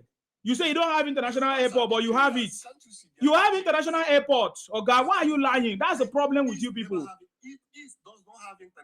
Then you are foolish. Then you don't know. That's why you are foolish. That's why I say Igbos are foolish. So you don't know that Enugu airport is international airport. Do you think that they will be coming to Lagos? You are a very foolish person. Do you think? See, Lagos is smelling. We all know that Lagos. You can never compare Lagos with. No worry now. They would. I like this. Go to Yoruba's village. Go to there. They don't even have a mansion. There are no house, nothing. Just zinc house. Exactly. But you guys are going to that place. See these guys. So how come Igbos are going to places that don't have this thing? So why you guys are going there? Why are you guys going there? Why are you guys going there? Why are you guys going to Yoruba land? See, Yoruba people, these people, they are worse than Yoruba people. Okay, even in that war, they were killing them. They killed a lot of Abacha killed them well. He killed them and threw them inside the water. Because these people are very useless, Yoruba people. Yoruba are useless, lazy. Their women are the one feeding them. They cannot even hustle. They just believe that. See, forget that Nigeria happened to Igbo people. Oh. Forget that is why we are looking for our Biafra so that we can build ourselves. Biafras are just like black Jewish. We are black Jewish. We can build. We can create many things. We can. We are like Israelites. We can create many things. You understand? Just they didn't give us that opportunity to shine. And you know that, Nsima, as you are now, what a shame. When people hate you so much, just know that you have something that they don't have. What the a shame. Igbos have something that the Yorubas imagine to have, but the Yorubas, they cannot have it. You understand? They are a bunch of, okay, go to Lagos. Are they not the Aburu? Aburu. The Yorubas are Aburu. They are all Aburus. Come to UK, they are all scammers. Scamming people, scamming up and down, scamming, thinking. That is what they do. You understand? You can never, there is no way you can compare an Igbo man with a Yoruba man. You understand? Because they are betrayers. And you that is talking, Usima, they will still betray you. I know that they will betray you. It's just for you to stand with them for now. But they will still betray you. You understand? You understand? So, as Yoruba and Fulani they are all the same. These people they need to leave Nigeria because they don't bring anything in Nigeria. Tell me what the Yoruba man now create in Nigeria.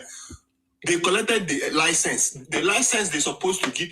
Imagine they give Igbo license. Imagine the license they give all these Yoruba people. They give them to Igbos. You think that the Yoruba people will stand where Igbo people are talking? Bunch of foolish tribe Yoruba. These people are stupid. Yoruba people are very stupid. They are smelling fools standing around Yoruba bastard tribe. That tribe need to die. Yoruba need to die. They need to drink poison and die. Yoruba to fear. So, Igbo's criminals is just running your mouth all over the place. So you said Igbo do not have international airports, but you have airports in Enugu. And the airport is shut down because they only transport Panla, Gari, red oil, palm oil. Because Ethiopian Airlines used to fly there, but because they have no passengers to carry. Because the Igbos in Igbo land are very poor. They cannot afford ticket. The only Igbos that can afford ticket are Igbos who don't live in Igbo land or are surviving in other people's land.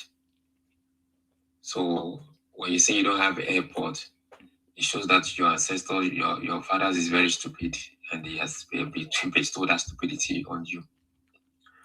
You keep on shouting betrayal, you keep on shouting all those things. We are still going to deal with you because Igbos are criminals. You can rant and shout and claim all you want. It's not going to change the situation. See, from 2023, things have changed. When he just said here that Tinubu, you said Tinubu need Igbo votes. Remember in 2015, because you will not remember, but 170 people here can still remember. In 2015, the Osu Igbo criminals people do not vote for Buhari. He won the presidential election in 2015. In 2019, Igbos do not vote for Buhari. He still won. Tinubu was even worse. In 2023, Tinubu still won. So what this data tells us is that Igbos are inconsequential. Whether you vote or not, your vote does not count. You don't matter. That is what we are telling you. Your vote does not matter. Igbos are a piece of shit. You say, you are hardworking, you are this, you are that. Because if you are really hardworking, you should be providing job for us in Nigeria. But it is the opposite that we are seeing all the time. You run your mouth like tap of water. You guys are born criminals. Your criminality has gone so far that police in Asia, they know that Igbos are criminals. What are Igbo women known for? Prostitution. You are born with body odor, you smell. All your land smell. It's Lagos is smelling, Lagos is smelling. We see Igbos, migrants are the ones that are shitting on the streets. And to be frank with you, the dirtiest city in Africa is Anambra. just to be plain with you, when you go to every big city in the world, you definitely find a place that has some smell. But when it comes to Anambra, it's worse. So enough of this cry. We don't have seaport, we don't have airports. If you don't have seaport, that shows that we are not your mates. You serve Nigeria, you will never rule this country, you see. You're under the feet of the Fulanis, and you're under the feet of the Yorubas. And your stupidity is beyond normal. We don't have seaport, we don't have airports, we don't have airports at this age. Everything is not banter or propaganda. You're not going to survive propaganda. See, all Nigerians are against Igbos. You still think this is a joke? The time you will post the propaganda on the global platform has passed. Everybody knows you now. You will even carry this stupidity to Benin Republic. A newly built market by the government, PK3 market in Misebo. You guys went there and write Biafra markets. Those one too have started. They're waking up too. I said, so all what the Yorubas in Nigeria are saying, because that place is in Yoruba land. That is Ajashe, Kutonu, where the market is. So these guys are saying, oh, so what these Yorubas in Nigeria are saying about these criminals, Igbo migrants, uncultured people are true. Yes, it is true. Your time is up. Yeah. Your time is up. Their time is up. Your time is up. Their time is up. That's the spirit. I salute you, boss. Thank you very much. Let's hear from Favor or Favorable. Yes, Sima, good morning. Can you hear me? Yes, loud and clear, please. Go ahead. Thank you for a good job you've been doing. You're welcome. I've been with you for 4 hours and I've been listening. Wow. Okay. It's very unfortunate that we have this set of animal in our midst in Nigeria. And if you want to redirect our brain, we want to go back to Britain. The British, they have done us very, very bad before they left Nigeria. But it is good that it's getting to them now. Thank God for 2023 that opens our face and open our eyes, and we discover we have enemy in our midst.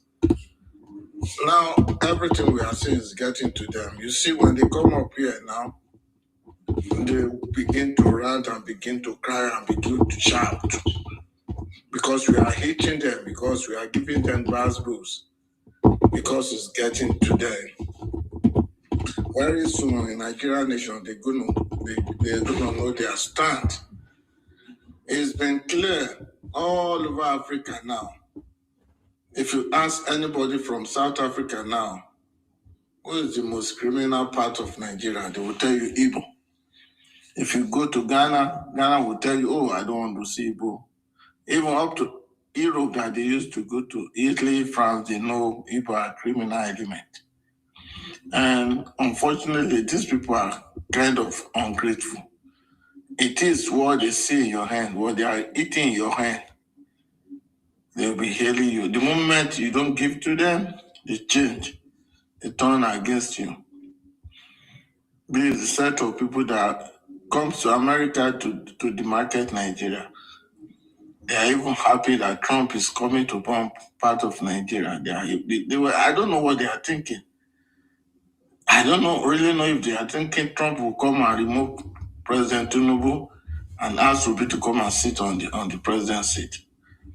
See, a lot of them, 25% of them only are educated. The remaining part of them, they are uneducated, and this thing keep affecting them a lot. When they're contributing, when they are talking in a platform like this, you will know that this one is not grounded, doesn't know anything, is not educated. Many of them will come up here and started talking about hate. What did they know about hate? Where are they for over 80 years? Igbo were bullying Yoruba. Nobody within Yoruba stood up to say nothing. Where are they when Anye Anabra started? Where are they when Namdi Shokoto started? Where are they where Ekwa prison started? Unlike of others that we'll be dealing with. Where are they? You see, what I noticed is that it's because of our presidency that is killing them. These people, they have the mind of entitlement. They are always want to get what you have, and they don't want to work for it. Look at their brother Obi is junket now, moving from one party to other, and he will come there and will promise. When he was in Labour, he was promising heaven and earth. I will never leave Labour. I will never da. Now he left Labour to ADC. Getting to ADC now is stuck. So Igbo, they were sitting, they were looking, they were seeing that they can't go to nowhere. They can't make it in life. Only criminal act. If you see any Igbo that is a millionaire or billionaire, if you look at them, if you look at them to the ground bottom, you will see the art of criminal within. This stupid guy come up here saying Lagos is smiling. And if they are going back, they will go through Lagos. And they will get to Lagos, they wouldn't want to go. Statistics show how many of them that travel to East this year and how many of them that return. If they are returning in multiple. Upon all, they're still in Lagos, this Lagos, that. And they can't stay in their 5 plots of land over there. Governor Suludo spoke, and it's written online. 99% of kidnappers, 99% of people killing themselves, eating. Oh, your time is up. Sorry about that. Ikwere is one. I salute you. Good morning, Mr. Nsima. I salute you, ma. You're welcome. Good morning. You see, they are not crying, running scatter, looking for propaganda to spread. They think we, the generation, is our forefathers. They think we, the generation, is our forefathers because federal government, our forefathers have been romancing with them, pitying them. No, you see, this generation, we will stop all this their marginalization, 20 pounds, 500 million Igbos. We will stop it because they are using it to penetrate Nigeria to get what they want. And we that they are the one that hide us the most. We don't say anything. We always say, hey, pity. No. That is wayo. They are using it to wayo us. It can't happen anymore. If these lunatics, because even the Ohanes and Igbo say that after the WAR, 2 million men are mad. Have mental issues. Yeah. Yes, have mental problem. If not, how can a tribe that go fight a country that loves them so much and 5 million people, after much, they came back again to do the same. And we are still beating these people. No, it can't work anymore. It can't work anymore. They use force to get what they want. How can you don't have a seat and you need it, and there are people who have it? You work with them. You negotiate with them. No, but if they don't give you this thing, you will cleanse them. Imagine this idiot that is in Port Harcourt making hell of money. Majority of them is in my place making money to feed their family in service, are threatening a whole Ikwere nation, and then we cleanse. I told them that because of that threatening, they threaten Ikwere nation that they will pay. I'm here to tell them they will pay for that. Upon all the atrocities they did in my own forefathers and my grandmothers, my brothers before brothers, and still they have the map to come out again to threaten the foreign nation that they will cleanse them, they will pay. And we spread this news to all 4 local governments, both the ones, fathers, grandmothers. We are going village by village to spread it. And whenever all these their videos spread, they will see the kind thing that will be happening to them in Port Harcourt. They are greedy set of people. He did not vote His Excellency Bola Ahmed Tinubu, but see what this man is doing for you people. Still, this church rat outside insulting him every day. Every day, even go and pay another country just to come and remove him. If we, the generation, did not do anything to stop these people, this thing will still. You see all these things they are doing. Now it's time of social media. Anything in social media is forever. Generation will meet it. If we don't stop them and put them back in their service, their generation will still use it to fight. And now there are many in our places. They will still use it to fight our next generation. We have to stand now to make sure our leaders push them back to their service. Then if they are coming to our place, they respect us. They know they are immigrants in our land.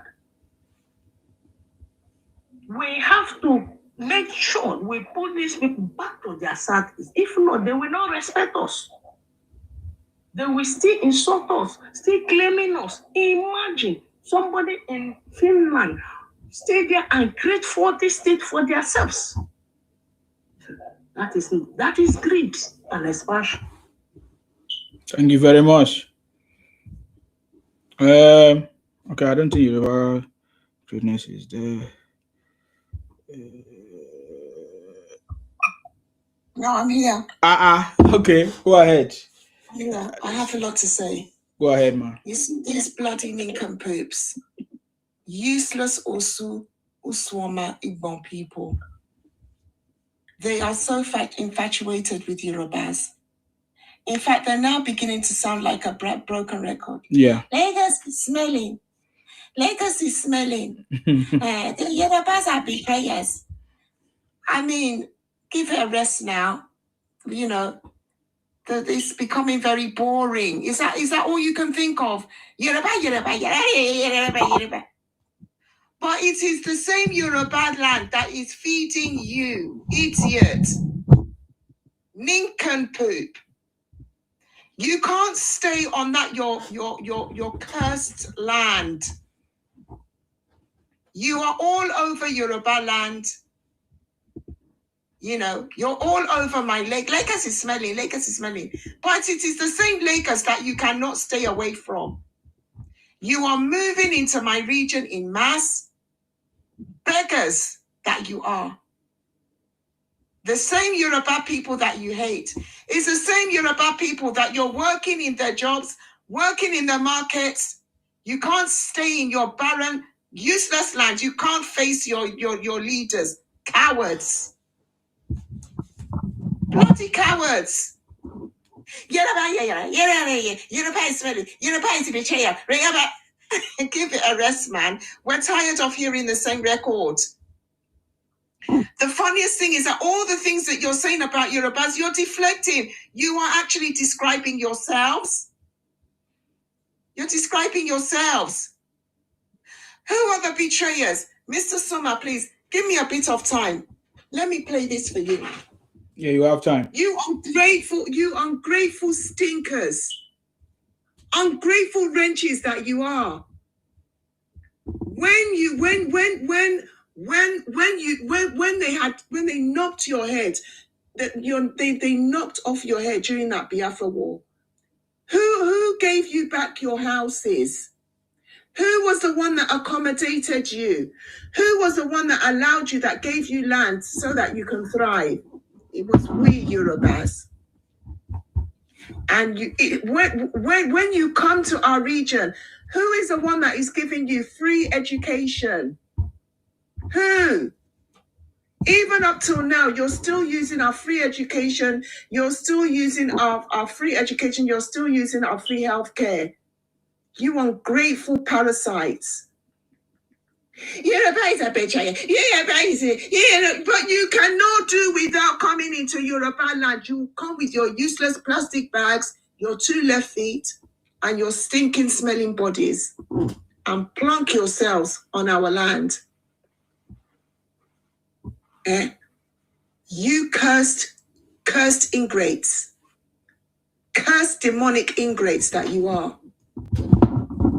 I have said you need the Holy Spirit because you people are not normal. You need to be in care homes where they are treating you for mental defects because you're not right in the head. You are not. There needs to be mass churches in your region. Greatness, to Holy Spirit drive away. Holy Spirit cannot help this one. No, they will lose Holy Spirit. No. No, Holy Spirit. I'm not downplay the power of the Almighty because you need the Almighty to save you. You need mass churches in your region, and alongside those mass churches, you need mental homes because you're not right.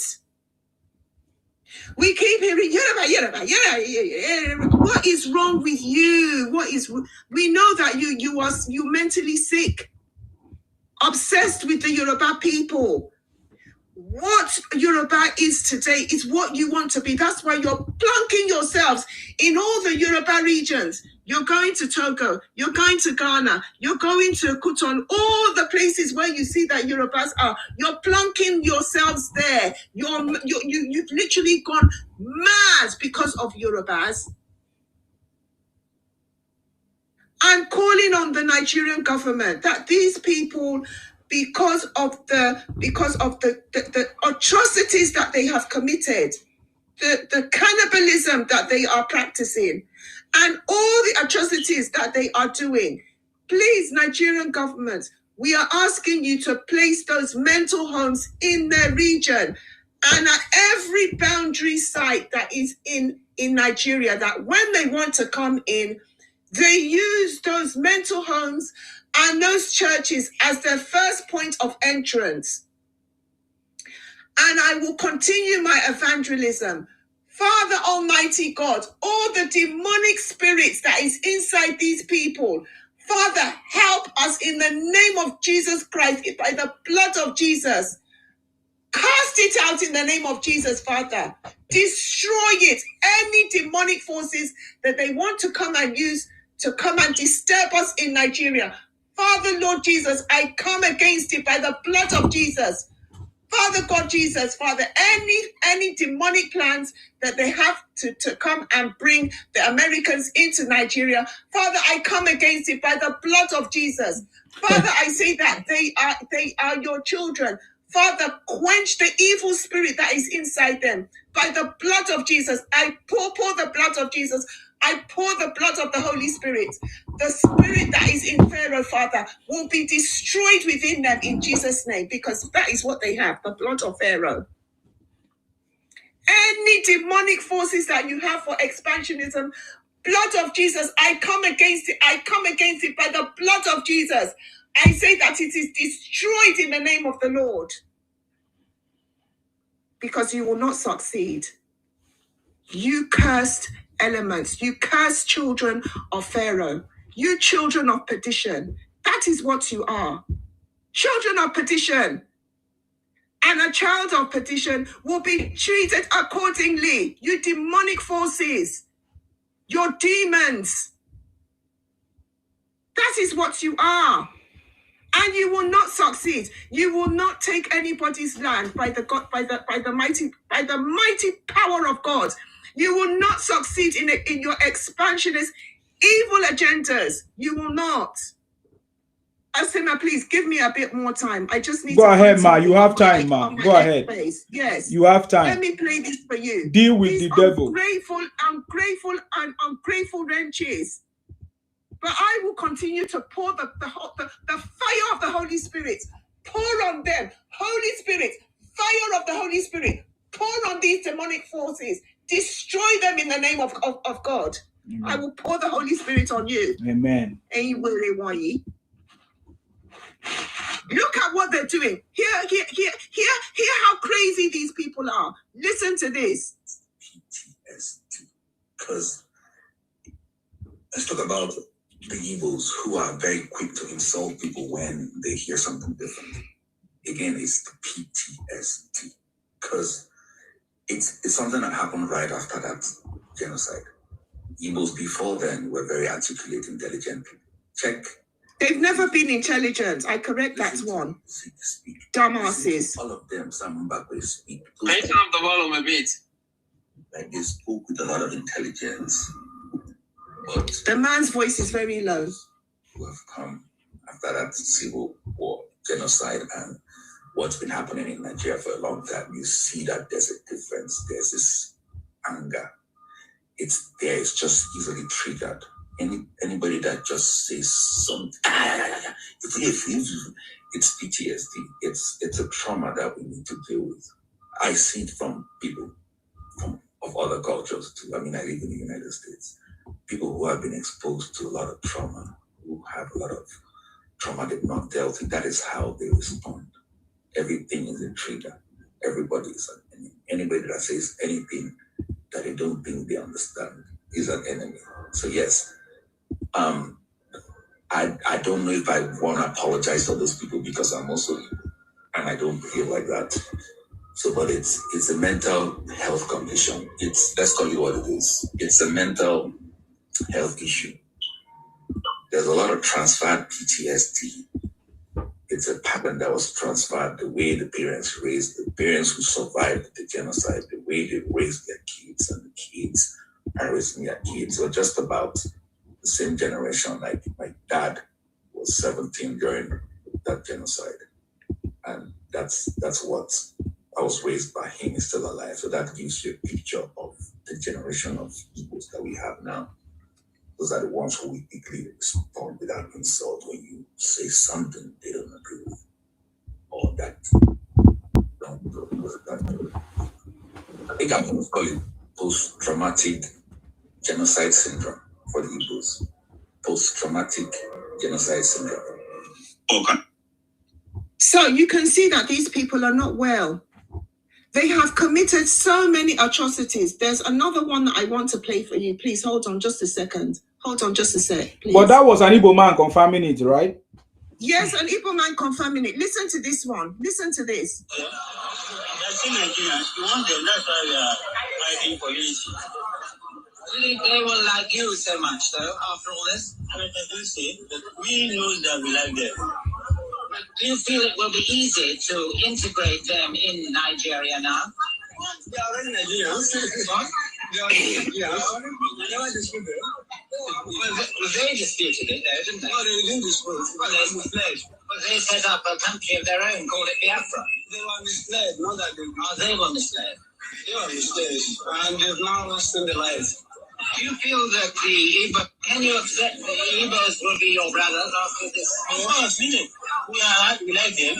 They are still Nigerians. We want them. That's why we are fighting for unity. Do you think they will like you so much, though, after all this? I mean, I do say that we know that we like them.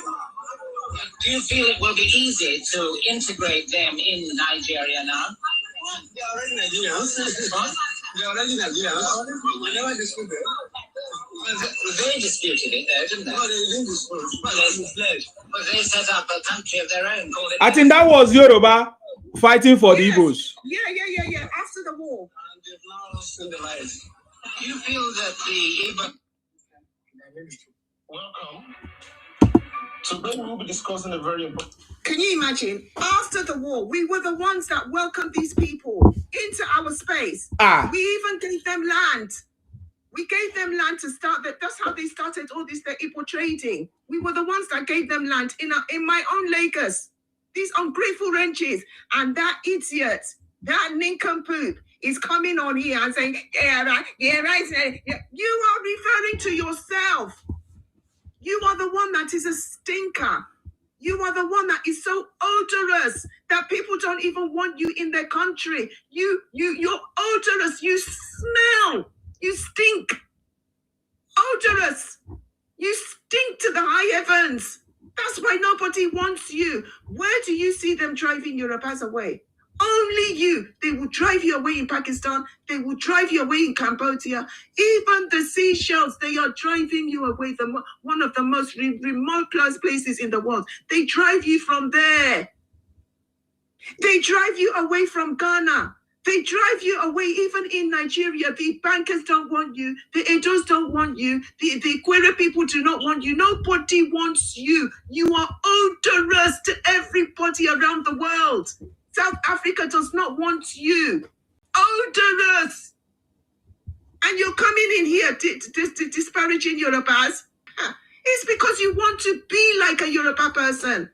That is why you're so angry. The jealousy has eaten into your bone marrow. Father, any spirit of jealousy, any spirit of hatred, Father, quench it in the name of the Holy Spirit. Amen. Come against it. Destroy it in the name of the Almighty God. Amen. I come against your demonic spirits.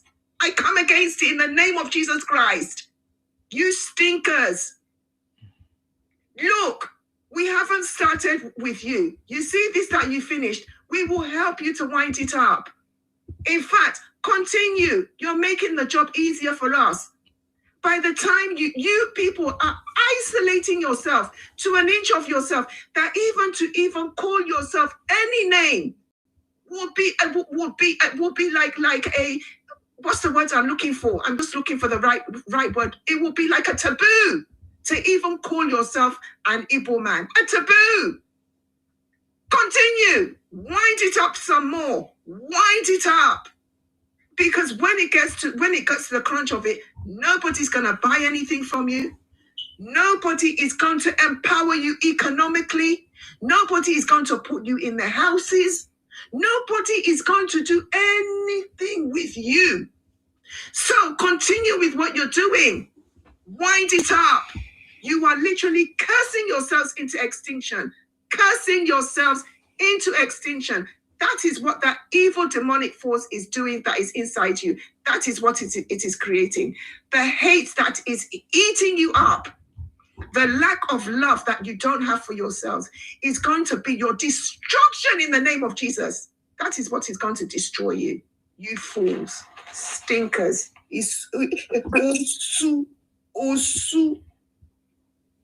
Thank you. Thank you very much. Thank you very much, Yoruba Greatness. I appreciate you. Thank you, thank you, thank you. Wow. I'm not sure they hear something, sure. I'm not sure. They don't know who's tribe. Yeah, Ikere is Igbo. Ikere is Igbo. Ibia is Igbo. But Ikere man is on top there. You are doing everything to bring him down. You think, hey, this is not Obi-Wan. This is not Bros. We know all your atrocity. This is not Kensare, where were you people fight? We know all your atrocity have been committed in that South. We know it. But this time around, we called you.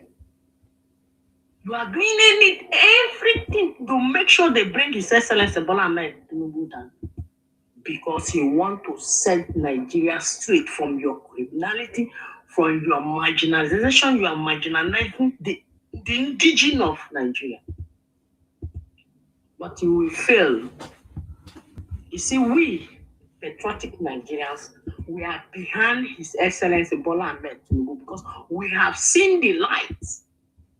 We know that he is going to put Nigeria in a world map, and he's doing it now. You can see Nigeria is in a world map. They are even go to CNN, go to BBC. They are saying Nigeria now It's one of the giants of the world.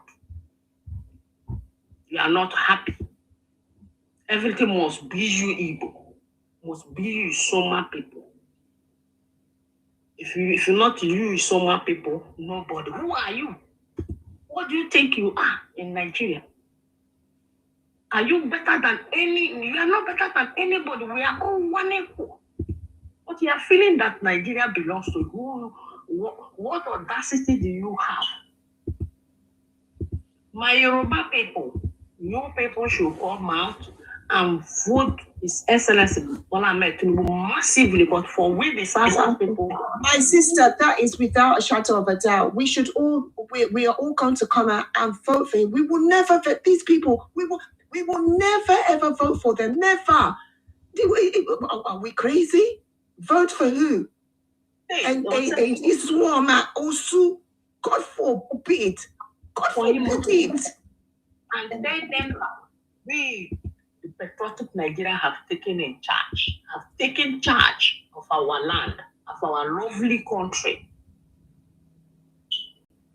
Look at what Bola Ahmed Tinubu is doing. Fixing our economy, fixing road, standard road, student loan, giving authority to the local government so it will reach the local people. And these people are not saying the good work of His Excellency Bola Ahmed Tinubu. They are seeing this tribe are bittered, including their leaders. If somebody is in the Senate like Abaribe came out and said that His Excellency did not win 2023 election and he will not win 2027, I think this thing their children are doing in internet, they are not aware. They are aware. They are children of hate, bitterness.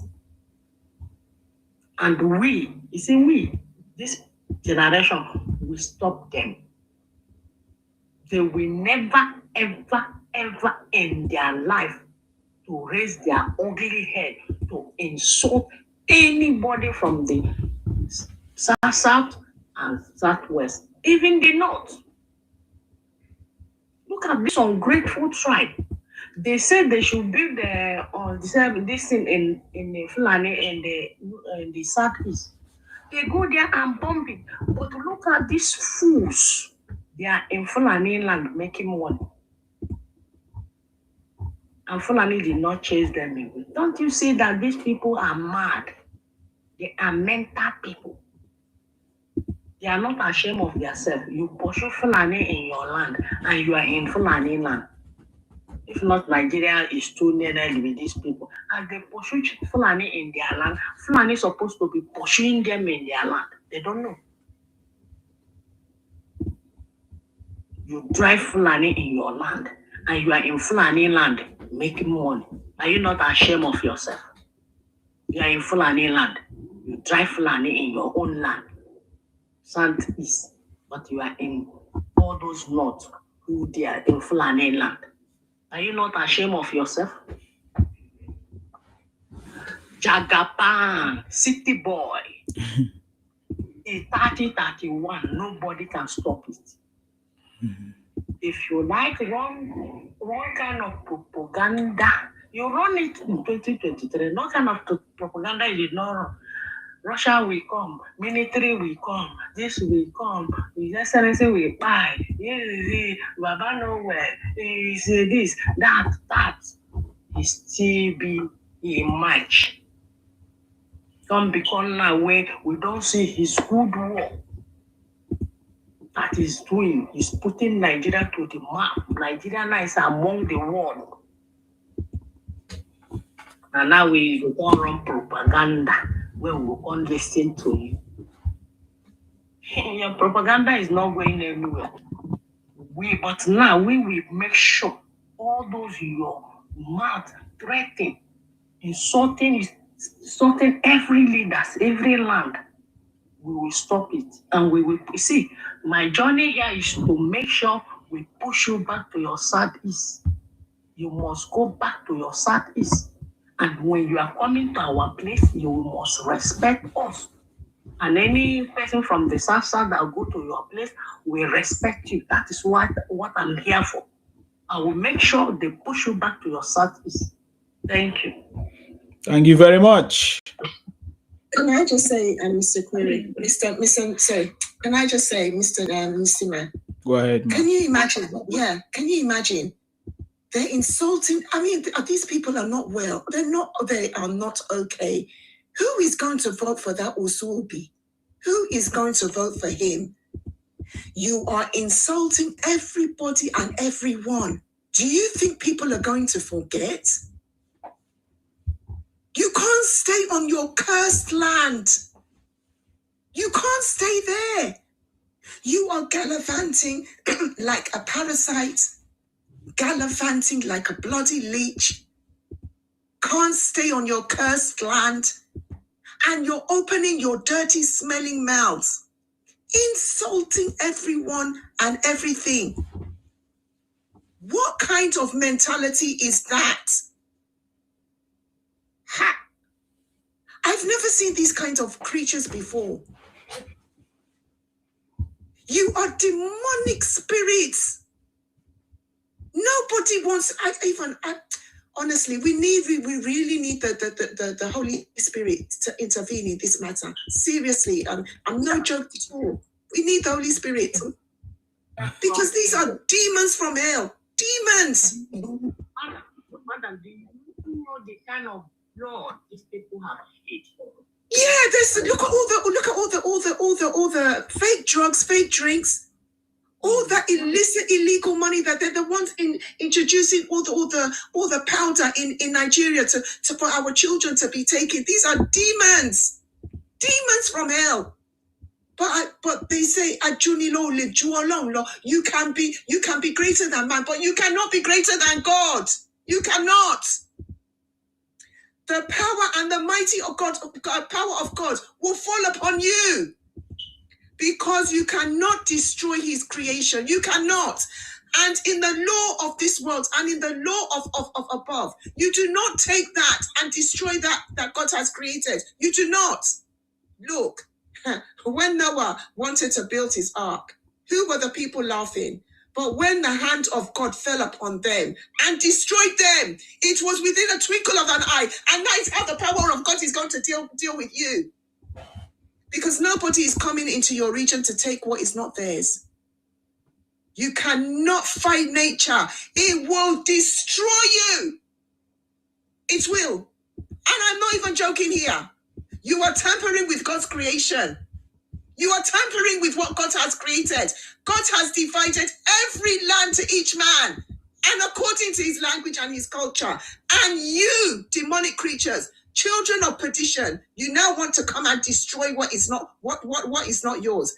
May the hand of God fall upon you and destroy you. That demonic spirit that is working within you, may it be destroyed by the mighty power of God. You will not take what is not yours. You will not. And I'm not joking here. Play what I'm playing, because you cannot be mightier than the God that created you. He is the father of everybody, and he has given everyone what is his. You cannot use the demonic spirit that is inside of you to come and destroy the creation of the Almighty. You do not have that power. You do not. We have seen it in the Bible. When Pharaoh came down on the Israelites, see how the mighty hand of God destroyed them. That is the same hand that is going to destroy you. Yes, and I pray into your lives by the mighty power of the Lord. He will destroy all your evil intentions against the innocence of those that live in Nigeria. All your demonic plans will be destroyed by the power of the Lord. And I'm not even joking here. Call me what you like. I don't care. I am praying from the bottom of my heart. Any demonic forces, any evil spirit that is working in these Insioma Isu people, Father Almighty, destroy it in your mighty power. It has been destroyed in God's name. Look. Well, them already, because if God has not. He has destroyed it. He has. And we should be claiming that destruction we should be claiming that destruction. It has been done by God's power. We claim it in your name, Father Lord. We claim it. Just as God put the hand on, just as God put his hand on you for that Biafra, he will put the same hand on you now. The same hand in which he used to destroy you for that Biafra is the same hand he's going to lay on you, you demonic forces. The same hand in which he used to crunch you for that Biafra war is the same hand he's going to use to squeeze you and crunch you and destroy your demonic force, your demonic spirit of hate. Destroy you. Because no one is disturbing these people. Everyone has shown them kindness. Yorubas have shown them kindness. The Ikweres have shown you kindness. Everybody that has shown you kindness, you have gone in and bitten the hand. You have gone in and bitten the hand. And you're still doing it. Whatever hate that you are having, I come against it by the power of God. You cannot be mightier than my God that I serve. You cannot. And you will not take that in which does not belong to you. You will not. You will not take the lands of the Yorubas. You will not take the lands of the Ikwere people. You will not take the lands of the Banker people. You will not take that is not your own. By the mighty spirit of God that I serve, you will not take it. You will not. And they can't. Which one they have? For how many years they have been shouting Biafra, Biafra? They will, even if they want that, let them stay in the little pinchomic land. Let them stay there. Let them be using money. Let them be using money they will use to fix their place, giving to other people. No. My prayer is that money, that demonic money that they have, may that same stinking demonic money, may it be your destruction by the mighty power of God. It will destroy you. Amen. Because you are using that stinking money of yours, you are using it to destabilize innocent children.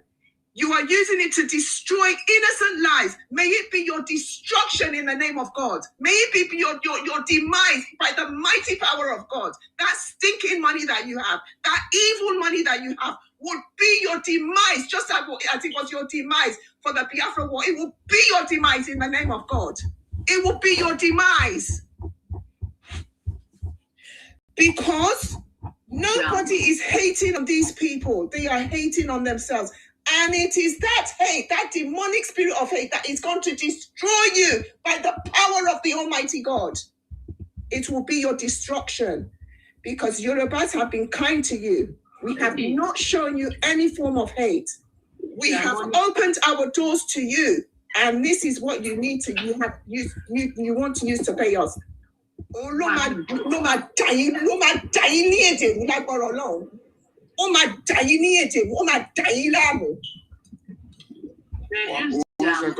second, please. 1 second, please. Yoruba greatness.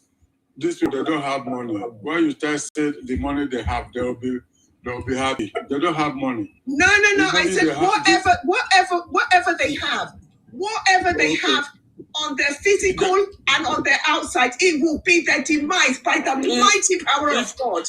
It will be your demise. If I thought they have money, for example, it's not a genuine money, it's an evil money. That's what I'm saying, that the evil money that they have, it will be their destruction. It will be your demise. It will be your demise. It will be your demise. I pray on you. I pray on all of you.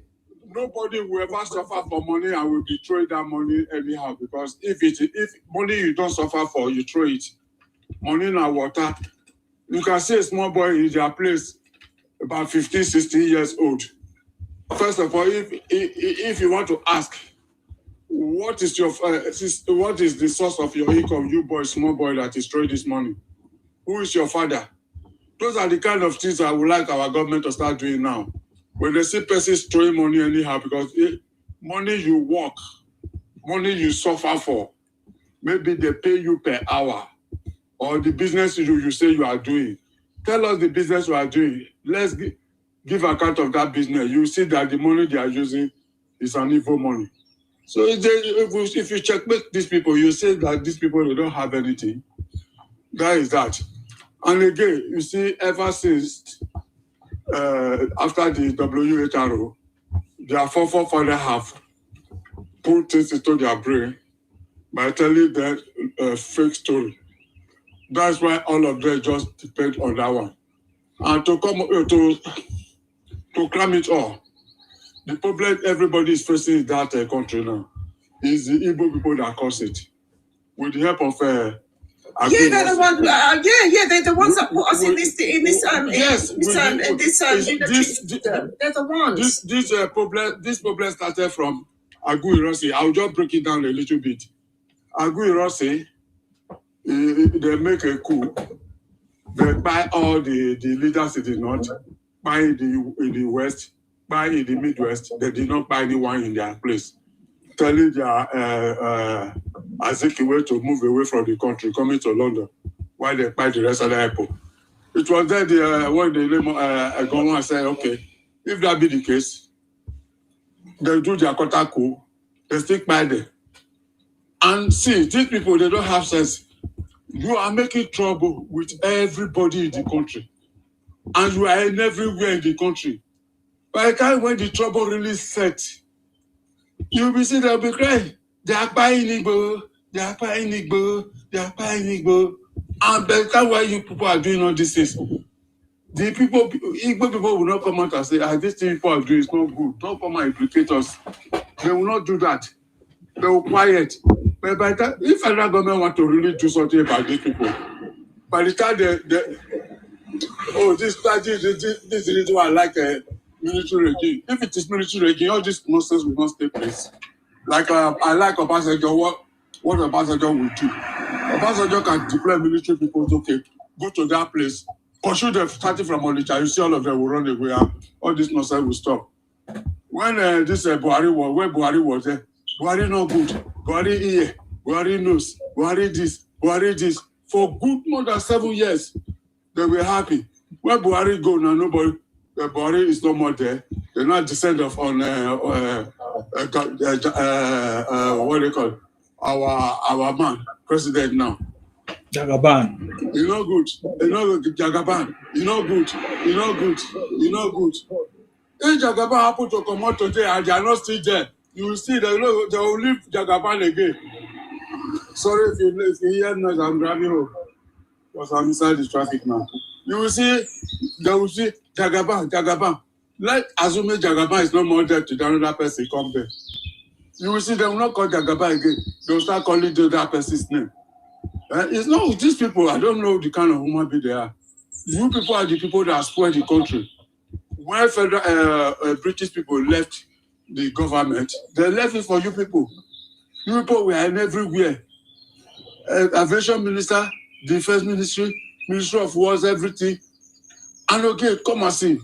There was a time they asked one lady from the east to share, I think, a location to different states. He gives 60 something to Anambra. He gives 80 something to Enugu. He gives so many numbers to so many states in their place. Like Edo, I don't think he gives Edo several one. Another state one. So the other man that was questioning him, he said, okay, tell me how you share this thing. When he was saying it, he was shaking his mouth. He said it's not the one that do it. It's the paper they gave to her. This or that. When they do that, well, why can't you tell those people, say, okay, this thing you are sharing is not good. Instead of giving 60-something allocation to one state, why not split it into about 5 or 6 places and give to other people? That's to tell them that if Igbo happen to be the president of the country, they will slave the rest of the people. That's why God will never allow them to be. Because if they be, there will be problem in that country. And never allow Igbo to rule. Never allow Igbo to rule in that country. It can never. Because they are showing themselves. All these things they are doing, I continue to say it. For the good, for the benefit of those their 4 children they want to give birth to. Let's start changing their mind. Changing their mind, doing things that will be good so that people will embrace them back, because if they continue like this. No. Wait, I know what I'm trying We'll to never do. embrace them back. That was the mistake that we made. See, you never understand me. You know, before somebody can conclude on something, there's a way you will say something first before they will know. But this thing they are doing now, see, before they will integrate them to the system again, it's going to take them most about 20 to 60 years before they start. This, you see, the story their forefather told them after the war. That's what they are adding to, because they were there. Me talking to you now, I witnessed the war. I know what happened. Yes, I know what happened during the war. The Igbo people said we were hiding there, giving them food. There was a comment one made when my grandmother, I remember when my grandmother gave them a soup and a bar. The comment he made, he said, Mommy, eba te yero umomefo. Do you know what that one means? He's telling my grandmother that they still have a big eba in the plate, but there's no soup. My mommy said, I gave you soup, but you lick the soup. If you can swallow the eba like that with water, you can go ahead and do that. Yes, man. That's when because we were hiding the inside plantain farm in our village. I remember those days. Yes, he said, Mommy,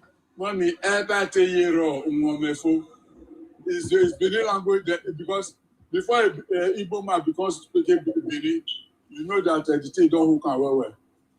The meaning of that meaning they have about before, there's still more about, but no more soup. My mom said, you know, we are inside the war. And can even eat an araje kutama mommy. And if you see, if they want to eat with you, see, if they want to eat with you, they can't they will cut in their pan. You'll be wondering that who is pursuing this kind of people. They don't have food. If they want to see, listen. If they want to fight, anyone now, it's just seize food, not certain food to their place. Other 3 months, they are down because they don't have food. I bet you. You should have just given them stone. Let them crunch on that one. They don't have food. If you see from my place, they'll come and buy gari. When they take it to market, they will call it Igbo gari. Igbo get gari. Igbo don't have gari now. If you go to their place, when they approve gari, the gari they will approve for ground, it will look like pencil. My goodness. They always heap their sand. They always heap their sand before they can plant anything. The only thing that good in their place is pancane, cashew, all those kind of cash crops. All these cassava, melon, corn, all those things there. All those ones doesn't work in their place. The only thing that works is mango, palm tree, cashew, and some other trees. The rest of that thing doesn't work. That's why they will come to my village, come and buy gari, put it in a rice bag, sew it round, take it to Igbo land. At times, somebody will take to Lagos. When they get to Lagos, they will say, Igbo gari, Igbo gari, Igbo get gari, Igbo get yam. The 2 parts of yam they will get from their small farm. They don't even have land to farm self. That's why they move to different type of village across the Delta and Benin, going to do farm. When they come, they will pretend they are lawyer. But by the time they get what they want, they'll come and open their shoulder. When my father want to sell land, from one man, what they call OBDK, when he would BDK buy for forever, he was so loyal to my father. He was so close to my father. He was crying that he had been looking for land to buy. My father now, after about 4x2, 400, that is 400 by 100 into 4. My father now cut 100 by 100 for the man inside it. After the man bought the something, he fenced his land. Since that time, my father said, OBDK, where are you? You say, I'm very busy. I'm going to work. I'm going to this. He never trust my father. My father said, okay, you were so close to me. to get this land from me. That's why you were behaving like that. Okay, come and take your money. I don't want to sell the land for you again. They will destroy some part of the block and we enter inside. All the things where they put inside, we pull them off. The yam we plant inside, we pull them off. We will say, okay, want to go and report. Go and report. Who you want to go report to? Go and report. My father brought out the money and gave it back to him, and he said she come and remove all the block he moved. That's how we took the land from me. Come to our village, they want to come and buy because our village is not too open as that time. They want to come and buy land. They will say, give us land acre, so acre. Because we know the kind of people they are, they will not send a message to our elderly people back home. So they started revoking their land now because that is the system they want to integrate to our system. We don't want it. So that is that. And from today, I want to use this opportunity to tell everybody to start discriminating them. Don't give them land, don't give them house, don't give them anything, don't buy anything from them, so that they will know the kind of trouble they are into. Even the northern people, they should drive them from that northern area. And the western area, they should drive them. The Midwestern, former Midwestern area, which is now Edo and Delta, they should drive them. Let them go back to their state.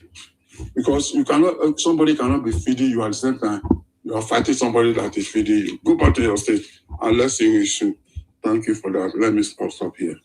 Thank you very much for that. I appreciate you, General. Can we hear from Ade Young? Is it Ade Young? Please go ahead. Yeah. I salute you. Go ahead, please. Yeah, what is your contribution? Yeah.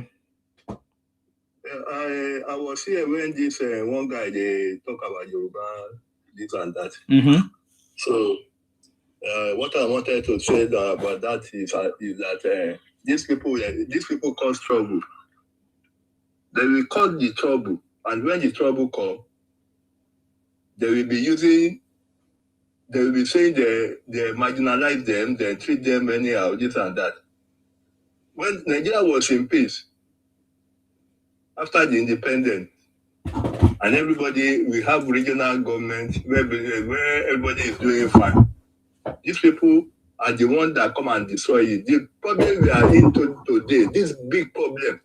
If we want to judge them, if we want to judge what they do to Nigerians, I'm telling you, they're not supposed to exist. They're not supposed to exist because many people have died. Many innocent people have died through what they caused in Nigeria in 1966. Many innocent people, children, everybody, many people have died because I didn't create this problem. And this thing affects. The music by. Okay, many people have died. Yeah, thank you. I'm sorry. Many people have died, and it's we Nigerians, it affects other Africans. They created that time that is still affecting us today. It's affecting other Africa. So, and these people, we still consider them like we Yoruba. You know, when they do the coup, they kill they buy our top politicians. They buy our top politicians. They buy our Hausa top politicians and our top military. And our top military that time, where we say none of Igbo people die. None of Igbo people die that time. But we still not hate them like we Yoruba after the war. We still accommodate them without saying we want to revenge or we want to do this, we want to do that. We say welcome them to Lagos. No problem. We don't have problem with them. We still do as a brother to them. Now they now see Yoruba now. You know, we now, individual Yoruba don't have any problem with them. But these people are they are fighting state government. They are against the state government. You did for somebody land. You are saying the land is no man's land. You are raising your shoulder on somebody's state, raising your shoulder against government, the government of the place. How do you say you want to vote against the government of the state? How do you think the person will be looking at you? You turn yourself to enemy of that the state government of the state where you are making, instead of to face your business, and support the government of that state, so that everything will be working fine for you. You turn yourself to the enemy of that government, and you want the government to be looking at you. If we shift you if we put you for where you belong.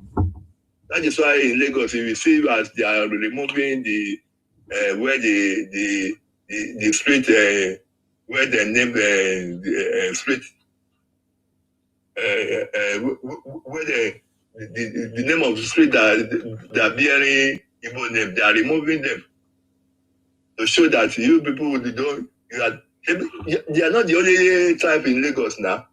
We have many tribes. We have Hausa, Fulani. We have different type of tribe in Lagos. Why only you? Why only you? You don't want to. They don't respect. They don't want to give respect to anybody that did for the respect. So that is them. These people will create problem, and when the problem started happen to them, they will be saying something like they hate Igbo, they hate this, they hate us. Yoruba is a betrayer, this and that. Who is the betrayer? Okay, from the beginning of Nigeria, from the beginning of Nigeria now, when we don't get independent, how many Igbos? Yoruba pie, make they can't tell us. Compared to how many Yoruba way Igbo people don't pie.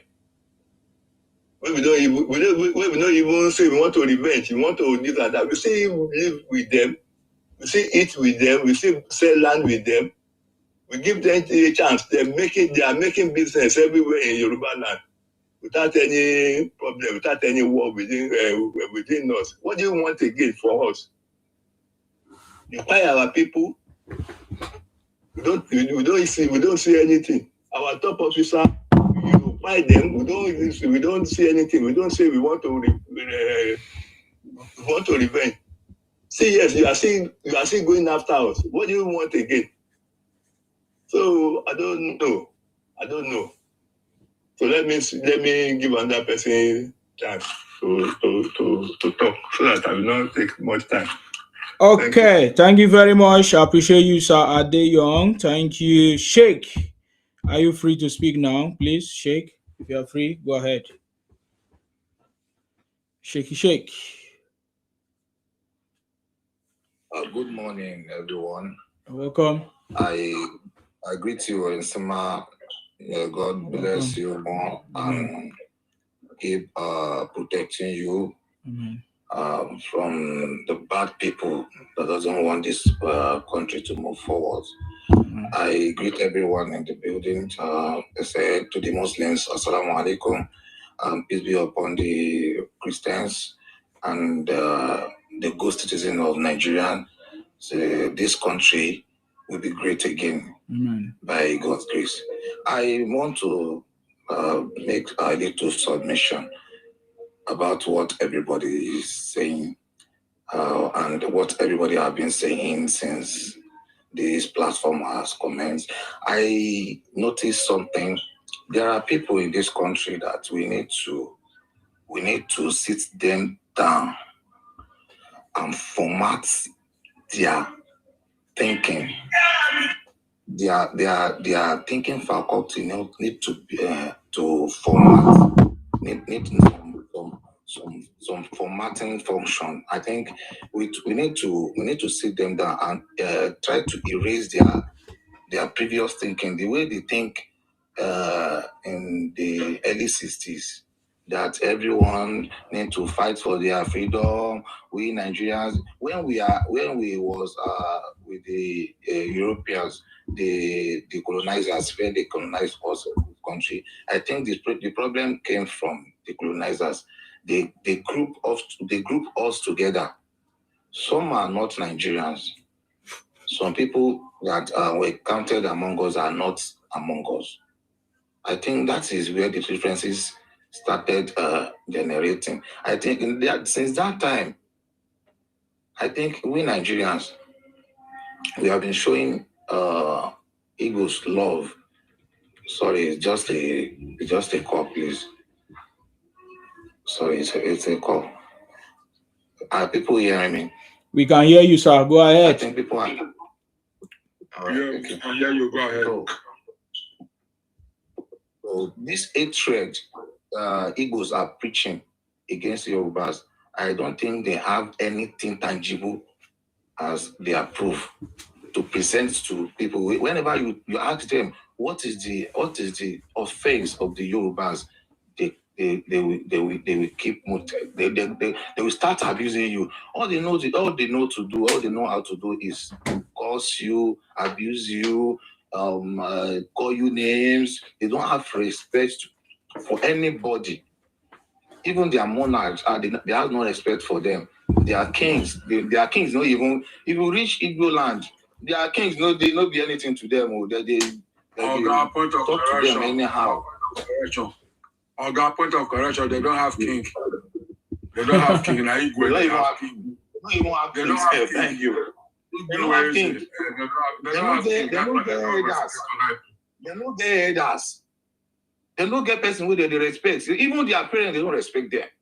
So these people are, even when we are calling them an ingrate people, we are still they are nothing, because we're calling them nothing. When you check yourself, you are saying you are among people, among different tribes, and you are the only one portraying yourself as an enemy to other tribes.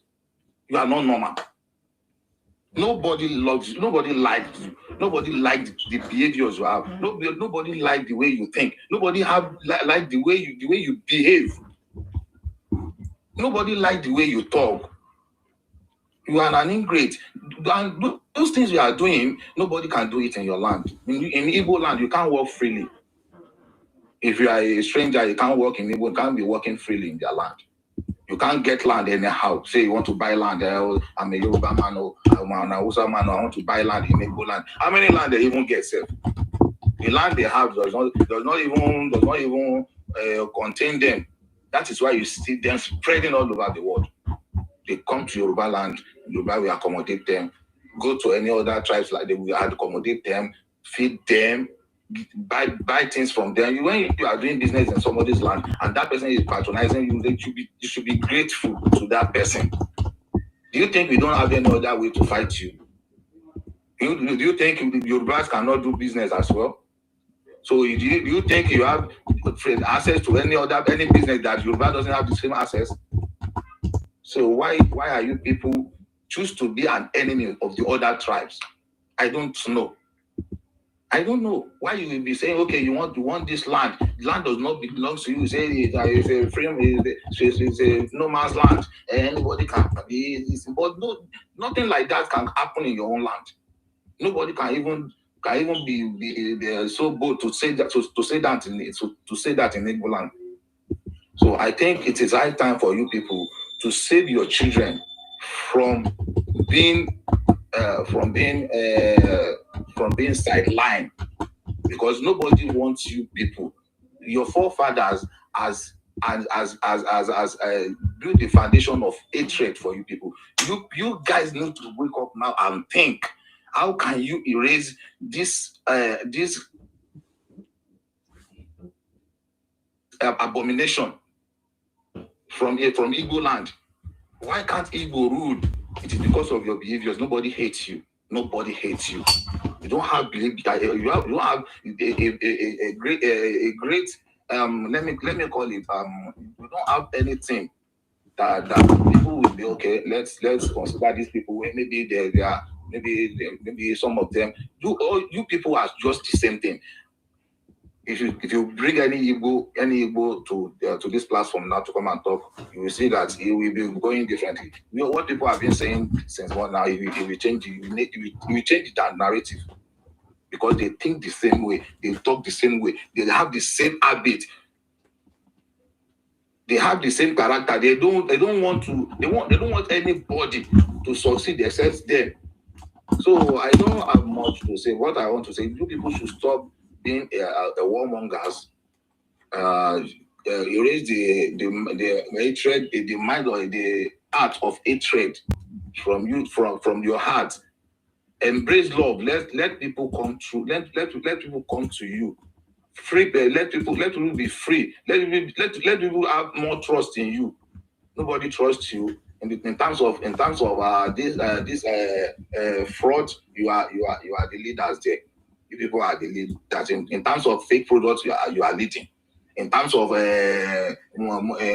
waging war against the other tribe, you are the only one. Nobody else. So what did you want in this country? And this country is now Tinubu is setting record that no one has ever set in this country. I think this is the first president we have. All the other presidents we have in Nigeria before, I think they are their own caretaker, and they are not taking care of the country in the way they're supposed to. They're supposed to. Now the landlord is there. People that have the love for their country, not people that come to come and embezzle our resources. So now Nigeria is moving forward. You start your rubbish. You want to take someone's land. You want to wage war against somebody that accommodates you. Somebody that show you love. What have you contributed to this country? To say, okay, let's try to these people. At least Igala people are doing more better than you guys. I will vote if any Igala guy I try to emerge as a candidate of any so-called party. I will vote for them. They are doing well. They maintain their state. They are this thing. They don't cause trouble. Many people do not cause trouble. People trying to get them to the evil you are doing. So you should stop. Change your way. Change your way. You can change your way, and everything is better for you. You can change your way. Preach love. In your church, you don't bring love. You don't preach love. During the 2023 election, you brought the religion to the politics. You want to dismantle it. Yes, daddy. Did you see what they are doing? You see, this is a religious war. What is your problem? What is the problem you people have? So I rate my case for now. Those people other people talk. Thanks so much. Thank you very much. Thank you very much, sir. You see, my friend, I just quickly say one small thing. You see, I was scrolling one. Thank you so much. I was scrolling along the platform with my second phone. I discovered where these Igbo people gang up. They were saying the Igbo women should start married to Yoruba, Benin, and other tribe, so that where it's a business, that's their agenda now. That if the person, the woman were married to the man, if the man buy, I'm not gonna say the same man buy the man. No, you not talk like that. They say if the man buy, definitely they will read the man property. That's what is the agenda. So the women from inside, the women from what they said. They have been doing it for a long time, so we don't understand. They say, yes, I was just listening to them. I did not record the radio. He said they should be married to non-native, mostly Benin, maybe they married to Benin people there with Yoruba, so that if the man buy, the property belongs to them. From there, they will take that system to integrate to their system. So maybe they go for them, maybe they enter. Say, why these people? Even this thing have been happening right from time. It have been happening up until all the people did put mine down. That's why I say Igbo woman will come and marry to a Benin woman. I'll say, why are you not married? Why are you not married to your? Why are you not married to your sister? If you want to say something, I should hold on for you. Say what you want to say. Say what you want to say. I hold on for you. Come out in 2023 and say Igbos are everywhere. We don't understand. They have been sending their women for decades to still dominate us. But we don't understand it. That is why now we have to preach to our men and our women to stop marrying them. That is the way they use this intermarriage to enter us much. And that is why you see, particularly in the South, we don't come and attract them upon all their bad things they have been doing to us. So we have to stop marrying them. We have to stop marrying them. That is another way that used to enter us. Let's stop marrying them. Let's stop marrying them. If our women marry them, they don't live there in peace. But if they come to our men marry them, they dominate. You will see them. They will bring all their family. The man that married their sister will bring all their family. I've been seeing it in my own land. I know how they operate. So we should stop marrying them. We stop. If the man did not accept, they buy the man and they dominate with their people there. That is how they do. We have to stop marrying them.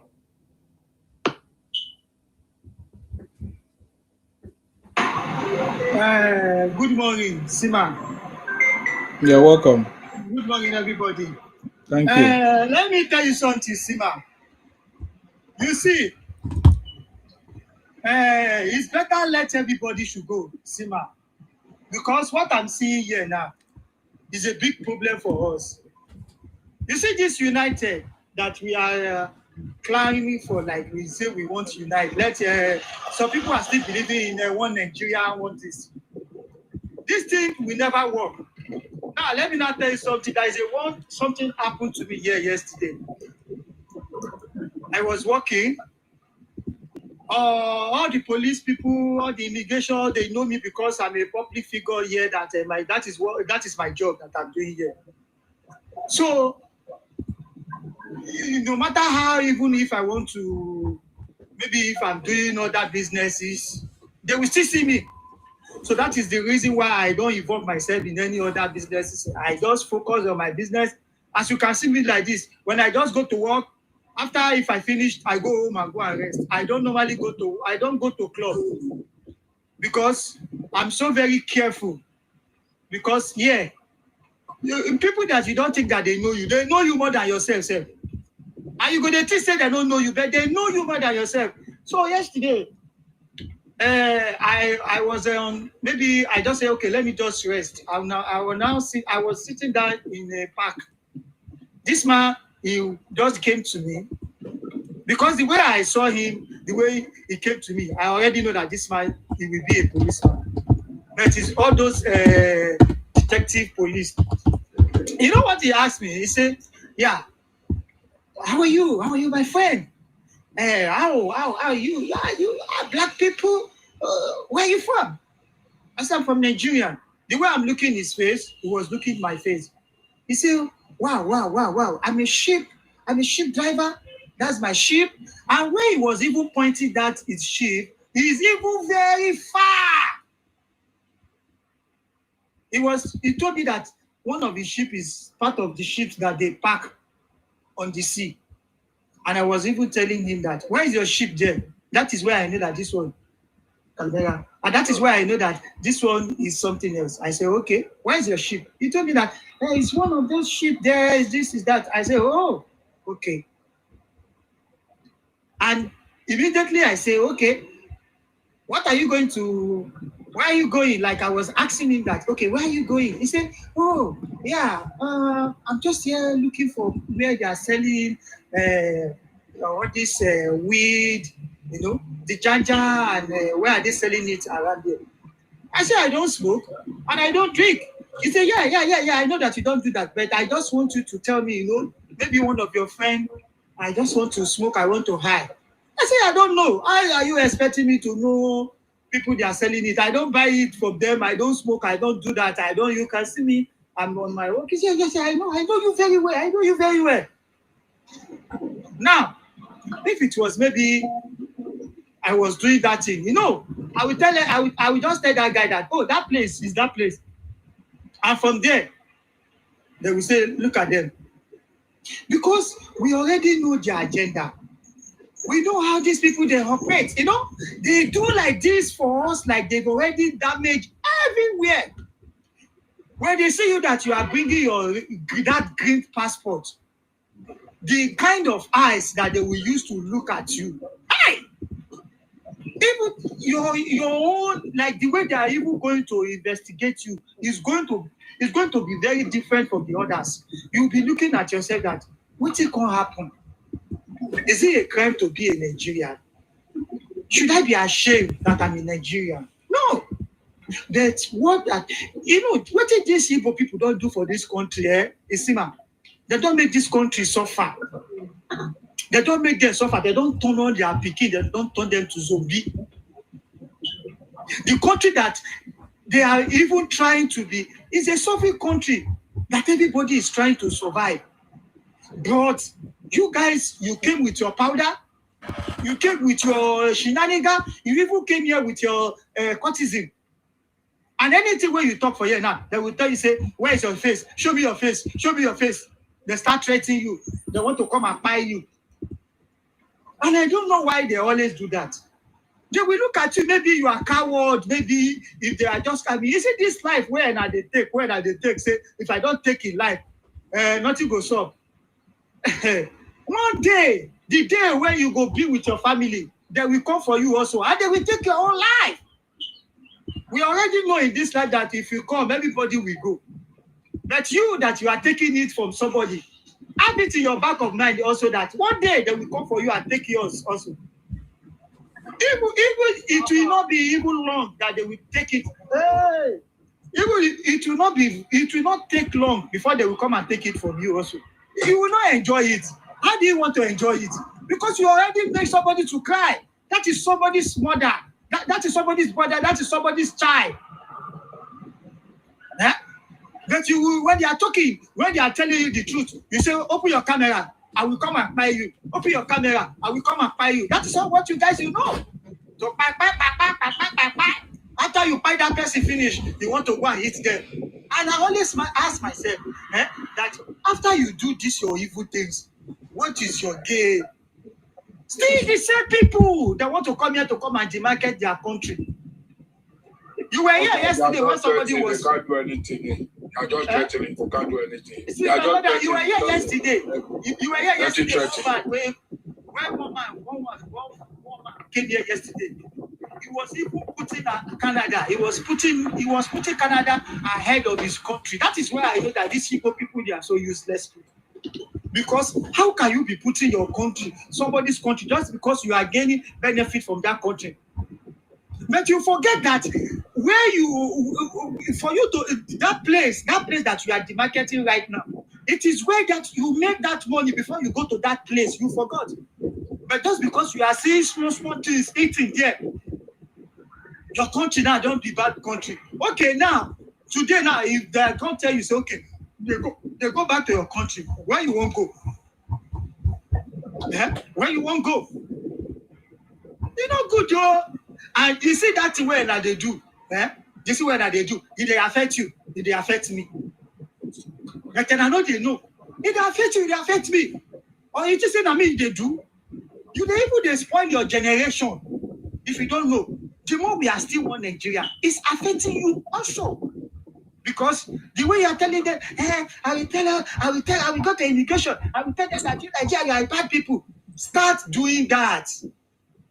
Start doing it. Nobody is going to stop you this time around. Stop doing it. See, we are not going to stop you. Keep on doing it. Keep on doing it, okay? Keep on doing it. See, my hope is say, when it is time for us to go, we will go. And it will, you see, by the time that everybody just stay on their own, we have that regional system that we are looking for, you will see what is going to happen by then. When we change our law, See, people they are still believing in this one Nigeria. I wish them good luck with this all these combos, all this kukush. Because I don't know the name that I'm going to call you. Nothing that is working in your head again. Every day you will be coming here to demarket your country as if maybe the country will not be better again. When they want to put something in place in Nigeria, you still the same people will come online, they will start crying. Oh, the country, oh. When you will say the Lagos is smelling, they are trying to put Lagos in order so that people they can live fine. Still the same people coming online say that the government, what government is doing to people, they are very bad people. Do you know how long these people they have been talking about that Makoko? That today now the government want to make good things for that Makoko. Still the same people they are taking it on X. They are saying that look at what the government they are doing. Very wicked people. You are a very wicked people. I never see the kind of human being I live in this life. And that is the reason why we are telling our government that they should please let us stay on. See, that doesn't mean that we are not going to be doing things with each other. Let everybody just stay on their own boundary. You can come to my land, but follow my law. And that will be better. That is what we are asking the government to do for us. Because we cannot be staying with all these people that they will come to our land, they will post it online. They start marketing our state. But their own state, they will keep it. And that is when we don't even know when this our government that will wake up. There is a lot of things that is happening in Abia, is happening in Anambra, Igbo. That Igbo people will never post those things. When they want to come and post your own state, they will post it online. Can't you see that you are so foolish people? Eh? They will tell you even your what is it? They will tell you your name of your chairman. They will tell you your name of your councillor. But ask Igbo, what is the name of your own councillor? You don't know. Is that not stupidness? Eh? You don't know your chairman, you don't know your local government chairman, you don't know your House of Assembly, your representative, you don't know. But you already know somebody. Oh my God. Come on. See, I'm just praying. One day, all what you have been saying online, your voice is recording here, and they will play it to you one day. Even your children, they will come across it. They will come across it and they will see it. For this your shenanigan that you have been doing all over the world, that you think you can just bring everybody down, you come online to start insulting everybody. You think you are more superior more than everybody in that country. You are not more superior more than everybody. We are just looking at you just because we are not like you. You can't say that everybody is just nowhere that you are going now. They are just calling you out. When you do bad thing, Igbo people will never let you. They will not want you. They will not want you to call them out. But when they see somebody is doing bad thing, they are still the first person that will come and call that person out. They are the one. They will post, hey, look at this government, oh, look at this, what is they are doing, oh. But what about your own people? That's your people that they are selling powder all over the world, that demarketing the country. You never go and correct them that what they are saying is very bad. That when you see somebody that is doing bad thing in that country, you want to call it back. When they come here, hey, Jagaban, it's a powder pusher. It's a powder pusher. But your own, what about you, your brothers? They are selling those things in the world. Huh? You are the one. See what is trending right now in Nigeria now. Fake drink. Huh? Fake baby food. Everything fake. Fake. Hmm? You already make this thing to be trending right now. Kidney problem now is trending right now in Nigeria. Kidney problem. What caused it? Just because of this what you are eating. Yeah? Nobody is even living long now in Nigeria. You just see 40-something years, that person already packed. 52 is already packed. And I still remember the olden days. My grandmother, I still have a grandmother. she's still living fine up till now. Eh? Most of us now God go make us make we live long because of waiting we don't put our man for that country. Everything is fake. Eh? Even that time, I still remember that time. If anything where they do, you will be active. You go there active. But not be now. You can't be active again. You wake up like this, your body go there be like say one time. Just because of what? Because of fake things. God will help you, Sha. Thank you, Sime. Thank you very much. Appreciate you for coming and for your contribution. Thank you very much. I salute you, sir. Go ahead, Yoruba Justice. Yeah, I'm going to start my summation by talking. I want to talk to my indigenous people who we call ourselves Nigeria today. The calamity that we are facing in Nigeria, called the Igbo problem, is not a joke. Nigeria is a cradle of civilization. We are supposed to be leading all African countries today. The Igbos have been sabotaging our development for so many long time. And we cannot contain the Igbos problem no more in Nigeria. The Igbos are not Nigeria. The Igbos are not indigenous to Nigeria. The Igbos do not have any history in Nigeria. The Igbos do not have any civilization in Nigeria. So let the Igbos go back to where the British brought them from. Fellow Nigerians, I'm begging you, I am on my knees for you today. If you have any relationship with Igbo, you have to reject it. If you have any business with any Igbo people, you have to reject the business with Igbo people. If you have sold any land to Igbo people, those land that you have sold to any Igbo people, those lands can be recovered back. You must have sold those land to them due to duress or some kind of technology that they use for you. Any property you have with Igbo can be recovered from them. Igbos must leave our space in order for Nigeria to survive, in order for Nigeria to live, in order for Nigeria to be progressive and to achieve our aims in this world. Igbos must leave our space. Igbos are beating their chest that they want to go. Igbos said they want their Biafra. We must, 2027, Igbos must go back to their Biafra. Igbos must never be allowed to vote outside Igbo land. Any Igbo who are tempted to vote outside Igbo land, please send him to the, you know where to send him? To the hospital. There's another place that you can send him to, where your ancestors are.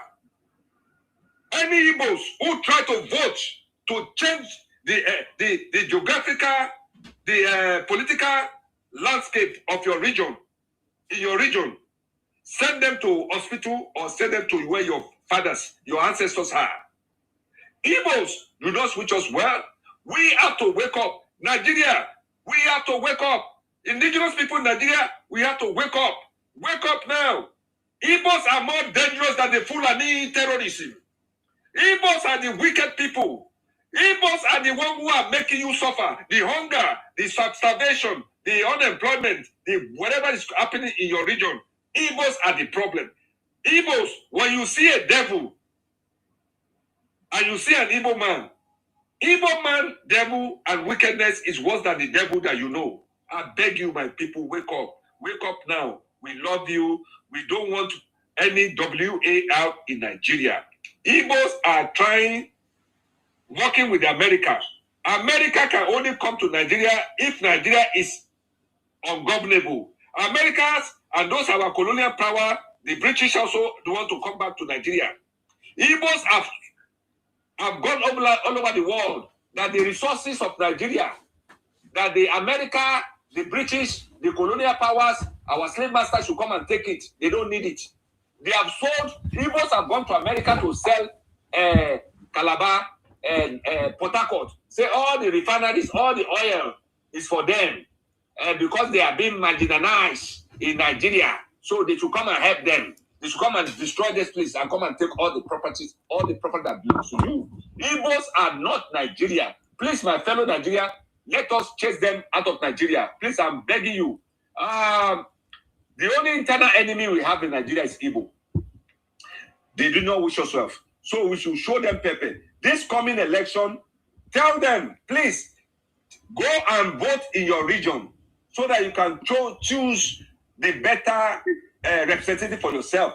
Stop putting your mouth in other people's affairs in Nigeria. Focus on your region. And if you refuse to do that, we have, by God's grace of Nigeria, the God of Nigeria, the God of the indigenous people in Nigeria, we are going to remove you. The British brought you US to make calamity in Nigeria. We know all those things, and we are forgiving you. You took up arms to fight us. We are forgiving you. Now, no more forgiveness. Whatever property you have that you think you have acquired through all kinds of crooked means in every people's region. We can take it back from you. Please, any Igbo people who's listening to this communication, I beg you, go back to your region. Make your region great. Stop your evil ways. Your evil ways, we don't want it no more. And please, we are not a very wicked people or violent people. Don't push us to do things that we are supposed to do. If you push us to show you pepper, we are going to show you pepper. This is my submission. Thank you. Thank you very much. Thank you very much. It's been a long time coming. Over 60 years. We are still experiencing the same problem. COVID-19. Go ahead. What's your contribution, please?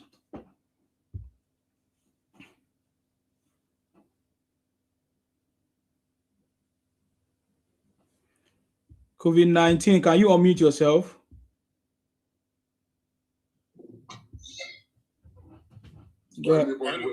Talk. Drop on. Isima. Yes. Isima, good morning, sir. I salute you. Good morning, sir. You're welcome, sir. Yeah, Isima. Isima, good morning. Please, I'm not an Igbo. I'm not Yoruba. I'm not Hausa. What I want to say is so what are you? Speech this man is proposing. What are you? I'm from Agbo. You are from Agbo? I'm from Agbo. Okay, so what do you want to say?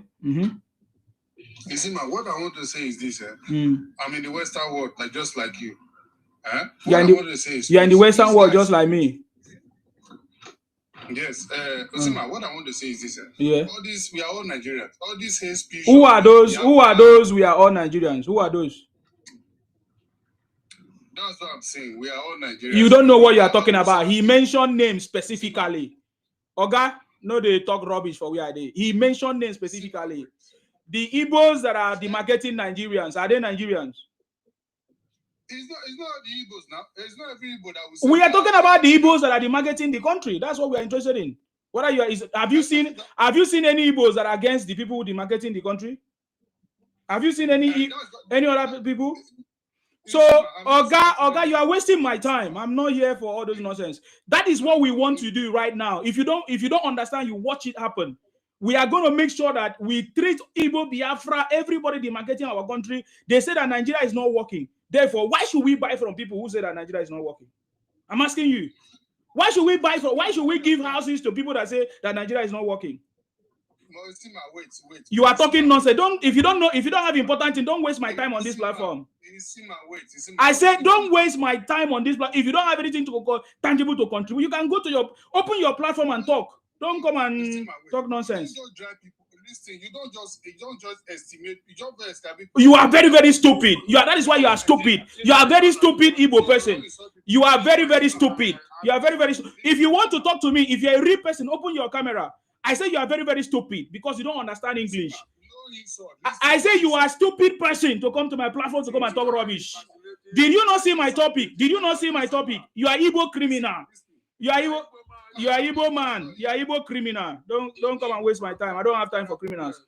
Please, I need the next person to talk. If you are very, you cannot read what I wrote on the board on my topic after 60 years. I know. That's why he said it's not Igbo, it's not this, it's Agbo. You are stupid person. You are stupid. But you think that I have that? Please go ahead. If you don't have important thing to say, you get out. I don't have time for nonsense. Yeah. Please go ahead.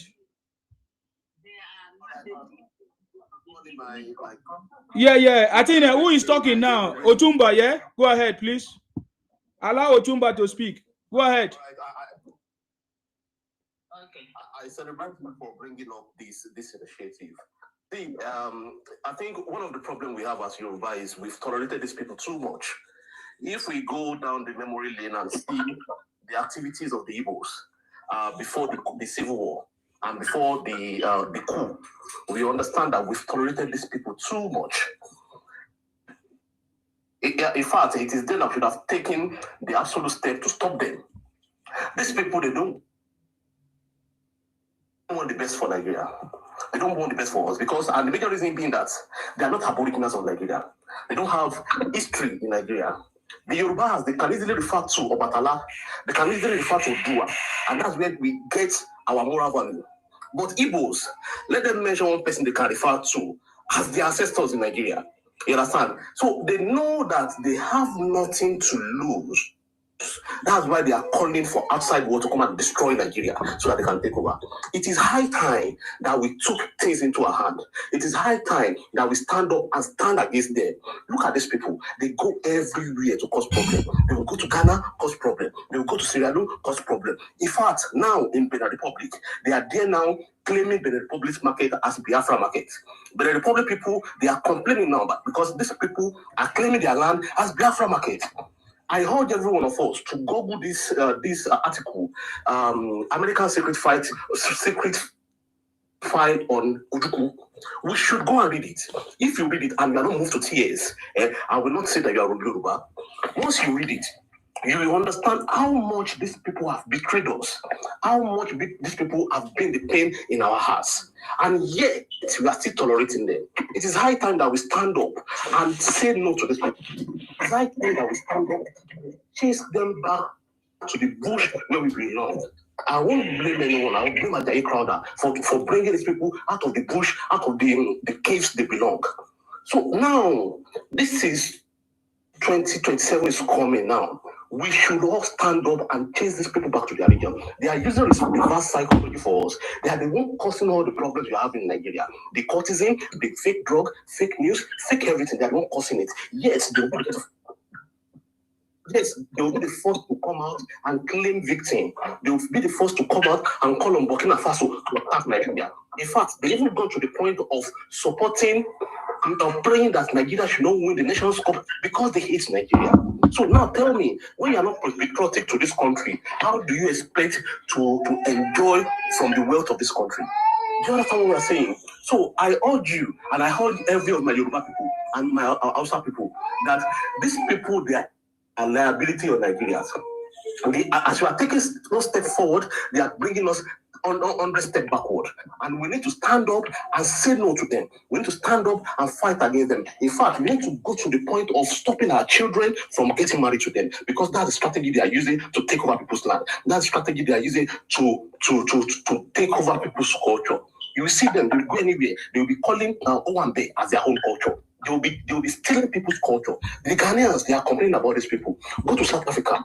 They are spreading what's it called? Drugs in South Africa. We have veterans, the retired veterans in the US. They are the ones that came together to go and lobby with the US to come and invade Nigeria. And we have the veterans over there too. What are they doing? Why are they keeping quiet?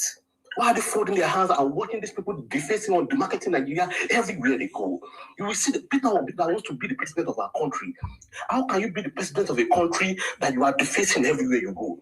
You are not a good citizen of this country and you want to leave that country. It is not possible. So please, as parents, as elderly ones, we have a responsibility. And what's that major responsibility? Is to make sure our children knows our history, is to make sure our children knows where we are coming from, so that they will be able to be prepared for where we are going. Is to let them know that our children have no business of getting married to those cavemen that we call Igbos. They have no children, they have no business getting married to them. So now let us take our stand. Don't let us be too accommodating to these people. That's one of the problems of Yorubas. They are too accommodating. They left their region, came down to Lagos. They are the one that they are destroying Lagos. They are the one that are stealing their cables. They are the one that are sleeping under the bridge. They are the ones that are defecating everywhere and destroying Lagos. Yes, they will be the one to come out and say Lagos is smelly, and say Lagos is bad, and say Lagos is full of beggars. But yet, they are the one that is our problem. So they are using reverse psychology. And what they want is like for Nigeria to become real. So that when they become real, and all of us are in disarray, they cannot come over and take over. Please, once again, I urge every one of us, please take your time, Google that thing, that CIA's declassified information on Ojukwu. You have, America's classified information on Ojukwu. If you read it, you understand how much these guys hate us. You understand how much these guys has destroyed Nigeria. There was a video I was watching about Igbos in the US. That was in the 1960s. They were making protests that the US should come and take over Nigeria. Who in his right mind does that? If you know you have history in Nigeria, you won't call on others to come and rule Nigeria. And for you to know how devilish these people is, they don't know that if they call on US to come and destroy Nigeria, their family too will be destroyed, their children too will be destroyed. But they don't give a fuck. What they just want is, so far they cannot get this thing, let us all destroy everything. Which is totally devilish. I always say it. Devil will always sit down and write down tutorial when they see the wickedness of Igbos. Devil will always sit down and always learn from Igbos when they see their wickedness. So let us stand up as one. Let's stand up as family and kick these people out. If you've sold land to them, let's come together as a community and collect back our land. That's their strategy. They want to go everywhere, steal culture, steal land, steal name, and everything. Look at them saying Ilefe belongs to them. It's not because we've tolerated them too much. It's because we've tolerated them too much. That's why they have the audacity of saying that Ilefe belongs to them. That's why they're saying Lagos belongs to them. And if you ask them, okay, how is Lagos? How do you see anything? Instead of them to give you logical answer, they will be abusing you. They will be cursing you every now and then. If you go to China now, they are not fighting in China. They're not defacing in Nigeria and China. Go to Malaysia. We have thousands of them in Malaysian prison. Defacing Nigeria. But if they want to say anything, they generalize that Nigeria. But when it comes to something good, probably they are the world best in something, they will remember that they are Igbo. They will not remember that they are Nigerian. But when it comes to carrying drug and all that, they will see that Nigerians. This is bad. Please let us come together. I am still a young adult, and at least I know a little of the history that happened then.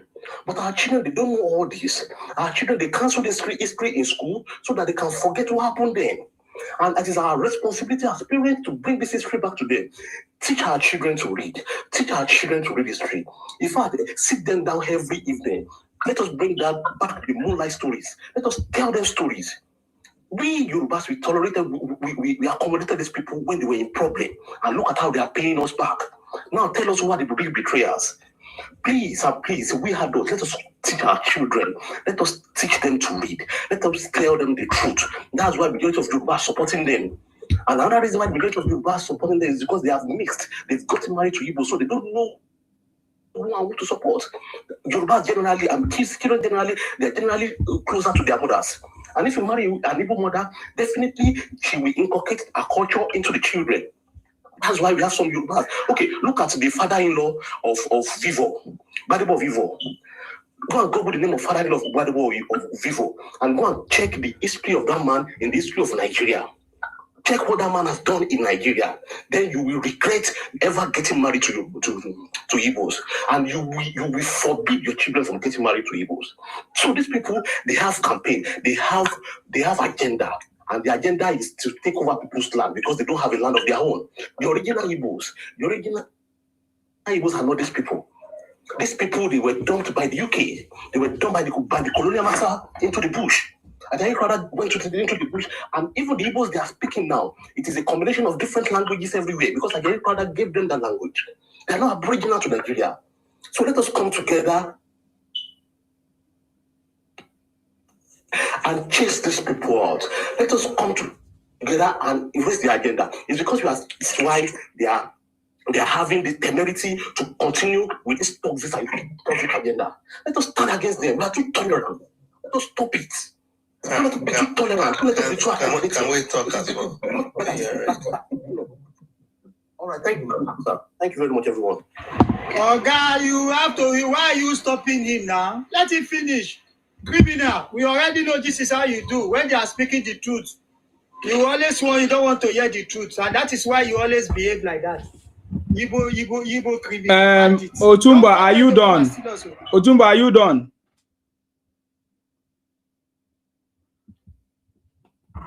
Sorry, I'm not I'm a proper Yoruba, so I don't know what you're talking about. My point is You don't act like a Yoruba. You act like the stupid Igbos. You wait for your turn. Anytime you go on a platform, you wait for your turn. You don't interrupt. If you cannot wait, you go. It's as simple as that. Please go ahead, Otumba, if you are done. Except you are done. Yeah. All right. Okay. Like I said, I've summarized everything. We should stand against tyranny. We should stand against intimidation. We should stand against land grabbing. We should stand against culture grabbing. And it is high time that we reduce our tolerance attitude. It is high time that we reduce our accommodative attitude, because they are mixing up our blood. It is because of this they are mixing up our culture. As a parent, it is our responsibility to make sure your children do not get married to these people, because if they get married to these people, their mothers we always corrupt their mind. That's why we have the likes of Gbadebo Vivo. Gbadebo Vivo want to sell out Lagos to them. They want to use that medium to sell out Yoruba land, and we must go against it. Thank you very much. God bless you all. Thank you very much, sir. I appreciate you. Thank you very much for your contribution. That is very, very correct. We have already told everybody 3 major techniques that the Igbo Biafra are using. Impersonation. Very, very important technique that they are using. Impersonation. Using our names, using our language to invade our land, to manipulate us and all of that. That is impersonation. You can see them changing their names to Yoruba names, to Ikwere names, to Ibibio names and all of that. Some of them can also speak the language, and that is the technique that they're using to penetrate us. You see, that's why I call the attention of the Yorubas. The Yorubas have been taking these Igbos for granted. The Yorubas brought the Igbos back when we were crying. So it's a very important thing for everybody to understand. This is over 60 years. They have not changed. They continue doing it. The number 2 technique is misinformation, propaganda, and lies, fake story, fake history. That's the number 2 techniques that they are using. They tell fake story, fake history. They use impersonation, misinformation, propaganda. That is what they use. IPOP was a propaganda machine for the Igbos, sponsored by the elites through Nnamdi Kanu. Those are the techniques that they are using. The target has always been the Yorubas, because they know that after Buhari is going to be Tinubu, the president. The 3rd technique is what we are talking about today, the intermarriage. They are using intermarriage to invade us. The other one could have been the 4th one, the one Nigerian concept, where they use one Nigeria concept to travel to every nook and crannies of our villages, our towns, to invade. When they go there, they want to take charge. They drive away the businesses there and they start their own business. This is a reality. These are facts. These are facts. These are clear facts. And then you hear them say Nigeria is not working. Yet every night they are traveling to every part of Nigeria with nylon bag and slippers. These are facts. People that say that Nigeria is not working, things are not working, why are they moving from place to place to our own space? People that say they want their Biafra, why they traveled to Christmas just this December, they still came back, but they say Nigeria is not working. So the problem is that we are the ones that are foolish. The Nigerians are the ones that have been foolish. That is why Igbos are saying that Nigeria is not working, and we still buy from them. Even when we know that they are the one poisoning us, we still buy from them. Even when we know that we are the ones selling fake products, we still buy from them. Are we not foolish? Is Nigeria working? It's a challenge. I brought this challenge to everybody to look at it. After 60 years, do you think these people are going to have a remorse or rethink, or they're going to change? Who is stupid here? Are Igbos not right that that Nigeria is not working? Because if Nigeria is working, we will allow these criminalities to continue. We will allow them to demarket us and still come back and sell for us and still come to our village. We still rent our shop, our houses for them. Is Nigeria working? It's a good question. I think that should be a bigger conversation that I'm going to use in the next broadcast. Is Nigeria working? Prove to us that Nigeria is working. Because if Nigeria is working, there is no other country you see the tribes or any other group do the same thing that Igbos are doing. It's high time for us to ask ourselves, is Nigeria really working? Because if Nigerians are working, Igbos cannot get scot-free and do what they are doing. Let me allow the next speaker here, Mubarak. Please go ahead. Mubarak, please go ahead. It's your turn. Good morning, my brother. I salute you. Fine. And I wish everybody here a very good morning. You're welcome. You know, I will begin by saying, you know, in this your platform, the Igbos find you as the boogeyman, the Baba Yaga of the Igbo people. Because as far as we are concerned, none of them could come up here and be able to defend his tribe that he is yearning for a country for. When they come to your platform, trust me, they cannot say anything. Why? Because it seems Nsima knows too much about them. Because when Nsima is talking, he is talking out of experience. You can understand that he knows exactly what they do to people when they begin to destroy things.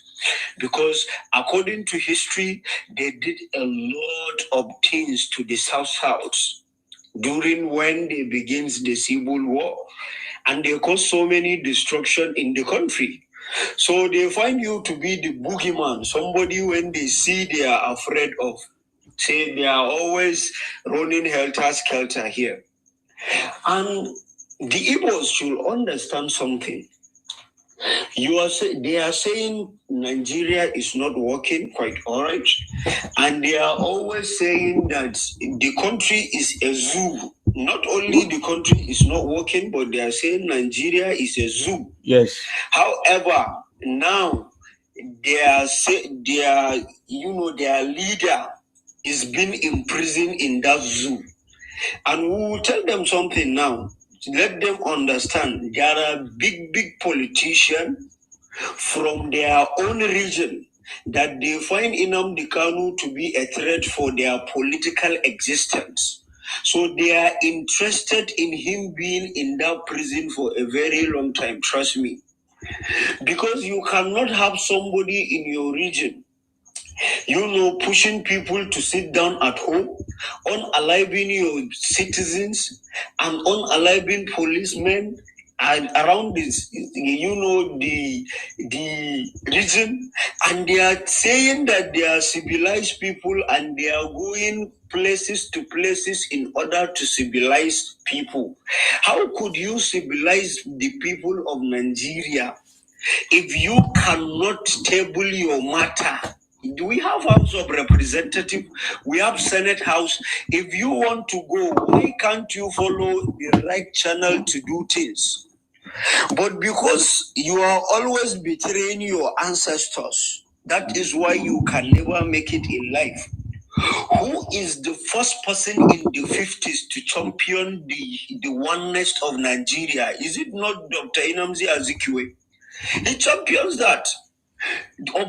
Chief Obafemi Awolowo and Sardauna of Sokoto, Sir Ahmadu Bello, they insisted at the 50s that we should have, in the constitution where the regions will have a power more than the central government in order to govern themselves. But Dr. Nnamdi Azikiwe betrayed them with the Europeans as at the 50s. He makes sure that Nigeria remain a single entity, and now you are fighting what your ancestors fought. You can never make it. These are things you should be understanding. Always we are telling you that the purpose of history is to know the past in order to adjust the present and plan for the future. But you used to corrupt your history and then promote propaganda as a history of yours. So you can never make it in all ramifications. That is the naked truth.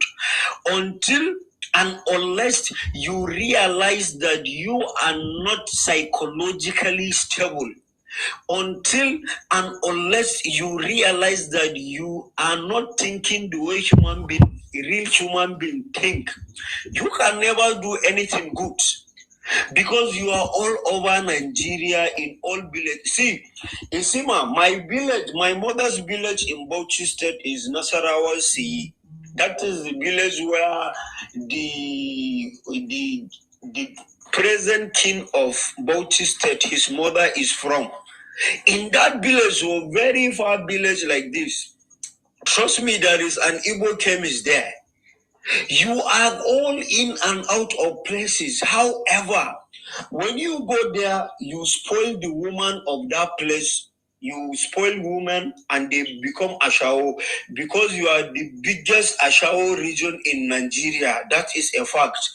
And you are the biggest tribe that do Ashao across the globe. That is a fact. So you spoil the name of the country in the first place all over the world. After you spoil the name of the country, then within the country you do rituals, and outside the country you do money rituals. You bring all sorts of things, kidney factories, you can trace it in your origin. You have so many problems and you are still saying that this country is not working. How would a country work with an Igbo person?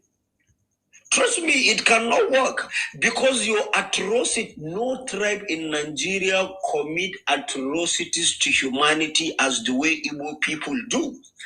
Because I cannot understand how somebody with an atom of sense be selling fake drugs for his fellow people within his own country.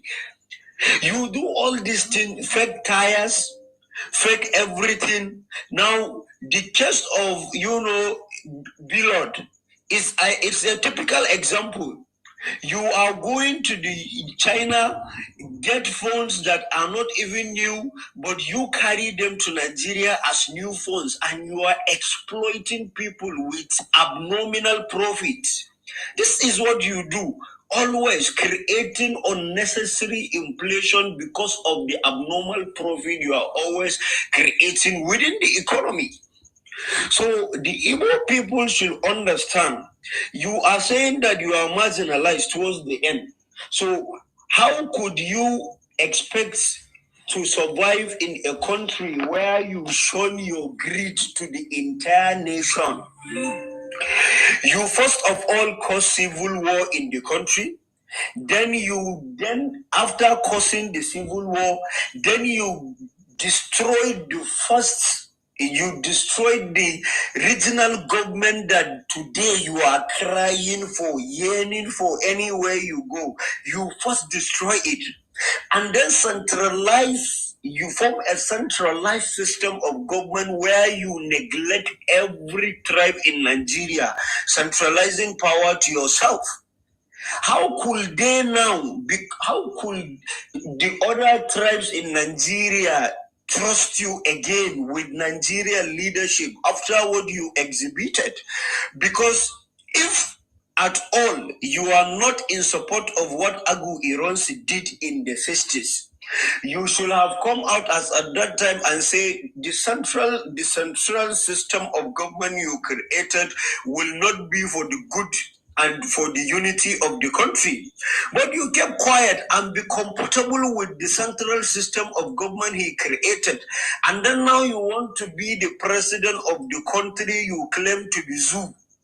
Thank God, now your leader that you are agitating for Biafra is in prison in that zoo. At least you have some level of sense so that you think for your future. We know that we know for a fact that 100% of the Igbos in total, we have some little insignificant number that are not in support of what you are doing, but the large portion of you people are in this, you know, they are in this Biafra and this psychological instability. So until you change the way you think, trust me, nothing will change about your life. Thank you so very much, Insima. Thank you very much, Bubara, for that contribution. That is the truth. You are very, very clear in your submission, about this challenge that we are facing in this country. It's a challenge. For a very long time, we never have any leader, president, or any political leader that have the political will to address this issue once and for all. And we are calling on this government to address this issue. After 60 years, should we continue this way? There is a very big effect of the demarketing by the Igbos. There is a very big impact on the misinformation, propaganda that Igbos are pushing. There's a very big impact on what the Igbos are doing in Nigeria, poisoning us with fake products. That is the biggest. Our health is at stake. Why is the federal government still keeping quiet? Why is the federal government still allowing this? It's been 60 years or more than 60 years. This has been happening. This has been happening. The Igbos are saying Nigeria is not working, but we see them everywhere in Nigeria, and we are still buying from them. Are we foolish? That's a conversation we want to bring on board. I salute you, Dauda. Welcome back today. May God bless you, sir. You're welcome. Thank you, my brother. You're welcome.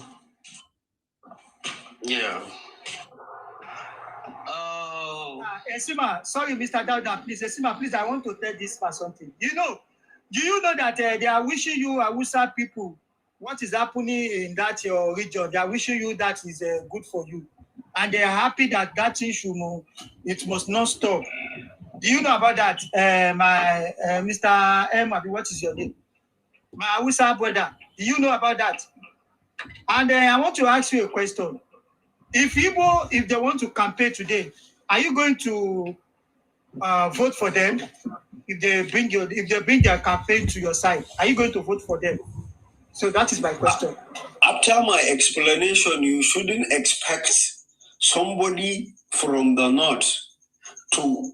That is why they can never be president now. I told you, based on my explanation, is because of their actions. They are isolating everybody when they come to power. And power is meant to be shared among the region of the country for you to sustain unity. And now they are trying to, instigate propaganda as they normally do, as Insima explained. They are now trying to incite a fight between the Hausa and Fulani people in the north. Now that is their target, to bring about a fight between the two major tribes of the north. And they will not succeed because that their hypocrisy is already known by the large number of people around the north. So they are trying to do it, yet they cannot succeed. Why? Because see them around. We are seeing you people that you cannot even stay in your own homeland. And now you are telling us to fight our neighbors. How stupid would that people be if they agree with what you are saying? I think I have answered your question. Thank you, sir. You did answer the question. Everything we are talking about Nigeria today started in the north.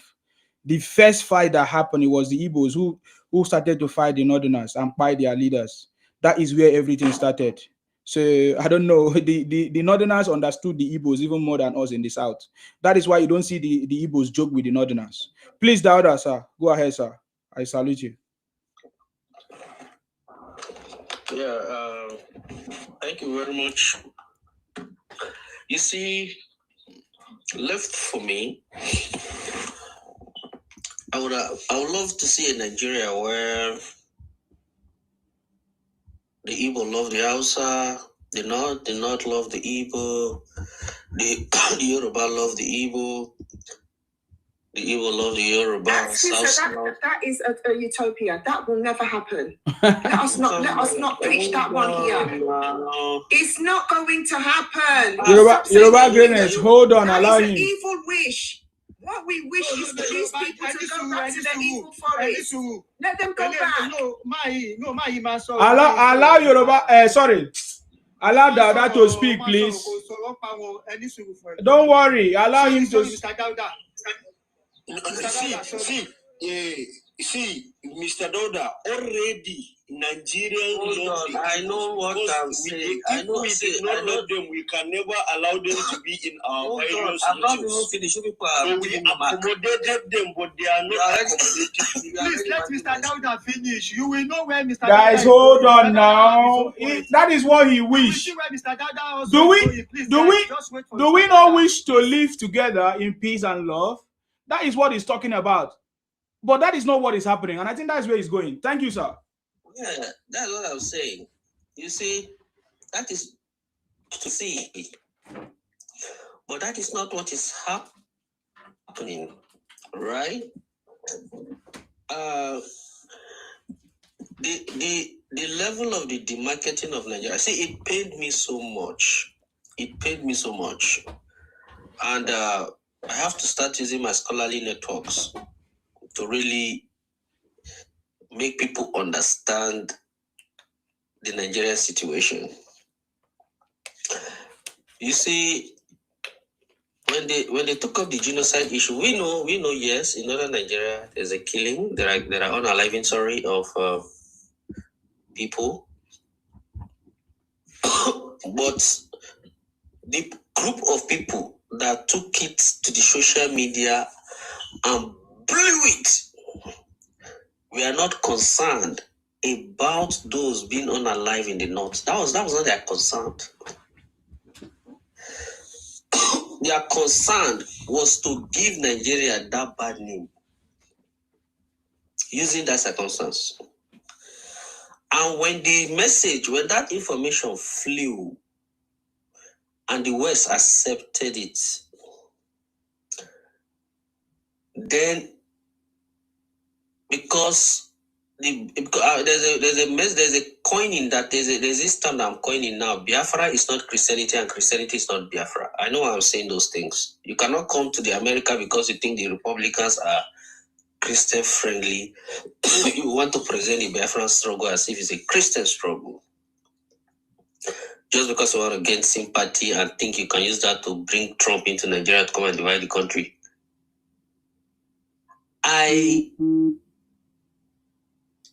When they were demarketing Nigeria using that genocide stuff, though I'm not downplaying the fact that there is unaliving of people, it was not matching. What they wanted to use it for was to advance Biafran struggle, but it wasn't matching in terms of location. And I was in one platform, and one guy came, I was saying something. That was when I said, man, if people have run mad to use anything to blackmail, you just pray for the person. With what is happening, to make the context match with the Biafran narratives, the guy said, even the churches that are being attacked in the north are Igbo churches. I was so angry. I was like, when they took it up, see, before now, there have been some unaliving in northern Nigeria. But these people have not showed concern. In fact, I've even mocked the people because they are attributing the people to Gawan and who is this now? Taraba, Chuaida Juma, who played role against the civil war, right? So because they were unaliving the people, is it not you people that fought for one Nigeria? But because they wanted to use it at this moment to advance the Biafran struggle, give it a Christian name, they took it up as if they were speaking for the people. When the context was not matching, they were trying to say, even the north is the Igbo church. I said, oh my God, I made sure that I left that platform that day. That is a bad thing. You may take a simple propaganda, or that is very bad. That is very, very bad. Now, I wish we are speaking for a particular group of Igbo, and I know why I'm saying so. You see, these IPOP guys, they don't want the West to understand that sit at home is a force, not a choice. They don't want the West. See, propaganda, if people think they are good at propaganda, we'll teach them how to do it. And I will not call it propaganda to be a fact. The IPOP does not want America to know that sit at home is taking place in the Southeast and weapon is being used to force people to comply. They don't want the West to know. And it is good for the West to know. Let's speak for those. There are many Igbos that they want to come out and work on Mondays, right? But they are afraid of, we have seen where people were not because they came out. They know now that they are trying to push Donald Trump, say there are people in that region that they cannot go out on Monday because non-state actors unalive them. Let America understand what is going on there. That the insecurity we are talking about, they are pushing the insecurity to the north. No, there's insecurity there.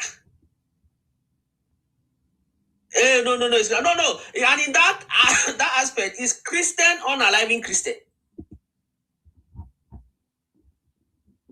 And you can see our people on social media are so silent about that. They allow it to. They don't want that narrative to come out, and we allow it to remain so. We need to bring it out. The West should know that there are people in the Southeast that want to go to do their work. They want to go to do their businesses on Monday, but they are afraid. And I'm telling you, the IPOP guys wouldn't want to hear this. Propaganda is rubbish. When you push people to the wall with propaganda, when people start bringing up issues, you can't stand it. It's time to stop this demarketing of Nigeria. You see, I think the IPOP have the opportunity now to demonstrate themselves as non-Nigerians. Carry your visa, your Biafran passport to America now. After you have demarketed in the country, they have placed Nigeria on ban. This is the right time you now distinguish yourself from Nigeria to say that ban doesn't affect us. Our own passport is different. Our own nation is different. This is the right time you would tell us that you're not a Nigerian, because by taking another passport to the US, my people say evil is like when somebody that is urinating. When you start urinating, your urine goes far and then it starts coming closer to you. All the demarketing of Nigeria, and look at what the demarketing of Nigeria done. It has brought President Tinubu and America into good partnership. Weapons that would have been delayed will be facilitated. Is it not enough for you to know that, okay, this thing is not working? I said, Igbo, you are putting yourself in what in ritual study we call betwixt and between. You are neither here nor there in Nigeria. And the people that are instilling these ideas in them are few with guns. Few with guns. The videos are there. Is there gentle? Is it the things he carries? Is it not an evidence? The videos of people that were unalive during sit at home, is it not an evidence?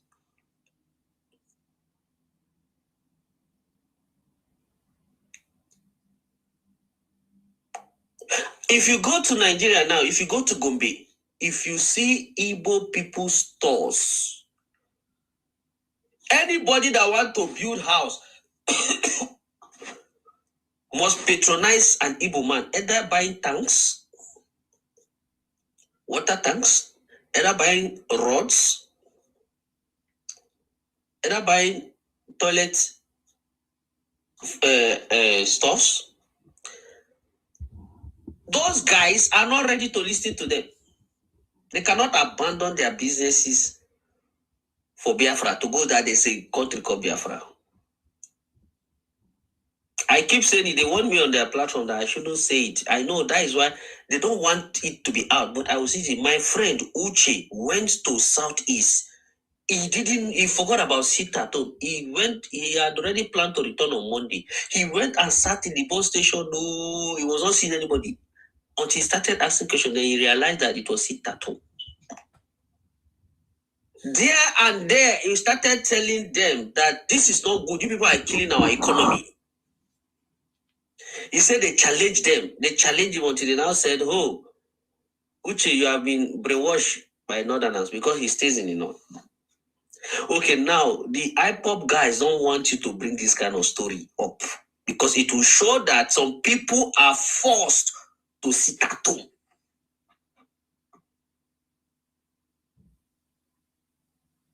It will show that sit at home is not a choice, it's a force. And then the other thing, associating Biafran struggle with Christianity, that is what they are pushing.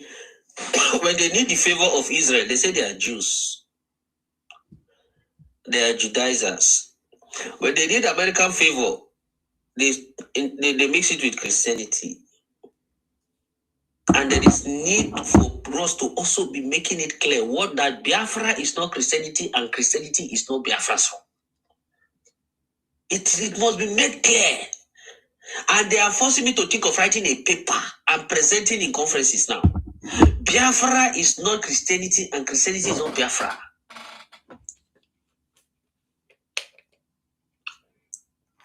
And I keep saying, even one should understand the future, read the future sign.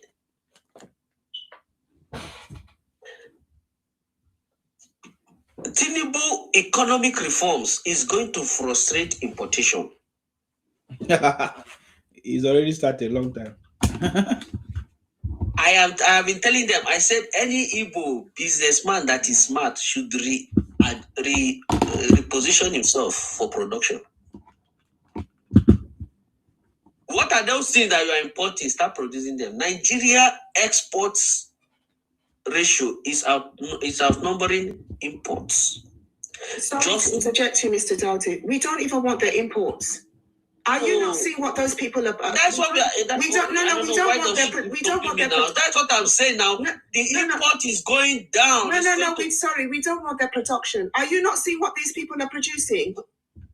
People are telling you that they hate you, and they will now start buying from them, empowering them even more. We don't even want their production.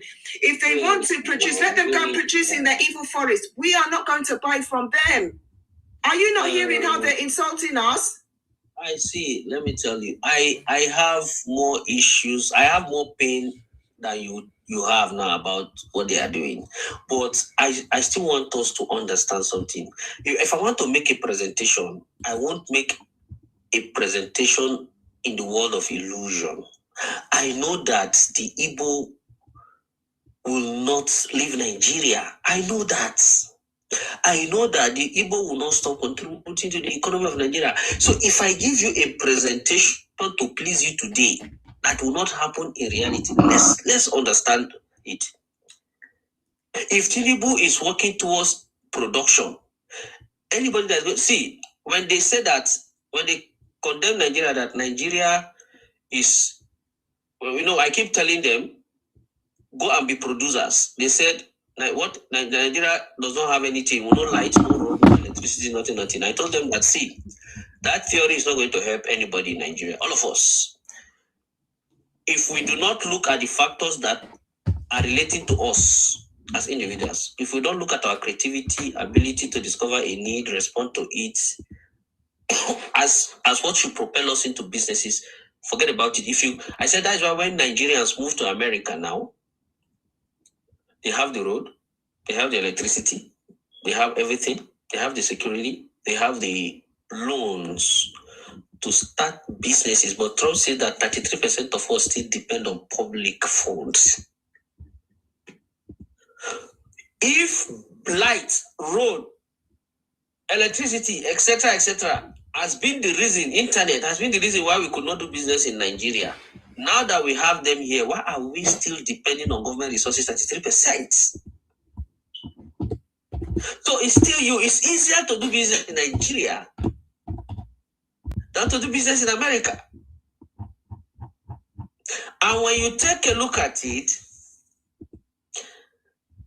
one, the fake products that are being produced in Nigeria will never be tried here in America, and you will not find yourself in big trouble. So even that they are fake products that they produce, it's even easier for them to do so in Nigeria. That they said it cannot help you to do production. Now, when you do that kind of production in Nigeria, what is it supposed to happen is the law. I have spoken against this many times. Expired condom have been sold to people. What is the difference between this and banditry? If both of them, the end result is the destruction of human life. What is the difference between fake medicine? The other day they arrested somebody. He had medicine that had expired. He rebranded it and fast forward the expiry date. I was selling it to the Nigerian people. What is it? When it's focusing on the end result, what is the difference between this and banditry? Do you know how many people die? So, do you know in America, over 300,000 people die annually of cocaine? Sorry, I don't know whether it's good to call that. 300,000 people. What is the difference between a drug, fake drug that is unaliving Nigerians, with banditry? I'm not justifying banditry in any form. But we should know the gravity of this problem. They went and found a mortuary used for harvesting kidney. Over 100. What are people talking about? And you cannot even come on TikTok and make it a topic. The impunity with which crime is committed need to be addressed. And the Nigerian government must not smile. Intelligence must be used, even among them, buy moles. Pay people that will be revealing. I said, see, anytime you go to a particular market, when you discover that this market have condoned fake products, close that market, let everybody go home. Wike was building road in Abuja, they were selling the manhole. But that thing was happening because the people that were buying it were by the side. Selling it. They call the place market. So the government must sit up on this issue of fake drugs, fake this thing. I have spoken about this several times. When you see, that's why I love Wicked Die. You know, Nigerians don't know who love them. If you want to fix Nigeria, Nigerians will unalive you. If you want to stop him from unaliving you, you will say that you are frustrating him and oppressing him. You need somebody that is not joking. Fake product in Nigeria, it is killing our economy. That is why we are still importing, because we feel that those ones are not good.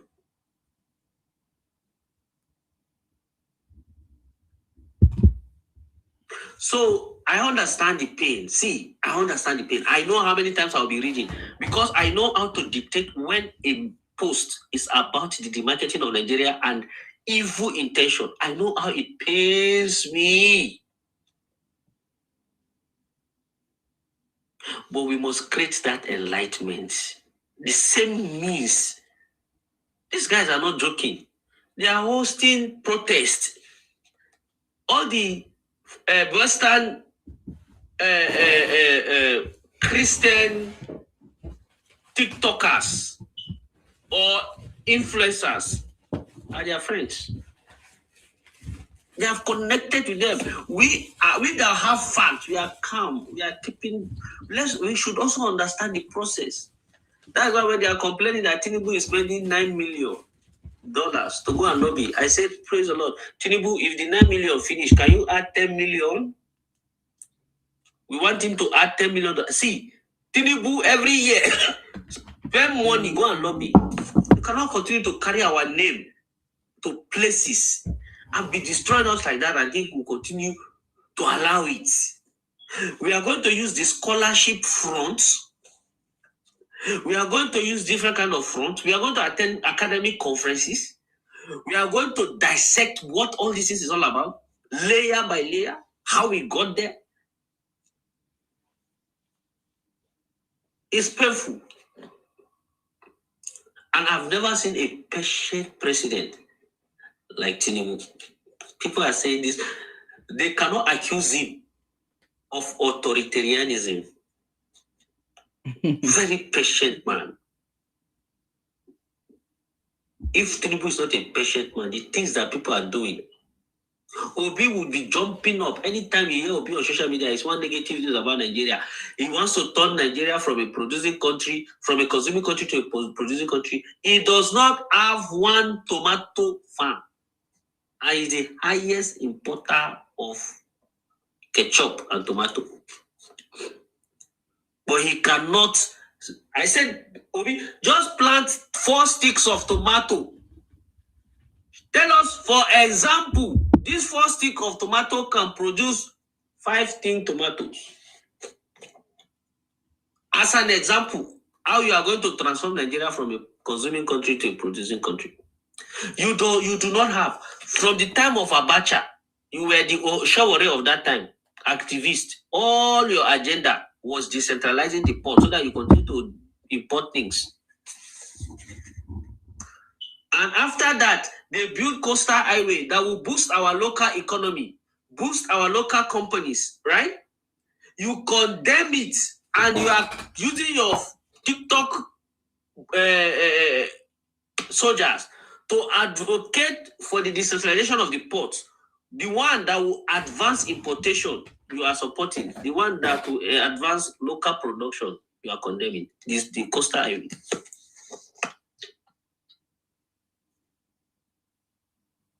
But what I want us to do, these guys are using the social media platform to grab the Gen Zs. We must be intentional about that. We must know how to reach the Gen Zs, the Tinubu campaign team. Mr. Dowda, sorry to interject you, sir. I think it's not like before when the Gen Zs themselves, I think the Gen Zs now are waking up that they were being used. I don't think it's like, because by this time, 2023, we were hearing those, I'm a detribalized Nigerian. We were hearing it from those Gen Zs. You see, when they did that 2023 election and they celebrated in Lagos, that is when I believe even the Yoruba Gen Zs woke up that, so this is what these people are doing. I think people are becoming more aware. And all their plans are, we're on here. We know that they're trying to reach the diaspora, but we're fouling it. I'm one of those leading the evil agenda, bringing it down to make sure that the demonic agenda does not have its place, does not have its seat anywhere in Nigeria or anywhere in the world. I will continue to campaign against them, their demonic agenda, and to make sure that whatever their plans of expansionist, spirit of expansionism, whatever their evil agenda, it will be brought down. And I will continue to rain curses on them, curses of destruction against their demonic plans of expansionism and covetousness. I will continue to put the Holy Spirit and pray against it. For me to conclude, now I know your voice very well. For me to conclude so that another person can speak. When I said the target of the Gen Z should be intentional, see, the Tinubu campaign team should have coordinator for the Gen Zs.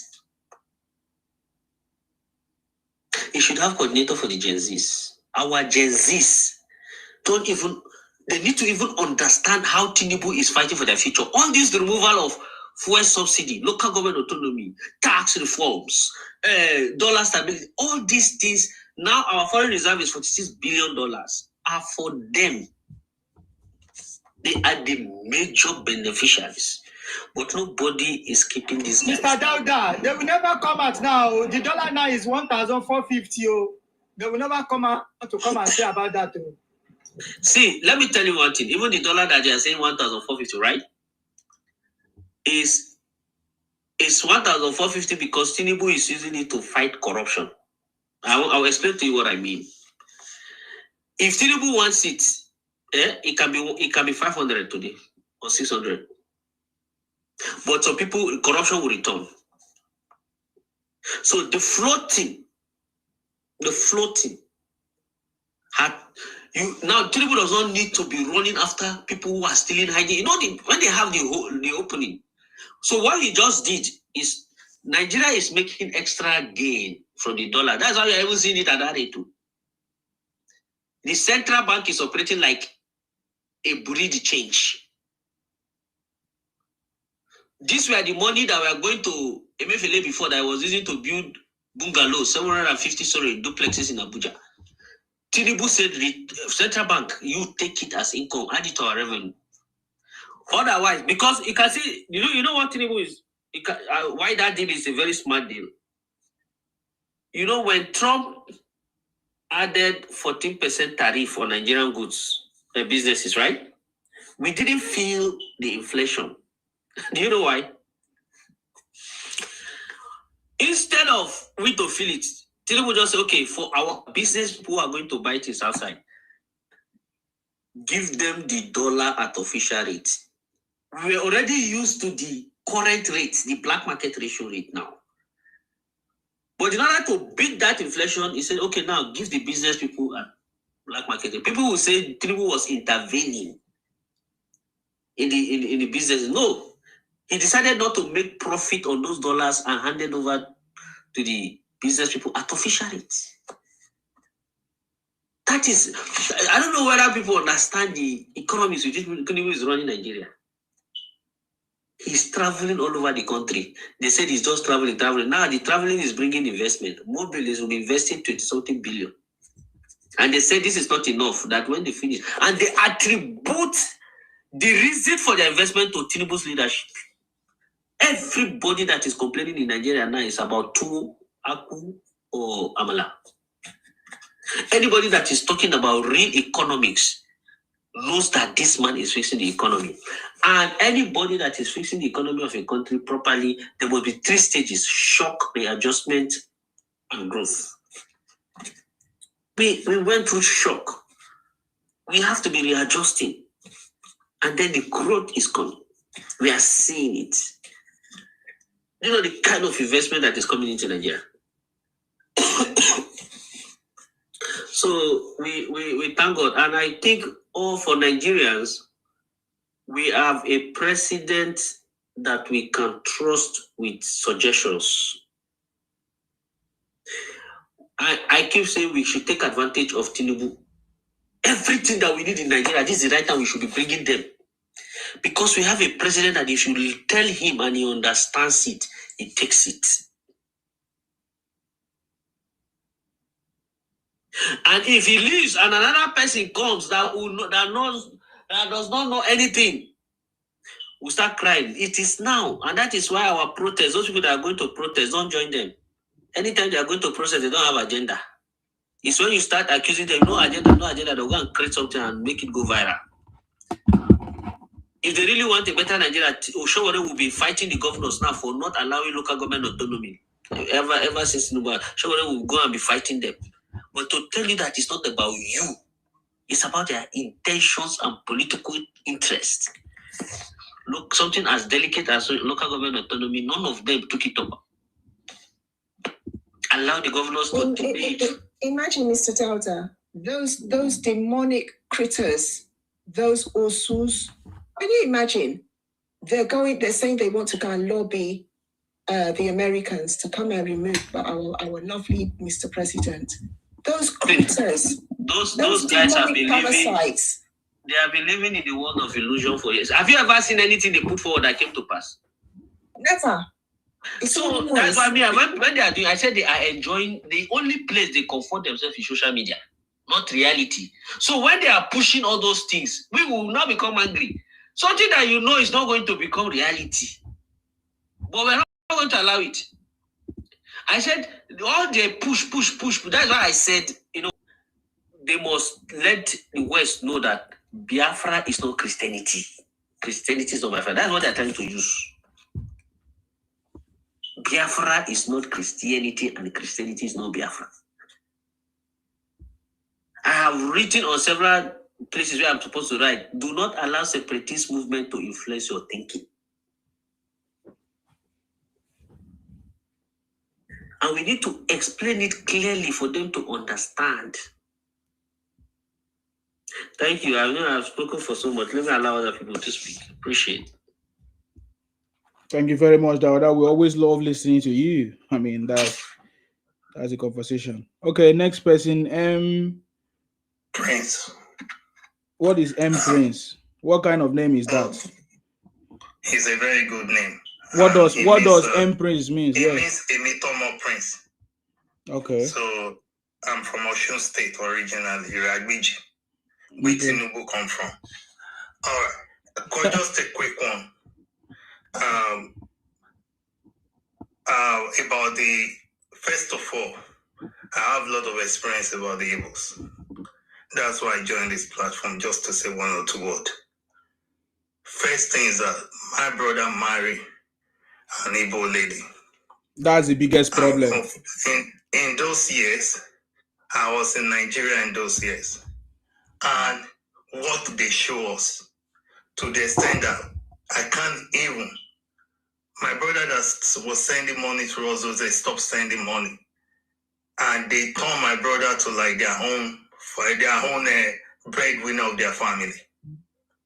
My brother have to spend all his money to further education for all the children and all the brothers and sisters of that wife, which is our in-law of those days. Even there, she's not appreciating it to the extent that my brother bought 2 houses. She have to end up claiming one of the houses in UK. She drove my brother off from the house because claiming that my brother assaulted her, and she's doing prostitution, sleeping with other friends of my brother, bringing shame to our family. She doesn't stay at home. She might go for a week, not coming back the next week. So she shows Pepe. This is a big experience, and this goes for many, many years. My mommy shout. In the process, my mommy died. So I have a big experience, and I'm also part of the what they call it, UK Nollywood here, and it's full of the Igbos. They will never, ever, ever help you. Forget it. Every good thing, when they need help, they know you. But once the help comes, they share within themselves. So a very massive experience. They are actually the disgrace of Nigeria in United Kingdom. If all these Oyibo peoples and many other ladies and those who have experienced bad things about Nigeria in UK, that they are now criminalizing Nigerians. When they say Nigeria, they will tell their friends, oh boy, that's in Nigeria, you better be careful around them. Are the Igbos who have caused that. They have duped the ladies. They have fraud these white girls. They have fraud these citizens of UK that are also black from Nigeria. That they think that, oh, let us go after the Nigerian. I mean, my great mama is from Nigeria. I want to date a Nigerian guy. They're always unfaithful to them. There have always been the problems that we are facing here that bring shame to our country in UK. So when we are talking about the Igbos, I grew up among them. So I know a full experience of them. And even my working place, they are there. And they are even my boss. And the shift that's supposed to go around, they will share with it themselves. You never have overtime. So they make the world be like everybody have to serve them. They are the only existing people that are real. Others are rubbish. So this is real Igbos people for you. And the only sad news about Yorubas is that we are not united enough. That is why this kind of Igbo peoples, look at Hausas, they are very united. My mom used to sell things in Bodija, Ibadan. And I grew up among the Hausas. I learned their languages because my mom, they call her Iyaundo. And something I noticed about Hausa is that you cannot know the deep secret between Hausa people. They are so united. Hausa man will back Hausa man from head to toe. That's why we always have this war of Yoruba and Hausa in those olden days in 1994 in Ibadan, in Bodija, Kara area. So because Hausa will not, once you touch Hausa man, all of you are in trouble. Because they support each other. But what is Yoruba? Are we really united? Look at Igbos. We are talking about Igbos. Why they are able to promote their evil agendas and their ways is because they are one way or the other united. Igbos will still bring another Igbo to the board. But is Yoruba really doing that? I'm sorry, sir. Can I stop you there? You see, yes, I hate it when I don't like it when the Yorubas say that these Igbos are united. They're not united. They hate themselves. Let me tell you what they're doing. They're running an evil cartel. That is what they're doing. It is a cartel where they are indoctrinating themselves into these demonic businesses that they're doing. So it will now look as if they're united. They are not. Look, you see that apprenticeship that they're doing? They are indoctrinating their young children. Why do you think they're using their women all over the place for Olosho business? Are you not seeing it? They're not. They are used. It's almost like a form of SLAVE that they are running. Do not make the mistake. They are not united, Papa. Don't let them give you a false sense of presentation. It's not unity. It is a cartel that they're running, an evil cartel that makes it look as if they are united. They are not. I believe you, sister, and I really appreciate what you say. But however, something I've noticed, like Benin people, I'll use an example directly at those stage, because I know much about it, but that's where my brother married from. Something they tell me clearly that within them, and I've also did some of them in those days I used before I married, is that they have some certain water they give to them when they were born. And that water hold them together. Please, bro, let me interject you, please. I beg you. Focus on your people. You know what? Please let us move the mic. The people. Mr. Yoruba Justice, let us move the mic. Empress, thank you very much for your presentation. We understand what you're saying.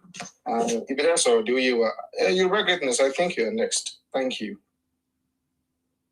Oh, yes, the way you look this my profile picture, what's happened? You look with one guy, I say, now bingo with this. I'm a proud of bingo. Please let us not be fooled. Sorry, sir, that you just made your presentation. The Igbos are not united. No. Do not be fooled with that. Even now, they are divided on this Biafroid issue. Some of them will say, oh no, we're one Nigeria. Another will say, no, we are Biafroid. Go onto their platforms and hear them attacking themselves. You'll be surprised the number of them that don't even want to leave Nigeria because they see that the Nigeria is benefiting them, where they can continue to do their illicit businesses of fake drugs, fake drinks. and destroy the core economy of Nigeria with their fake importation of goods.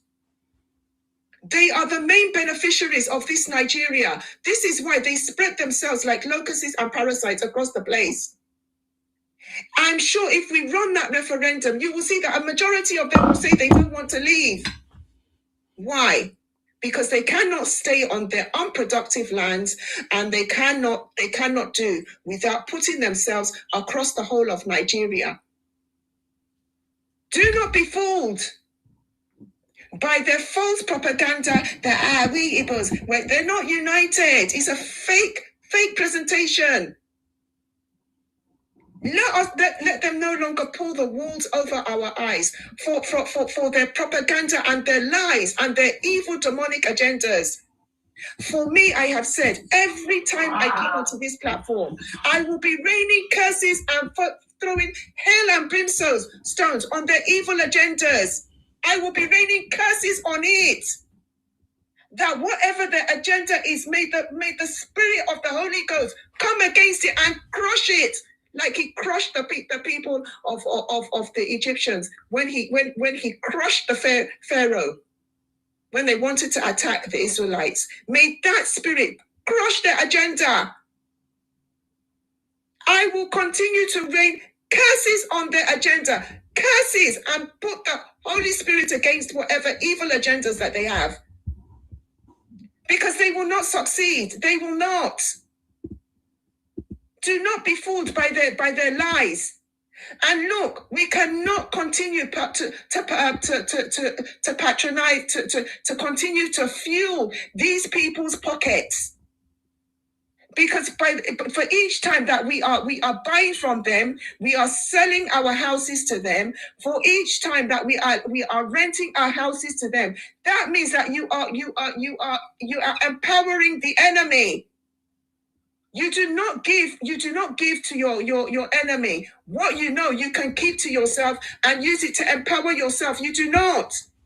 We must make sure that all our markets that these people occupy, they will be removed. We must speak to our leaders that they need to go back to their region and start developing their region. Why are they taking over our markets? Why are we empowering these people? They started this. They started the isolation. We will help them to finish it. We must isolate these people to an inch of themselves.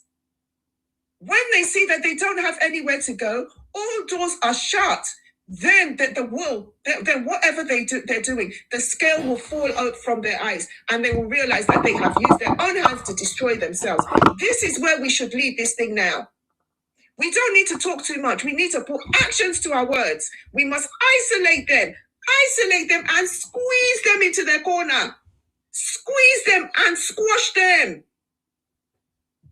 And call upon the Holy Spirit to squash and destroy their evil agenda of expansionism and covetousness. It will be destroyed by the power and might of Jesus Christ and by the power of our Almighty God.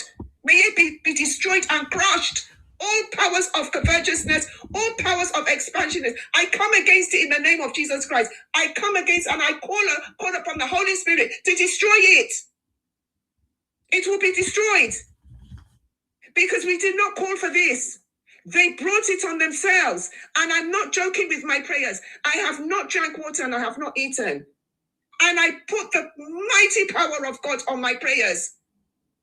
I speak the spirit from the pit of my belly. Any demonic spirit of envy, any demonic spirit of jealousy, any demonic spirit of expansionism, any demonic spirit of covetousness, I come against it by the power and might of Jesus Christ. May it be destroyed by your mighty power, O God. Just as you put the tsunami on Pharaoh, so shall the tsunami fall upon these demonic spirits of these evil people.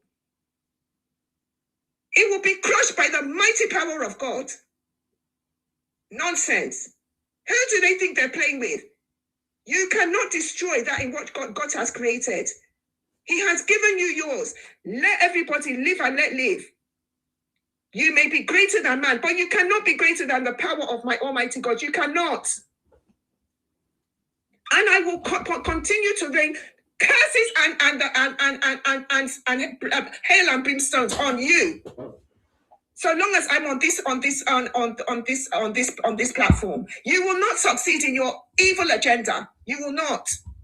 And I suggest that we all join forces and put this in prayer. Because where they say where there are many, so the Spirit of God will be. It's not just us coming here and talking. We must call upon the Almighty God to take our side, so long as we are on the right side of justice. Because nobody hates these Igbos. Nobody has called hate. They hate themselves. They do not love themselves. Everybody has been kind to them. They have allowed them to thrive in their spaces. But what do we get in return? Insults and denigration. I will not even encourage even if they start producing. Nobody should buy from these people because they're evil. Look at the fake drugs and the fake drinks that they are producing, just in case they decide to go into production. Nobody should buy from them. Let them sell their poison to themselves. Nobody will buy from you, whether you go into production. Nobody is going to patronize you.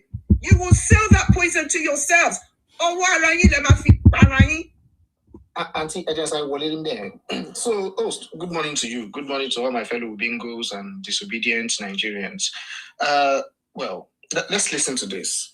So, it's not like the name Igbo. That one is cursed. That one have run. I'll prove it to you. Come on, the principal whoever. Prove you facts and figures. I don't care if you're out dining with your Yoruba friends or ours. I don't give a damn. The word LGBTQ is cursed because the people answering it are very, very bad. And I will tell you that later. That is why there is no group called Igbo in the world that is doing well. It's always rife with division, with envy, backstabbing, jealousy, betrayal. I'll stop right there. Backstabbing, betrayal, jealousy. So let's relate that to the Biafra today. You see them running around saying that the federal government of Nigeria is using $9 million. And I asked them, when was the first time Nigeria actually contracted DCI? They don't know. So Nigeria has been in business with DCI since 2017. So it's not something that is new today. And, I'm very, very happy. The agenda is to ensure no election holds next year. The agenda is to ensure that the entirety of Nigeria bonds. They don't have anything in their homeland. Igbos, they have nothing in their homeland. So they want everywhere else to burn. So we can all come to ground zero. They don't want to leave Nigeria. That's a fact.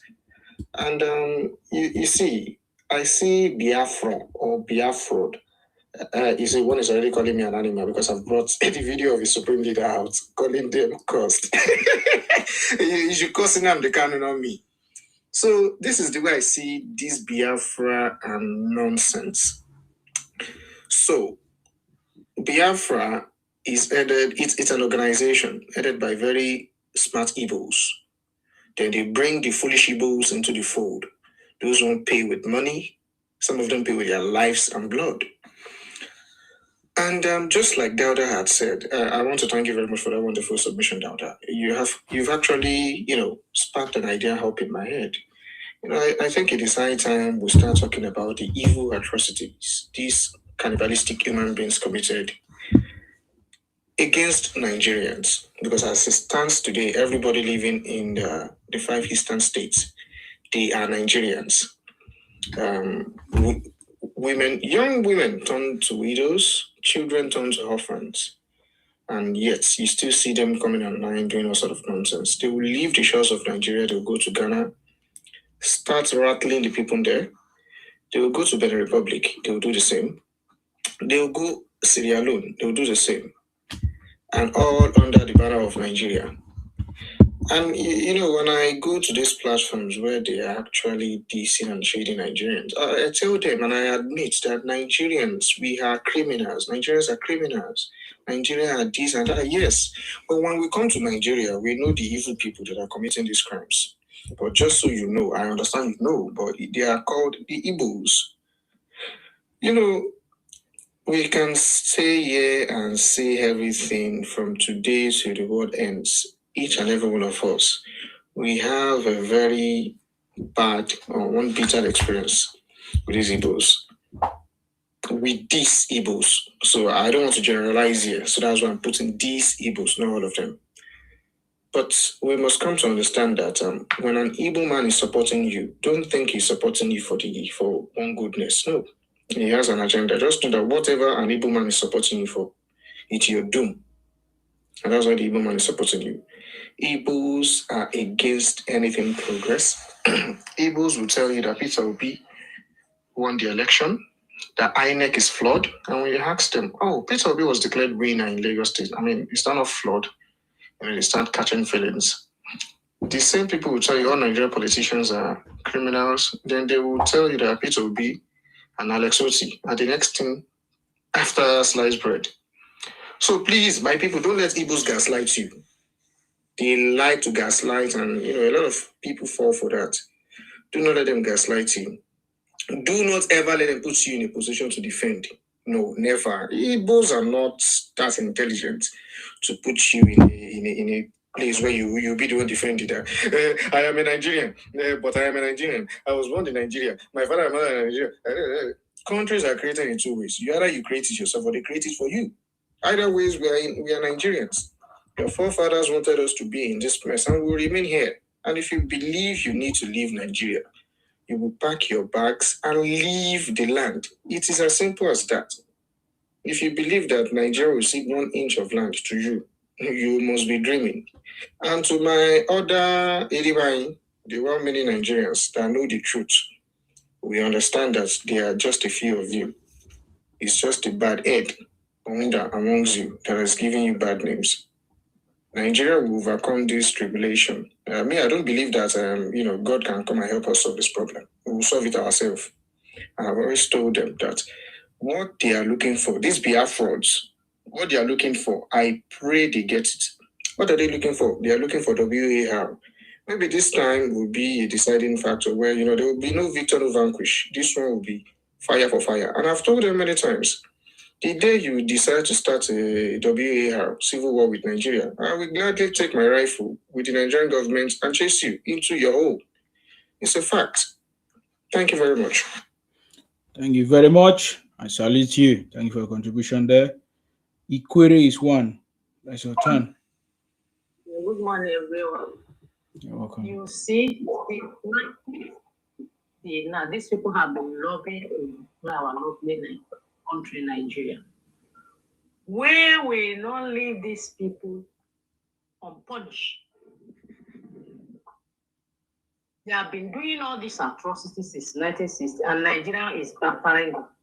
But for we, this generation, will not leave this one they do in our own face. Let's forget the one where they have done in our forefathers' time. But this one they did in our own face by going to America to lobby to destroy our own lovely country. We, this generation, will punish them. And as we will punish them, they will to send them back to their service. These people must go back to their place. They must go back to their service. They will remain there till they come and apologize. They need to, for this havoc they did, this tribe need to come and apologize to Nigerians. If they don't apologize to us, we will cease everything they are doing between Nigeria. We will send them packing back to their service. Our schools, we will remove them. Any part of our state they are handling our business, in our working past status, we will remove them. They must come and apologize. It's because they have committed all this atrocity right from our forefathers. They did not apologize. That is why you see they have the guts continuously. Exactly. Because they forgive them. They do all these things, they forgive them. That is why they'll continue. So if we don't punish them now, that this one happened to our face. If we don't punish them now, you think their next generation will not come and do it. You see, these people, all what they are doing in the media, They are putting all this distort of history. We are the one in Inefe, we are the one in Godomigodo, Ikwere is Igbo, this and that. They are planting this in the social media for their next generation. If we don't know the agenda, they are planting this for their next generation to use to fight our generation. If we don't react and push these people back to their southeast and fence them around, our next generation will still face this thing. That is what I want to contribute. But for them, His Excellency Tinubu will be president in 2031 before you go to law. You see my brother, you see my senior brother, senior president, maybe they will complete their 8 years. No, we not stop. Nothing you will do will stop it. See them, they will complete their 8 years back. So if you like, run your propaganda, cry your river, it doesn't care. See, South will complete their 8 years and they will go to North. And next time president is coming to the South. You will cry river because you have shown that you are a disobedient to Nigerian, and we will put you back in your place. You think we are joking? You putting this generation, those are our forefathers. This generation will give you fire to fire, and we will make sure we put you back to your place. Thank you. Thank you very much. You see, we need to put a full stop to these people. This is not a matter of they will raise their heads again in the next couple of years. This is not a matter of, if they change, in the next 20 years, maybe they can. No. This is permanent isolation. You see, we don't make the same mistake. History is there to teach us that these people will not change. Why open the gate for the enemy when you already know that the enemy is fully loaded? You shut the door and you isolate it. You clamp it permanently. This is what we need to do for these people. First of all, like I said, not meaning to sound like a take me quarter, we need to isolate them. Do not empower them. Do not do any business with them. Do not put them in any of your political spaces. Do not. And then when you isolate them, push them back into the evil forest where they came from. Push them back there and clamp that door. Clamp it, that it may not raise its ugly head again. The next person can speak. Thank you. Saudi.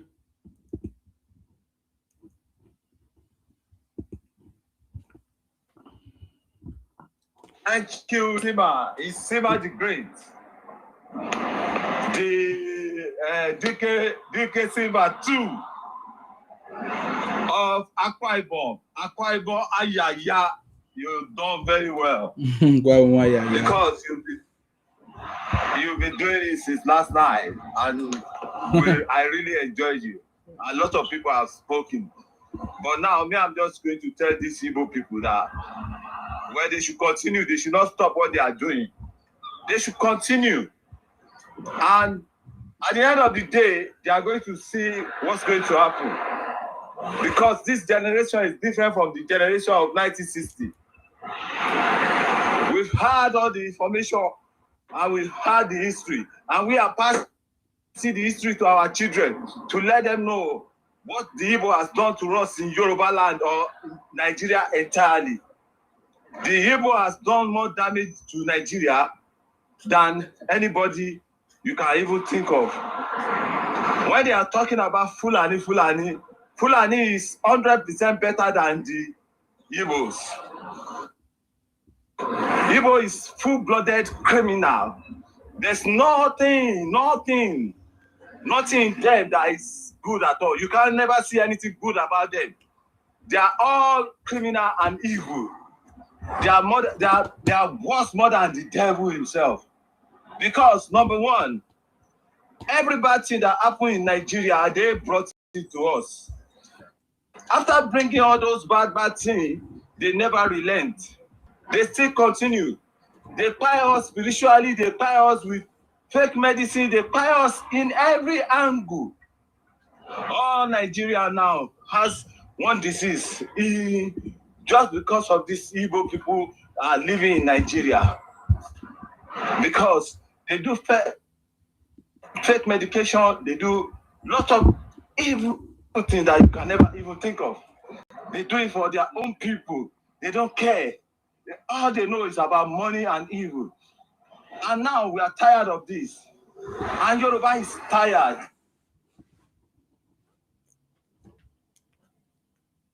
To do something now, but everybody seems that things is going to continue like this.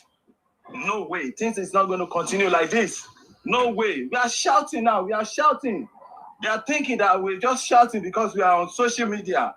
I'm telling you, we are not on social media alone. Because we are ready. That's what we are saying by shouting is we are ready. We are ready. Nigeria is sitting on the gunpowder. These Igbo people, they are sitting on the gunpowder because we are ready for them anytime. When they brought the first civil war, they think that by then they say no winner, no banquet or no nonsense. This time around, there's going to be a mass winner because we are more than them and we are going to face them squarely, one for one, blood for blood. And these Igbo people, if they do not stop this stupid migration to our own land, threatening us on our own soil, we are not going to grieve for them this time around. This will be the last time because I don't want to leave this. I don't want to leave Nigeria like this for my children. I don't want to leave it for my children like this. I don't want my children to come and meet the nonsense people are doing for the rest generation, the rest of us in Nigeria. No, we have to fight it out and sort it out. And this is the last time. I'm telling you, my brother, this is the last time. We are going to sort it out. 2027, no Igbo will vote in Yoruba land. And thank God my people has already understand now. We've been removing them from our political posts day by day. Every day we are removing them, every day. These people are just like termites. They come into Yoruba land and fool everywhere because we accommodate them. We are very nice to them. We are being generous to them. Our parents fed them. They fed them. They took all the businesses from our parents. Our parents they don't have market anymore because of this liberalism that being nice to people. This is the last time for them, Igbo. I'm telling you now. I'm telling you this thing every time. This is going to be the last of you in Yoruba land. The best thing you could do for yourself is just pack your load and go back to your sadist. When you go back to your sadist, you will never see a Yoruba man there. I promise you, you will never see anybody coming to see you there. You just need to leave Yoruba land. Thank you, Mr. Isima. I'm still with you. Thank you very much, sir. I appreciate you. Stay blessed. Let's hear from Toyin. Toyin Tomatoes. Good morning, Isima. You're welcome. Good morning, everybody. I've been listening to you since last night when one stupid skin-to-skin rubbish Igbo guy was talking about he was at work, he's making his millions, he's doing this, he's doing that. I don't know why everybody are tired of this Igbo. Every region now, they even go to Ghana, go to Cotonou, go to Benin Republic, go to South Africa. Everybody's tired of this. These people, yeah, first, one day they will say they were from Israel. Next day they will say they're from Russia. The next time they will say they're from America. But people know you people are cannibals. We know that your leader, Ojumeku Ojukwu, wanted to fight his father. Ojumeku Ojukwu, yeah, we have it in history that Ojumeku wanted to fight his father. There was this debate that his father wanted to disowning because there was this paternity problem with him. Chief Richard Akijide, the former minister of justice in Nigeria, Doris Shagari, who was a good friend to Ojuku's father. There was this animosity that his father actually rejected him, saying he was not the father, and he sent him back to jail in Niger State. So I don't know why Igbos, if you ask them to go, they will tell you we are one Nigeria. But in their region, they don't allow anybody. Since over 7 years now, you've been doing your sit at home. No good road in your region. No, and you keep shouting, you are the one building South. You are the one building Port Harcourt. You are the one building Calabar. You are the one building Lagos. You are the one building Ibadan. Everywhere, even there was one stupid idiot saying it's Delta Igbo. Somebody who lost his identity, saying that it's Delta Igbo or Benin Igbo. How can that be said? It's accessible. How can Benin people be saying, somebody be saying it's there, Benin Igbo? So definitely you'll be calling yourself Fulani Igbo soon or Yoruba Igbo. I don't know where you get all this madness from. You are very, very good in propaganda, propagating propaganda. You are very, very good in implementing rubbish, lies online. There's nothing you do in Nigeria, even in UK here. I've never seen a good business which Igbo open. You don't open any company here. It's only you packing all the rubbish in on the street or broken fridges, television. You send bicycles, the one you found on the road, you send it to Nigeria. Those are the things you send to Nigeria. Junks, all those junk things. I've never seen an Igbo business. That is what I'm doing here also, Mr. Toyibo. That is what I'm doing here also. They will go to all these Red Cross. That is what they are doing here. They will go and pack all those bad clothes that all these white people they've already put inside there. They will pack it and they are sending it. Even the fridge. They are even selling the fridge. Even the couch that the wood. The wood is already broken. They take it. Wow. You keep shouting there's no international airport. What about Enugu International Airport? Go online to that you want to travel and you want to take a Etihad or Malaysia Airlines. They will take you from Enugu, but how many people are traveling from your region? All the things you brought from Europe or UK here, you sell it in Lagos. What do you import? Port Harcourt to Aba is 70 miles. It's about 1 hour.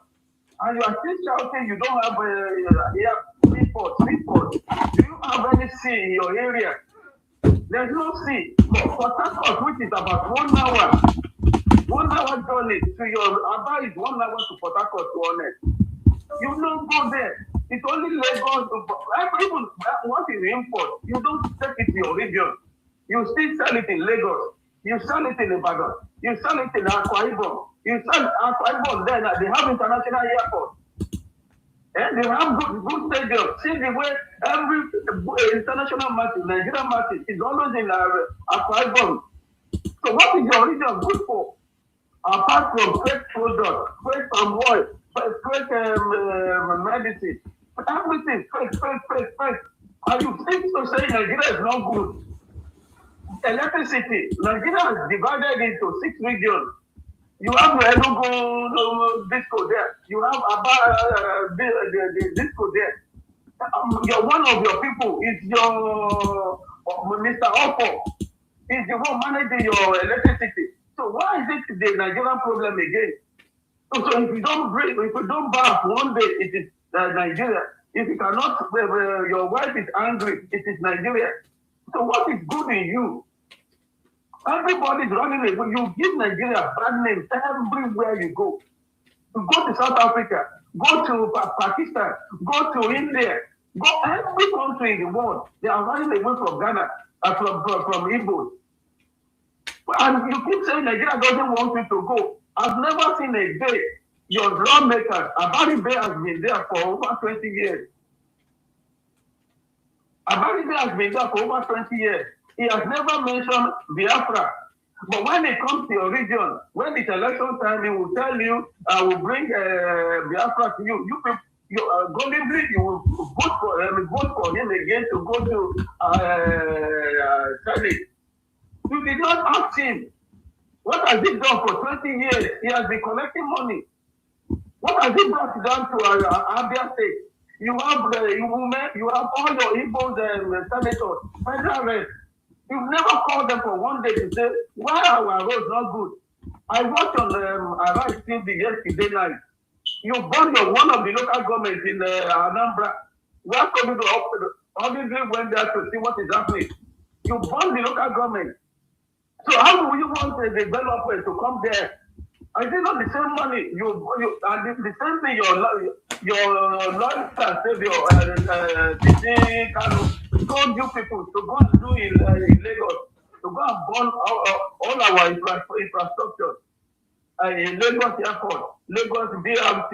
He asked you guys, because all these people went there to burn it down. But your region is there, and every Monday you'll be still doing it at home. You'll be killing your business there. You'll be destroying your businesses. You'll be destroying your economy. You never said anything. You'll be finding innocent people there. There's nothing today now. Like, this is Monday. Everybody's gone to work. Peter Obi opened his business in Abuja. He opened his business in other places. But he cannot go to Anambra or Southeast. It is today, Monday. And he's still saying he wants to rule Nigeria. So after, are you saying when he becomes the president, you go to stop the sit at home? Or you want him to release that terrorist? You've been trying to destroy everywhere. You go to America to say Nigeria is not working. But you didn't call your governor. You didn't, Governor Abia Alexoti, this 21st century, and you are still jubilating for someone who just commissioned a bus stop for you, and you are jubilating the best governor in Nigeria.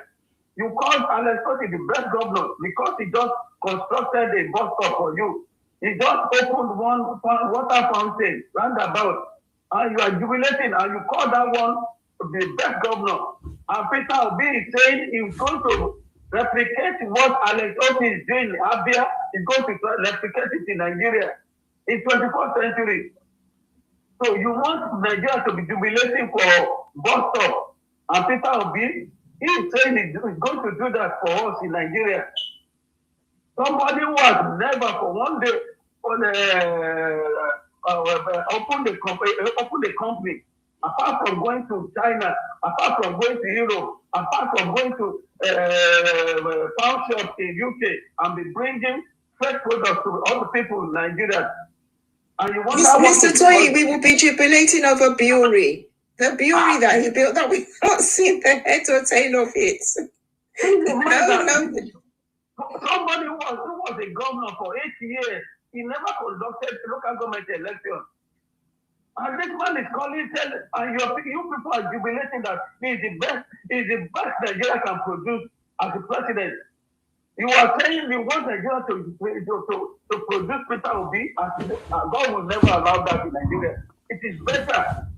We are begging you, continue to press that you want to go. Anybody that stop you not to go, God will punish the family in Jesus' name. This early morning, anybody that force you Igbo not to go, God will punish you. If you don't go, God, everything you lay your hands on in Nigeria there will never, you will never survive it. Go! Let Nigeria continue to build and see whether Nigeria will not survive without you. You never contribute anything to Nigeria economy. Nigeria is giving you more than what you contribute. On your state alone, it's generating double what Southeast is generating. On your state alone, it's generating double what to the all 5 plus, your 5 plus. On your state alone is generating it. So what are you contributing to Nigerian economy? If the oil you get there, it's not your own. It belongs to Port Harcourt people. And we have collected part of the oil wells in your region, and it's hell-bent of collecting the remaining oil wells in your region. So what is the benefit? What is Nigeria benefiting? You are getting more than what you are giving to Nigeria. Or your state is better than you.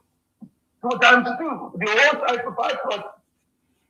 So what are we benefiting apart from you giving us fresh baby food, fresh drugs? No, we cannot go home now to buy energy or buy drink. Everything is fake. Palm oil is fake, and you still do kidnapping. You are the one. Your government openly said 99% of the kidnapping is from your region. Ritualists are there. So what is Nigeria benefiting? We cannot go there. No Nigerian, no Igbo, no Yoruba, no Hausa can establish a company in your region there. Everybody is running away. You are running away from your region there. So what are we benefiting? So it's better you go. God will, this morning, Monday the 26th, God will make sure that you go away from Nigeria. Anybody that says you do not go, God will punish the family in Jesus' name. Good morning, everybody. Thank you very much, sir. I appreciate you. They say they must go, so they must go. Or they say Nigeria is not working. So I don't understand why, as Nigeria is not working, we're still buying from them. So that's the point. That is the point I'm raising, you know. So I really appreciate that contribution. Thank you very much, guys. Is there any other person that want to say something? Yeah, sorry, I'm talking too much, but you've just raised a very you need to talk. Yes. Yeah, why are we empowering them? Why are we buying from these evil critters, these demonic creatures?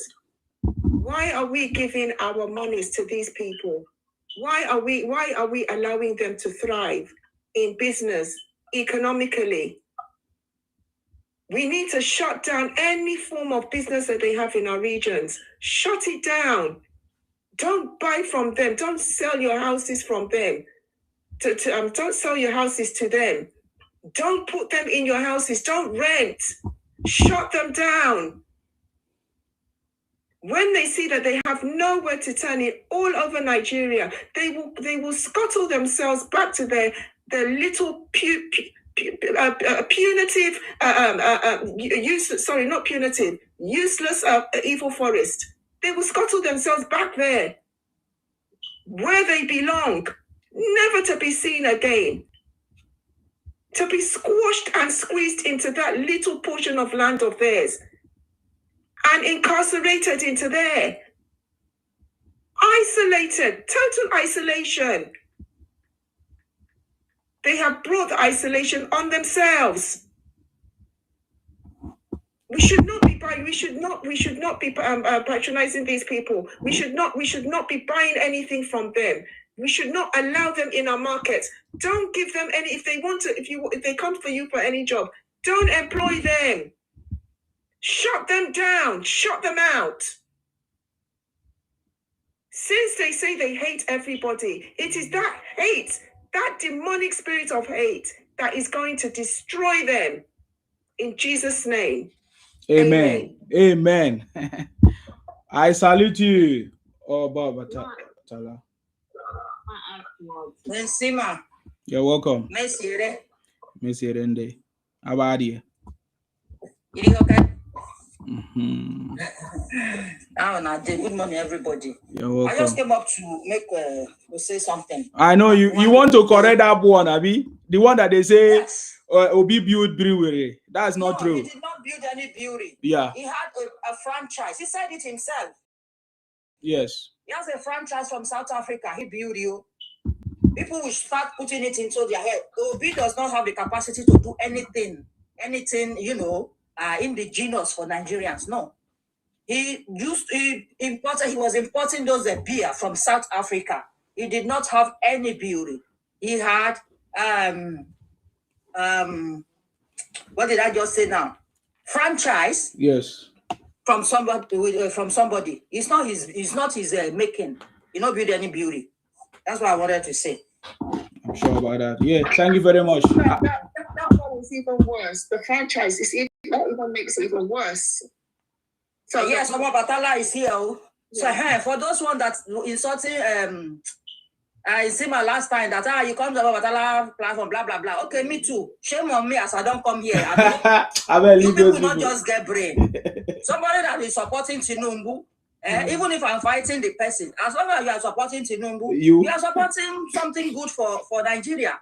So we can have our differences. So that does not mean that maybe I will be enemy to him and then I will be friends to you, Nyamini. You are the biggest enemy that may I have in this whole world, you Igbo. So now go and write it somewhere because we've given you content now.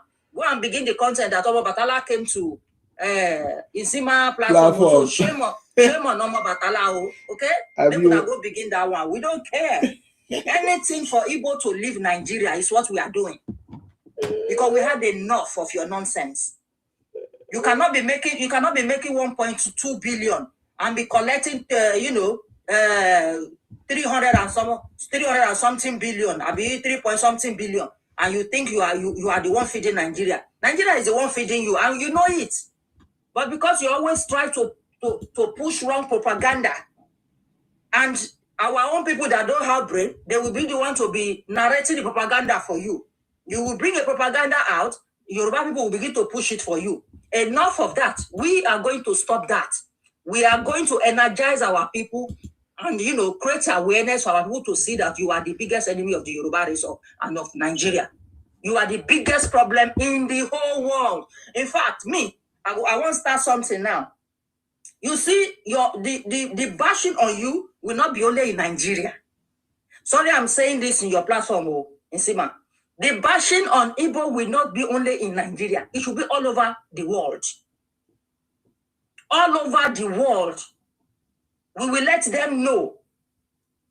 In South Africa, in Ghana, in Benin Republic, in even in China, all these foreign countries, we will let them know that, yes, some Nigerians are criminally minded, and this part of Nigeria that is criminally minded is the Igbos. They will know the difference. We will tell them how, we've been telling them though, but we will, enlighten them on how to identify you. Some countries know you already, but some don't. So we will let them know that this is how to identify you. You understand? You say you don't want to leave Nigeria. Nobody is taking you out. You Scotch. You said nobody is taking you out. It will be better for you to leave Nigeria than to stay in Nigeria because you are going to be rendered useless. Information getting to me now. In all Yoruba states, especially in Lagos State, we are now hearing that you are already being rendered useless in Lagos. And more will come. More is going to come. So the best thing will be, pack your things now and leave when the coast is clear. Nothing you can do. You want to beg now, we will not accept your begging. It is too late to beg. Pack your things and go. You can develop yourself. Me, I'm sure that you can develop yourself. But we want you to go back to your this thing and your evil forest, like they said, and develop yourself. Don't develop yourself in our land. Because we know that what you are doing in our land is not even development. It is because you are doing you are into crime in our land. That's why you are there. And our people are nonchalant. They won't even report it when they see it. They will only give their family warnings that they are doing fake drugs there. Don't go and buy something there. Now fake there, they sell. You see that place, the pure water is not purified enough. So don't go there. Don't go. That is what our people do. Instead of reporting you to the police or to the authority, to NAFDAC, they won't do it. They will be warning their own immediate families. We will stop this. We will encourage them to do what they are supposed to do. We will teach them how to do what they are supposed to do. Your own will be finished in Nigeria. Better for you to leave than to stay. Because if you stay, you will be nothing in Nigeria. In fact, South, they don't take your place already. Since you say you no get head, South don't take your place already. And they see. In fact, let me stop here. Thank you. Thank you very much. Calm down, though. I salute you. Thank you. Good morning, ma. Batala. I want to say something. Good morning. Do you know what? Yami, do you know what Igbo people they are doing now? They are not going on. They are taking all these broadcasters so that they are saying that they're inviting some Lagosian. They are telling them that how's the Yoruba land people? They good to you. Some are saying, yes, I like Yoruba people because their Amala is very good. Oh, what they are using to insult us. Now they are using that. They are now using that social media to be using it to apologize to us that I like Yoruba people. They are liberal. You know, when you come to Yoruba people, they accommodate. They don't discriminate anyone. They welcome us. I saw that video. I said, look at these people. It's Look at what they are doing because it's called gaslighting. There's gaslighting. They are not saying, yes, can you tell us about Yoruba? Since when I've been here in this Lagos, I've never seen a Yoruba man that tell me that I should go back to East. They are welcome people. I say, look at them. Imagine. They already know what is going on now. And they are feeling it. But I was thinking in my mind, but you said that you are the owner of Lagos. Why can't you change us out now? I'm expecting you to tell us that Yoruba people pack your load and go. At least you say you are the owner of Lagos. You buy the properties. I do my traditional. You read that I should stop. I do my festival. You didn't tell me that I should stop. I do my utonto. You didn't tell me anything. You are inside. But you are there. That was sweet. You are there, locking yourself inside one room, telling me that I am the owner of Lagos. I'm the landlord. If you want to do a landlord meeting, I've never seen a Igbo man that they will call that. Okay, Igbo, Mama Shukwendi, men are come sit down with us. You know what happened the other day? There is one people, they were like, they were trying to talk to people in Balogun. So they are now narrating it with Yoruba. You know what these people, they say? They say, why are they speaking Yoruba? Are you mad? In our own land. We want you to speak English. I'm not an Englishman. I'm a Yoruba man. I will speak my language in my land. Are you crazy? If you go to where you come from, that's your southeast, go and speak that your Umbata, be what you call yourself. Don't come here to come and tell us nonsense. Okay, thank you very much for that. I see some people talking about the election campaign. I've already been campaigning for. Thank you very much. Thank you. Let me just say something. I've already been campaigning for Tinubu, so I don't know what you are talking about. You don't even know how to campaign. We have already set up the platform, the system already. You go see cap, you go run. You don't know what is happening. I've already told you. Forget it. The city boy is on the throne. It's not no be noise. I salute you. I don't know who else want to say something. Is it lawyer Tani? Oh, Ikwere is one. Hold on, please, sir. Ikwere is one. Go ahead. Mr. Nsema, because of before they use this their propaganda. They use Yoruba name to Benin name to fight Yoruba. They use all kind of name to fight, so bring problem to us. So we will not be one to drive them away. But they don't know that they are just deceiving themselves. You will see us, we will both be new, both Yoruba, Ikwero, Ekao, all of us. We are starting. You will see us in one voice, campaigning for His Excellency Bola Ahmed Tinubu. You think you can come and cause us disarray, so we will not become enemy? No. Keep on crying. We are together now. The other day they say, Abi with Mama Batala in the same. You are just wasting your time. You will see us in mass. One voice. Pushing you people back to your side. You think we are joking? I tell you, for you people to open your media, open and threaten Ihorona people, you will pay. You must pay for it. I will make sure I push you back to your service. It is a blame. Thank God that on Facebook, I see one of our Ikwere man was telling them this 2026, if they hear, say Ikwere is a lazy man, then they will start to push the other. Trust my Ikwere people. That's why I'm telling you that if this gospel reach to our Ikwere people, federal government will not stop. We will be the first to be pushing them out before other people will join. We are warning you people now. You are insulting the whole Ikwere nation. You will pay for it. We are now one voice. You see us here, and you see our squad. We never finish. We are now this squad.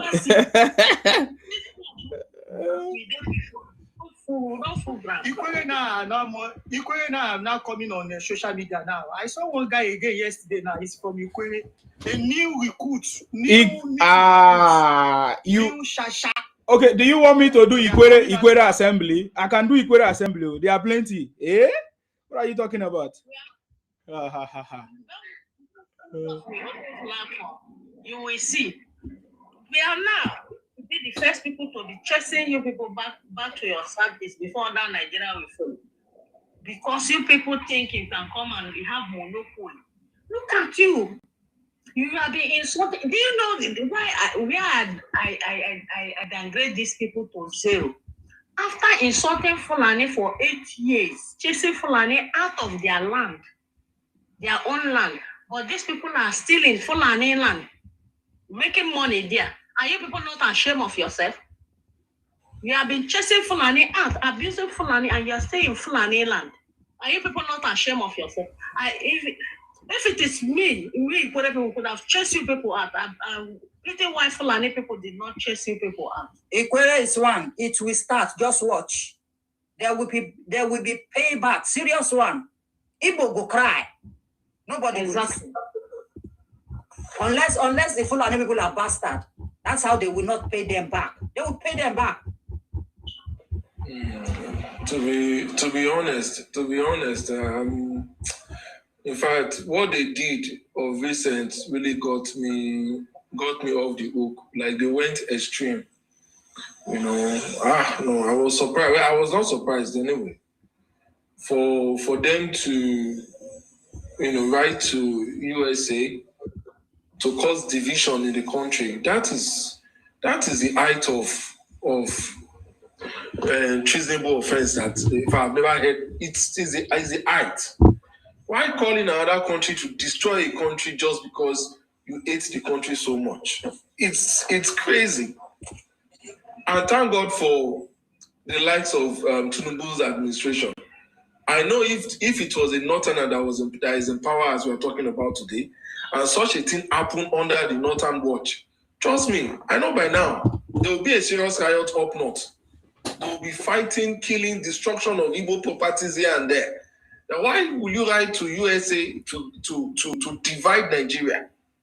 Why? I mean, it does not make any sense at all. And look at that screwdriver man. What's the name of that guy? I can't remember his name from Onitsha. After pulling out different stories, your research, you forgot to mention that there are Christian genocides in your own eastern region. By Nnamdi Kanu, you refuse to say that. I read everything back to back. This guy never mentioned that there are killings caused by IPOP and Nnamdi Kanu right in the eastern region. Please, sir. But you said you gathered the information from blogs, from newspaper, from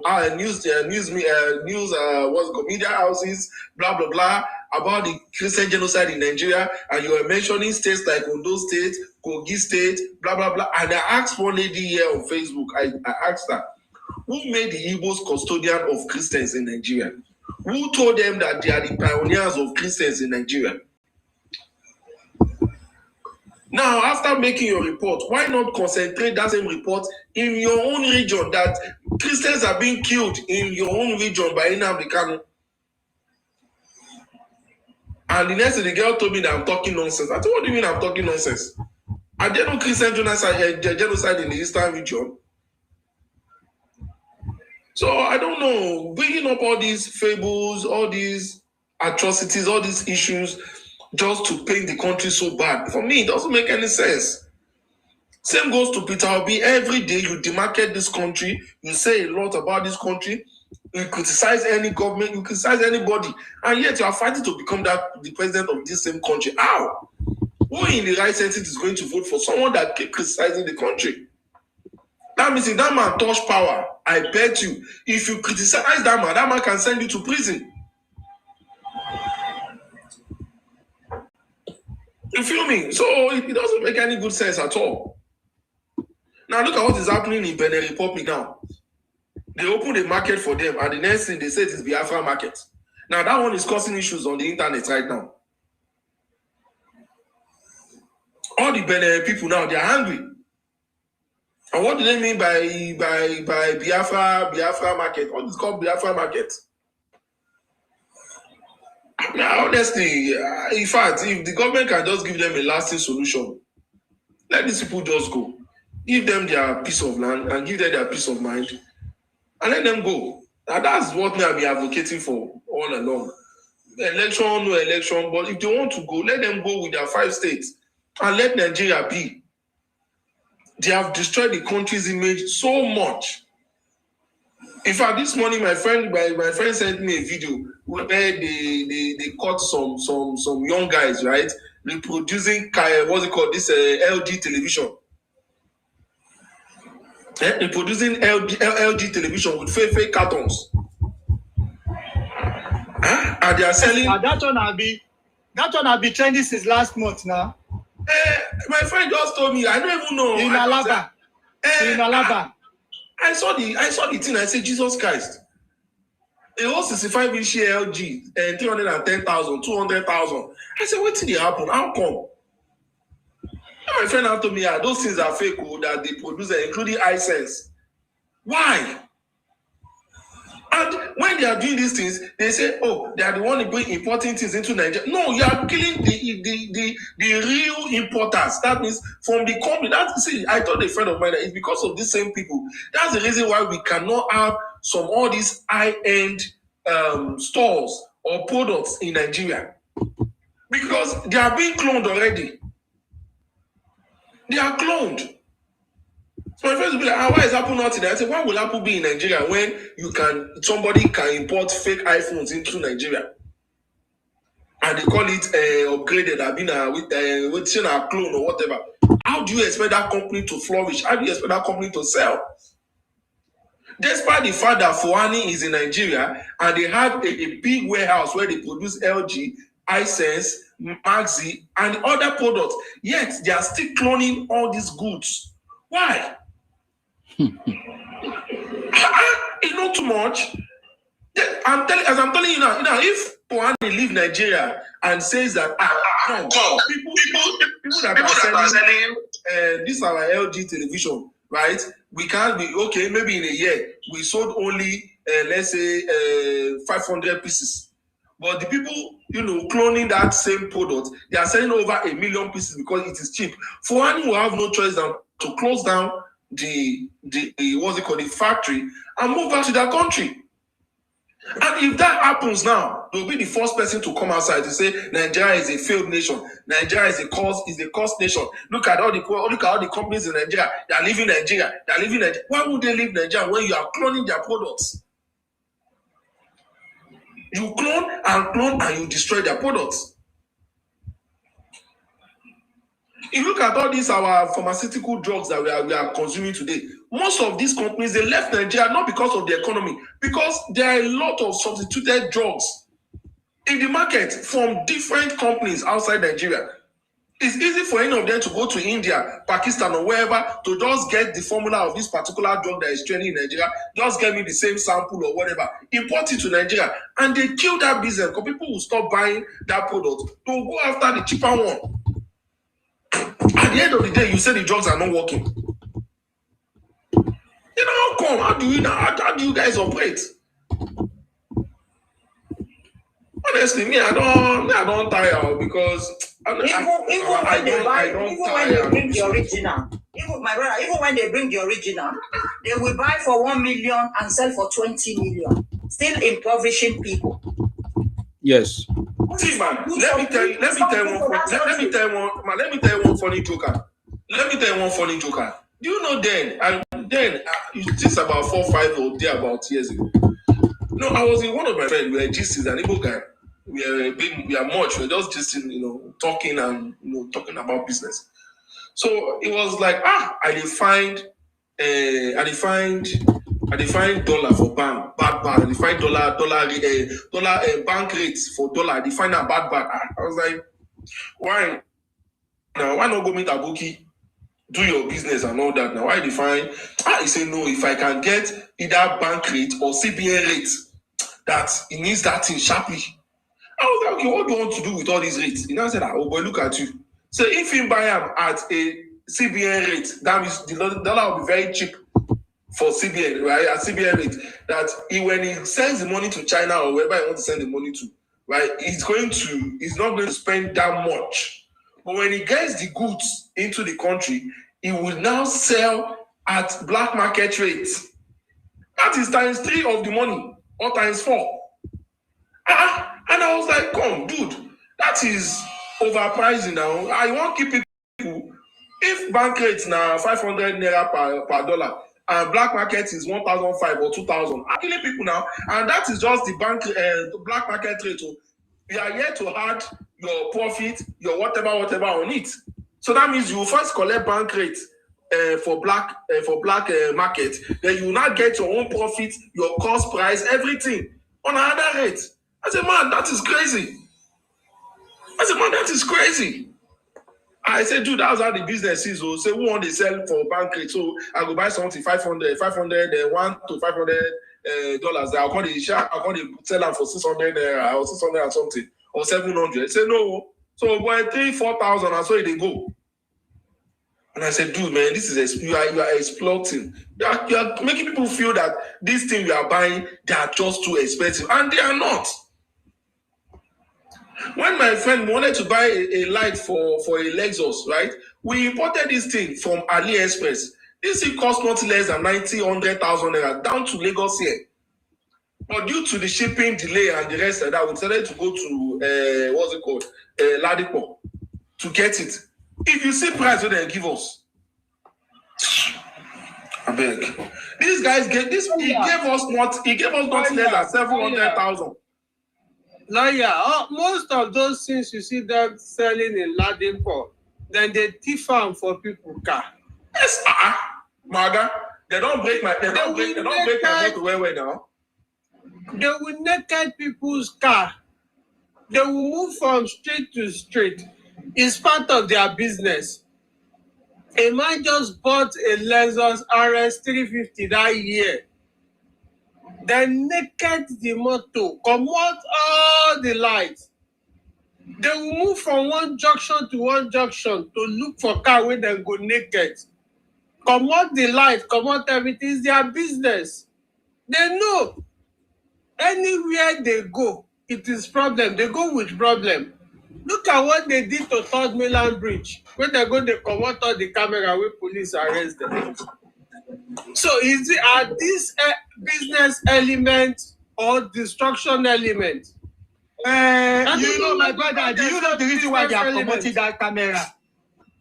Because my brother, do you know what the reason why they are taking that camera out? So that when they are doing their criminal, so that the camera will not see them. That is why they are taking that camera out. Do you know that all those iron that they always used to guide that bridge, they are the one. They are taking it out. Those aluminium that they used to guide that bridge, they are the one taking those things out. By that time, they are the one. They don't steal from Lagos. There are some people that they just get arrested. Is it not before yesterday? They were sleeping. There were many. They are up to like almost like 10 or 15 sleeping. And they were asking them, what do you come and do in Lagos? They say, I just come. Why are you not working? I'm just saying I'm looking for a job. But where is your house? You don't have a house. And this is what these people they do. They will come down to Lagos, they start sleeping on the street. And those ones sleeping on the street, Nema, those are the ones that they will come in the midnight to come and rob you. Those are their style. They will know where you are staying. After they know where they are staying, you will see them, they will just be like they will walk like a rat. You don't know that they are inside your room. They are the one they will just go and bath. Maybe you just go, you won't go back. Just open your door. They will take all your property, they will steal your phone. Criminal. Mm-hmm. That's why we will not give them. Thank God that Lagos State government take a very bold decision. Though some people might see it as being very harsh, but it's a bold decision to send out some criminal elements that are living within the water. Send them away. People who are using the opportunity to beg for money abroad and not helping those people, their business has also ended. So there won't be any opportunity for them to be using those people to beg money abroad again. End of their business. So they are taking bold steps to remove all these elements. So as more as they decided that they don't want to do lawful business, they want to be a criminal. The laws are there now to send them to where they want to go. They will know there is law. The law is building up itself. The law was hiding before, but now the law is sitting on a chair, watching them to go to jail. So we will not beg them not to commit crime within the West. Let them come. We have prisons and jail for them. And the one who did the ones that are so obvious, which is spying person, he will also go to where the person is. So they can do whatever they want to do in the East and make that place a desert. We don't mind. It's their problem. And these are kind of people that even get scared of doing business within themselves. They don't trust themselves. They don't trust what they are buying from themselves.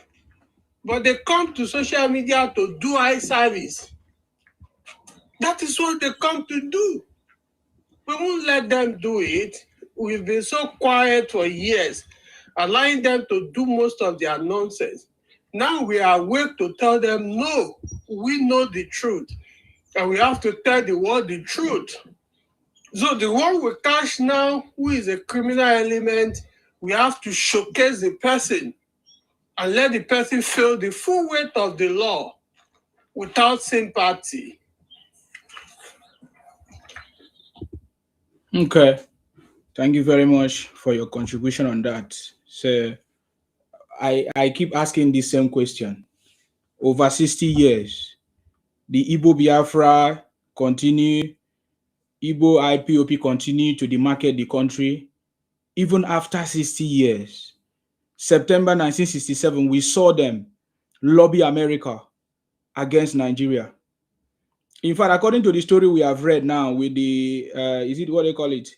The CIA classified information. Is it the classified information about Ojukwu that even the Americans love Ojukwu, that he was seen as someone that was intelligent?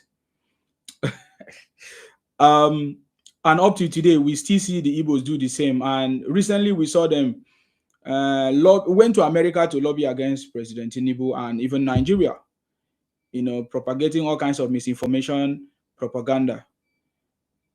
And they are saying that Nigeria is not working. All their write-ups everywhere, ask even their politicians, they all say that Nigeria is not working. But I'm surprised that Nigeria is foolish to the point that we are still accommodating them in every nook and cranny of the country. We are still buying their product. We are still allowing them to rent our houses and shops and everything. And they say that Nigeria is not. Is it not a proof that Nigeria is not working? That we allow criminals to continue to invade our communities and we still allow them. They spit on us, we still allow them. They told us our communities are smelling, we still allow them. They told us that our kings of us are stupid, we still allow them. I don't understand. That is the point. That is the point I'm making. Over 60 years, is it not time for us to do something in order to show that Nigeria is working? Is it not time for us to rise up and say enough is enough? That is the conversation. That is the conversation. Please, is it who is the next person to speak now? Yoruba Justice, please. You're welcome back, sir.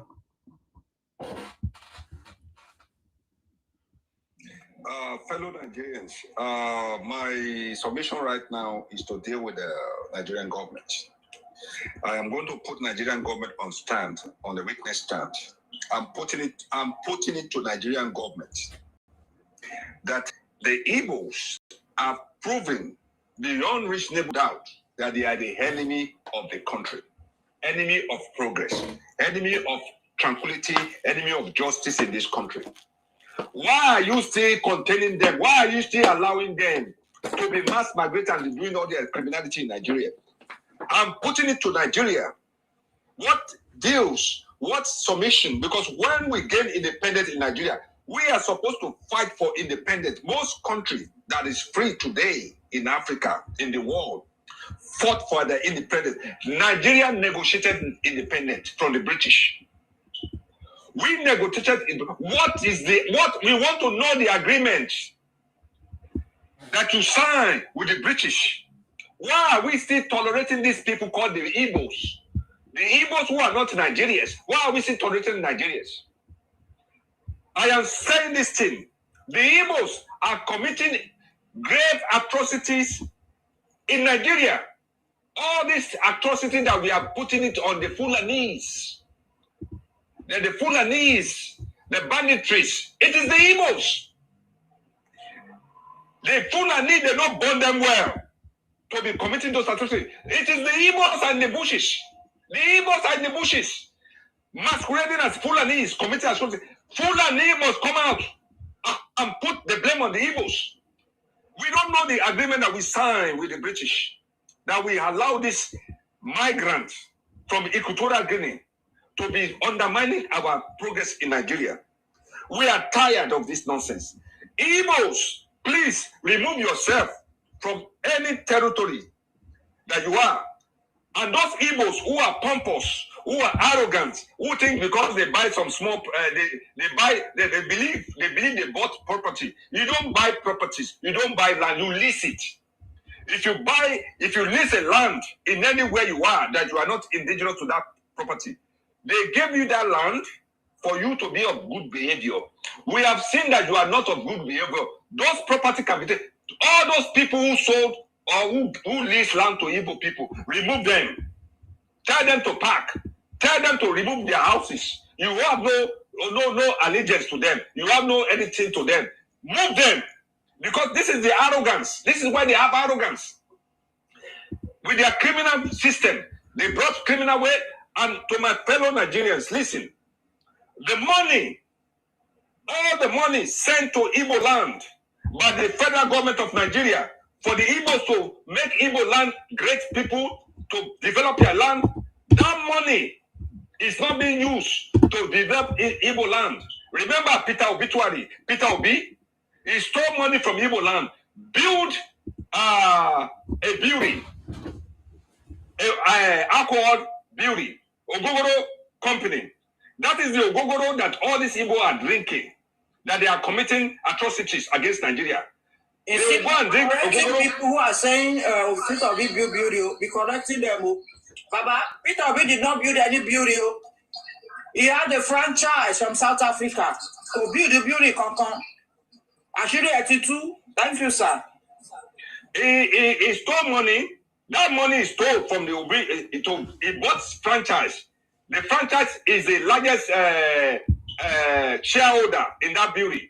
The money is stole from the Igbo people. He put in that building to have the largest franchise. And that building now, they are doing Ogogoro. And when the Igbo man drink Ogogoro, he go and kidnap some people and rape fellow Nigerians. Nigerian government, wake up! We must deal with these people ruthlessly.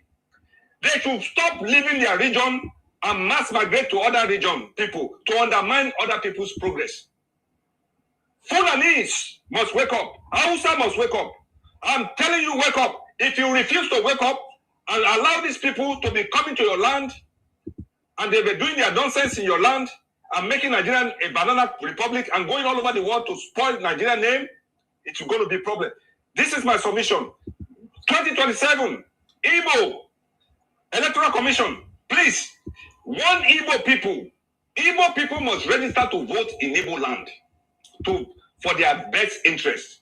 Igbo registering in other people's region to vote against those people's interests is illegal. We Nigerians must wake up. Nigeria, wake up. Remove them from your region. I salute you. Thank you. Thank you very much. Oh boy. Oh my God. Okay. So I was thinking that the Igbo people will be happy at this point to leave the areas that they say is not working. But I think it's like they use juju on all of us. Did they not use juju on all of us? Upon the fact that they keep abusing us, keep abusing the country, we still accommodate them and we still buy. Sometimes we even still defend them. Because even me, I defended them too. Even when they are the ones that, buy my people and try to force us to become Igbos by force, try to Igbonize us. I supported them. At a point, I discovered the criminality. And when I come out and shout, they started even abusing me too. So I'm beginning to see that it's like these guys use juju on us. But I think enough is enough. Enough is enough. Somebody say, okay, Flex, say, every day, Igbo, I wish you Fulani. You are the Igbo Lani in Nigeria. The truth is that you are the real Igbo Lani in Nigeria. Moving from place to place, encroaching, invading people's communities, claiming people's communities with fake story, history, and propaganda. I have not seen the Fulani do that. It is the Igbos that is doing it. So you are the Ibolani in Nigeria, in our community, using all kinds of fake products, fake drinks, fake baby food, all kinds of tactics that you have been using for years. But we have not been paying attention. I think we are beginning to pay attention. I remember, is it Adeyinka grandson had already told us all these kinds of things already in the past. And today we have already seen it in fact, in our naked eyes, two broad naked eyes, how Igbos went to America to lobby against Nigeria. That still baffles me up to today. There's supposed to be a big outrage in Nigeria about Igbos doing this. Continuous demarketing of the country. Continuous lobbying. This is not the first time. I remember when Chimamanda wrote a letter to I think the former president, I can't remember his name. Is it Biden or something like that?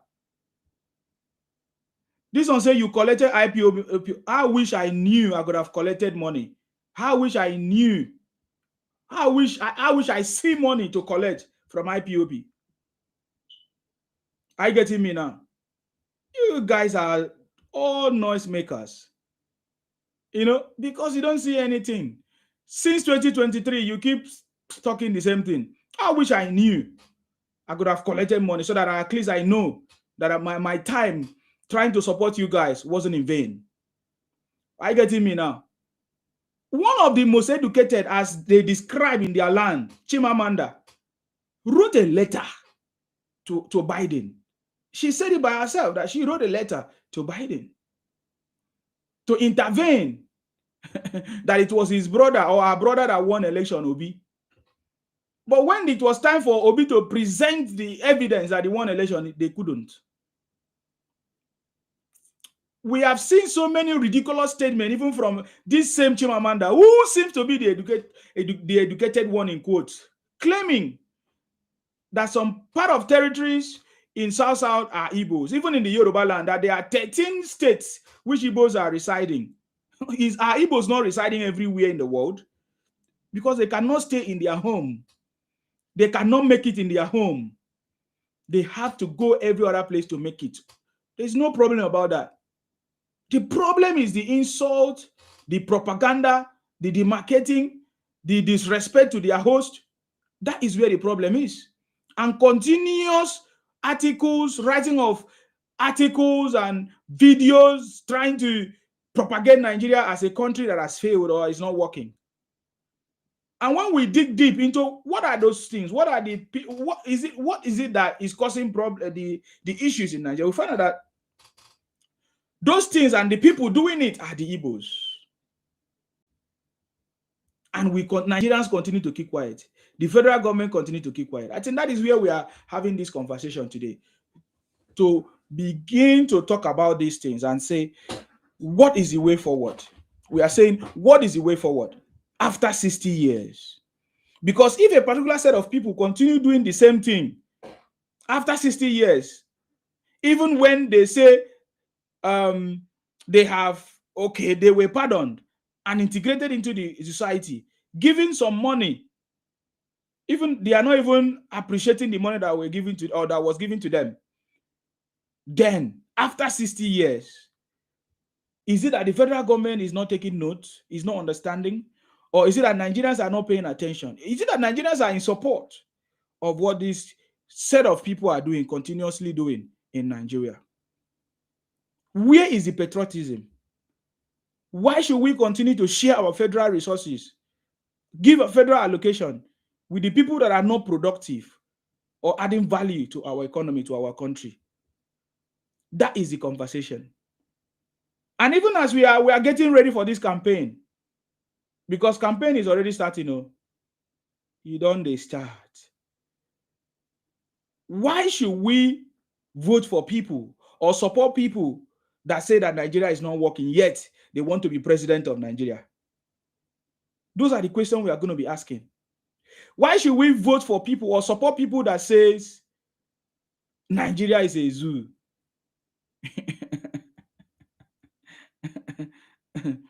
So that is my conversation I'm bringing on board. And I wish all Nigerians will pay attention to begin to ask this question. Oh, it's true. It's been 60 years or even more than 60 years. Why are these people continuing doing this? It means that there's something wrong. So that's the conversation. And I want to say thank you very much to everybody that come here. Oh, sorry, Ikwere is one. Do you want to say something like your last words with our Madam Oba Batala? Is it Oba Batala? Yes. So yes. Yes, ma'am. The last one is that federal government must punish Igbos for this their recent attitude by going to lobby for the destruction of Nigeria. We must punish them. And we patriotic Nigerians must do what? Speak out so our federal government will understand that we, the patriotic Nigerians, are angry. Are really angry for them to act this kind of barbaric act. That is what I want to say. Thank you. Thank you very much. Ikwere is one. Our Ikwere sister. I appreciate you. Okay, Oma Batala don't come out. Okay. Anyways, thank you very much. Ikwere is one for coming. I think at this juncture, I had to call it a morning. I really appreciate you. I've been here for a long time now, so I really appreciate you. I really appreciate everybody that contributed. I think it's what's about the time. I really appreciate everybody that contributed from the beginning to the to this point. We started. Let me see how long we have been here.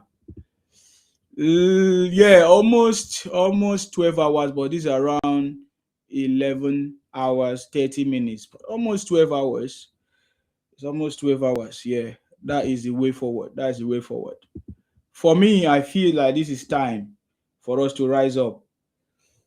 This is especially the South people. We will never give these Ibotic people chance in South. We have been doing that for so many years, allowing them to use our money, the money from our resources to sponsor different parties, use our resources from the Niger Delta to sponsor PDP and other people and other parties. Yet those people did not do anything for us. Even when they win election, they did not construct road for us. They never gave us any position, even in the administration. But we have seen a man, his name is Asiwaju Bola Ahmed Tinubu, His Excellency, President Bola Ahmed Tinubu, making it possible for us today, recognizing all of us and giving us a voice, is something that we can never forget. Even when the so-called Igbos had a chance, they were the one in charge. You understand me? South must rise up against the criminality of Igbos, against the criminality of any other party who come to use our resources for their campaign 2027. We remember how this same Atiku used the former governor of Delta State, what's his name again, to collect money allegedly for his campaign. They always collect money from our governors in PDP as at that time. But today, it is 100% APC. 100% APC. So we must rise up. We are not going to give any other party a chance. We are going to show 100% solidarity, support for President Tinubu. I have never seen a man like President Tinubu who is so selfless. I mean, ready, forget about the pleasure, because President Tinubu is supposed to be enjoying his life right now, but he forgot about his pleasure to come to serve in Nigeria as a president of Nigeria, because even after he has watched other people come to power, he supported other people, like even Goodluck Jonathan. President Tinubu supported Goodluck Jonathan to become president, but he became a failure. Supported what do they call it? Buhari. Some people say Buhari tried, but it was all at the end shambles as Emefiele destroyed our currency as at that time. He said he want to do change of currency or whatever. They printed all kinds of monies, prevented Nigerians from accessing their money, makes life difficult. Even the incumbent did not allow President Tinubu to emerge. Of course, maybe he tried. Even they did all kinds of things to make it difficult for President Tinubu to emerge. He left all those comfort, all his life, his private life, to come and serve as a president. That's why we know that President Tinubu came to, to make sure that his legacies will never be forgotten. So therefore, the South people must rise up. And we have already seen the handwriting on the wall. South people, we must make a statement in this election 2027.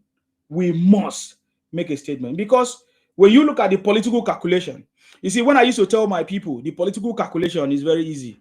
I remember when we all started, even when I started the South movement, so many people were like, oh, Nzima, I want people to come and support Tinubu, this and that. I was trying to explain what it's about, looking at the political calculation, that after President Tinubu, the mantle returns to the north, and when he comes back, he's coming back to the south. We need to play the political game professionally and with wiseness, looking at the future, and that has happened already. 100% South APC, which means we have a chance. We have a chance to partner with people who are ready to move Nigeria forward. So therefore, I call on all our people in the South to make sure you rise up to stop these Nyamiri people. These is Soma people. These Ipong Biafra people who have been so bent on taking over our land with fake propaganda, trying to Igbonize us. Ojukwu failed, and now they want to continue from the footstep of their ancestors, Ojukwu, that failed. You understand me? So therefore, we must be very, very strong. Of course, I've already sent a signal to my people. And even my people are already ready. They are ready. They are ready. The Yoruba people must understand that Igbos are working day and night to invade Yoruba land. How? During the election, they are not just targeting Lagos as they did last time. They are moving their voters' card to every nook and cranny of Yoruba land. They already know that they are not going to succeed in South. I can guarantee you that one. Therefore, their target is to see what they can do to at least get 25% in the South. Therefore, they are moving and transferring their voters' card to Yoruba land, every Yoruba land. Because I know sometimes the Yorubas will only focus on Lagos. I'm saying this again. It's not just Lagos. It's every part of Yoruba land that Igbos are not targeting. The Igbo Biafra and other Igbos. It's a do or die affair. That is what they are doing. But just like I told them already, Obi have no party. You see, I've already said this thing a long time ago when people did not understand. Obi have no party. Obi have no party. There is no hope for Obi. Obi has no party. Obi is not going to be on the ballot because he has no party. It's only when you have a party that he can be on the ballot. So Obi looking for political party to hijack, just like he did last time, he hijacked Labour Party. the last time. But this time around, there's no political party for Obi to hijack. It's going to be difficult for him. Therefore, we must make sure that President Tinubu continue in this feat to liberate and work for the success of Nigeria. Oh, sorry. Do you want to say something? Toyin? Yes. Yeah, thank you very much for giving me this opportunity again. I just want to employ our people listening. Every platform you go now, let us make sure we tell these Igbos, let them go. Don't let us encourage them to say, listen to their rhetoric. They want to go, so because they keep saying they want to go, don't let anybody preach or do anything. Any platform you go now, don't talk about how Nigeria, just tell them the way people must leave Nigeria. We don't want to listen. For 70 years, since 1967, when the Civil War started, which it was Igbo that started it, and they fight so many South people. At the end of the day, they made people believe it was the Igbo that actually lost more than 5 million. In the other way, it was other way around. They were the ones that actually fight so many South people. And the Igbo yeah, please. It's very important song. Please let me sing. Please let me sing. Let me sing. Hold on now. Let it finish. Very important. Sorry, please. Let it finish. I want to give them 20 pounds to resettle their life again. But these people, they still have this bitterness that Nigeria didn't allow them. Nigeria is not fair to them. Nigeria is marginalizing them. Please, everywhere we go now, we must be telling everywhere that they must go. We must not listen to anything like appealing to them. Let us be telling them you must go. Please, if they don't go, let's be causing them that you have to go by God's grace. If you don't go, everything you lay your hands on in Nigeria will not prosper. Let us show that zeal that we are actually ready to let them go. It's like the same that they keep telling us that Nigeria didn't allow them to go. But let us now tell them, way out, tell your senator, go and protest in your region, protest to Abuja that you want to go. Go to your senator that he must present it to you. If you don't do that, that's what we need to tell them now. Now, we're telling them Nigeria is marginalizing them, they have 5 states. Yeah, let them go with their 5 states. Everywhere we go, please, everybody listening. At least we have over 100 or something listening now. Every platform we go, I've just listened to Rudolph, and it's on his platform talking about another people taking over. Want to say the polytechnic, they want the indigenous to be rector. So the students are protesting that they want their indigenous to be rector in their state. They don't want any foreigner to be a rector in their state again. These are the ways we need to start. So every player we go, every platform we go, let us tell them you must go to your region. Go back to your region, fight for your Biafra. If you don't go, every business you do in your other region, God will destroy it. So I think that's the best thing we need to do now. Let us lead them the way. Thank you very much, Sima. God bless you and your family. Thank you very much, sir. Appreciate you. Yoruba Justice, please go ahead. This is your time. Thank you very much, sir. How you doing? God bless you.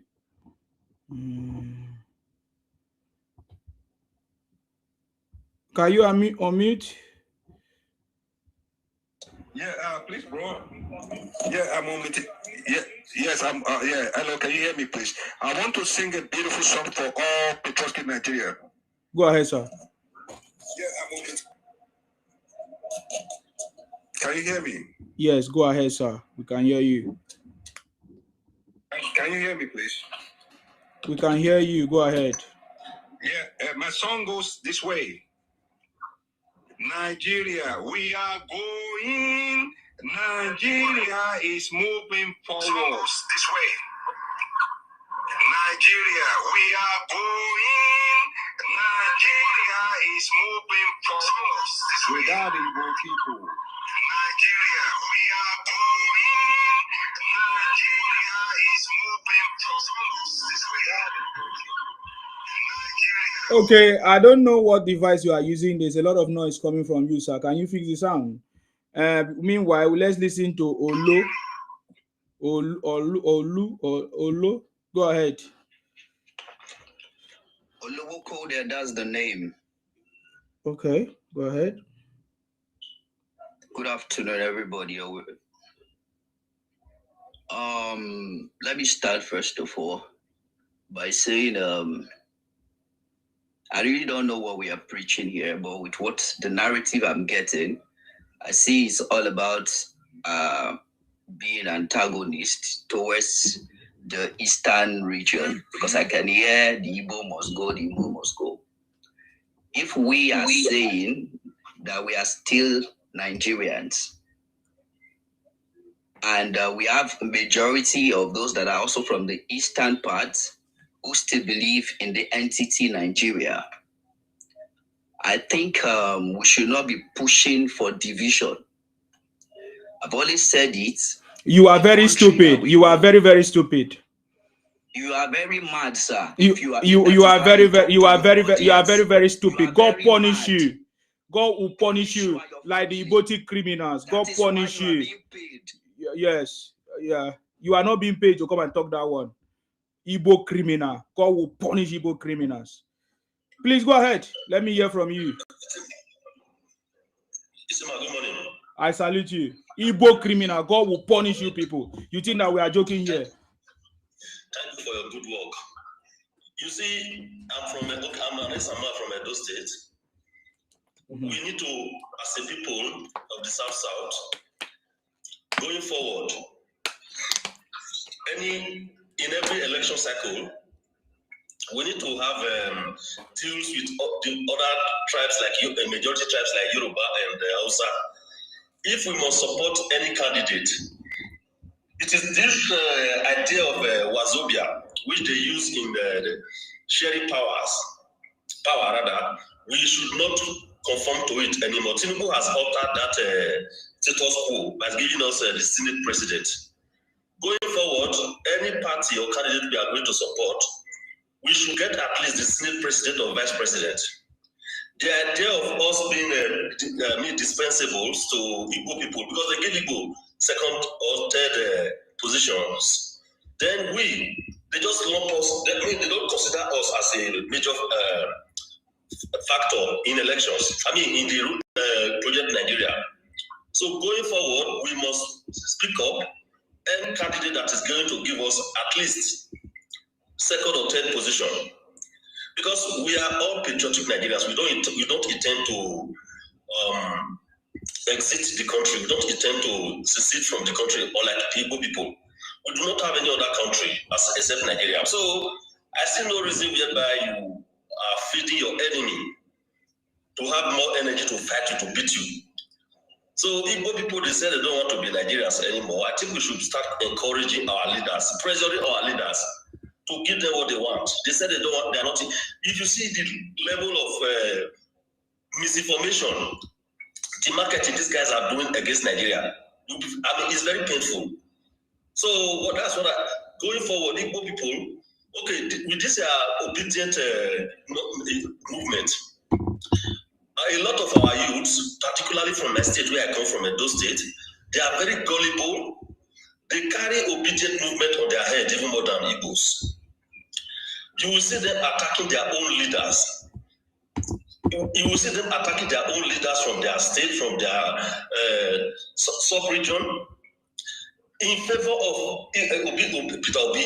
Peter Obi doesn't have anything to offer us. He has nothing to offer. Whatever he's fighting for, Igbo agenda. The Igbo agenda is fighting for, it does not have any benefit for us. So that is what I have to say. What I have to say. Thank you very much, sir. You're on the right path. You're on the right path. That's it. That's what we are doing. That's why if you listen to my submission, maybe you were not here, but that is what I'm saying. For so many years, we have been we have been allowing what do they call it? These people to use our resources to campaign for PDP at that time. Allow them. They use our monies from the revelation of what do they call it? The former governor of Delta State. How he regretted ever using the resources of the state to fund allegedly campaign of Atiku campaign. He came out and confirmed that he regretted it, that he wouldn't have used the resources.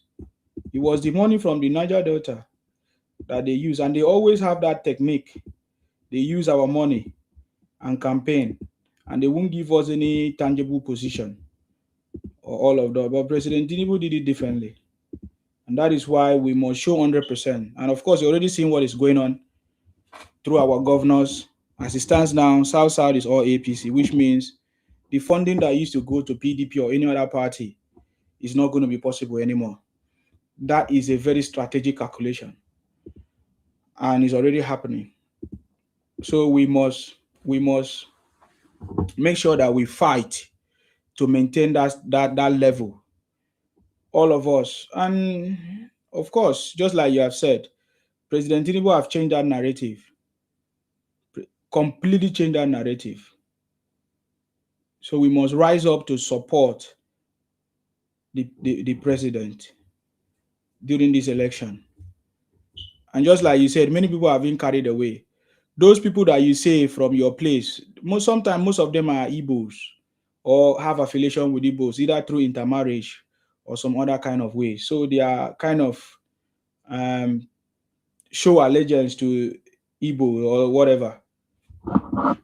And one of the ways, just like you are saying, in Nigeria setting today, if you don't speak up, you may not have a chance. And that is why we have not been speaking up. For so many years, we have not been correcting the narratives of Igbos. You know that Igbos know how to run propaganda, misinformation. We have not been speaking up. Many people that did not know the truth, they believed the narrative of the Igbos. They believe the propaganda of the Igbos. How will other people know the truth? They will only know the truth when we speak up.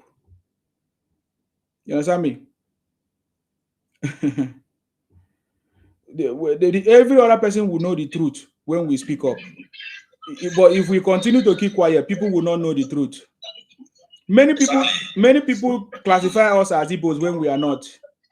So, but when we begin to speak up, people will now know the truth. We have to speak up. Before, silence, we used to think that silence is the best way. Oh, they don't know what they are doing. They can't do nothing. They are just making mouth. No, because this is a digital world now. Digital world where whatever thing you say, videos, articles, comments that you make become a digital footprint. Create what is called a digital footprint that people can even make reference to. And if people don't know the truth, they will use what they see on social media as the true digital footprint against you. So we must begin to speak up. So that is one thing I think we must do as South people. We must begin to speak up and not keep quiet. That is the only way we can even draw attention of the government and every other person.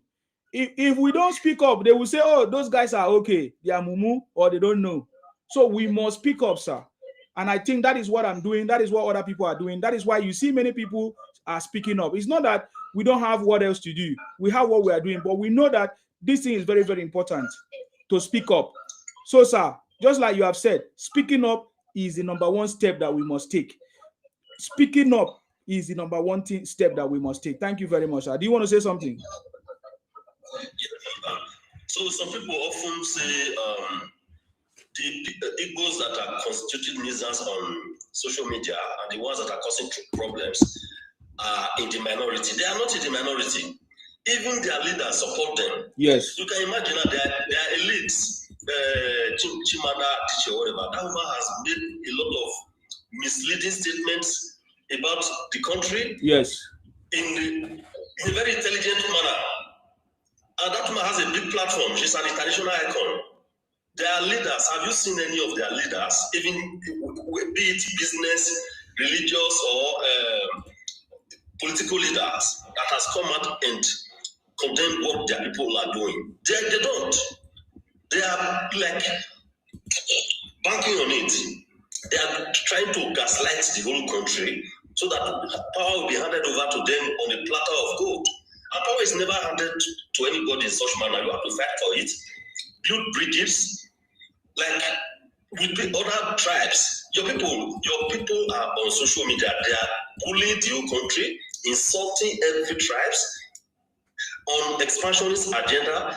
None of their leaders has come out to speak against it, which means it is an Igbo agenda. It is not just the IPOB. During elections, IPOB transforms into obedience. After election, they go back to IPOB. The same country you want to destroy, you want to rule it. How is that possible? So these people, they know what they are doing. They think every other persons are stupid. So we must prove to them that we know their game. We know what they are up to, their agenda. They fought against the country. They staged the war against the country. 10 years later, in 1979, this guy, Alex Ekweme, became a vice president. In this democracy, they have produced at least 4 Senate presidents. South, this is the first time we are producing a Senate president. And we have never bullied anybody that we are being marginalized, despite the fact that the economy of the country relies on South. These people, they are using this propaganda of we are being marginalized, they hate us, they this, they that, to just gaslight the rest citizens of the country. Okay, there is a video where a South African lady, she was trying to visit Nigeria. She idolizes Igbo musicians. She likes Igbo music. She's presently in Nigeria now. If you see what Igbo people were telling her on TikTok, don't go to Nigeria, they will kidnap you. Nigeria is a dangerous country. How can you move from heaven to hellfire? I was so heartbroken. I posted it. Igbo people still came, my friends. Now they came and started defending the girl that is Nigeria not a useless country? Is Nigeria not this? Is Nigeria not that? So people, they have staged a war against every Nigerians. I agree to my brother. Thank you very much, sir. You are correct. Thank you very much, sir, for coming. I was about leaving. That is why. Okay, Yoruba Justice, are you there? You still want to? Have you fixed your sound? If you want to say something, I'll give you a few space because I'm already leaving. Thank you, sir. Thank you very much, OTA. Okay. All right. I just have to. Okay, I will see you later, sir. Okay. Thank you very much.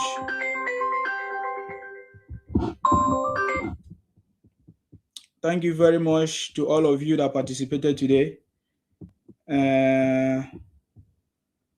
Okay, this one say Oluwo coded. This one is Igbo Biafra. I say I'm looking for to collect my balance. This one say go and work. This is my job. I'm working and you are complaining. This is my job. If you don't know, are you not seeing my uniform? This is my job. You see me in my uniform every day, and you say I should go and work. I don't have any other job. This is my job. In case you don't know. In case you don't know. By the way, if you have not gotten my book, go and read it. This is it. Ikwere, Ijo, and Ibom people are not Igbos or Biafrans. How the Biafra project failed to take over the Niger Delta and coastal region of Nigeria since 1966 till date.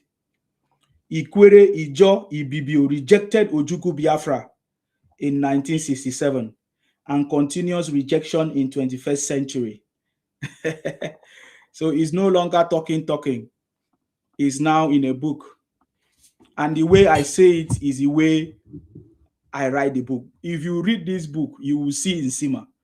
You will understand. You can get the book on nsimabooks.com. That's my website, nsimabooks.com.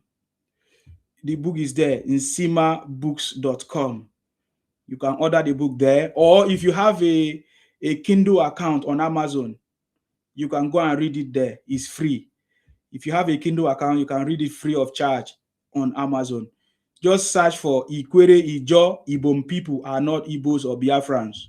by Nsima Nseobong Asuko or by Nsima. It will just come out.